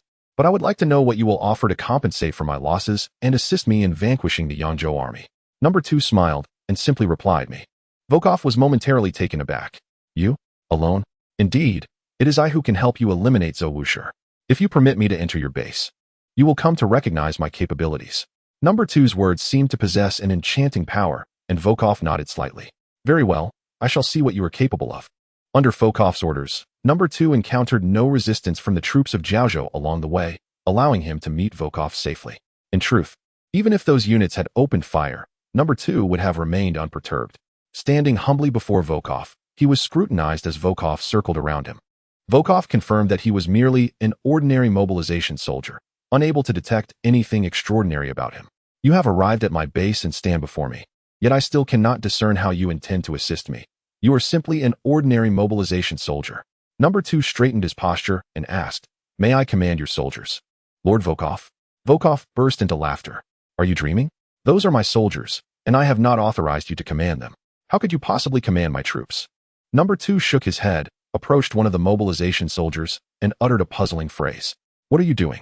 Ignoring the inquiry, Number 2 muttered incantations and commanded, Mobilization soldier, fire at the ground beneath your feet. Volkov was left dumbfounded. What is this person doing? Ordering my soldiers to fire at the ground? Yet, the subsequent scene left him utterly astounded. The mobilization soldier indeed discharged his weapon at the earth. How did you accomplish this? Why can you command my soldiers? Number 2 smiled and replied, Not only that. He gestured toward a distant watchtower cannon, which inexplicably opened fire. My heavens, you can even command my watchtower cannon? In his astonishment, Volkov immediately aimed his chain electromagnetic cannon at Number 2. Though I do not comprehend the weapon you wield, you are undoubtedly a perilous individual. If you can control my soldiers and turrets, can you also control me? Number 2 appeared frightened and hurriedly waved his hands. No, Lord Volkov. I can only control ordinary units or buildings. I cannot control commanders or elite units. Nevertheless, I can still assist you in eliminating Zhou Wushi. Volkov lowered his electromagnetic cannon. Realizing that if this remarkable mobilization soldier could indeed control him, he would not be engaging in such lengthy discourse. No wonder that Commander Yuan could consistently defeat the pirate army and the Yingzhou army. It turns out he possessed such a secret weapon. No, Number 2 shook his head. My commander's abilities are exceptional and do not require my meager skills. He then inquired, Lord Volkov, please tell me your next target. I am eager to assist you in eradicating the Yangzhou army, as it is also the wish of my commander. Since Number 2 had expressed himself so clearly, Volkov no longer hesitated. In truth, he had long desired to orchestrate a decapitation operation to eliminate Zhou Wushi's core base. When he handed the map of Zhou Wushi's core base to Number 2, the latter merely smiled slightly. If I set out now, I can bring you good news by tonight. Please be patient. With unwavering confidence, Number 2 departed, and Volkov watched his retreating figure, convinced he was not lying. The ability to exert mental control seemed to be a legendary skill from ages past, yet Volkov could not recall the details. As night fell, Yuan awaited the long-anticipated command device to sound. The image that appeared was one of Zhou Wushi's panicked face. Commander Yang, please send reinforcements. My main base has been ambushed by a mysterious army. My units have all perished. A significant number of my buildings have been instantly occupied and sold. Quickly, send support. Yuan was somewhat taken aback. Occupied? Sold? How could their engineers so effortlessly seize your buildings? This is quite perplexing. I have not detected any trace of their engineers. It must be some kind of secret weapon. In any case, Commander Yang, utilize your allied technology and send reinforcements. Seizing the opportunity, Yang Yuan replied, Commander Zhou. Since the last ambush failed, I currently only have a few flying soldiers and infantry vehicles left. I'll dispatch them immediately. Are a few flying soldiers sufficient? Zhou Wushi urgently questioned. Yang Yuan feigned helplessness. But I have no funds. I'll provide you with resources. I will supply you with resources. Quickly, send troops to counterattack Jiaozhou. Yang Yuan, overjoyed, continued to act nonchalantly. All right, I'll act immediately. Subsequently, the command device of this subordinate base displayed an unexpected increase of 30,000 resources. It must be said that Zhou Wushi's speed in providing funds was indeed impressive. At that moment, the transport ship carrying mobilization soldier number 2 was returning. Yang Yuan warmly welcomed him. Number 2, you truly excelled. Just within one day, you made Zhou Wushi plead for mercy and even offer resources. What method did you employ to seize so many buildings from Zhou Wushi's main base? Number 2 chuckled and replied, Commander, I merely had Volkov employ a tracked anti-air vehicle to stealthily operate under the cover of darkness. Zhou Wushi's main base defenses were not particularly robust. After speaking, Number 2 clutched his head, displaying signs of discomfort. Number 2, what is wrong? I'm fine, Commander. It may be that my head circuits were affected during transit. I need to undergo self-repair. All right, go quickly, and do not let any issues arise. Yang Yuan expressed his concern. Number 2 nodded and departed, holding his head. His strength had not fully restored, and it seemed that the time was not yet ripe.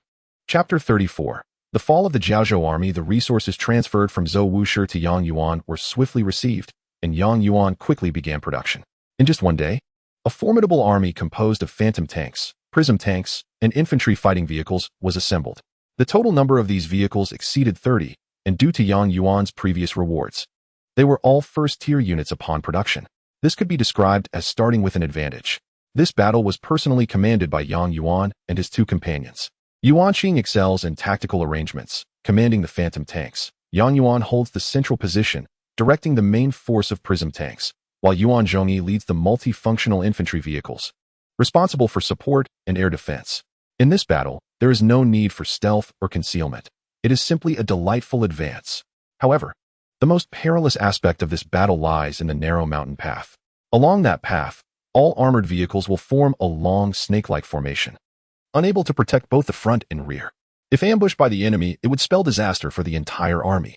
Therefore, before the vehicles traverse the mountain path, Yang Yuan dispatched a large number of rocket infantry to harass the enemy base, aiming to restrain their main force. Additionally, in a bid to surprise Volkov, Yang Yuan gifted this group of infantry to Zhou Wushi, who, being in the heat of battle, had no reason to refuse. Unbeknownst to him, this was all part of Yang Yuan's trap. He handed over the command of the infantry to Zhou Wushi to have them change their colors, transforming into the orange-red army of Yangzhou. Consequently, Volkov would mistakenly believe it was Zhou Wushi harassing him, not suspecting Yang Yuan, who had recently extended an olive branch to him. The infantry, facing the Tiger transport vehicles and Wolfhound helicopters, were essentially doomed. Yet, accustomed to the brutality of war, Yang Yuan remained unperturbed. In the realm of warfare, the loss of a few bionic soldiers is inconsequential. As long as resources are available, they can be replenished. The only concern for Yang Yuan was the safety of the living around him. Once all the infantry had been shot down and fallen, Yang Yuan's 30 armored vehicles were fully arrayed, particularly the 10 phantom tanks under Yuan Xing's command, which had stealthily approached the enemy base without detection. The ability of the phantom tanks to disguise themselves as trees made them the perfect ambushers in this densely forested area. Equipped with a thermal energy beam cannon, these tanks could incinerate an infantryman into ashes in an instant. Volkov, evidently lacking experience in facing advanced allied units, found all the infantry surrounding his base annihilated before he could react. However, when the phantom tanks launched their assault, their true forms would inevitably be revealed. The first to notice the ambush was not Volkov, but his beloved mechanical dog, Chekai. Chekai possessed the ability to detect invisible units, despite being a mechanical hound. It retained an acute sense of smell. Sensing an unfamiliar presence, Chekai charged out of the base, discerning the enemy as light armor, its sharp fangs capable of tearing through these tanks in an instant. Indeed, the phantom tanks were both light and fragile, easily susceptible to Chekai's lethal bite. Yet, Chekai, being a mechanical dog born for battle, lacked foresight. It failed to notice the large contingent of prism tanks advancing from the rear. "Chekai, don't go out," Volkov exclaimed. But it was too late. His loyal companion had already dashed toward the trees transformed from the phantom tanks. As its fangs pierced one of the tanks, a blue laser shot forth toward its face. This was the essence of prism technology, the prism reflection device, rumored to be a hardcore weapon invented by Einstein. By reflecting light, the prism could concentrate multiple beams onto a single tank, unleashing devastating power. Moreover, these were all first-rate prism tanks. Chekai bravely endured the onslaught of the concentrated beam, emerging smoking yet still alive. Ironically, the refraction of the light caused one of Yang Yuan's own phantom tanks to explode. However, even the elite mechanical dog could not withstand the overwhelming force of the second beam.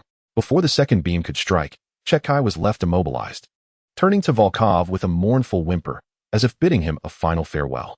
With a resounding crack, the second beam was unleashed, claiming the life of Chekai, who had achieved countless victories for Volkov, leaving behind only a deep crater in the ground.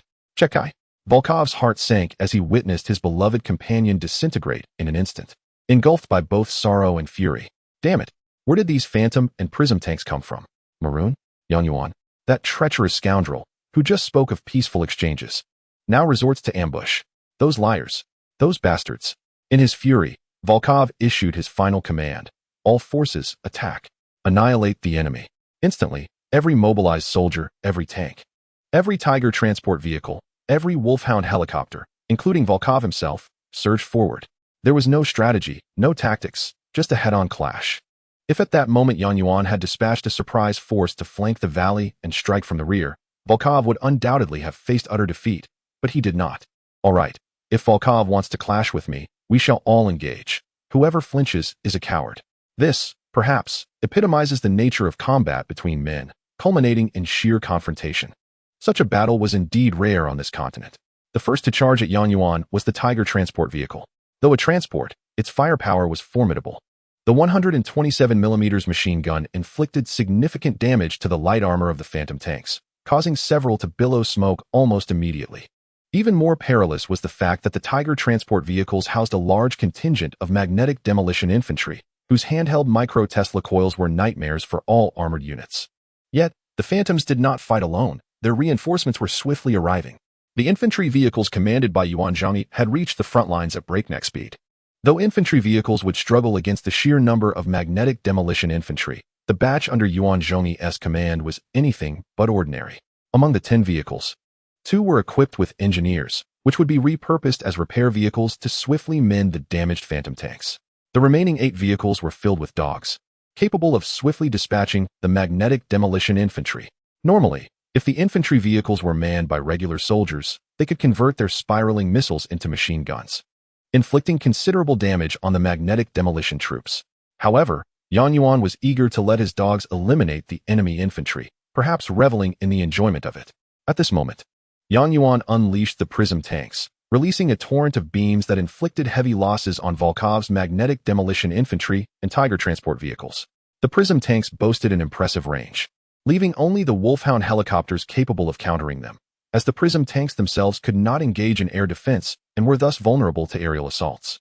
Moreover, the Wolfhound helicopters were not only armed with machine guns, but also carried micro-missiles, making it difficult for the prism tanks, with their fragile armor and sluggish speed, to withstand such attacks.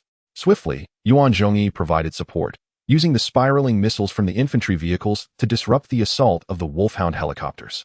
What Yang Yuan did not anticipate was that Volkov would brazenly withstand the spiraling missiles fired from the infantry vehicles, ordering his helicopters to relentlessly attack the prism tanks. Perhaps he sought revenge for his fallen dog. Indeed, he proved to be a man of loyalty. While Volkov's actions were undeniably reckless, they evoked a sense of respect in Yang Yuan. He recognized him as a worthy adversary. Despite the losses suffered by the infantry vehicles, 7 or 8 remained operational. It is noteworthy that such a formidable number of first-rate infantry carriers could bring down a Kirov airship within minutes, let alone 5 or 6 helicopters. With the final Wolfhound helicopter crashing down, Volkov faced utter defeat.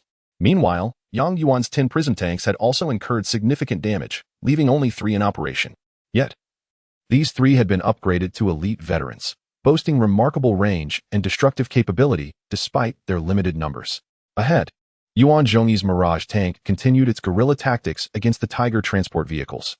Unlike Yang Yuan, who often acted impulsively, Yuan Zhongyi was acutely aware of his intentions to eliminate the enemy with minimal losses. This composed demeanor was something Yang Yuan admired. Recognizing his own tendency towards sentimentality and the necessity for a steady ally. With the support of the infantry vehicles and the 3 elite prism tanks, Foucault's forces were annihilated. Foucault himself emerged from the last transport vehicle, which was on the brink of explosion, clutching his chain-linked electromagnetic cannon, his expression grave. Yang Yuan ordered his troops to stand by and cease their assault. Initially, he had not anticipated Foucault's personal arrival at the forward base. He assumed the adversary was safely ensconced at home. Foucault's appearance alleviated many of Yang Yuan's concerns. The Jiaozhou army had but one commander left, Foucault. Once he fell, the entire Jiaozhou army would be extinguished. Respecting Foucault as a hero, Yang Yuan commanded a halt to the offensive, wishing to hear what the adversary had to say. Indeed, Foucault shouted forward, "Come, all of you. I am ready to die for my homeland. I have been prepared for this day. Let me once more fight alongside Chikai and liberate hell. For glory, charge." After his rallying cry, Foucault charged forward with his electromagnetic cannon, this being his final assault. Alas, a true hero. All units, let us honor him in his last moments. Following Yang Yuan's command, the firepower of all units surged towards this solitary warrior. Following a thunderous explosion, silence returned to the land. Yang Yuan's ears once again resonated with the system's voice. "Congratulations, Commander Yang Yuan. You have annihilated a continental force. Only 12 remain. Is there a reward?" Yang Yuan casually inquired, fully aware that this emissary of the Creator would not bestow substantial rewards. For the Creator relished in teasing mortals. So it is said, fate plays tricks on mortals because the Creator delights in their folly. The system responded, "Indeed, there is a reward. Your initial wish will soon be fulfilled. Please await the outcome." What? The system concluded its message, leaving Yang Yuan no time for further inquiries. What did initial wish mean? Did it refer to his desire upon arriving in the Red Alert world? After pondering for a while, Yang Yuan could not recall his initial wish and decided to let it be. After all, since it was his wish, it could not possibly be a bad thing. Among the 13 feudal lords of the continent, only 12 remained.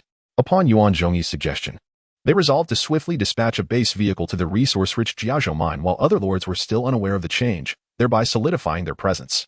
Moreover, Yang Yuan had not forgotten the system's previous promise that upon accumulating 1 million resources, he could acquire the Red Alert 3 system and utilize its advanced technology to sweep across the continent.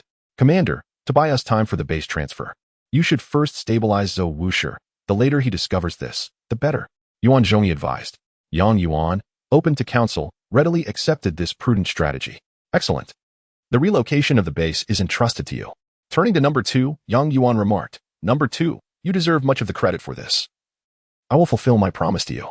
Once our base relocates, you shall be the commander of the continent's premier army." Number 2 humbly bowed, expressing gratitude for the commander's trust and appreciation. "However, to be cautious, I suggest I take a Soviet-based vehicle aboard a transport ship to Jiaozhou. In this way, even if that allied base is discovered and intercepted by Zhou Wushi, we will still have this new base vehicle at our disposal." Yang Yuan nodded, recognizing this as a sound strategy. The Jinji siblings exchanged glances, both feeling an unspoken sense of unease, unable to articulate their concerns. Number 2 had been with them for so long, consistently offering brilliant strategies, displaying remarkable intelligence surpassing even elite units like Tanya and Boris. Yang Yuan, however, felt no qualms. He had subdued Jiaozhou and held Zhou Wushi in his grasp, reveling in his triumph. After watching number 2 set off once more from Izhou with a new Soviet base vehicle, Yang Yuan prepared to fabricate a story to distract Zhou Wushi while Yuan Zhongyi and the others secretly transported the base vehicle to Jiaozhou. Unexpectedly, Zhou Wushi initiated a video signal. Yang Yuan, sensing the urgency, chose to connect. Upon connection, he hastily spoke. "Commander Zhou, is there something you need? I'm quite busy. I'm still engaged in battle with Foucault. Victory is near. Oh, you don't want to send the prism tanks up yet. Have the infantry vehicles hold back. Quickly retreat." Zhou Wushi had yet to utter a word, but Yang Yuan had already staged an elaborate performance, as if he were truly commanding a battle. Zhou Wushi appeared quite awkward. "Oh, Commander Yang is still occupied? Very well, I shall not intrude. How is the Jiaozhou army faring? Do you require any resource support?" "Oh, Commander Zhou, you are too gracious. Any assistance is welcome, but if not, it's no matter. My prism forces have already pushed to Foucault's base. We are on the brink of victory. Zhou Wushi smiled slightly. I see. Then I wish you an early victory, Commander Yang. With that, Zhou Wushi ended the call. Yuan Xing remarked, your performance was far too exaggerated. Even a fool could tell you were acting. Yang Yuan chuckled, if the performance isn't a bit over the top, how can it move people? See, Zhou Wushi still wished me victory. They shared a light-hearted exchange, and Yang Yuan turned to Yuan Zhongyi, who was overseeing the base's covert relocation, asking, Yuan advisor, how goes the operation? Is everything proceeding smoothly? In the display of Yuan Zhongyi's command device, a maroon allied base vehicle was laboriously ascending a slope. Once it traversed the mountain path ahead, it would reach the jade mine that Yang Yuan had just seized from Focao. There, 3 prism tanks awaited its arrival, ensuring the vehicle's safety. Commander, as long as we safely cross this mountain path, success will be assured, Yuan Zhongyi stated. Indeed, your caution is commendable. With Tanya clearing the way and the Mirage providing cover, this should be foolproof. At this, Yang Yuan felt a surge of delight, almost wishing to celebrate with a cup of tea in the base. Suddenly, Yuan Zhongyi shouted, not good. Instantly, Yang Yuan and the others tensed, fearing a crisis had emerged. Leaning closer to the screen, they saw that the mountain path was not safe. 5 or 6 tanks appeared on either side of the road. Orange red tanks? They belonged to Zhou Wushi. He had already discovered their clandestine maneuver. Yuan Zhongyi exclaimed. With gritted teeth, Yang Yuan recalled the expression and words of Zhou Wushi from earlier. Feeling a sense of unease, it became apparent that Zhou had either learned of or anticipated his plans and had already set an ambush along this crucial mountain path. He could only resent his own carelessness. How could a single Tanya and 2 Phantoms protect this large and defenseless base vehicle against the assault of over a dozen Rhino tanks? Cold sweat beaded on Yang Yuan's forehead as he spoke to Yuan Zhongyi. We cannot hold the base vehicle. Let the Phantoms cover Tanya's retreat and minimize losses. Urgently summon the tank forces near the Jade Mine for support. Since we have already severed ties with Zhou Wushi, we might as well seize this opportunity to deliver a crushing blow. Yang Yuan could only watch helplessly as his allied base vehicle was reduced to a heap of irretrievable scrap metal under the onslaught of the Rhino tanks. However, a stroke of fortune lay in the fact that Unit 2 had already dispatched a new base to the heart of Jiaozhou. As long as Yang Yuan could slow down Zhou Wushi's offensive, this base could flourish in Jiaozhou. Jiaozhou, located at the juncture of Yangzhou, was riddled with mountains, which Yang Yuan could effectively utilize to obstruct Zhou Wushi's advance. After the Rhino tanks obliterated the base vehicle and 2 Phantoms, their momentum surged as they hurried down the mountain from the south, intent on reclaiming the jade mine that Yang Yuan had recently occupied. Yet, as soon as the Rhinos descended, they were met with a barrage of fire from 3 Star-class prism tanks, unable to discern the source of the fire before they retreated hastily. Chapter 35. Your name is Yuri. The remaining Phantoms from the earlier battle lay in ambush at the mountain pass, while infantry vehicles provided cover beside the prisms, which were arrayed in formation to prevent any of Zhou Wushi's soldiers from breaching the pass. Upon Yang Yuan's command, all units sprang into action. These units, left over from the confrontation with Volkov, were either of level 1 or star class, each a seasoned veteran, and Yang Yuan felt confident they could hold this road, buying more time for the development of the base in Jiaozhou. Yet, after more than an hour of stalemate, as dusk approached, Zhou Wushi remained silent. With only a few Rhinos continuing to move restlessly at the mountain pass, seemingly poised for an attack but without follow-through. Was Zhou Wushi going to strike or not? What was the purpose of this indecisive movement? Just as Yang Yuan pondered this, Jin Kaishan suddenly shouted, not good. Irritated by the interruption, Yang Yuan snapped. What are you shouting about? Are you out of your mind? Jin was busy operating his secondary command device, transmitting footage he had just scouted to Yang Yuan and the Yuan siblings. The footage, captured by air troops patrolling the waters around Izhou, was quite simple. Several large cucumbers. 1, 2, 3, 4, 10 large cucumbers. Yang Yuan was taken aback. No wonder Zhou Wushi's tanks were moving erratically at the front. He had secretly dispatched 10 Kirov airships to obliterate his stronghold. How can Zhou Wushi produce so many Kirovs after suffering such losses against the Jiaozhou army? Yuan Qing inquired. Yang Yuan could only sigh inwardly. It was a consequence of his own earlier decisions to seed gold mines and oil wells to gain Zhou Wushi's assistance when planning to conquer Izhou. Jin Kaishan, you've been in charge of Izhou all along. How many anti-air units do we have? Yang Yuan asked. Jin scratched his head. Only 1 Aegis cruiser, a few reconnaissance rocket infantry, and some anti-air tracked vehicles and infantry, less than 5 in total. What? Yang Yuan's mind reeled. He had thought Izhou was quite prosperous. How could they have so little? Jin quickly began to explain, Commander, it's all my fault. Punish me as you see fit. Punish you? Will that stop the Kirovs? Yang Yuan realized that last time, in an effort to assist him in restraining the Ezhou army, the navy had already been depleted. Furthermore, resources were nearly exhausted. They could hardly afford to produce 2 base vehicles to enter the continent, let alone anything else. At this moment, mobilized Unit 2 sent a signal. The Soviet base vehicle he was escorting had finally reached the heart of Jiaozhou, awaiting the commander to develop and construct. Yang Yuan breathed a sigh of relief, thankful to have retained a fallback option. Otherwise, he would have truly faced utter demise. Suddenly, Yang Yuan stood up, declaring, "Everyone, come with me to Jiaozhou. We can no longer hold Ezhou." Yuan Zhongyi sighed as well. He held deep feelings for Ezhou. While the Aegis cruiser had formidable anti-air capabilities, such a short distance could not intercept 10 Kirovs. It seemed they had no choice but to abandon this place. Yet, Yang Yuan did not dwell on sadness, asserting, "There's no need for despair. As the old makes way for the new, Jiaozhou's resources are far richer than Ezhou's. We can swiftly rise again. And when we grow strong, Zhou Wushi will pay for this." The group nodded, the earlier panic and sorrow finally dissipating. Time was of the essence. Yang Yuan instructed Yuan Zhongyi to remotely oversee the construction of the new base in Jiaozhou, ensuring Yuan Qing looked after Shaoqing, and having Jin Kaishan command the Aegis cruiser to intercept the Kirovs as best as possible. Meanwhile, he would sell off and dismantle any unnecessary structures on the island, preparing everything before the Kirovs arrived. No one anticipated that after annihilating all factions on the island, Yang Yuan and his group would be compelled to develop on the mainland. By the time their transport ship reached the new base where Unit 2 was stationed, night had fallen. Yuan Zhongyi had remotely established the most basic electric plant, barracks, and mine at this base. Yang Yuan ordered Yuan Zhongyi to construct additional anti-air units distributed across the hills. Should Zhou Wushi's Kirovs return to bomb his new base after finishing Ezhou, they should be able to intercept them.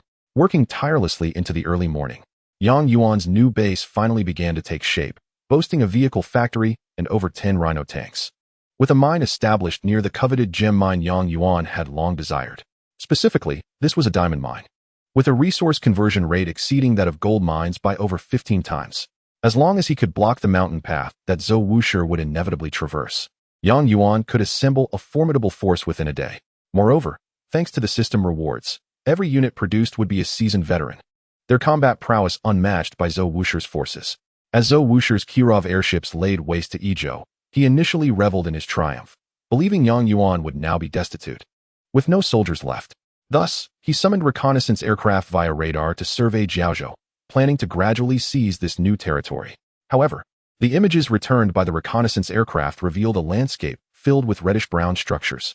Zhou Wushi then realized that Yang Yuan had already secured this prime piece of land in Jiaozhou. Zhou Wushi understood that if he did not eliminate Yang Yuan while he was still establishing himself, in a few days, Yang Yuan would become his most formidable rival, potentially more troublesome than Volkov. At that narrow mountain pass, Yang Yuan's defense line composed of star-class prisms, phantoms, and infantry vehicles was not something Zhou Wushi could breach at the moment. Faced with this situation, Zhou Wushi knew he had only one last resort to reopen this defense line, the Iron Curtain. He would activate the Iron Curtain on the Apocalypse tanks, utilizing the invincibility period to annihilate Yang Yuan's star-class tanks. Yet, how could the astute figures of Yang Yuan and Yuan Zhongyi fail to anticipate such a strategy? While they might have contemplated it, they were, at that moment, devoid of effective means to counteract Zhou Wushi's approach. After all, Yang Yuan had only just arrived, and the construction of his Iron Curtain required several days. He was unable to utilize it against another Iron Curtain. Their only recourse was to employ rudimentary tactics to decelerate the advance of the opponent's Iron Curtain tanks.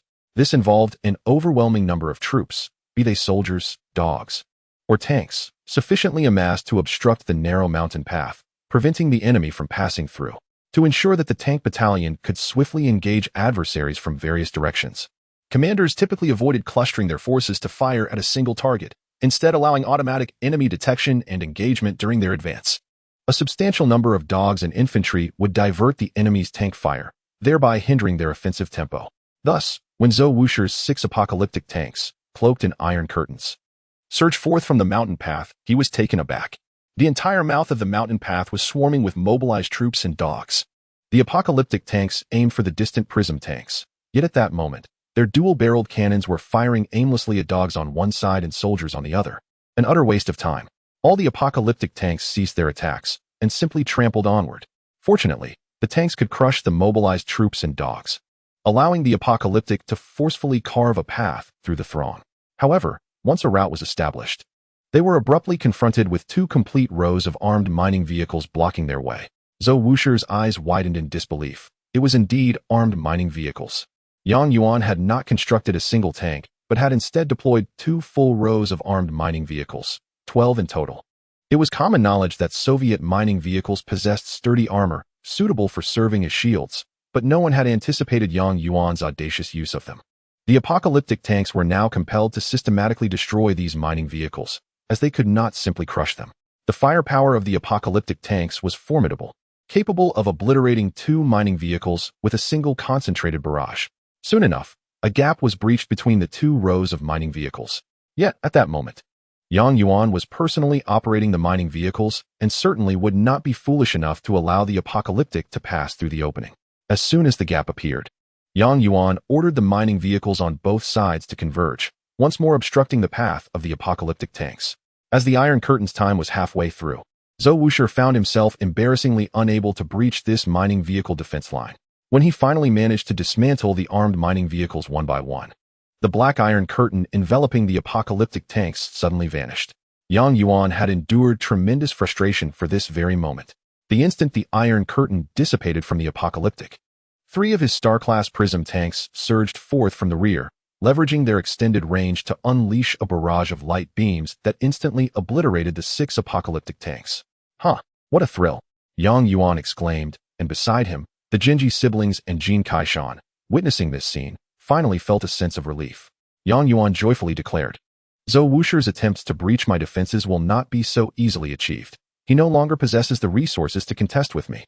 Yuan Zhongyi, expedite the construction of the base. Yuan Qing and Jin Kaishan, you shall command the phantom tanks and infantry vehicles, and we shall launch a counteroffensive directly against Zhou Wusher's stronghold. Number 2, where are you? Yuan initially intended to assign tasks to everyone, including mobilized soldier number 2. But when he glanced around, everyone was present except for number 2. Where is number 2? I still need to assign tasks. Jin Kaishan replied. Number 2 has the responsibility of looking after Xiaoqing. He might be playing with the child somewhere. Yuan rubbed his temples and attempted to summon number 2 back swiftly, but received no response. Jin Kaishan, I summoned number 2, yet he did not reply. Quickly search around the base. We must ensure nothing has gone awry. Understood. At this moment, Yuan felt an inexplicable sense of anxiety. Any unit commander could communicate directly, and if there was no response, it typically indicated one grim outcome. The unit had perished. Since number 2's arrival at Jiaozhou, he had not been assigned any tasks. There was no reason for him to be absent. If anything had happened to him, it could be accepted, as he was merely a bionic soldier. But Xiaoqing must not be harmed. If anything were to happen to that child, how could I face her deceased mother? Despite his concerns, the pressing matter remained. Yuan could not afford to delay the offensive and thus resolved to set aside thoughts of number 2, leading his entire army northward to assault Zhou Wusher. Meanwhile, Jin Kaishan, aboard a high-speed tracked vehicle, scoured the base but found no trace of number 2 or Xiaoqing, forcing him to expand his search radius. Upon reaching the mid-slope, he finally spotted a hovering transport vessel climbing the mountain. Without a doubt, Xiaoqing was inside. At such a time of conflict, it was wholly inappropriate for them to venture so far to play. Utilizing the rapid mobility of his tracked vehicle, Jin Kaishan sped toward the transport vessel, blocking its path before disembarking. Number 2, come down. The commander needs you. Number 2 indeed emerged from inside, with Xiaoqing closely following him. It's a busy time. Why have you wandered so far? Hurry back, Jin Kaishan urged, attempting to take Xiaoqing's hand. Xiaoqing, who had grown accustomed to him and would usually call him Brother Jin, did not do so this time. Instead, she abruptly pulled her hand away. Xiaoqing, what's wrong? Jin Kaishan initially thought she was upset about being prevented from playing, but when he crouched down to look into her eyes, he was taken aback by her abnormal complexion. And to his shock, her eyes had turned purple. Xiaoqing, you. Before Jin Kaishan could finish his sentence, he was struck by a wave of dizziness. Feeling as though his head would burst, he collapsed to the ground, clutching his head. In his dazed state, he heard number 2's voice. It seems you are quite loyal to the commander. I cannot control you even momentarily. Jin Kaishan did not grasp the meaning of those words, but he forced his eyes open to see Xiaoqing holding a stone and gazing at him. Since I cannot control you, I might as well eliminate you. Jin Kaishan's pupils dilated in terror, and he could not utter a word as he heard Xiaoqing continue. Brother Jin, You should not have come. Following that, he felt an intense pain in his head and subsequently lost consciousness. Yang Yuan's army surged forward, swiftly capturing several of Zhou Wusher's outposts and seizing several mines. Just as they were on the brink of assaulting Zhou Wusher's core base, Yang Yuan realized that Jin Kaishan had yet to return. Could it be so bizarre? Number 2 is missing, and now Jin Kaishan is also unaccounted for? Yang Yuan surveyed his surroundings. Yuan Zhongyi and Yuan Qing were preoccupied with the battle, and Tanya was out on a reconnaissance mission. Who else could assist in the search? At that precise moment, a figure emerged from the barracks. Boris? Have you repaired yourself? Commander, I have fully recovered and am ready to execute orders at any moment. Yang Yuan laughed joyfully. Boris's return was indeed fortuitous. Excellent, Boris. Your task now is to search the base for number 2 and Jin Kaishan. If you find them, inform me immediately. Understood, Commander. With the task entrusted to Boris, Yang Yuan finally felt a sense of relief. Perhaps upon arriving in Jiaozhou, we have lost our spy satellite, leaving this group utterly disoriented. Yang Yuan consoled himself. On the front lines, Yang Yuan's army had already encroached upon Zhou Wusher's last stronghold.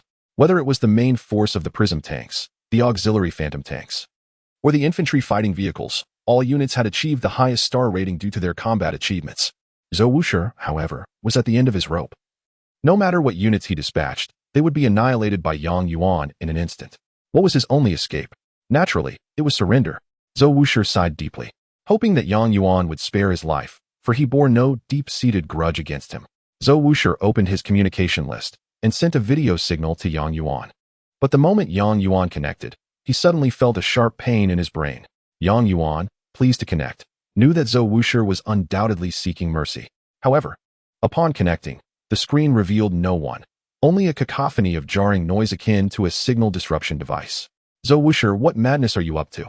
Yang Yuan cursed, covering his ears. Suddenly, a figure appeared on the screen, yet it was not Zhou Wusher. Zhou Wusher's face was gaunt, while this person bore a round face and was bald, with peculiar patterns seemingly etched upon his forehead. Most unsettling were his eyes, which radiated a profound purple glow. Commander, I hear you are looking for me. The man spoke in a deep voice that sent chills down Yang Yuan's spine, leaving him trembling, though it felt oddly familiar, as if he had heard it somewhere before. Who are you? Zhou Wusher's deputy? Yang Yuan inquired, perplexed. Commander, do you not recognize me? I am your first assistant upon arriving in this world. I am mobilization soldier number 2. You, number 2. How did you end up in Zhou Wusher's base? How could you remove your helmet? Are you not? Yang Yuan was astounded, rendered speechless. In this world, soldiers were bionic robots, their helmets fused to their bodies, making removal impossible. Indeed, I am not a robot at all. From the very beginning, I was a human disguised as a mobilization soldier. I have been sealed in this world for centuries, masquerading as a mobilization soldier, waiting for my summons. As soon as I arrived in this world, I began to gradually regain my powers and restore my former glory. Yang Yuan's eyes widened. Number 2, who exactly are you? Despite voicing this question, he already seemed to have an inkling. There was a character in the Red Alert game he had played in a previous world who bore an uncanny resemblance to this number 2. Commander, do not be hasty. My story has yet to unfold. Please allow me to finish. Number 2 continued. I must thank you, Commander. Had you not inadvertently summoned me, I would have never appeared. Now you can understand why I hasten to help you locate mineral resources. Why do your resources deplete so rapidly? It is all due to my need for energy to restore my powers. After you vanquished Dingzhou, my strength was already mostly restored. Upon arriving in Jiaozhou and acquiring these gem mines, my power has been fully regained. My ability is mind control, and my name is, before number 2 could finish, Yang Yuan gritted his teeth and uttered the name he was about to reveal. Your name is Yuri. Chapter 36. Retreat in disarray upon hearing Yang Yuan utter Yuri's name. Yuan Zhongyi and Yuan Qing were taken aback. They may have sensed something amiss with number 2, but could never have imagined that this person was indeed Yuri. In this world, the Yuri faction was merely a legend. It was said that hundreds of years ago, the Yuri faction had emerged, led by Yuri himself, a mad scientist and an inflated egotist. Originally part of the Soviet faction, he eventually established his own faction, attempting to use his technology to control everyone, turning them into his slaves. Indeed, Yuri's research focused on mind control. The Soviet Union's colossal squid was one of his mind control creations. Of course, his mastery extended beyond this. The legendary and bizarre human cloning technology was also within his realm of study. Yet at this moment, Yang Yuan was indifferent to these matters. He simply asked, Yuri, what have you done with Xiaoqing? What have you done to her? Commander, You need not worry at all. The little girl you cherish is currently safe and sound, right here beside me. With that, Yuri pulled Xiaoqing's hand, making her gaze at Yang Yuan on the screen. When Yang Yuan beheld Xiaoqing's violet eyes, his heart shattered, for he realized she had fallen under Yuri's control. What have you done to her? She is just a child. Yang Yuan roared in fury. No, no, no. Commander, I have not harmed her. I have not controlled her mind. Rather, her spirit has influenced me. What do you mean by that? This girl is extraordinary. She possesses an innate superpower. I sense this power to be advantageous to me, which is why I have kept her by my side. She is quite eager to be with me, and when she is with me, her mind resonates, often generating unexpected ideas. Now, I shall utilize this girl's power to restore the former glory of my Yuri nation. Then why not directly control me after regaining your strength? Yang Yuan inquired. Yuri replied, on this matter, I must commend you, Commander. My mind control technology can only dominate those of weak will, such as Zhou Wushi. However, I cannot control you, your comrades, or that Volkov. Thus, I can only seize the opportunity to take control of Zhou Wushi's territory at this critical juncture before his impending demise. Let this land be a new beginning. From now on, this world shall not require the so-called free will. There shall be but one will, the will of mine. Commander, as a token of my gratitude, I shall be the first to accept everything about you. Hee hee. As the chilling and indifferent laughter faded, Yuri's signal was abruptly severed. Yang Yuan furrowed his brow, eyes closed, still processing the enormity of it all. Suddenly, he bitterly smiled and remarked, what the system brother mentioned about fulfilling the initial wish. This must be it. The Yuri faction has emerged. Yet he is an adversary. At that moment, Boris returned to Yang Yuan's side, cradling an injured and unconscious Jin Kaishan. Commander, when I found him, he had already been knocked out. I have bandaged him. He should be out of any mortal danger. Yang Yuan could only nod. He had no time to mourn. Suddenly, the system's voice echoed in his mind. Congratulations, Commander, the forces of Yangzhou have been eliminated. This signified that Yuri had slain Zhou Wushi, completely occupying Yangzhou. The system continued, Commander Yang Yuan, congratulations on your betrayal. You have unlocked the Yuri faction. Hehe, system brother. If you were standing before me, I would certainly strike you down. The Yuri faction is unlocked, but he is an opponent. He cannot be utilized for my benefit. Commander Yang Yuan, the creator has stated that some things must be earned through effort. To obtain Yuri, you must first conquer him. Yuri will only submit to those stronger than himself. You must defeat Yuri before he defeats you. Will I die if I am defeated by Yuri? Yang Yuan inquired. You will not perish, came the reply. Then I can rest easy. As long as I live, there is hope. However, life without dignity is akin to death. One would become Yuri's slave, a mere shell of a person, existing hopelessly. Before Yang Yuan could fully grasp the terror of this reality, the system vanished. Observing Yang Yuan's soliloquy, Yuan Zhongyi was not surprised, but, ever the strategist, he could only ask, Commander, what shall we do now? Shall we continue the assault? Yang Yuan clenched his fists and echoed the system's warning. We must defeat Yuri before he overcomes us. Otherwise, we shall all become his slaves. Now is our chance to strike, while he is still unsteady. Commander, look at the base ahead. It seems transformed. Yuan Qing exclaimed, staring incredulously at the screen of the command device. Yang Yuan quickly turned to see that the base of Zhou Wushi had indeed undergone a dramatic transformation. The once orange-red structures were now cloaked in a sinister shade of purple, as if a dark paint had been applied. The architecture had also altered. All buildings, bases, power plants, and vehicle factories had taken on new forms. Most alarming was the barracks, which now resembled Yuri's head, with newly summoned soldiers emerging from its mouth. Is this truly the architecture of Yuri's faction? It is truly terrifying. Yuan Zhongyi lamented. Subsequently, the Soviet Union's sentry guns and magnetic storm coils appeared to have been reshaped, each adopting new forms. The troops and tanks had similarly transformed. It became evident that Yuri need not reconstruct his forces by eliminating Zhou Wushi. He could simply take his place. The former Yangzhou army had seamlessly morphed into Yuri's domain.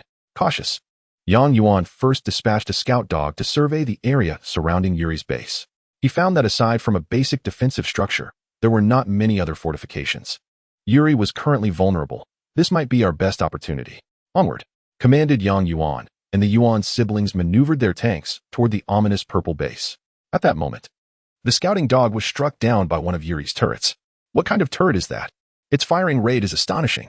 Our airborne soldiers have already fallen, Yuan Qing exclaimed, referring to the turret that had replaced the sentry gun.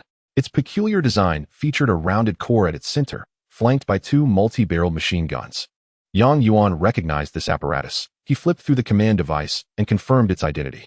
It was called the Gatling gun, a hybrid of the sentry gun and anti-aircraft artillery, capable of targeting both aerial and terrestrial threats. Its firing rate increased with sustained fire, and its power escalated correspondingly. Not even a pack of elite soldiers could likely breach this turret's defenses. However, Yang Yuan would not allow the enemy's morale to rise at his expense.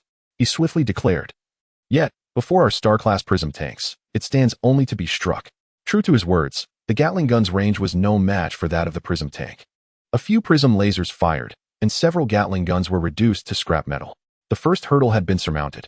Seeing the opportunity, Yang Yuan ordered the prism tanks to advance further and attempt to target the structures behind. Meanwhile, the phantoms and infantry vehicles moved up as well, tasked with providing protection and air defense. Just as Yang Yuan prepared to give the command for the prism tanks to fire again, an explosion erupted ahead. By the time he comprehended the situation, two phantom tanks had already been destroyed in succession, and the assailant was, inexplicably, another phantom tank. In an instant, Yang Yuan understood that this phantom tank had been commandeered by the enemy. He immediately ordered the remaining phantoms to engage the hostile unit, and the controlled phantom tank was swiftly obliterated.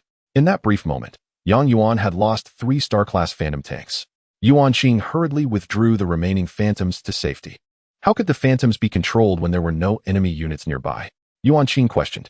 Yang Yuan gazed towards Yuri's base, marking a purple-black tower in the distance. That must be it. This tower is closest to our phantoms. Yuan Zhongyi inquired. What kind of tower is it that can control units like Yuri? Indeed, it is known as the Mind Control Tower. It can simultaneously control 3 units within its range. The phantom tank must have strayed too far, reaching the edge of its control zone. We were fortunate that only one was ensnared. We must learn from this experience and be cautious of such towers in the future. However, its range remains beyond that of the prism tanks. If we maneuver skillfully, we can eliminate it. Just as Yang Yuan prepared to command the prism tanks to open fire, an unexpected development unfolded. 3 bizarre tanks surged forth from Yuri's base. One bore a striking resemblance to the Gatling gun, evidently serving a similar purpose of ground and air defense. The other 2 were markedly different. One had no visible cannon, while the other was even stranger, resembling a large brain in the center of the vehicle, devoid of both cannon and turret. Yang Yuan instinctively identified their names. The swift tank was the Gatling gun tank, serving the same function as the turret. The one without a cannon was the magnetic tank. The one shaped like a brain was the psychic control vehicle, colloquially referred to as the brain car. Before Yang Yuan could elaborate further on these strange vehicles, an enormous tank arrived from the rear, its size comparable to 6 or 8 standard tanks. What is that? A moving fortress? A slave mine. It functions as both a mining facility and a transport vehicle, capable of automatically summoning slaves to extract resources. Yet, there are no resources here. Why would Yuri deploy it? Upon uttering these words, Yang Yuan quickly deduced the answer. It served as a meat shield. Yuri's slave mine not only facilitated mobile mining, but was also heavily armored, impervious even to star-class tanks. As anticipated, the colossal slave mine charged directly at Yang Yuan's prisms, equipped with a 127mm machine gun capable of inflicting damage upon the prisms. Fall back. Yang Yuan realized that the prisms were incapable of halting this behemoth and could not ascertain Yuri's intentions, so he ordered a retreat. However, the prisms were slow to respond, while the infantry vehicles and phantom tanks had already retreated to a safe distance. The 3 prisms had only managed to move a few steps. Then, an astonishing sight unfolded. The rearmost prism tank suddenly lifted off the ground, elevated by an inexplicable force. What is happening? Is it ascending to the heavens? The Yuan siblings stared in disbelief, though they were natives of this Red Alert world. Yuri's faction had previously existed only in legends, and they were unfamiliar with Yuri's units. Upon closer inspection, the levitating prism tank was tethered to a mysterious blue energy beam connected to a tank concealed behind the slave mine. This was the power of the magnetic tank. It could lift my units from an extraordinary distance, and what followed was self-evident. The magnetic tank withdrew, hoisting the prism into the air until it fell within the control range of the enemy's units. A beam of violet light emanated from Yuri's brain vehicle, causing the unfortunate, elevated prism tank to undergo a swift transformation, shifting from its original orange-red hue, belonging to Yang Yuan, to the distinct purple of Yuri. Witnessing his prized star-class prism being usurped by Yuri, Yang Yuan could hardly contain his indignation. Yet what could he do? Yuri's brain vehicle was shielded by the formidable slave mine, and any attempt by Yang Yuan's prism tank to engage would subject it to the mine's artillery fire. Despite the tremendous offensive power of the prism tank, its lightweight armor could not withstand such gunfire, leaving Yang Yuan reluctant to take that risk. His primary combat strength lay in the Star-class prism. He could not afford to lose the other two remaining tanks. Thus, he had no choice but to retreat, albeit with great reluctance, all the way back to Jiaozhou. Fortunately, apart from the Getter cannon tank, Yuri's remaining units were relatively slow. Once the advancing Getter was obliterated by the prism in an instant, Yuri ceased his pursuit, allowing Yang Yuan to withdraw unimpeded. Eager to share parting words, Yuri directly contacted Yang Yuan's command device. "Commander, today is not the end, merely a simple beginning. You may retreat to your Jiaozhou, hiding in any corner you wish. I suggest you relinquish your abundant mineral resources. By doing so, you will be the last to fall under my control." Heh! Accompanied by the cold chuckle of the bald-headed Yuri, the connection severed before Yang Yuan could utter a word. With a long sigh, Yang Yuan reflected. Yuri is 100 times more terrifying than any opponent I've faced before, be it Wang Ji, Fong Lang, or Jimei.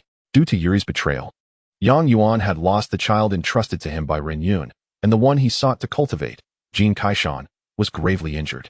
Yizhou had already been lost, and Dingzhou offered no refuge. Now, Yang Yuan was left with nothing but this scant piece of territory in Jiaozhou.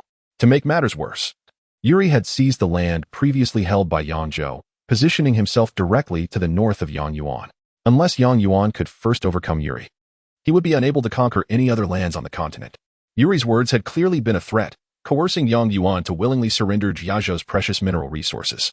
Was he truly destined to endure such humiliation while Yuri devoured him piece by piece? Yang Yuan's mind was in disarray, and the Jinji siblings remained silent. In this world, absolute power equated to absolute victory. The vanquished had no voice. Dragging his remaining troops back to the Jiaozhou base, Yang Yuan began feverishly producing military dogs. Observing the canines rushing out of the barracks, Jinji Qing was perplexed. "Yang Yuan, why are you producing so many dogs? We don't need this many for reconnaissance. These dogs can only take down a few infantrymen. They're of no use against Yuri's tanks." Yang Yuan smiled faintly. "You do not understand Yuri. His faction lacks any canine reconnaissance units. He prefers to utilize a unique type of unit for scouting and pathfinding." "What type of unit?" Jinji Qing inquired. "Yuri's clones. His technology stems entirely from his brain, allowing his barracks to summon his own clones. While they may not possess Yuri's prowess, they can control a land unit." Jinji Qing responded. "So you mean to say that Yuri's clones fear dogs?" "Indeed. Dogs are one of the few units that are not intimidated by Yuri. His clones have no offensive capability, and the dogs can swiftly eliminate them. Hence, if we deploy our forces to patrol this vast terrain, at least we can stave off Yuri for a while." Yang Yuan continued. "Yes, the canyons here are abundant, making it difficult for Yuri's armored vehicles to mount an offensive, forcing him to send infantry. With our military dogs and some anti-infantry units, we should be able to hold the line. It's a pity our allied base vehicle has been destroyed. Otherwise, with the allied air units, we would be even less fearful of Yuri." Upon hearing this, the Jinji siblings finally breathed a sigh of relief. Unfamiliar with all aspects of Yuri's faction, they could only rely on Yang Yuan's judgment. At this point, Yang Yuan felt a pang of regret. "I am truly sorry for dragging you two into such a predicament. It was my negligence that failed to notice Yuri was so close."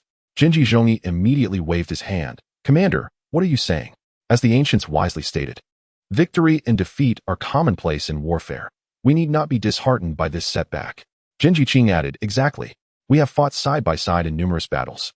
There is no need for such formalities. Our immediate priority is to collaboratively devise a strategy to counter our predicament." Yang Yuan nodded with a smile, realizing that comrades forged in adversity were indeed the most reliable. Reflecting on how he had initially taken advantage of the siblings, he found humor in the thought. Yet, despite the trio's rekindled courage to start anew, they merely exchanged glances, at a loss for any concrete plans. After 2 days and nights of ceaseless toil without food or rest, how could they possibly think clearly? As the sun set behind the mountains, Yang Yuan resolved to enjoy a hearty meal and a good night's sleep, intending to devise a strategy the following morning. After all, he had already stationed military dogs and anti-air troops to patrol the hills of Jiaozhou, ensuring he would receive immediate alerts regardless of whether Yuri's forces approached via land or air.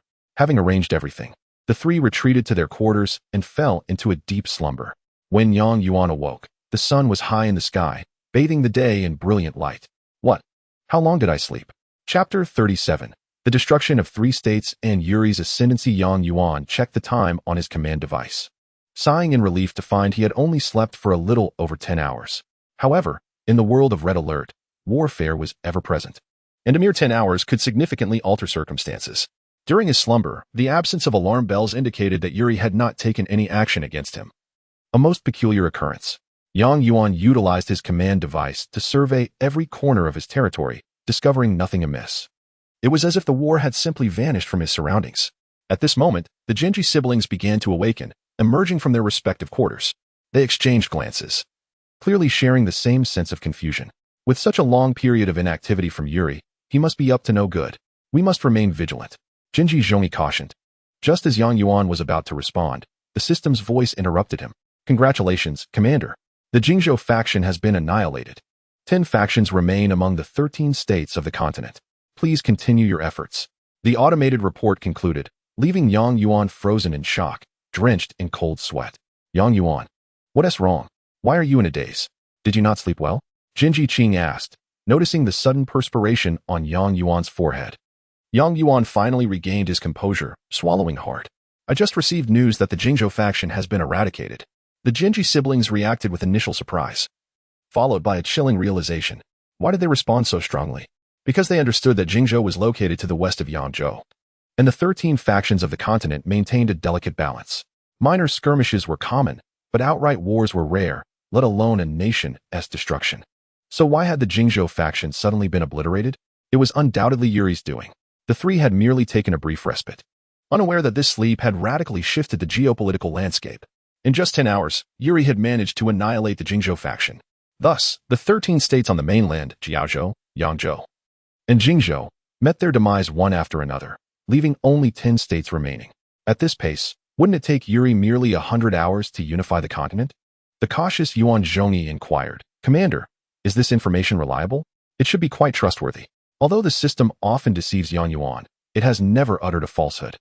Let us dispatch a few military dogs for reconnaissance to ascertain the situation. After all, Jingzhou's influence is not insignificant. Its overnight destruction is indeed rather astonishing. Yuan nodded, agreeing to send a few dogs for a more prudent approach. The military dogs moved swiftly, traversing several mountains in just over an hour. Jingzhou is a region rich in mountains and waters. Although the Red Alert 2 military dogs cannot swim, they fortunately encountered bridges. After crossing several bridges, the military dogs arrived near a large lake. Yuan divided the canine squad into 2, directing them to head north along the lake, passing through some lakeside reeds. The western team reached a village. Compared to Jiaozhou and Yangzhou, Jingzhou's population was relatively more developed, and the village indeed boasted numerous houses. The military dogs halted near the village, and through synchronization, Yuan and his companions beheld a scene unfolding before them. Several bald figures clad in purple, Yuri's replicants, were evident. Behind each replicant trailed an ordinary person, indicating that these individuals had fallen under the control of Yuri's creations. They moved like soulless husks, obediently following Yuri, ceaselessly advancing. What is Yuri doing with so many civilians? Is he planning to create a palace like the pirate king Wangji? Yuan Qing queried, perplexed. Yuan replied, Yuri is a man of clear objectives. He is unlikely to indulge in hedonism. Perhaps their capture serves a purpose. Yuan's words trailed off, piquing Yuan Qing's curiosity. Why did you stop? For what reason? Yuan's pause was unintentional. He was momentarily taken aback by the horrifying implications.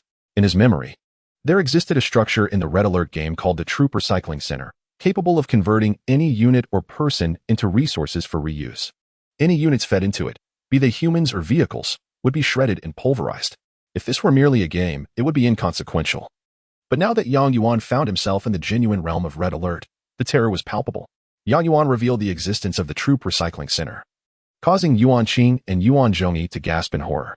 Previously, Wang Ji had sacrificed 100 civilians to produce the terrorist unit, a heinous act indeed. However, compared to Yuri's current actions, Wang Ji's deeds seemed trivial. To consider that this single village contained thousands of souls, this was the epitome of demonic behavior. Commander, how can we remain indifferent while Yuri commits such atrocities? Yuan Zhongyi, a man of compassion and integrity, was understandably incensed. Yuan remained silent, already maneuvering the military dogs. The dogs were the natural adversaries of Yuri's replicants. A handful of them could easily dispatch this large group of foes. Without hesitation, the dogs surged forth. marking as they swiftly eliminated the 10 or so Yuri replicants, who posed no resistance against the canines. The instant the replicants were slain, the controlled civilians trembled as if electrified, and once the tremors subsided, they appeared dazed before finally scattering in all directions. Having rescued these individuals, Yuan felt a sense of dissatisfaction, for numerous Yuri replicants still lurked in the village ahead. Directing several dogs to penetrate the village, they attacked any Yuri replicants they encountered, liberating more innocent people along the way.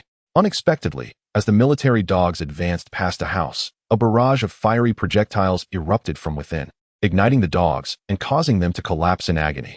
Yuan was furious, nearly throwing down the command device, for that house concealed a number of Yuri's new soldiers. These new soldiers were Yuri's modified Soviet conscripts, equipped with psychic helmets, capable of unleashing fiery bullets with mere concentration. After explaining this, Yuan felt helpless and could only redirect the canine squad stationed on the eastern side of the lake. This squad continued northward and encountered no Yuri replicants, instead discovering a base. Regrettably, this base was purple. From recollection, Jingzhou's military was characterized by a vibrant red, although the specific architectural details of this base remained unclear. The sinister purple hue alone confirmed that Jingzhou had indeed fallen under Yuri's dominion. It appeared the system's warning was true. The canine squad pressed on, only to find Gatling tanks patrolling the vicinity, rendering further advance impossible. Among this squad was a star-rated husky, the very one that had accompanied Yuan from the outset. Though merely an ordinary military dog within the Red Alert universe, Yuan held a fondness for it and had no choice but to summon the squad back. While they had not rescued a sufficient number of innocents, they had at least confirmed that Yuri had indeed annihilated Jingzhou overnight. Before he could voice his thoughts, Yuan was interrupted by the system's announcement. Congratulations, Commander. The forces of Ezhou have been eradicated. Only 9 of the 13 states remain. What? Yuan was taken aback. Could it be that Yuri, after decimating the Jingzhou military, had swiftly proceeded westward to eliminate the Ezhou forces? Ezhou was situated in a basin directly west of Jingzhou, and Yuri's army, holding the high ground, was indeed stronger. Yuan relayed the news of Ezhou's fall to the Yuan siblings, both of whom expressed disbelief. Yet, following their astonishment, a greater sense of dread took hold. Of the 13 states, 4 resided in the south: Yangzhou, Jingzhou, Ezhou, and Jiazhou. Now, within less than 2 days, Yuri had seized control of Yangzhou, Jingzhou, and Ezhou, nearly dominating half of the continent. At this moment, Yuan found himself in Jiaozhou, cowering in a corner, trembling. Was this world destined to succumb to Yuri's grasp? Yuan would certainly not concede defeat so easily. When one's strength is vastly inferior to that of the adversary, one must seek allies. At present, Yuan's greatest foe was Yuri, yet Yuri's most formidable opponent was not Yuan but the traditional overlord of the continent, the Ezhou army. Yuan reasoned. Ezhou lies directly north of Jingzhou. With Yuri consecutively conquering Jingzhou and Ezhou, it is inconceivable that Ezhou, the traditional hegemon of the continent, would remain inactive. If we could establish contact with Jiaozhou, the Jiaozhou military would surely be eager to collaborate with us against Yuri. Indeed, this may be our only path forward. Yuan Zhongyi concurred. However, we must maintain a low profile. Should we attract Yuri's attention, he may eliminate us first. Yuan agreed with Yuan Zhongyi's assessment. At present, Yuri's strongest adversaries were the northern lords led by the Ezhou army. As long as he remained still and feigned compliance, Yuri would be unlikely to target him first. Yet, how should he contact the commander of the Ezhou army? Do you know this person? Yuan inquired. The siblings shook their heads in unison. Yuan Zhongyi replied, previously, the only individual frequently in contact with Yingzhou was Zhou Wushi from Yangzhou. Aside from him, we are not well acquainted with the other lords on the continent.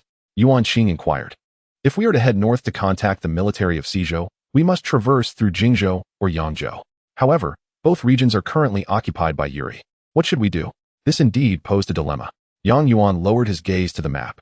Following the destruction of the previous allied base by Zhou Wushi, Yuan was left with only the Soviet base, and without spy satellites, he was unable to ascertain the specific circumstances of each feudal lord's army. Nevertheless, as he studied the map, an idea began to take shape in his mind. The feudal lords of the continent were divided into 3 major regions: the south, comprising Yangzhou, Jingzhou, Ezhou, and Jiaozhou; the north, consisting of Yanzhou, Qingzhou, Jizhou, Yuzhou, Bingzhou, and Liangzhou; and the central lords, which included Szizhou, Yuzhou, and Shuzhou. Observe the map, Yuan remarked. Szizhou lies at the center, with Yuzhou bordering it to the east and Shuzhou further east, adjacent to Yuzhou and close to the sea. We could send Tanya to navigate around the sea and make contact with the commander of the Shuzhou army. Yuan Qing questioned, will the Shuzhou army ally with us? Yang Yuan smiled. I believe they will. Shuzhou is directly north of Yuri's Yangzhou and is under significant threat. They would hardly forsake a potential ally. Moreover, Yuzhou and Shuzhou are not far from Sizhou, and they are likely to be allies of Sizhou, potentially relaying our information to them promptly.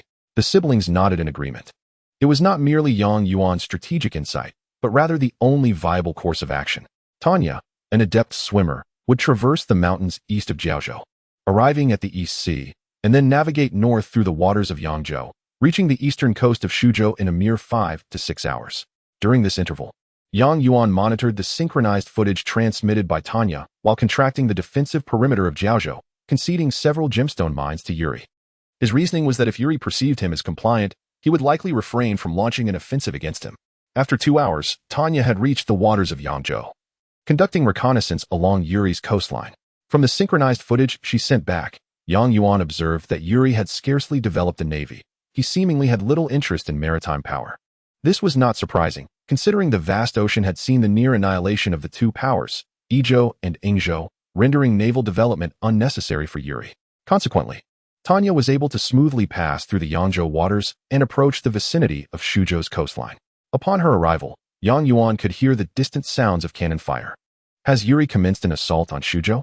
Yang Yuan mused. Tanya, draw closer and assess the situation on land. While the Shuzhou navy was sizable, it was predominantly stationed along the coast, as their adversary emerged from the southern land rather than from the sea. From the reconnaissance footage Tanya captured, Yang Yuan and his sister could see the Shuzhou army engulfed in chaos.